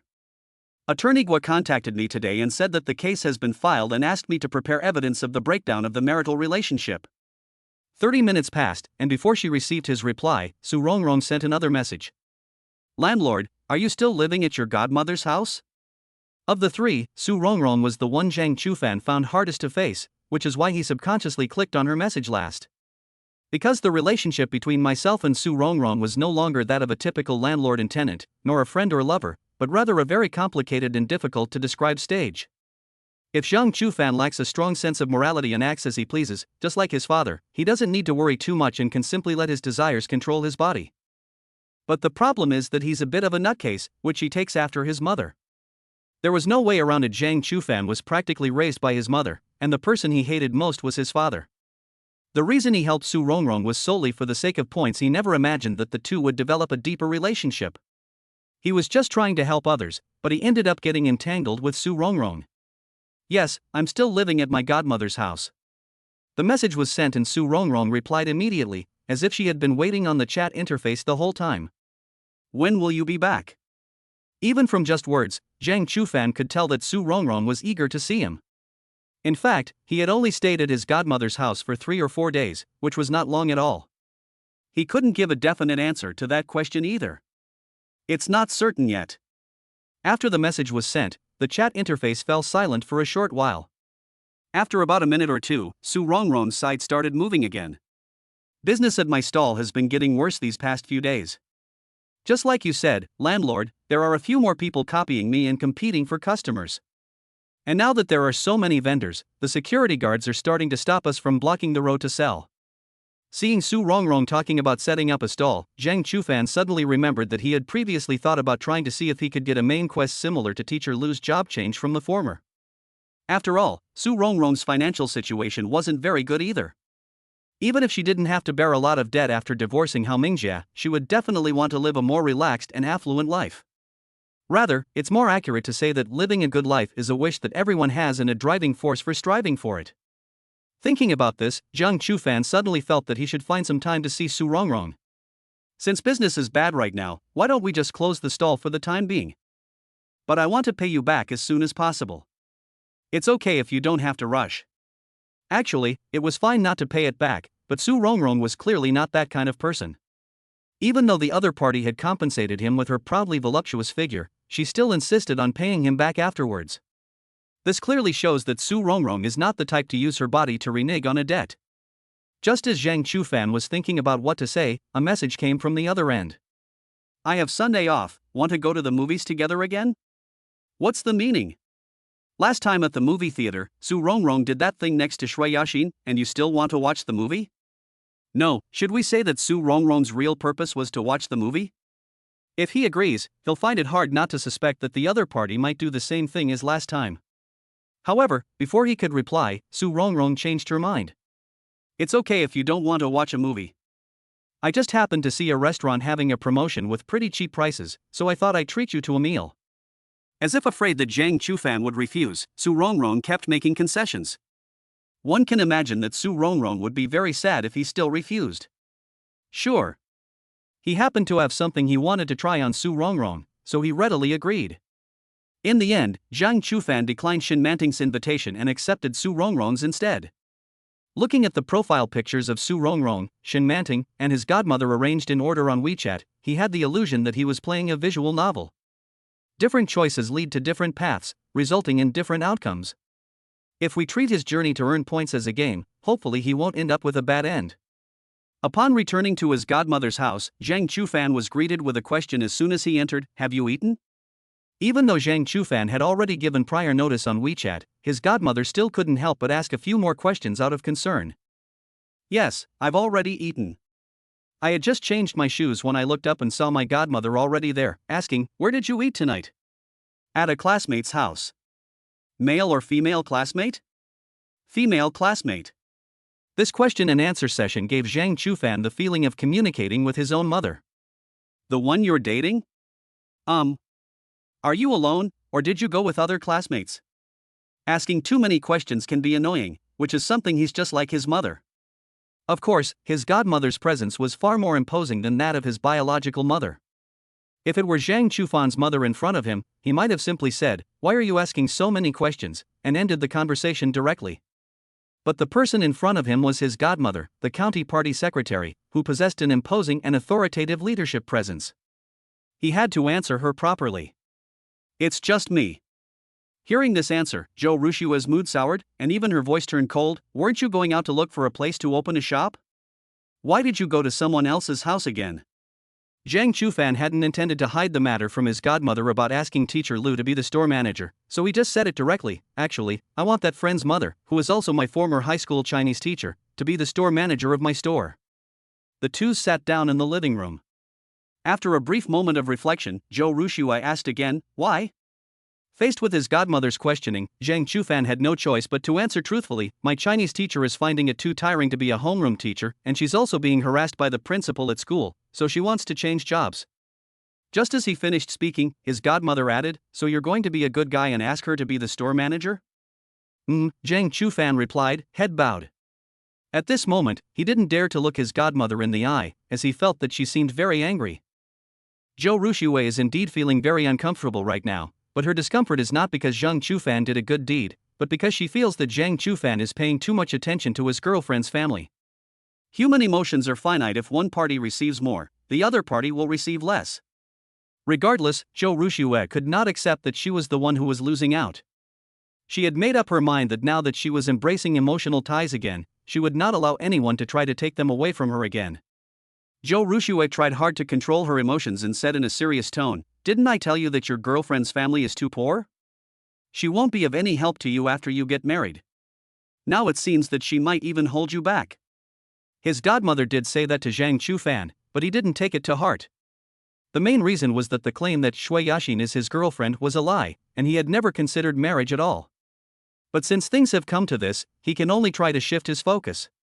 Ms. Lu is a good teacher.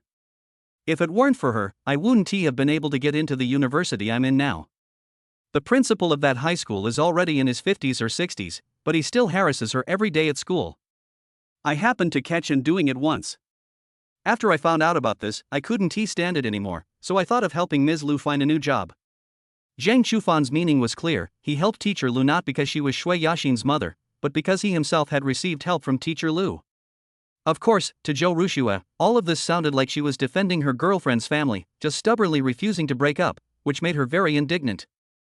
Zhou Rushua couldn't help but think that if Zhang Chufan wasn't her godson but a subordinate, she could easily give an order to break up with him. But Zhang Chufan is her godson, and she doesn't want to take such a tough stance, lest she offend him. At least, it's not the right time to do so yet.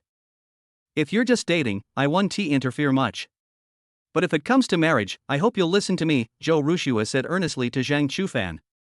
This was already the biggest concession Zhou Rushua had made. If Zhang Chufan couldn't accept this, she would have to reconsider the extent of the threat her girlfriend posed to her and what attitude she should take.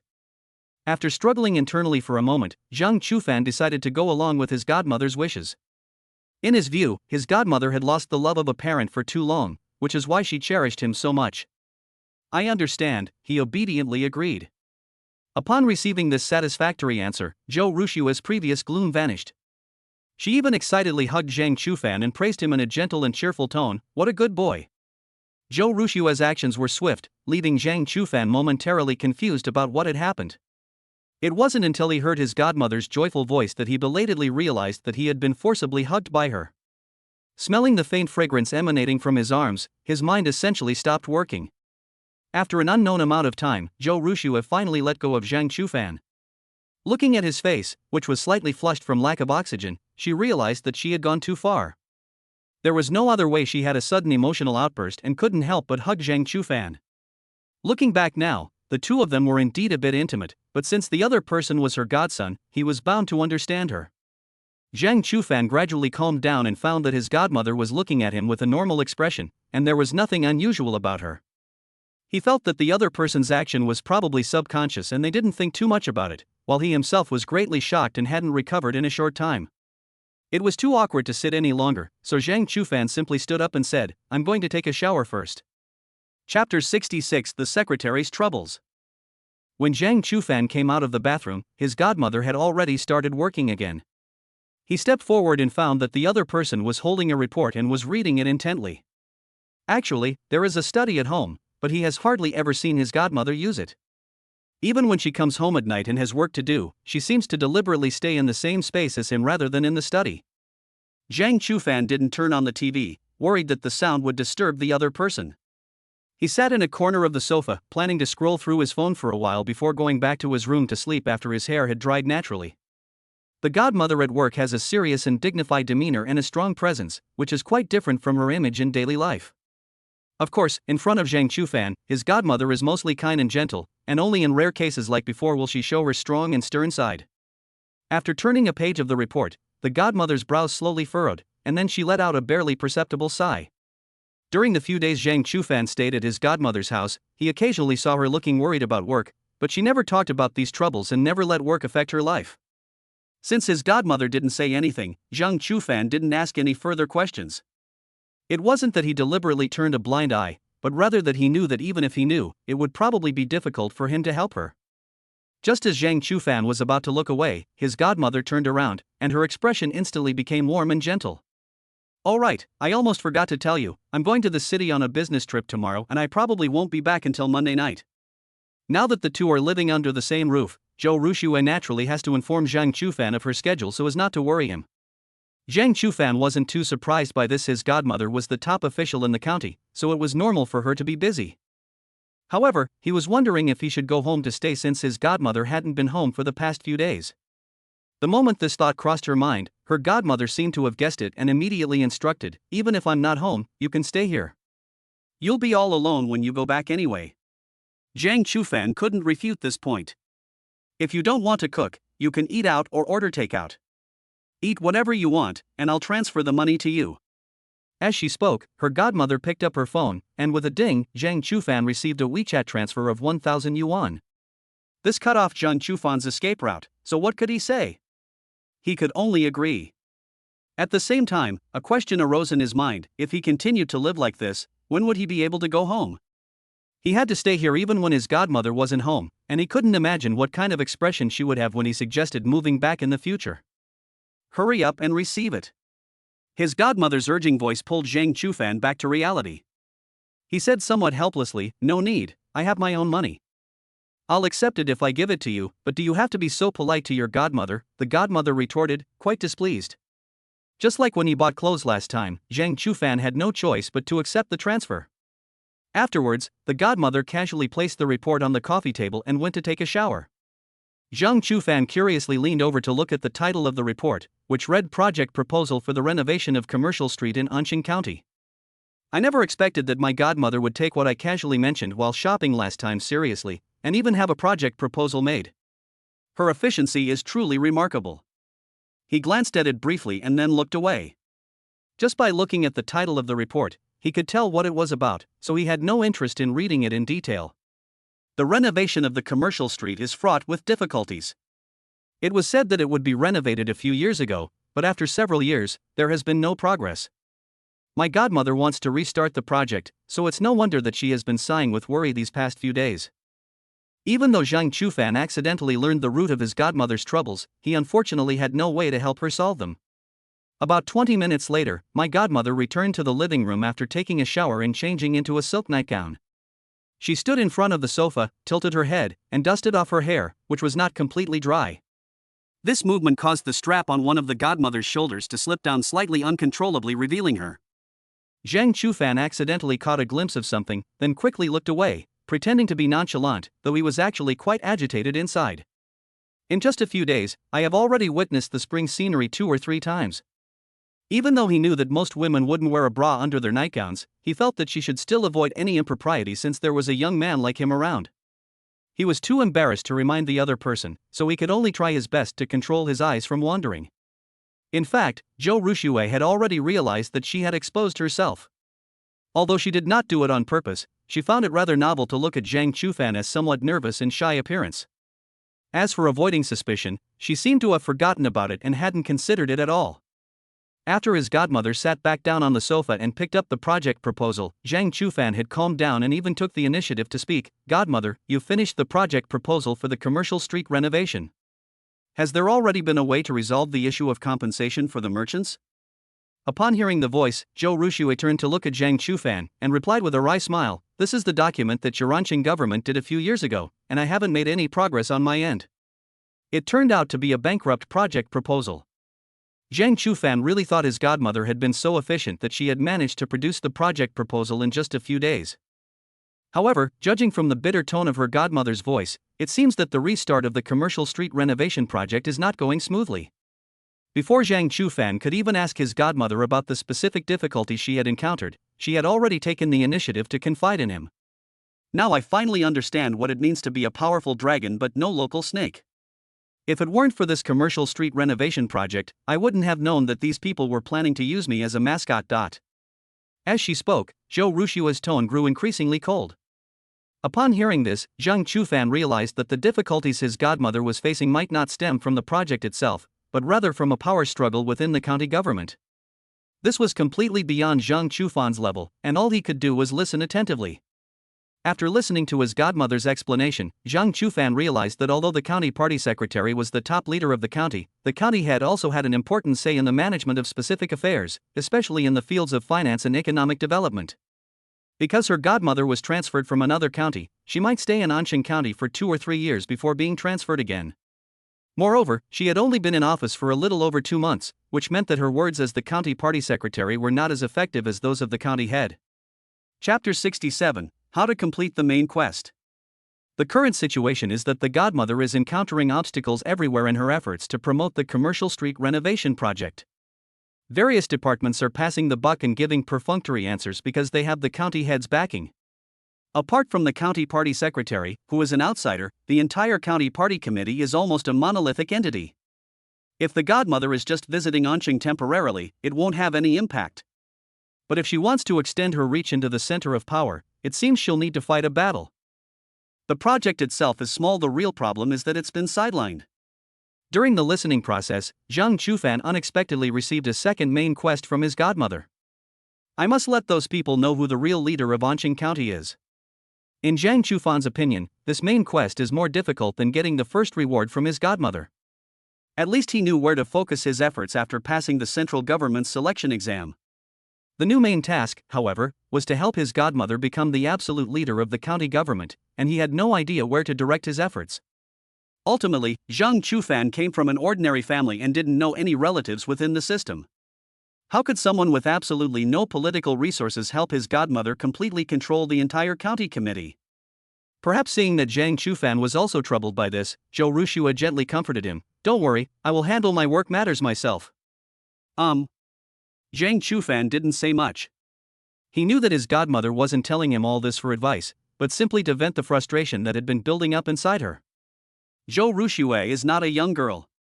She has been working in the system for many years and has plenty of experience in struggles. After confiding in Zhang Chufan, she felt much more relaxed. Seeing his worried and troubled expression, a warm feeling welled up in her heart. So she got up and walked over to Zhang Chufan, gently patted his head and said, "It's getting late, go and rest." In the bedroom, Zhang Chufan lay on the bed, staring at the dark ceiling, pondering how to complete the new main quest that had appeared on his godmother. To make his godmother the absolute leader of the county government, the only method he could think of was to win over some, divide others, and suppress others. "I know a lot of theoretical knowledge, but the problem is how to put it into practice." Zhang Chufan knew nothing about the county committee leadership. Even if he were to do it, his godmother would probably have to do it herself, and all he would do would be put forward a slogan. Well. In the darkness, Zhang Chufan let out a heavy sigh. Despite his sighs, he didn't completely give up. At this moment, Zhang Chufan suddenly thought that since his godmother said that apart from her, the entire county government is a monolithic entity and that all departments follow the county head's lead, does that mean that as long as the county head is taken down, his godmother can gain absolute power? Taking down the county magistrate, is that a method even a human could come up with? In reality, he couldn't do anything about even a school principal. Zhang Chufan had never even paid attention to the name of the county magistrate of Anqing County. He only heard about him recently on the day of his cousin's homecoming banquet after her wedding. At the dinner table, Li Junhui, the middle-aged man who had come to the banquet with Xin Manting, mentioned the term county magistrate while drinking and chatting. As one of the wealthiest people in Anqing, it's not surprising that Li Junhui knew the county magistrate. The two might even have dined and drunk together. The problem is that Li Junhui knows the county magistrate but has absolutely no connection with him. He can't expect the magistrate to help him bring down the county magistrate. My thoughts drifted further and further away, and eventually I drifted off to sleep without even realizing it. The next day, Zhang Chufan woke up at around 10 a.m. He had been overthinking the night before and went to bed too late, accidentally sleeping until almost noon. Fortunately, considering that Ms. Liu, as a homeroom teacher, had to get up at 5 a.m. every day and rarely had the chance to sleep in on weekends, he arranged to meet her in the afternoon, which prevented any problems from arising. His godmother had already left by this time, and after he finished washing up, he found that she had left him breakfast. Since it was almost noon anyway, I decided to have it as lunch. Zhang Chufan was eating and scrolling through his phone when he received a WeChat message from Shen Manting. After declining his invitation yesterday, Shen Manting simply replied with okay, but unexpectedly, he asked her a similar question again this morning. Are you free Sunday afternoon? He had arranged to have lunch with Su Rongrong on Sunday noon. If Su Rongrong didn't bother him, everything should be fine. Even so, Zhang Chufan did not immediately agree, mainly because he was hesitant about whether it was worth breaking his promise to his godmother for a few dozen points. Although his godmother wasn't home these past few days, and he wouldn't know even if he agreed, he was worried that if he agreed this time, Shen Manting would call him frequently in the future. It's better to refuse sooner rather than later. While Zhang Chufan was pondering, Shen Manting continued to send messages. If you're not free this afternoon, you can do it in the evening, depending on your schedule. This message puzzled Zhang Chufan. Shouldn't Shen Manting have just asked him to fill in for her? Why did she need to consider his availability? Her attitude made it seem like she couldn't do without him. Something unusual must be going on. There's definitely something fishy going on.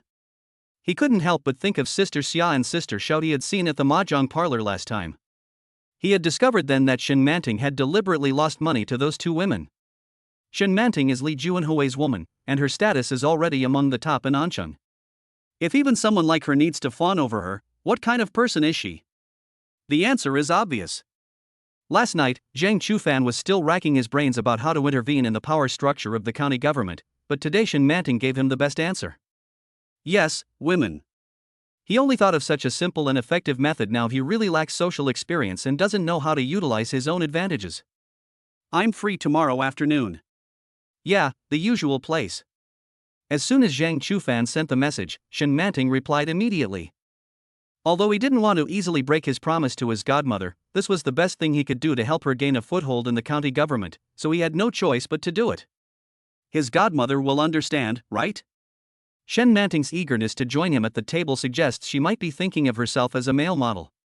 Zhang Chufan was almost laughing in anger, but when he thought that Shen Manting treated him like a male model, he could feel at ease using her to get close to women with powerful backgrounds.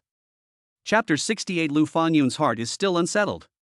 At 1 p.m., Zhang Chufan met with Teacher Liu at the milk tea shop opposite Ancheng No. 1 Middle School. He was ordering milk tea and wanted to order one for Teacher Liu as well, but she refused. No need, it will make me gain weight. Upon hearing this answer, Zhang Chufan subconsciously glanced in Teacher Liu's direction. With a slender waist and narrow abdomen, a firm chest and perky buttocks, there is almost no excess fat on her body. Even though she is no longer young, she still maintains a very good figure and does not have the bloated appearance of a middle-aged person. Although it's a bit impolite to think that way, he had actually seen Ms. Liu without clothes before, so he knew that she not only had a slender figure, but also skin that looked much better than someone her age. Moreover, unlike Shen Manting, Teacher Liu did not invest a lot of money in maintaining her beauty. She is probably just naturally gifted. Even though Zhang Chufan's gaze only swept over her briefly, Lu Fangyun was sensitive enough to realize that he was sizing up her figure. Even though she had wrapped herself up tightly, she had the illusion that she was completely naked in front of Zhang Chufan. But for some reason, she felt no disgust at all. Instead, she felt inexplicably shy. At this moment, Lu Fangyun finally realized that once something happens, no matter how much you try to cover it up or deceive yourself, you can never go back to the way things were. She thought she could still maintain a normal teacher-student relationship with Zhang Chufan, but her body's various instinctive reactions constantly reminded her that the two had once had a deep and intimate experience. When faced with this reality, Lu Fangyun couldn't help but waver. She thought that she would become Zhang Chufan's store manager and their interactions would definitely become closer. So how should she treat him? Zhang Chufan was unaware of Teacher Liu's inner thoughts. When he took the milk tea from the clerk and was about to leave, he found Teacher Liu still standing there. He immediately asked in confusion, "Teacher Liu, what's wrong?" Do you want a cup too? Lu Fangyun snapped out of her daze, her face slightly flushed. She waved her hand and said somewhat flusteredly, "No, I was thinking about opening a shop." When the conversation turned to business, Zhang Chufan took the opportunity to introduce one of the locations to Teacher Lu. "One of the locations I mentioned is the bookstore next door." With that, he walked out first, and Teacher Lu followed closely behind. "This bookstore is quite large, about 65 square meters," Zhang Chufan said, pointing to the storefront. "Moreover, the rent is cheap and the transfer fee is not high." Lu Fangyun put aside her extraneous thoughts and began to carefully observe the bookstore that had been open for 7 or 8 years across from the number 1 middle school. "This bookstore is quite large, but it would be a stretch to open a snack shop." So Lu Fangyun shared her thoughts. "I think this store might be a bit small. Snack shops and bookstores are quite different. They definitely need to set aside a portion of the space for storage, and usually the area along the walls is also filled with water tanks. If it's 65 square meters, after deducting the front desk, warehouse and water tank area, the space that can be used to display goods may be less than 40 square meters. If you want to stock more goods, the passage will inevitably be narrow." After listening to Teacher Lu's analysis, Zhang Chufan nodded thoughtfully. Since he had no experience in opening a store, he had indeed not considered things in enough detail. With one more person, there is one more source of wisdom, and the ability to consider issues more comprehensively. "Yes, that is right." Zhang Chufan nodded in agreement. "Let us put this aside for now and take a look at the other 2 locations." The other 2 locations were quite far from the school, so Zhang Chufan simply called a car. When he got on the bus, he did not choose to sit in the back with Teacher Lu, but took the initiative to sit in the front passenger seat. Seeing this, Lu Fangyun's mood suddenly became somewhat irritable. She knew that Zhang Chufan was deliberately keeping his distance from her, just as he had promised when he invited her to be the store manager yesterday. He would never take advantage of the accident they had had to develop inappropriate feelings for her. Clearly, Zhang Chufan did not seem to be lying. He was putting his promise into practice through his actions. Lu Fangyun should be pleased about this, so why is she starting to feel a sense of resistance? She couldn't understand it. The journey was silent. Lu Fangyun was immersed in her own world, and Zhang Chufan didn't speak to her at all. Upon arriving at their destination, it was only after Zhang Chufan reminded her that Lu Fangyun realized it was time to get off the bus. After getting off the bus, seeing that Teacher Lu seemed distracted, Zhang Chufan asked with concern, "Teacher Lu, did you not get enough rest yesterday?" "No." Lu Fangyun shook her head slightly, but did not explain further. When she was looking after the shop, Lu Fangyun put all thoughts about Zhang Chufan out of her mind, allowing her to focus on the present moment. Compared to the bookstore, the shops in the center of the commercial street and on the first floor of Manhwa Plaza are much larger. One is 80 square meters and the other is 110 square meters. That's enough to open a snack shop. However, the rent and transfer fee are far higher than those for the bookstore, since both shops are located in the busiest and most prosperous area of Ancheng. Especially the transfer fees, one asked for 200,000 and the other for 380,000, they were all really daring to ask for more. The 40,000 yuan transfer fees seemed out of place at the bookstore. After comparing everything, Lu Fangyun sighed and said, "I feel that opening a store in a downtown area is very stressful. With such a high transfer fee, I don't know how many years it will take to break even." "Yeah, so I'm not sure either." Zhang Chufan chimed in, looking at the dense crowd, and couldn't he help but remark, "The transfer fees here in the commercial street are indeed very expensive, but it's also really crowded on weekends. How about we connect with a live streamer now and get some advice?" Lu Fangyun suggested. "Sure." Zhang Chufan paid to go on mic and briefly explained his situation and demands. However, when the host heard the transfer fees of 200,000 and 380,000, he showed an incredulous expression. He used a data model to perform a simple simulation calculation for Zhang Chufan and finally gave the following advice: "I think you can take over that bookstore. If you think the area is too small, you can also transfer the store next door. Just knock down the wall in the middle." The host's suggestion provided a new idea, and Zhang Chufan personally also preferred to open the snack shop opposite the school. Because the cost of opening a store is low, the break-even point is naturally low, and the daily turnover does not need to be too high to make money. In addition, there is already a considerable flow of people during the school season, so overall the advantages outweigh the disadvantages. Let's go back to number 1 high school and ask if the shop next to that bookstore is for sale. Chapter 69, Unwilling to Admit. The car arrived, and just as Zhang Chufan was about to open the passenger door, Teacher Lu suddenly leaned out from the back seat and waved to him, saying, "Sit next to me." Seeing this, he was slightly taken aback, but did not refuse. Teacher Lu moved over a bit, and Zhang Chufan got into the car as well, asking curiously, "Is there something you need?"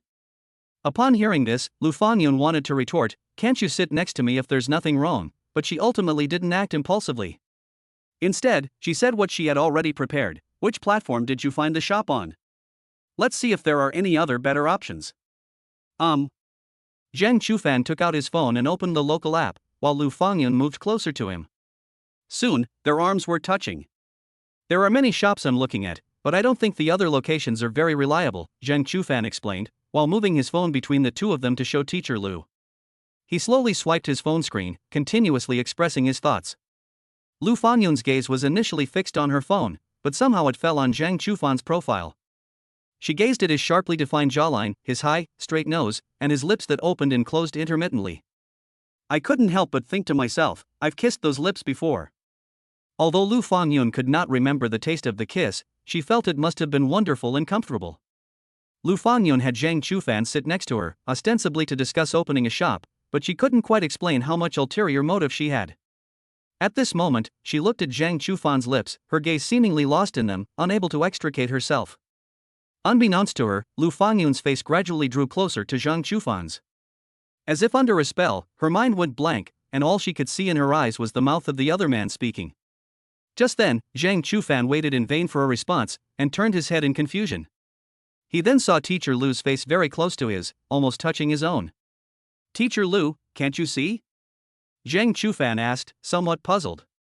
He knew that Teacher Lu's eyesight wasn't particularly good, but since she wore glasses, she shouldn't be unable to see him at such close range.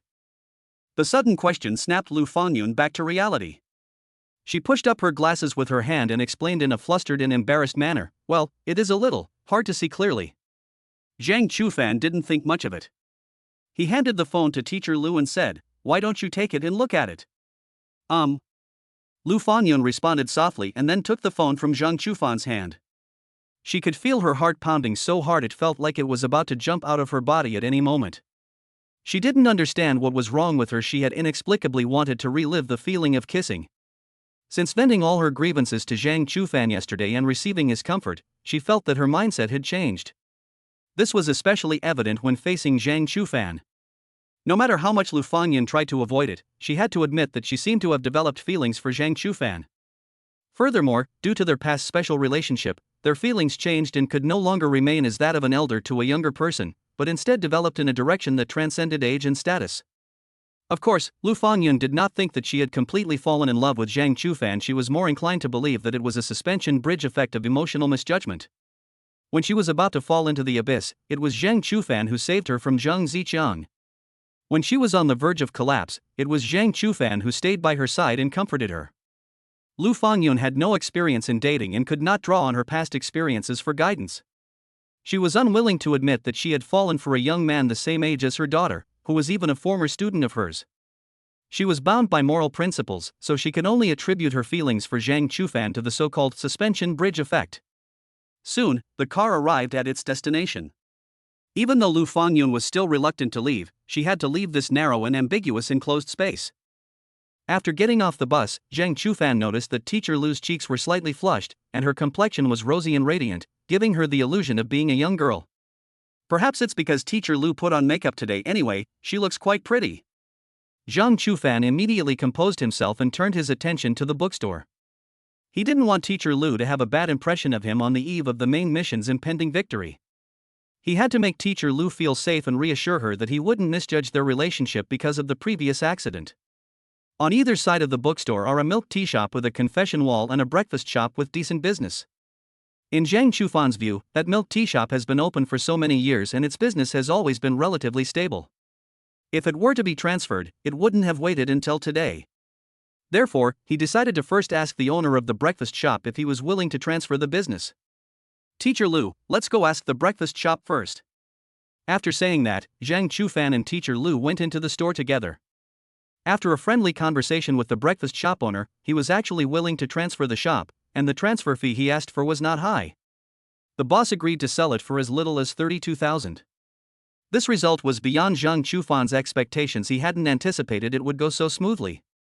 The breakfast shop and bookstore were acquired together for a total transfer fee of only 72,000 yuan, with a monthly rent of no more than 10,000 yuan, while the total area was nearly 100 square meters.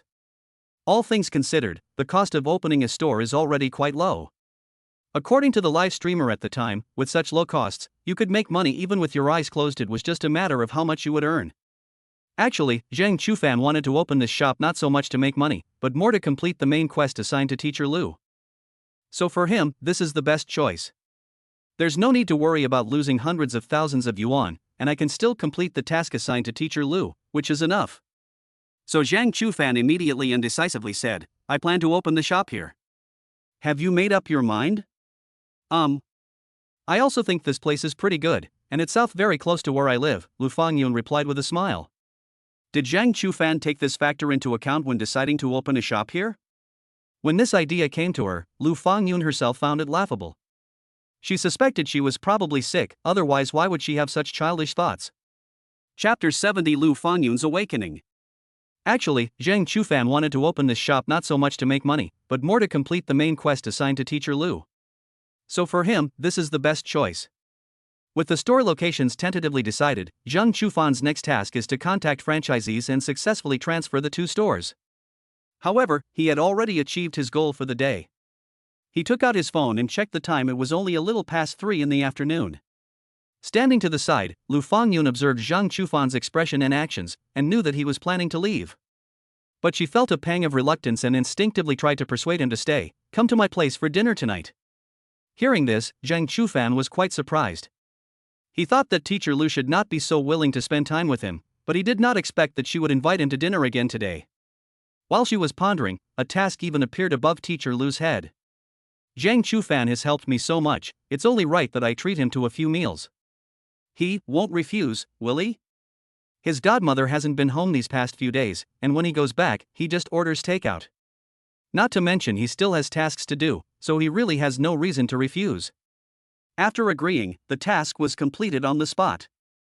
Congratulations, host, for successfully helping Lu Fangyun achieve her wish. You have received the following rewards: wish points plus 60, cash plus 6,000.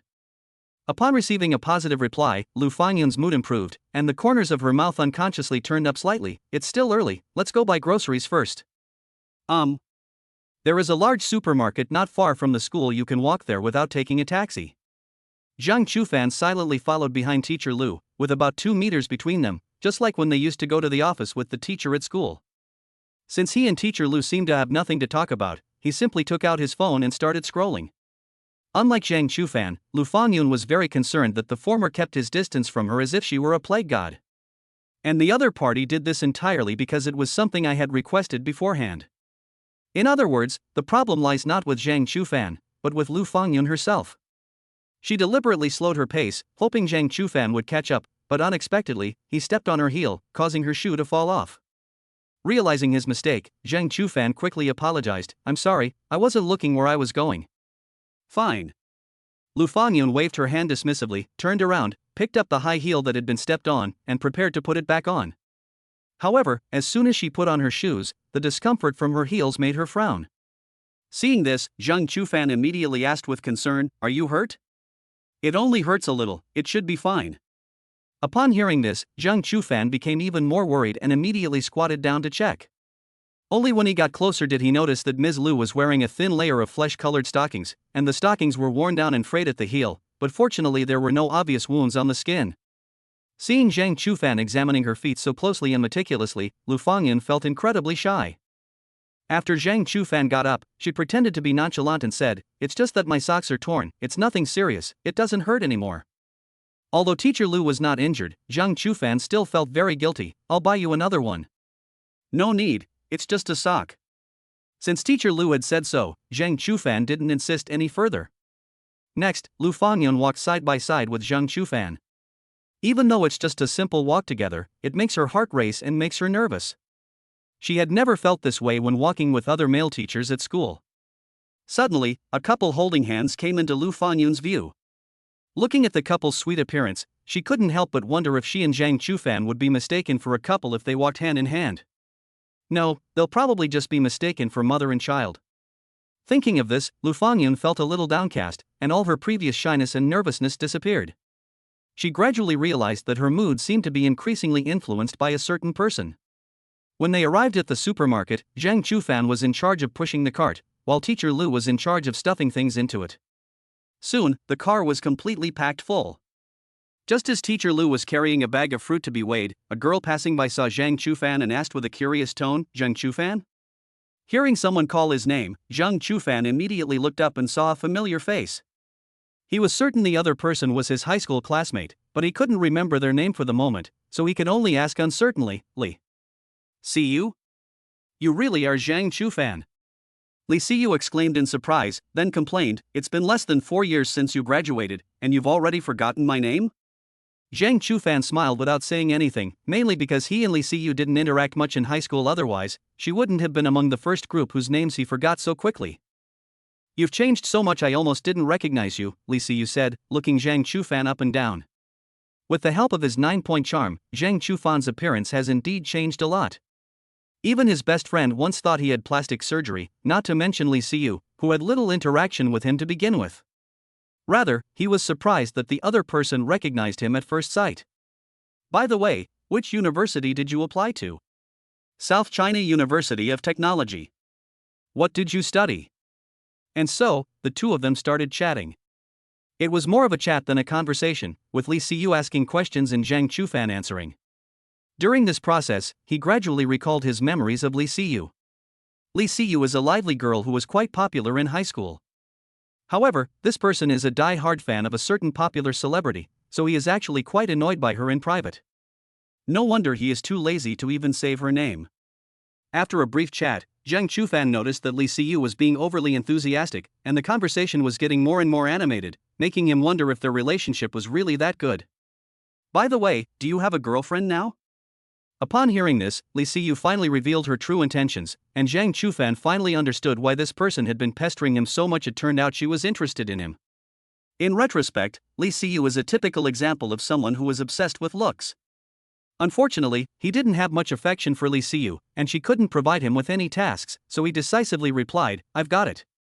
On the other side, after Lu Fangyan finished queuing to have her fruit weighed, she turned around and saw Zhang Chufan chatting enthusiastically with a girl.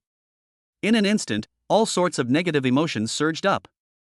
Because the girl had her back to Lu Fangyun, she didn't recognize her and simply followed her instincts to walk forward. Lu Fangyun deliberately ignored the girl and put the weighed fruit directly into the cart pushed by Zhang Chufan, seemingly to assert her dominance. But when she turned around and saw the girl's face clearly, she was completely stunned. When Li Siyu saw Lu Fangyun, she asked with considerable surprise, "Did you come with Teacher Lu?" Upon hearing this question, many thoughts flashed through Lu Fangyan's mind, such as how Li Siyu would view her, whether Li Siyu would think she was shameless, and whether Li Siyu would expose her affair with Zhang Chufan. However, compared to the bewildered Lu Fangyun, Zhang Chufan responded quite calmly, "Well, Teacher Lu invited me to dinner tonight, so I came with her to buy groceries." Lu Fangyun couldn't understand why Zhang Chufan could answer so easily. Wasn't he worried that Li Siyu would tell their former classmates about their relationship? Just as she looked at Zhang Chufan with extreme panic and disbelief, she saw composure and openness in his eyes. At this moment, Lu Fangyun finally understood that it was she herself who had been feeling guilty all along. Because her thoughts were impure, she assumed that others would view her with the same impure perspective. Ultimately, she was just grocery shopping with Zhang Chufan.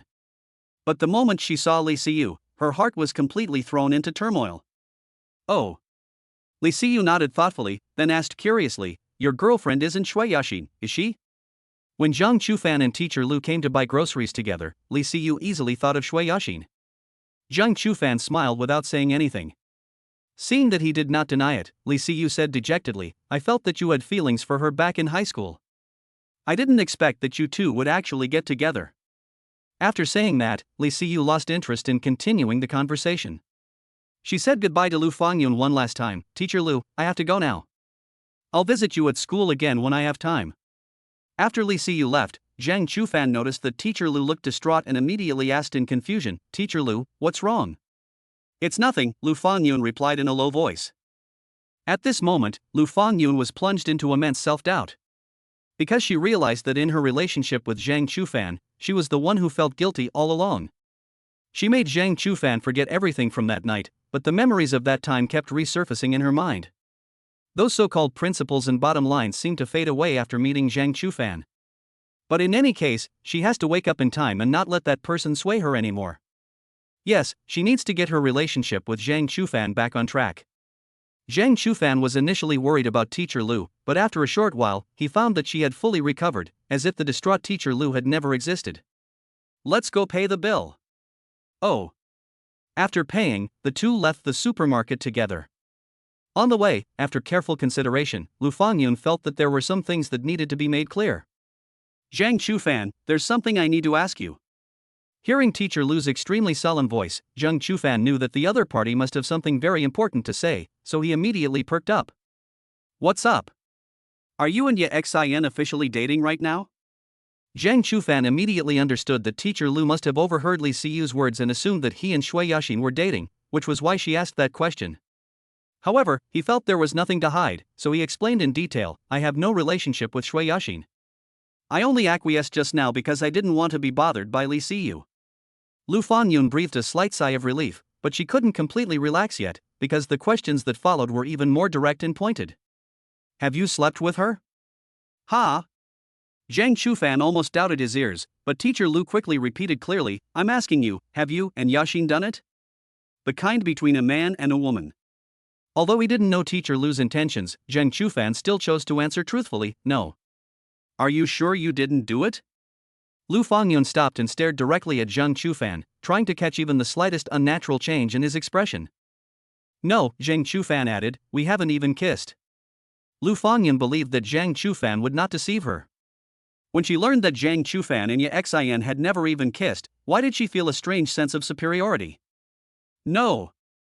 This is wrong, she can't waver any longer. After quickly regaining her composure, Lu Fangyun stated her request, I hope you can promise me that you will never touch Yaxin again. What? Zhang Chufan asked incredulously, does Teacher Lu mean that I can't be with Shui Yaxin in the future? That's right, you can understand it that way too. Lu Fangyun knew she was being cruel. She had already broken up Xin and Zhang Chufan once back in high school, and now she was going to do the same thing again. Previously, she had been avoiding this reality, trying her best not to mention it or think about it, letting the two of them develop naturally. But today's events made Lu Fangyun realize that she could no longer waver. Even if Zhang Chufan and Xin would go through a lot of pain, she had to do it. Zhang Chufan absolutely cannot be with Xin. Zhang Chufan was dumbfounded. Another main quest had appeared on Teacher Lu's person, but this time he didn't really want to accept it. Even so, he could understand why Teacher Lu did this. After all, strictly speaking, there was a generational difference between him and Shui Yaxin.